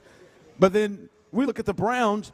They've had 4 quarterbacks win different games, including P.J. Walker beating the Niners, But they're actually good at something. They have a thing. Like what? And I asked you this earlier. What's the thing they're good at? Defense. The Browns. The Browns have a good defense. We're at least talking about offense. The Texans don't have a thing. They run even without Nick Chubb, they've been able to run the ball effectively. The Texans? They're okay. I think when you say the thing, I think the Texans are well coached, and I think they play extremely hard. I agree with that. I think most times they're well coached and play hard. And when you're playing, which to my third point, I want to get these other quarterbacks out. Tyler Badgett of the Bears went in there and got him a W. Aiden O'Connell's won. What's my man? In Minnesota, Josh Dobbs, he's won twice. He beat the Cowboys in Arizona, and he's won with the Vikings. Yeah, he did. He beat the Cowboys. All right, Jake Browning, Gardner Minshew. We've seen quarterbacks. Zach Wilson did the Texans in last. We've seen quarterbacks that are in his range get wins. And to the other part, and when you keep saying the thing that they do, that's fine. I said what I think it is. But the other part is the Titans aren't a good football team. They're not having to Ravens. They're not having to roll up against the Dolphins. They're not having to roll up against the Cowboys. They're not having to roll up against. They're not a good football team. All right? They're terrible on special teams. They lost to the Colts 2 weeks ago specifically because they couldn't stop them from blocking punts in the game. They tried like hell to lose the game. As you said, they threw an interception to a fat guy, which I think was just rude of you. Accurate also. He is an athletic big man. I just don't like you calling 9'2" fat. And then they show me the lie. They fumble a punt for no reason that they did all themselves. A bad turn. Like they're not a good football team. So I do think those three things, the Titans not being a great football team, we've seen quarterbacks as good, less than Davis Mills get wins in the NFL this year. And I just think it is hard to think that to just believe because they played the way they did against the Jets that they're going to turn around and play that badly and that the Titans are going to have the same play that they did against the Dolphins. So, for me, I think there is a path. What's going to give? I said a 5. I need to know what's going to give. What's going to change? I mean, are the Jets a good football team? Are the Carolina Panthers a good football team? Are the Atlanta Falcons a good football team? Like, what is going to change from Sunday and what we saw in New Jersey to what we expect to see in Nashville? What is going to change for this team that, like, in the positive direction? The only changes that I'm seeing, Ron, the only I'm seeing are negative. Like, the only positive is Dalton Schultz reemerging. But no C.J. Stroud. Nico Collins not looking like he's going to play. No Will Anderson. No Blake Cashman, your best coverage linebacker, in a linebacking core that does not cover very well. On a team overall that does not cover very well outside of Derek Stingley's little run over these past few games, over the past few games before this last one. Like, what is the positive change that I'm supposed to feel like is going to move the pendulum in the favor of the Texans? And what I would say is this is a team that we've seen multiple times, and I get the injury part of it, which is a huge deal, makes this much more difficult. But this is a team that we've overall just seen can just play a completely different game. They missed a ton of assignments. They missed a bunch of just open receivers, just not playing their keys defensively, a lot of mishaps up front. We've seen from game to game, like the Pittsburgh game, where they have played poorly and then played much, much better. So I think that is a big key. Your point taken, and we'll get to that right now as we come up here on the other side, the injury report, which is officially out. This does not help the cause, but I wouldn't say I think that the Texans are going to win. I just wouldn't say that, hey, man, they don't got a chance, man. Just might as well move on and get ready for the Browns. I don't think that. I think there is a chance and a path for them to win. We'll discuss the injury report coming up next, and crazy, crazy stuff happening in the NBA.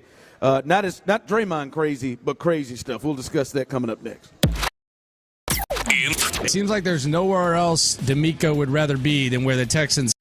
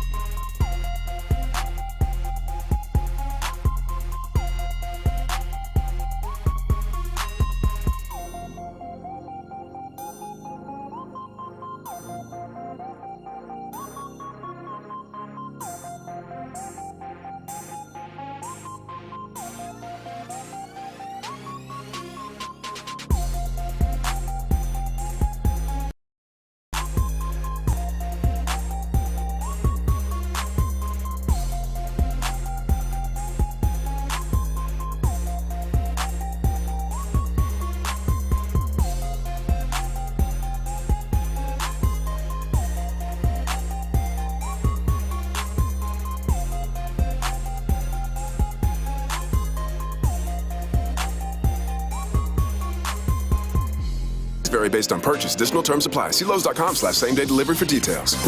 KILT FM HD2 Houston.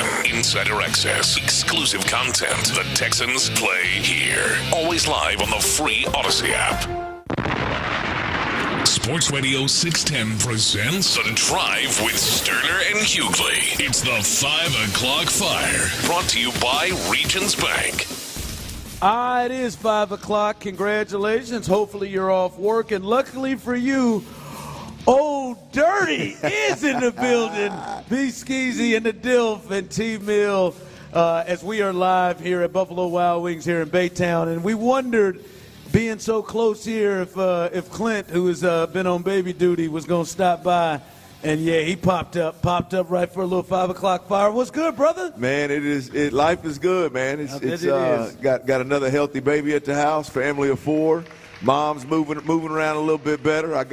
We're coming up on 2 weeks tomorrow, so I got 4 weeks to go for that old 6-week mark hits. You know what I mean? Yeah, but So, hey, you already got your countdown? Yeah, I got the countdown. Hey, this is the most. Probably the most that it's probably gotten in forever. Yeah, I got a reminder set. I had old Google set a reminder, but yeah, man, all is well, man. The baby's healthy, man. She was 8 pounds 15 ounces, almost 9 pounds. And Lauren had to put in that work. Lauren had to put in that work. She had to put in a little more work this time. That sound like your baby. Yeah. That sound like your baby. That sound like your baby. So Clint's back in the building, man. He'll be back with us on Monday. You can hear him on post game with Sean Pendergast coming up on Sunday, which I want to say hopefully will be a win, but that is becoming even more daunting as the days continue. And here's the official injury report, and we always talk about how important Thursday is. And this is these are the players who didn't practice today and the last 2 days. Will Anderson, high ankle sprain, reported he is in a walking boot, did not practice yesterday or today. That doesn't paint a good picture or a feeling. When you think about a high ankle sprain for a player that does what he does, to be able to have to push off his foot repeatedly every single play, that doesn't look good. Blake Cashman, hamstring, we knew he was going to be out. He may be out a couple of weeks. So those are arguably 2 of your best defensive players through the season. Nico Collins, calf. Did not practice today. This is the same type of injury he missed a game with earlier. He may not play. George Fant, he didn't practice the last 2 days, but with him, he did that last week as well and ended up playing with the hip. C.J. Stroud, the concussion, he remains in concussion protocol. We've talked about it all week, Clint. We don't see how him, the Texans, the league, after the Tua situation and everything, that he plays. Tavier Thomas, he's going to be out for a couple of games. He did not practice. Noah Brown, Malik Collins, Shaq Mason, good to see him back on the practice field. Henry To'oTo'o, they were limited. And then Fairbairn, Dalton Schultz, full participant, as well as Laramie Tunsil. The big ones there, Clint and Brandon. Will Anderson looks like he's probably not going to play in this game. Nico Collins, as we already lost Tank Dell, looks like he probably won't play in this game. And then C.J. Stroud.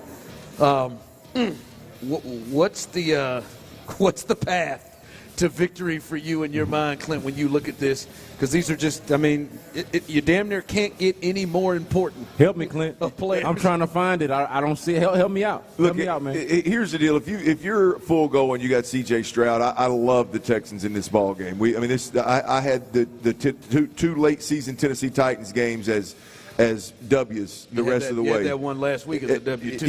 Yeah. Now, I was concerned about that defense, just like I'm concerned about Cleveland's defense. But, yes, to your point, I didn't see that one coming. But not 30 points shellacking like that. But anyway, so the injuries obviously, in my opinion, make this a little bit more of a level playing field. Maybe even the Texans having to look up at DeAndre Hopkins and Derrick Henry and some of those guys. And so it's going to be a much tougher, much more difficult game, obviously. But look, I'm leaning heavily into. I just believe that this is an unbelievably well-coached football team.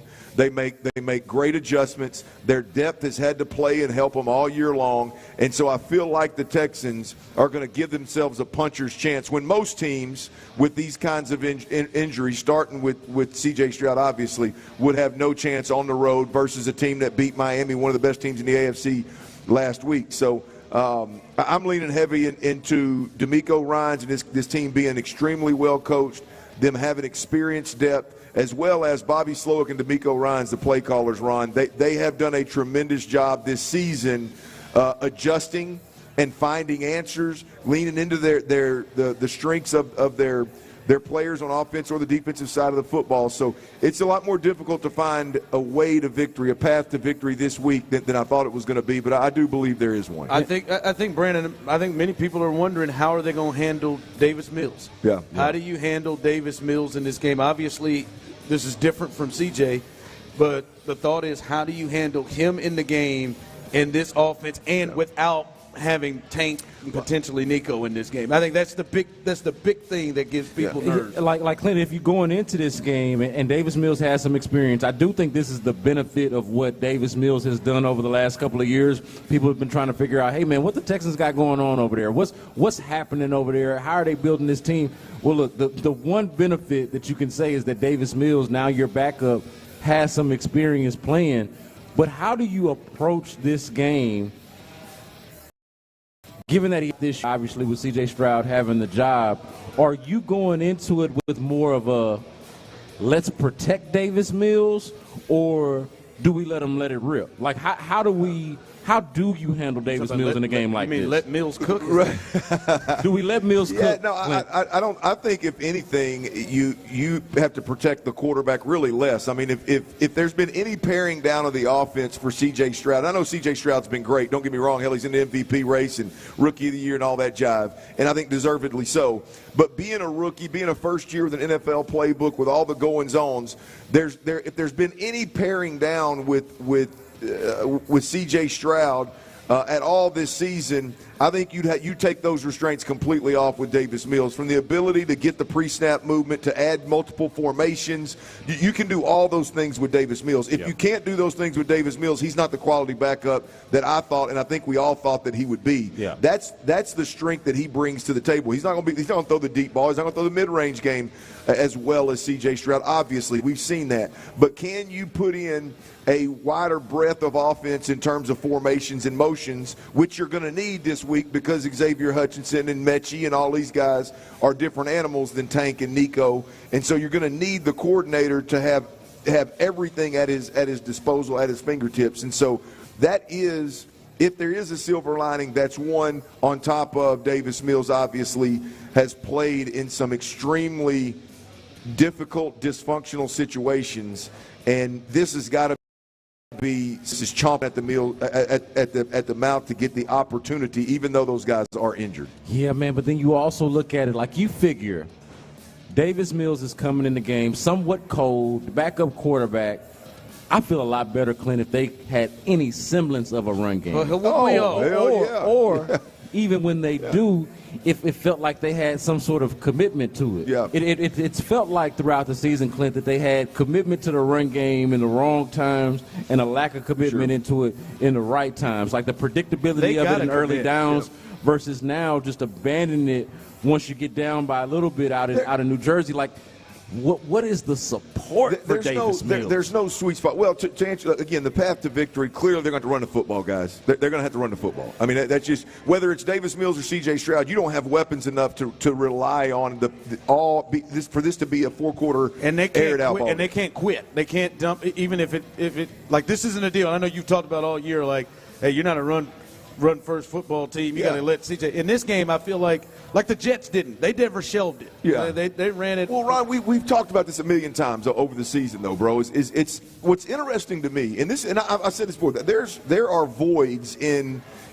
Bobby Slowick's games. Yeah, there's holes in his game. Look, he's a young offensive coordinator, and in my opinion, one of the biggest ones is whether you're talking about, like I heard you guys talking about Dameon Pierce a little bit earlier, right? Yep. And like this whole Dameon Pierce don't fit a system, that don't fly with me. Because if that is the case, and Bobby's getting paid way too much money, they got to figure that out to make Dameon Pierce work. He's falling completely off the page. Right. Which again, I'm not on the Dameon Pierce train. I'm just simply telling you, like that guy was on pace to go for 1,100 yards last year, man. And now we're talking about he's not a scheme fit. That's silly. Like he's got to be a big time contributor. I don't mean just the run game has to be a big time big time contributor here for them to get this thing rolling. Yeah. We'll see what happens. It's not helping. Hopefully, some of these guys can get back. Maybe if they could get a Nico back, I wouldn't bet on it. If they could get some of these guys, that would help him moving forward. But that's the injury report here, and it's starting to look a little bit more clear on who's going to be in or out in this game. Well, I know we're trying to buzz through this, Ron, but look, real quick, another thing with the run game, to your point earlier, is like it's always been heavy personnel's trying to establish the run early, and then we vacate it, or we have a little success running it, and then we vacate it. Like the spread them out, Ron. We've talked about spread them out and commit to the run with a little bit scat back there and do some different things. We've yet to see them do that and then continue it for 4 quarters. For whatever reason, we've bounced on the run game, and I get it. I've been okay with it, but nonetheless, I think that's something that you could see change this week for the better. Yeah, in this situation, it feels like that's something that they need to consider. Yeah. 5 o'clock fire. All right, tonight a little Thursday night football, and I mean this is when you first looked at it this year, like, oh, this might be a good matchup. Chargers at the Raiders look like two pretty good, talented teams. Now we got no Justin Herbert, no Keenan Allen, no Joey Bosa. We'll see what the Raiders have. They've already fired their coach of the year. God. This doesn't look like. Did Al Michaels quit on the game too? he made through the middle of it. I mean, I know Kirk's got somewhere else he could be. What we got? We got Stick versus McConnell. Is that what it is? Yeah. Oh, he's Stick in primetime football versus Aiden McConnell, right? Riveting. That's what it is. No, but what this looks to me about is, all right, both teams are clearly, to me, going to be finding new head coaches. And I think Brandon Staley is done as a dead man walking, despite him saying we were looking at the best interests of Justin Herbert. Your ass ain't going to be there next year, Brandon. He's speaking French. Let's see. We've been hearing this move of Bill Belichick potentially going out to L.A. I understand I have a new coach. I don't love that for Justin Herbert and Bill Belichick. There's probably Josh McDaniel coming along with them. I don't know that I love that. Like that is a team that is so disappointing that you watch every week. The Chargers, they have a chance to hit this one out of the park and become instantly one of the top teams in the AFC, especially if we look at this AFC. Yep. One of the top teams in the AFC, and it's almost ridiculous that they aren't even there.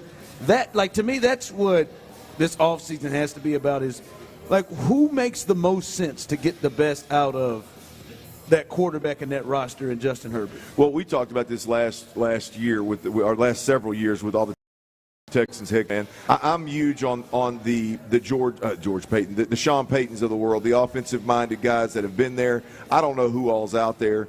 Boy, it would sure be it'd be either a shock to Belichick or a shock to Justin Herbert if you married those two guys in San Diego. I mean, wow, you talk about two different ends of the spectrum, but.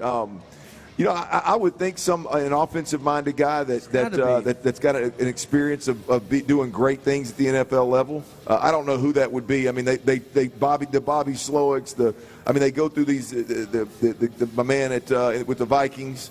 O'Connell. They go through these guys left and right out of these systems that I didn't think were ready to be a head coach, and they go in there and they do a decent job. So.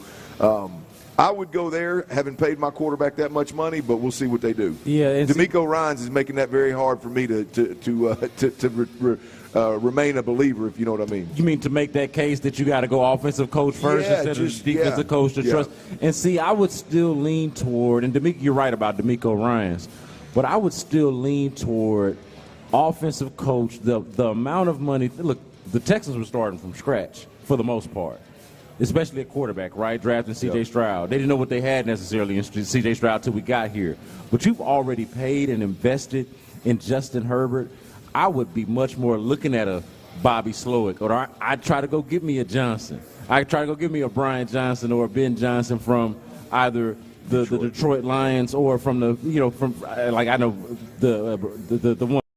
one from the Eagles is just now getting at it, but I would look at a young, up-and-coming offensive mind more so than let's just run it back with Bill or try to, rekindle whatever Bill Belichick had Josh in New McDaniel England. Has, yeah.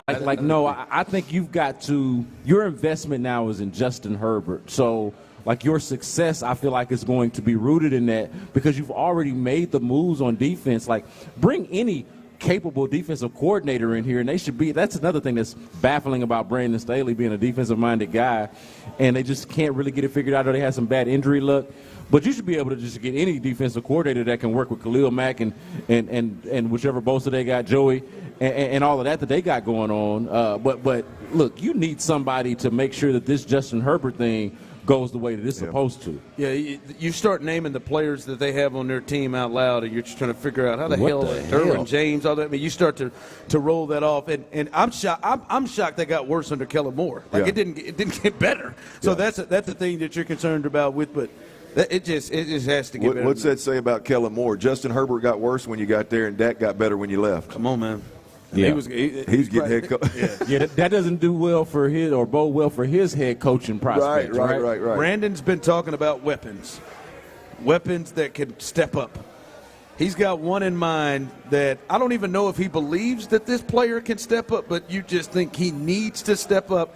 And I just think we potentially are barking up trees that are just impossible. We'll discuss that coming up next right here as the drive is live and complete as Clint Stoerner is in the building. We'll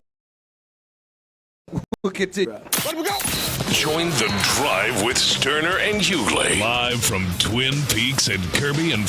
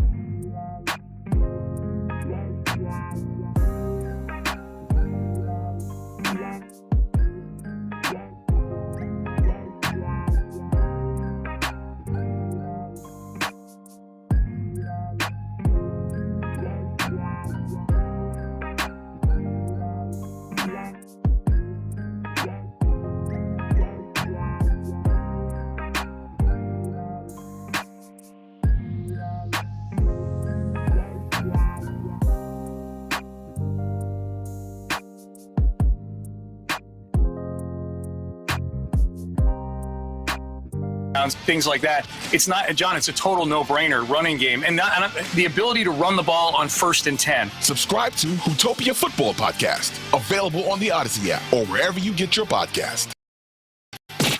It's a Thirsty Thursday with our friends at Bud Light on Sports Radio 610. Live from Buffalo Wild Wings in Baytown, here's The Drive with Stoerner and Hughley.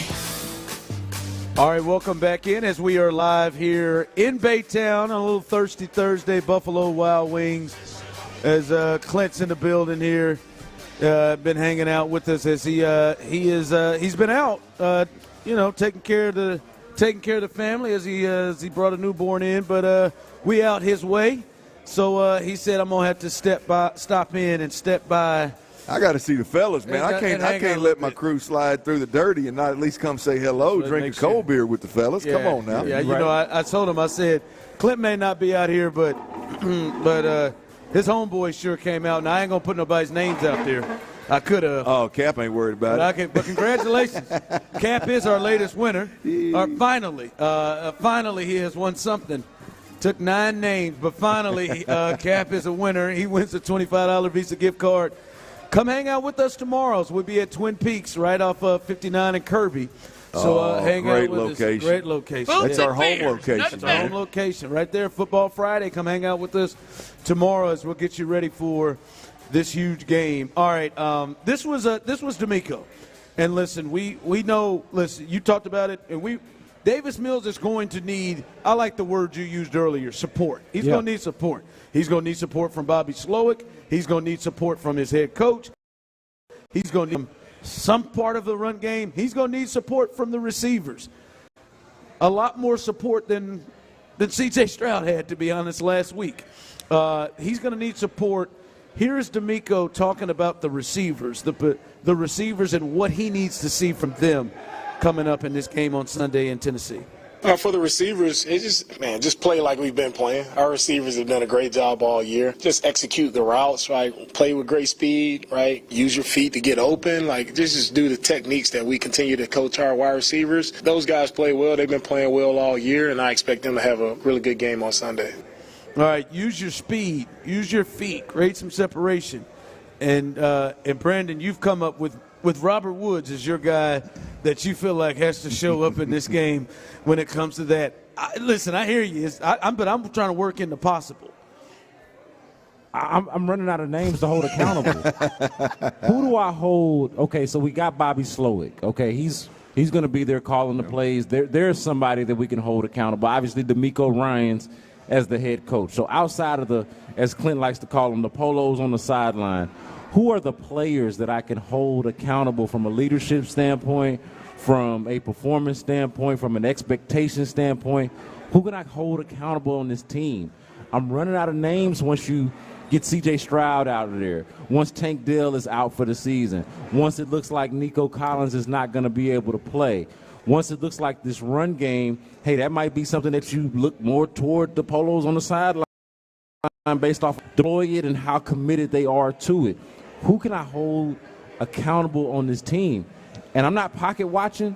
Look, good for Robert Woods for getting the contract. I feel like and you're everything. about to tell us how you pocket watch. I'm not pocket. I'm happy for the dude. Look, I'm happy for everyone that can achieve wealth in any kind of way. Get to it. I am here for it. I get to it. But Robert Woods has been guaranteed $10 million over the next couple of years by this football team. How much is Hopkins? We are running out of people to hold accountable. That's just $1 million less than what the Tennessee Titans guaranteed DeAndre Hopkins in their deal with him. Now, the length of it or the totality of it, DeAndre Hopkins can make up to $26 million, and I don't think Robert Woods is anywhere more than 15. But the guaranteed money is pretty close to the same.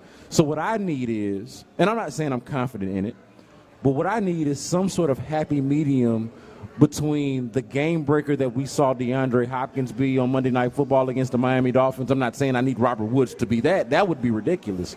But I need some happy medium between that, what I'm talking about with DeAndre Hopkins, and what I got from Robert Woods, which was one catch for negative yards on a screen pass that fooled no one, especially Sauce Gardner, who made the tackle. Yeah. Like, I need more than that from the guy that is the leader in that room, the guy who is the most accomplished in that room, easily now with Nico and Tank Dell out. Like I need that. Now, do I feel great about it? But when we're talking about who can we hold accountable, who can you have some sort of expectation of, this is a guy who has played a lot of football and has been successful, and was C.J. Stroud's go-to third down guy early on in the season. I need more from Robert Woods, man. I need more from going against your former team with your backup quarterback in the game. And I'm not saying I feel great about it, but I need it. I need to see it. See, Clint, I could hear accountable as one thing, but expectations another for me. Like, I'm with you. Hold him accountable, boy. You want him to be able to add something, but is the expectation that he's going to be a guy that's winning a matchup? But is it a less fair expectation than what we were talking about a week ago, wanting to see more from John Mechie when we knew Tank Dell would be out? Like, what is a fairer or less fair expectation? I don't know. It ain't great options at this point. Well, look, I mean, I'll try to help you here with just a little bit. Like, I do believe with Davis Mills at quarterback, Bobby Slowick needing to adjust and add some different wrinkles. I think the guy that would obviously be the beneficiary of that is Robert Woods, having been in this offense forever. So whatever Bobby Slowick, however he adjusts, you got to think that Robert Woods is a guy that can process that and execute that, be the main move guy if you need to. Here's what I got for you on that front, Ron. I think this is the week. This is the week where the noise gets really loud around Laramie Tunsil, Juice Scruggs, Shaq Mason, and that offensive line. To me, this is a middle-of-the-pack defense, whether you're talking about running the football, stopping the run, or stopping the pass. Middle-of-the-pack defense. Simmons, is that correct? Yeah, that's what it's more likely than not, yeah. But more likely, no Jeffrey Simmons. So the big monster in the middle probably isn't going to be there. If he's going to be there, it's going to be half-cocked.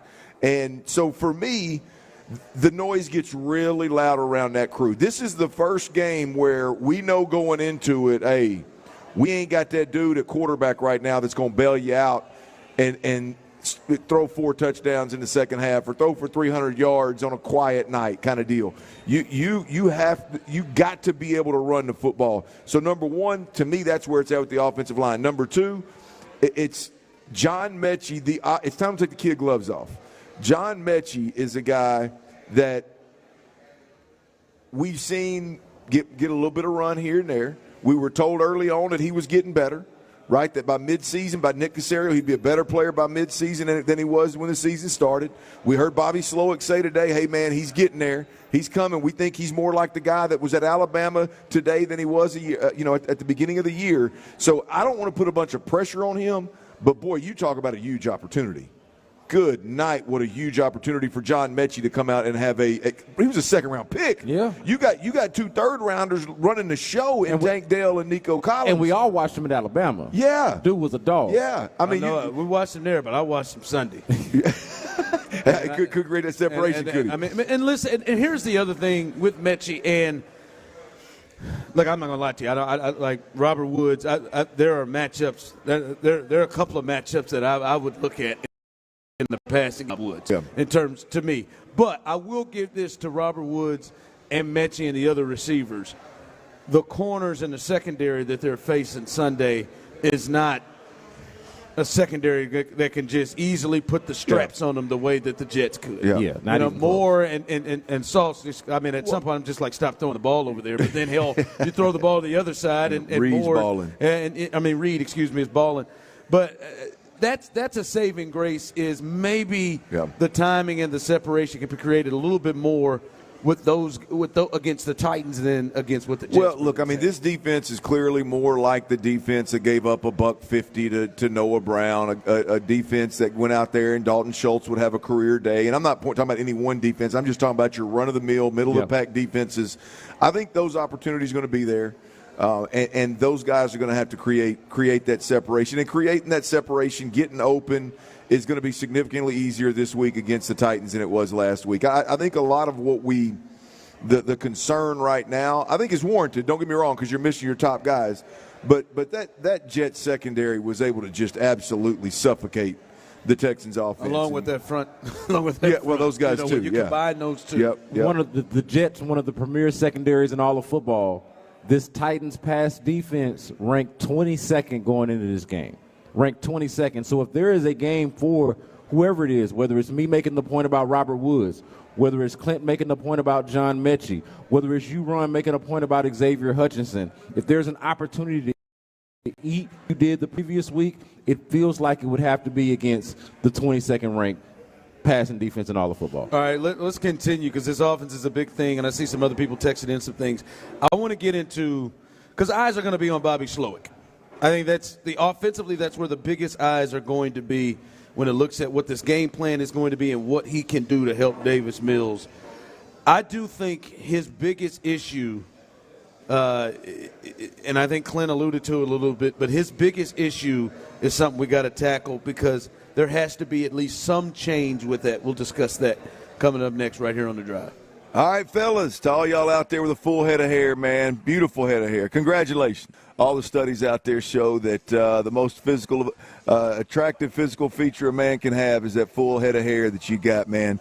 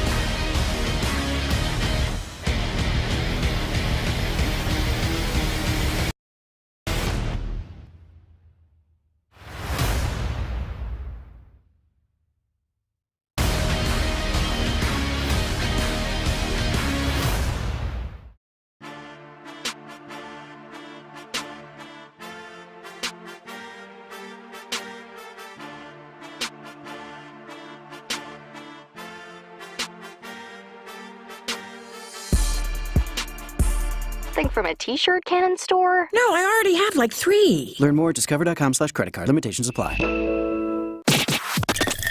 It's a Thirsty Thursday with our friends at Bud Light on Sports Radio 610. Live from Buffalo Wild Wings in Baytown, here's The Drive with Stoerner and Hughley. That's right. The Drive is live with Clint Stoerner, who is in the building as we are in Baytown. We're still here. We'll be here till 6 o'clock. And I get the feeling Clint might be here a little bit after 6. I got to get back, man. Responsibilities, baby. Hurricane Liv shows up on Thursdays. Grandma Cece picks up Hurricane Liv. That's my first one. Yeah. And she keeps her until about 5. When she drops her off at the house, as y'all know, y'all got multiple kids. When that second one shows up, or Ron, you got 3 too, don't you? Yeah, no, I got 3. When that second and third one shows up, it's a different animal right there. And I got the back-to-backs too. I got the 17-month apart. Kind of stair-step kids. You didn't wait a year. You see, I wanted to ask you, I didn't. First of all, give us the name of the new baby, and also what it been like once the score is even a little bit. It's the same number of kids as it is parents now. What's that like for you and Lo? Name is Laney James Stoerner. Okay. So shout out to your little Laney. Laney James. Stay with the L's? Yep, stay with the L's. But what day was she born? December 2nd, Tyler. That's Tyler's birthday. On Tyler's birthday. You'll never forget. My wife looked at me and said, "Today's Tyler's birthday." As we were pulling the emergency room. Yep, some legends. Never live it down. Oh, don't worry, he's not let that go. Legends were made. I hope you're right. I hope Laney James. I hope she's on Tyler's trajectory when she's 30. How old are you? 33. 33. But yeah, it's been different. Even though our second one has made. I mean, our first one Liv has made it unbelievably easy, just because she's not jealous. She's not yet anyway. I'm sure she will be, but she absolutely loves it. She wakes up in the morning. She calls her Laney Bug. She's looking for Laney Bug in the morning, and everything's been so far so good, man. Love that. Everything has been good. Mama is, like I said, she's moving around a little bit better. She's a little bit concerned of how. She's going to divide up her time between the newborn and the 2-year-old that's kind of understanding what the hell's going on. Right. So she's a little concerned about it, man. But it's been good. It's been really good. I see what, like, first last time I took 1 week after Liv was born. I just took 1 week. Well, this week she was like, "Hey, go on to that second week and see if we can't get this stuff figured out." I'm glad I did, because with 2 of them, it is a whole different animal. And I love it, but it's a whole different animal. Nothing like seeing your kids play together, though, man. Oh, nothing I love that. No greater, satisfaction than watching your seeds play together. Now, eventually, they're going to be at odds. They're going to fight. They're going to beat each other's heads and each other's necks at some point. But that initial sort of coming together moment is nothing like it. Shut up, Tyler. Shut up. He's right. I remember when my 2, once we got to 2 and they started getting into it, it happens for sure. Them old pups are hard to break them up, man. They nipping at each other, huh? Yeah, man. Going after each other's legs and stuff. I'm glad to hear that. The cool part about it is, like, I've been able to, for the first time, like, I picked Liv up from school. Yeah. So I've been able to spend a lot of time with Liv since I've been home for 2 weeks, and a lot of it is, hey man, me and you got to go back here because Mama's in the back. They're trying to figure things out. Yeah. So we're going outside and spending a lot of quality time together, really, because Mom can't handle it, right? But it's good quality time with her as well. So it's been great, man. A great experience. That's beautiful. Cherish that, man. Yes, cherish that moment. I'm glad I'm glad you're at a place where they haven't pissed you off yet. That's good. Well, Liv, I'm gonna tell you, Liv's well on her way. Lives well on her way. She's at some of the stories you've told me about Lauren, about your Lauren. Liv is well on her way. She will look me dead in the eye and throw broccoli clear across the kitchen. Which one? All of them. They weren't even there. They pissed me off. The whole crew. Oh yeah, the whole label. You've been in the house. I do some podcasts and stuff. So I go up on Thursday mornings, have to do some podcasts and stuff. I go in my little office upstairs. My office is attached to the playroom. I got to the top of the steps, and I mean, a tornado has just been hit in this upstairs. Lights on. I don't know how long those lights been on. I mean, it's just stuff, cups, trash, all over the place. All over. They've taken Courtney's workout stuff. It's just sprung all over the place. I can't even walk into the storage closet and then walk into my office. My office has Candyland spread all over the place. I can't find a remote to the TV. At 9:15, I almost got in my car and drove to that school and daycare. And pulled them out to come clean that upstairs up. They pissed me off so much when I walked up there and looked at that stuff, and that thing better be clean. It better be clean when I get home. Boy, man, but I'm glad that it's the happy times, and you because that is coming soon. That is coming soon. Them two going to just destroy and tell you, yeah, we cleaned up. And there ain't no doubt about it. It's well on the way. My youngest, about a month ago, Brea, 7 years old, got stuck in her ear. I was late to work, had to take her to urgent care to get because I tried to get it out with tweezers. Went up to the school, tried to get it out with tweezers myself. Couldn't do it without really hurting her. Had to take her to a doctor to get it done. I mean, little small stupid stuff like that. It's like, why do you have a rubber band stuck in your ear? You know what she told me, Clint? What's that? I was pretending like they were AirPods.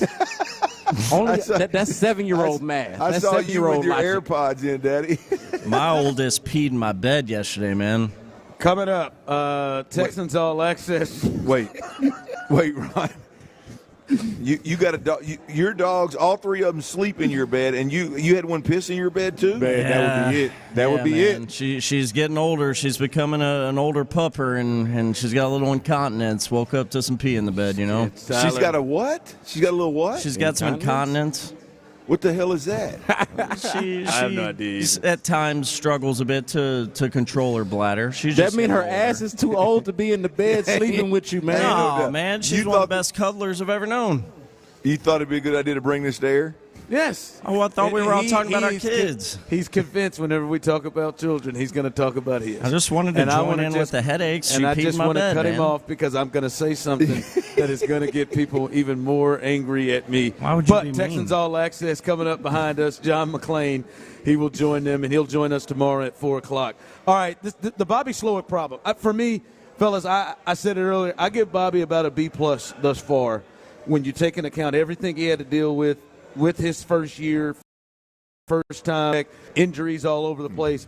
I think that his clear flaw has been the run game. Yeah, agreed. And I think even deeper to me, and you kind of alluded to this, I think it's a real hit to him that Dameon Pierce has gone from being the most promising offensive piece on this team that you think, hey, this is their best weapon to, I think you said in the last segment, this dude was on pace to rush for 1,100 yards plus, to where there's a real thought of, does Dare Ogunbowale give him a better chance to win right now? Does he give him a better chance? Like, to get to that point, to hear like that, I got to, like, some of it is obviously on the player and the offensive line, but some of it is, like, you can't have, as the coordinator, a guy drop off a cliff that much under you. And to me, that is a big knock for me on him. And I don't know if they'll get that going this week, but that is baffling to me, especially when you see the other things that he is able to do with the offense, that they hadn't been able to fix that, and the drop-off's that bad with Dameon Pierce. Yeah, it's the damnedest thing, man. Luckily, C.J. Stroud has allowed them to abandon the run and do some different things and stay competitive with the run game as bad as it has been. Because let's be honest, I mean, I looked down and saw what was Devin Singletary last week. I think at one point he was 11 for 65, and I was like, that's his numbers. Like those, I didn't think his numbers were that good. He had a real big long run that kind of helped him about 20+ yards. Well, I think there was a 3rd and 20 where he went for 17 yards. It was a 2nd and 20. Right, 2nd and 20. It was okay. 2nd and 20. Yeah, well, but you're right. But my point is like it's. I mean, look, there's no doubt about it that Pierce, for whatever reason, has fallen off that cliff like you're talking about. But it's the run game as a whole is just there is zero confidence across the board. Now, Devin Singletary's been a saving grace a time or two where he's that little scat back that can make somebody miss. But when he goes out and has a good game or a decent game, the better games against the worst run defenses, but a decent game, 11 for 65, you walk away and you don't feel any better about the run game. You know what I mean? You don't feel any better about it. So I don't know, man. I'm at a loss for words because I just don't subscribe to the Dameon Pierce doesn't fit the system. Because this is Dameon Pierce went for damn near 1,100, and what they were doing was inside zone over and over and over and over again. This is beyond sophomore slump. The drop off. Yeah. From like this is like. This guy, that's not a starting running back. Yeah, to me, the reason, like, I don't subscribe to he doesn't fit the system because if it's like at some point you just got to look at either the offensive line or him and say, hey, look, he just doesn't have the vision at all. It's not the scheme. It's not the play they're asking him to run. It's last year was a flash in the pan, and he doesn't have the vision. He doesn't have the ability to make guys miss, and the offensive line is not getting any push whatsoever. There's no consistency in the offensive line whatsoever. I mean whatsoever. I can't remember what game I was watching. Maybe it was that Miami game. Miami-Tennessee? Maybe it was Miami-Tennessee, I think. But it was Miami because it was similar systems with Mike and Slowick. I mean, just the tremendous push that offensive line is getting. Even if it's to the sideline to give the running back the cutback, we just don't see that. So, I can't explain why Dameon Pierce was so damn good last year, and for whatever reason this year he's a non-factor. Other than everybody's really a non-factor, Devin Singletary just has that. He is a back that has that scat, that smaller back with that change of direction, that twitch that can make something out of nothing. Seems like his vision might be better too, though, Clint. Like how do you explain? This is the part that I don't understand. Maybe you do, as somebody who played the game. But how do you scheme out a good player? Now, to your point, maybe he just wasn't as good as we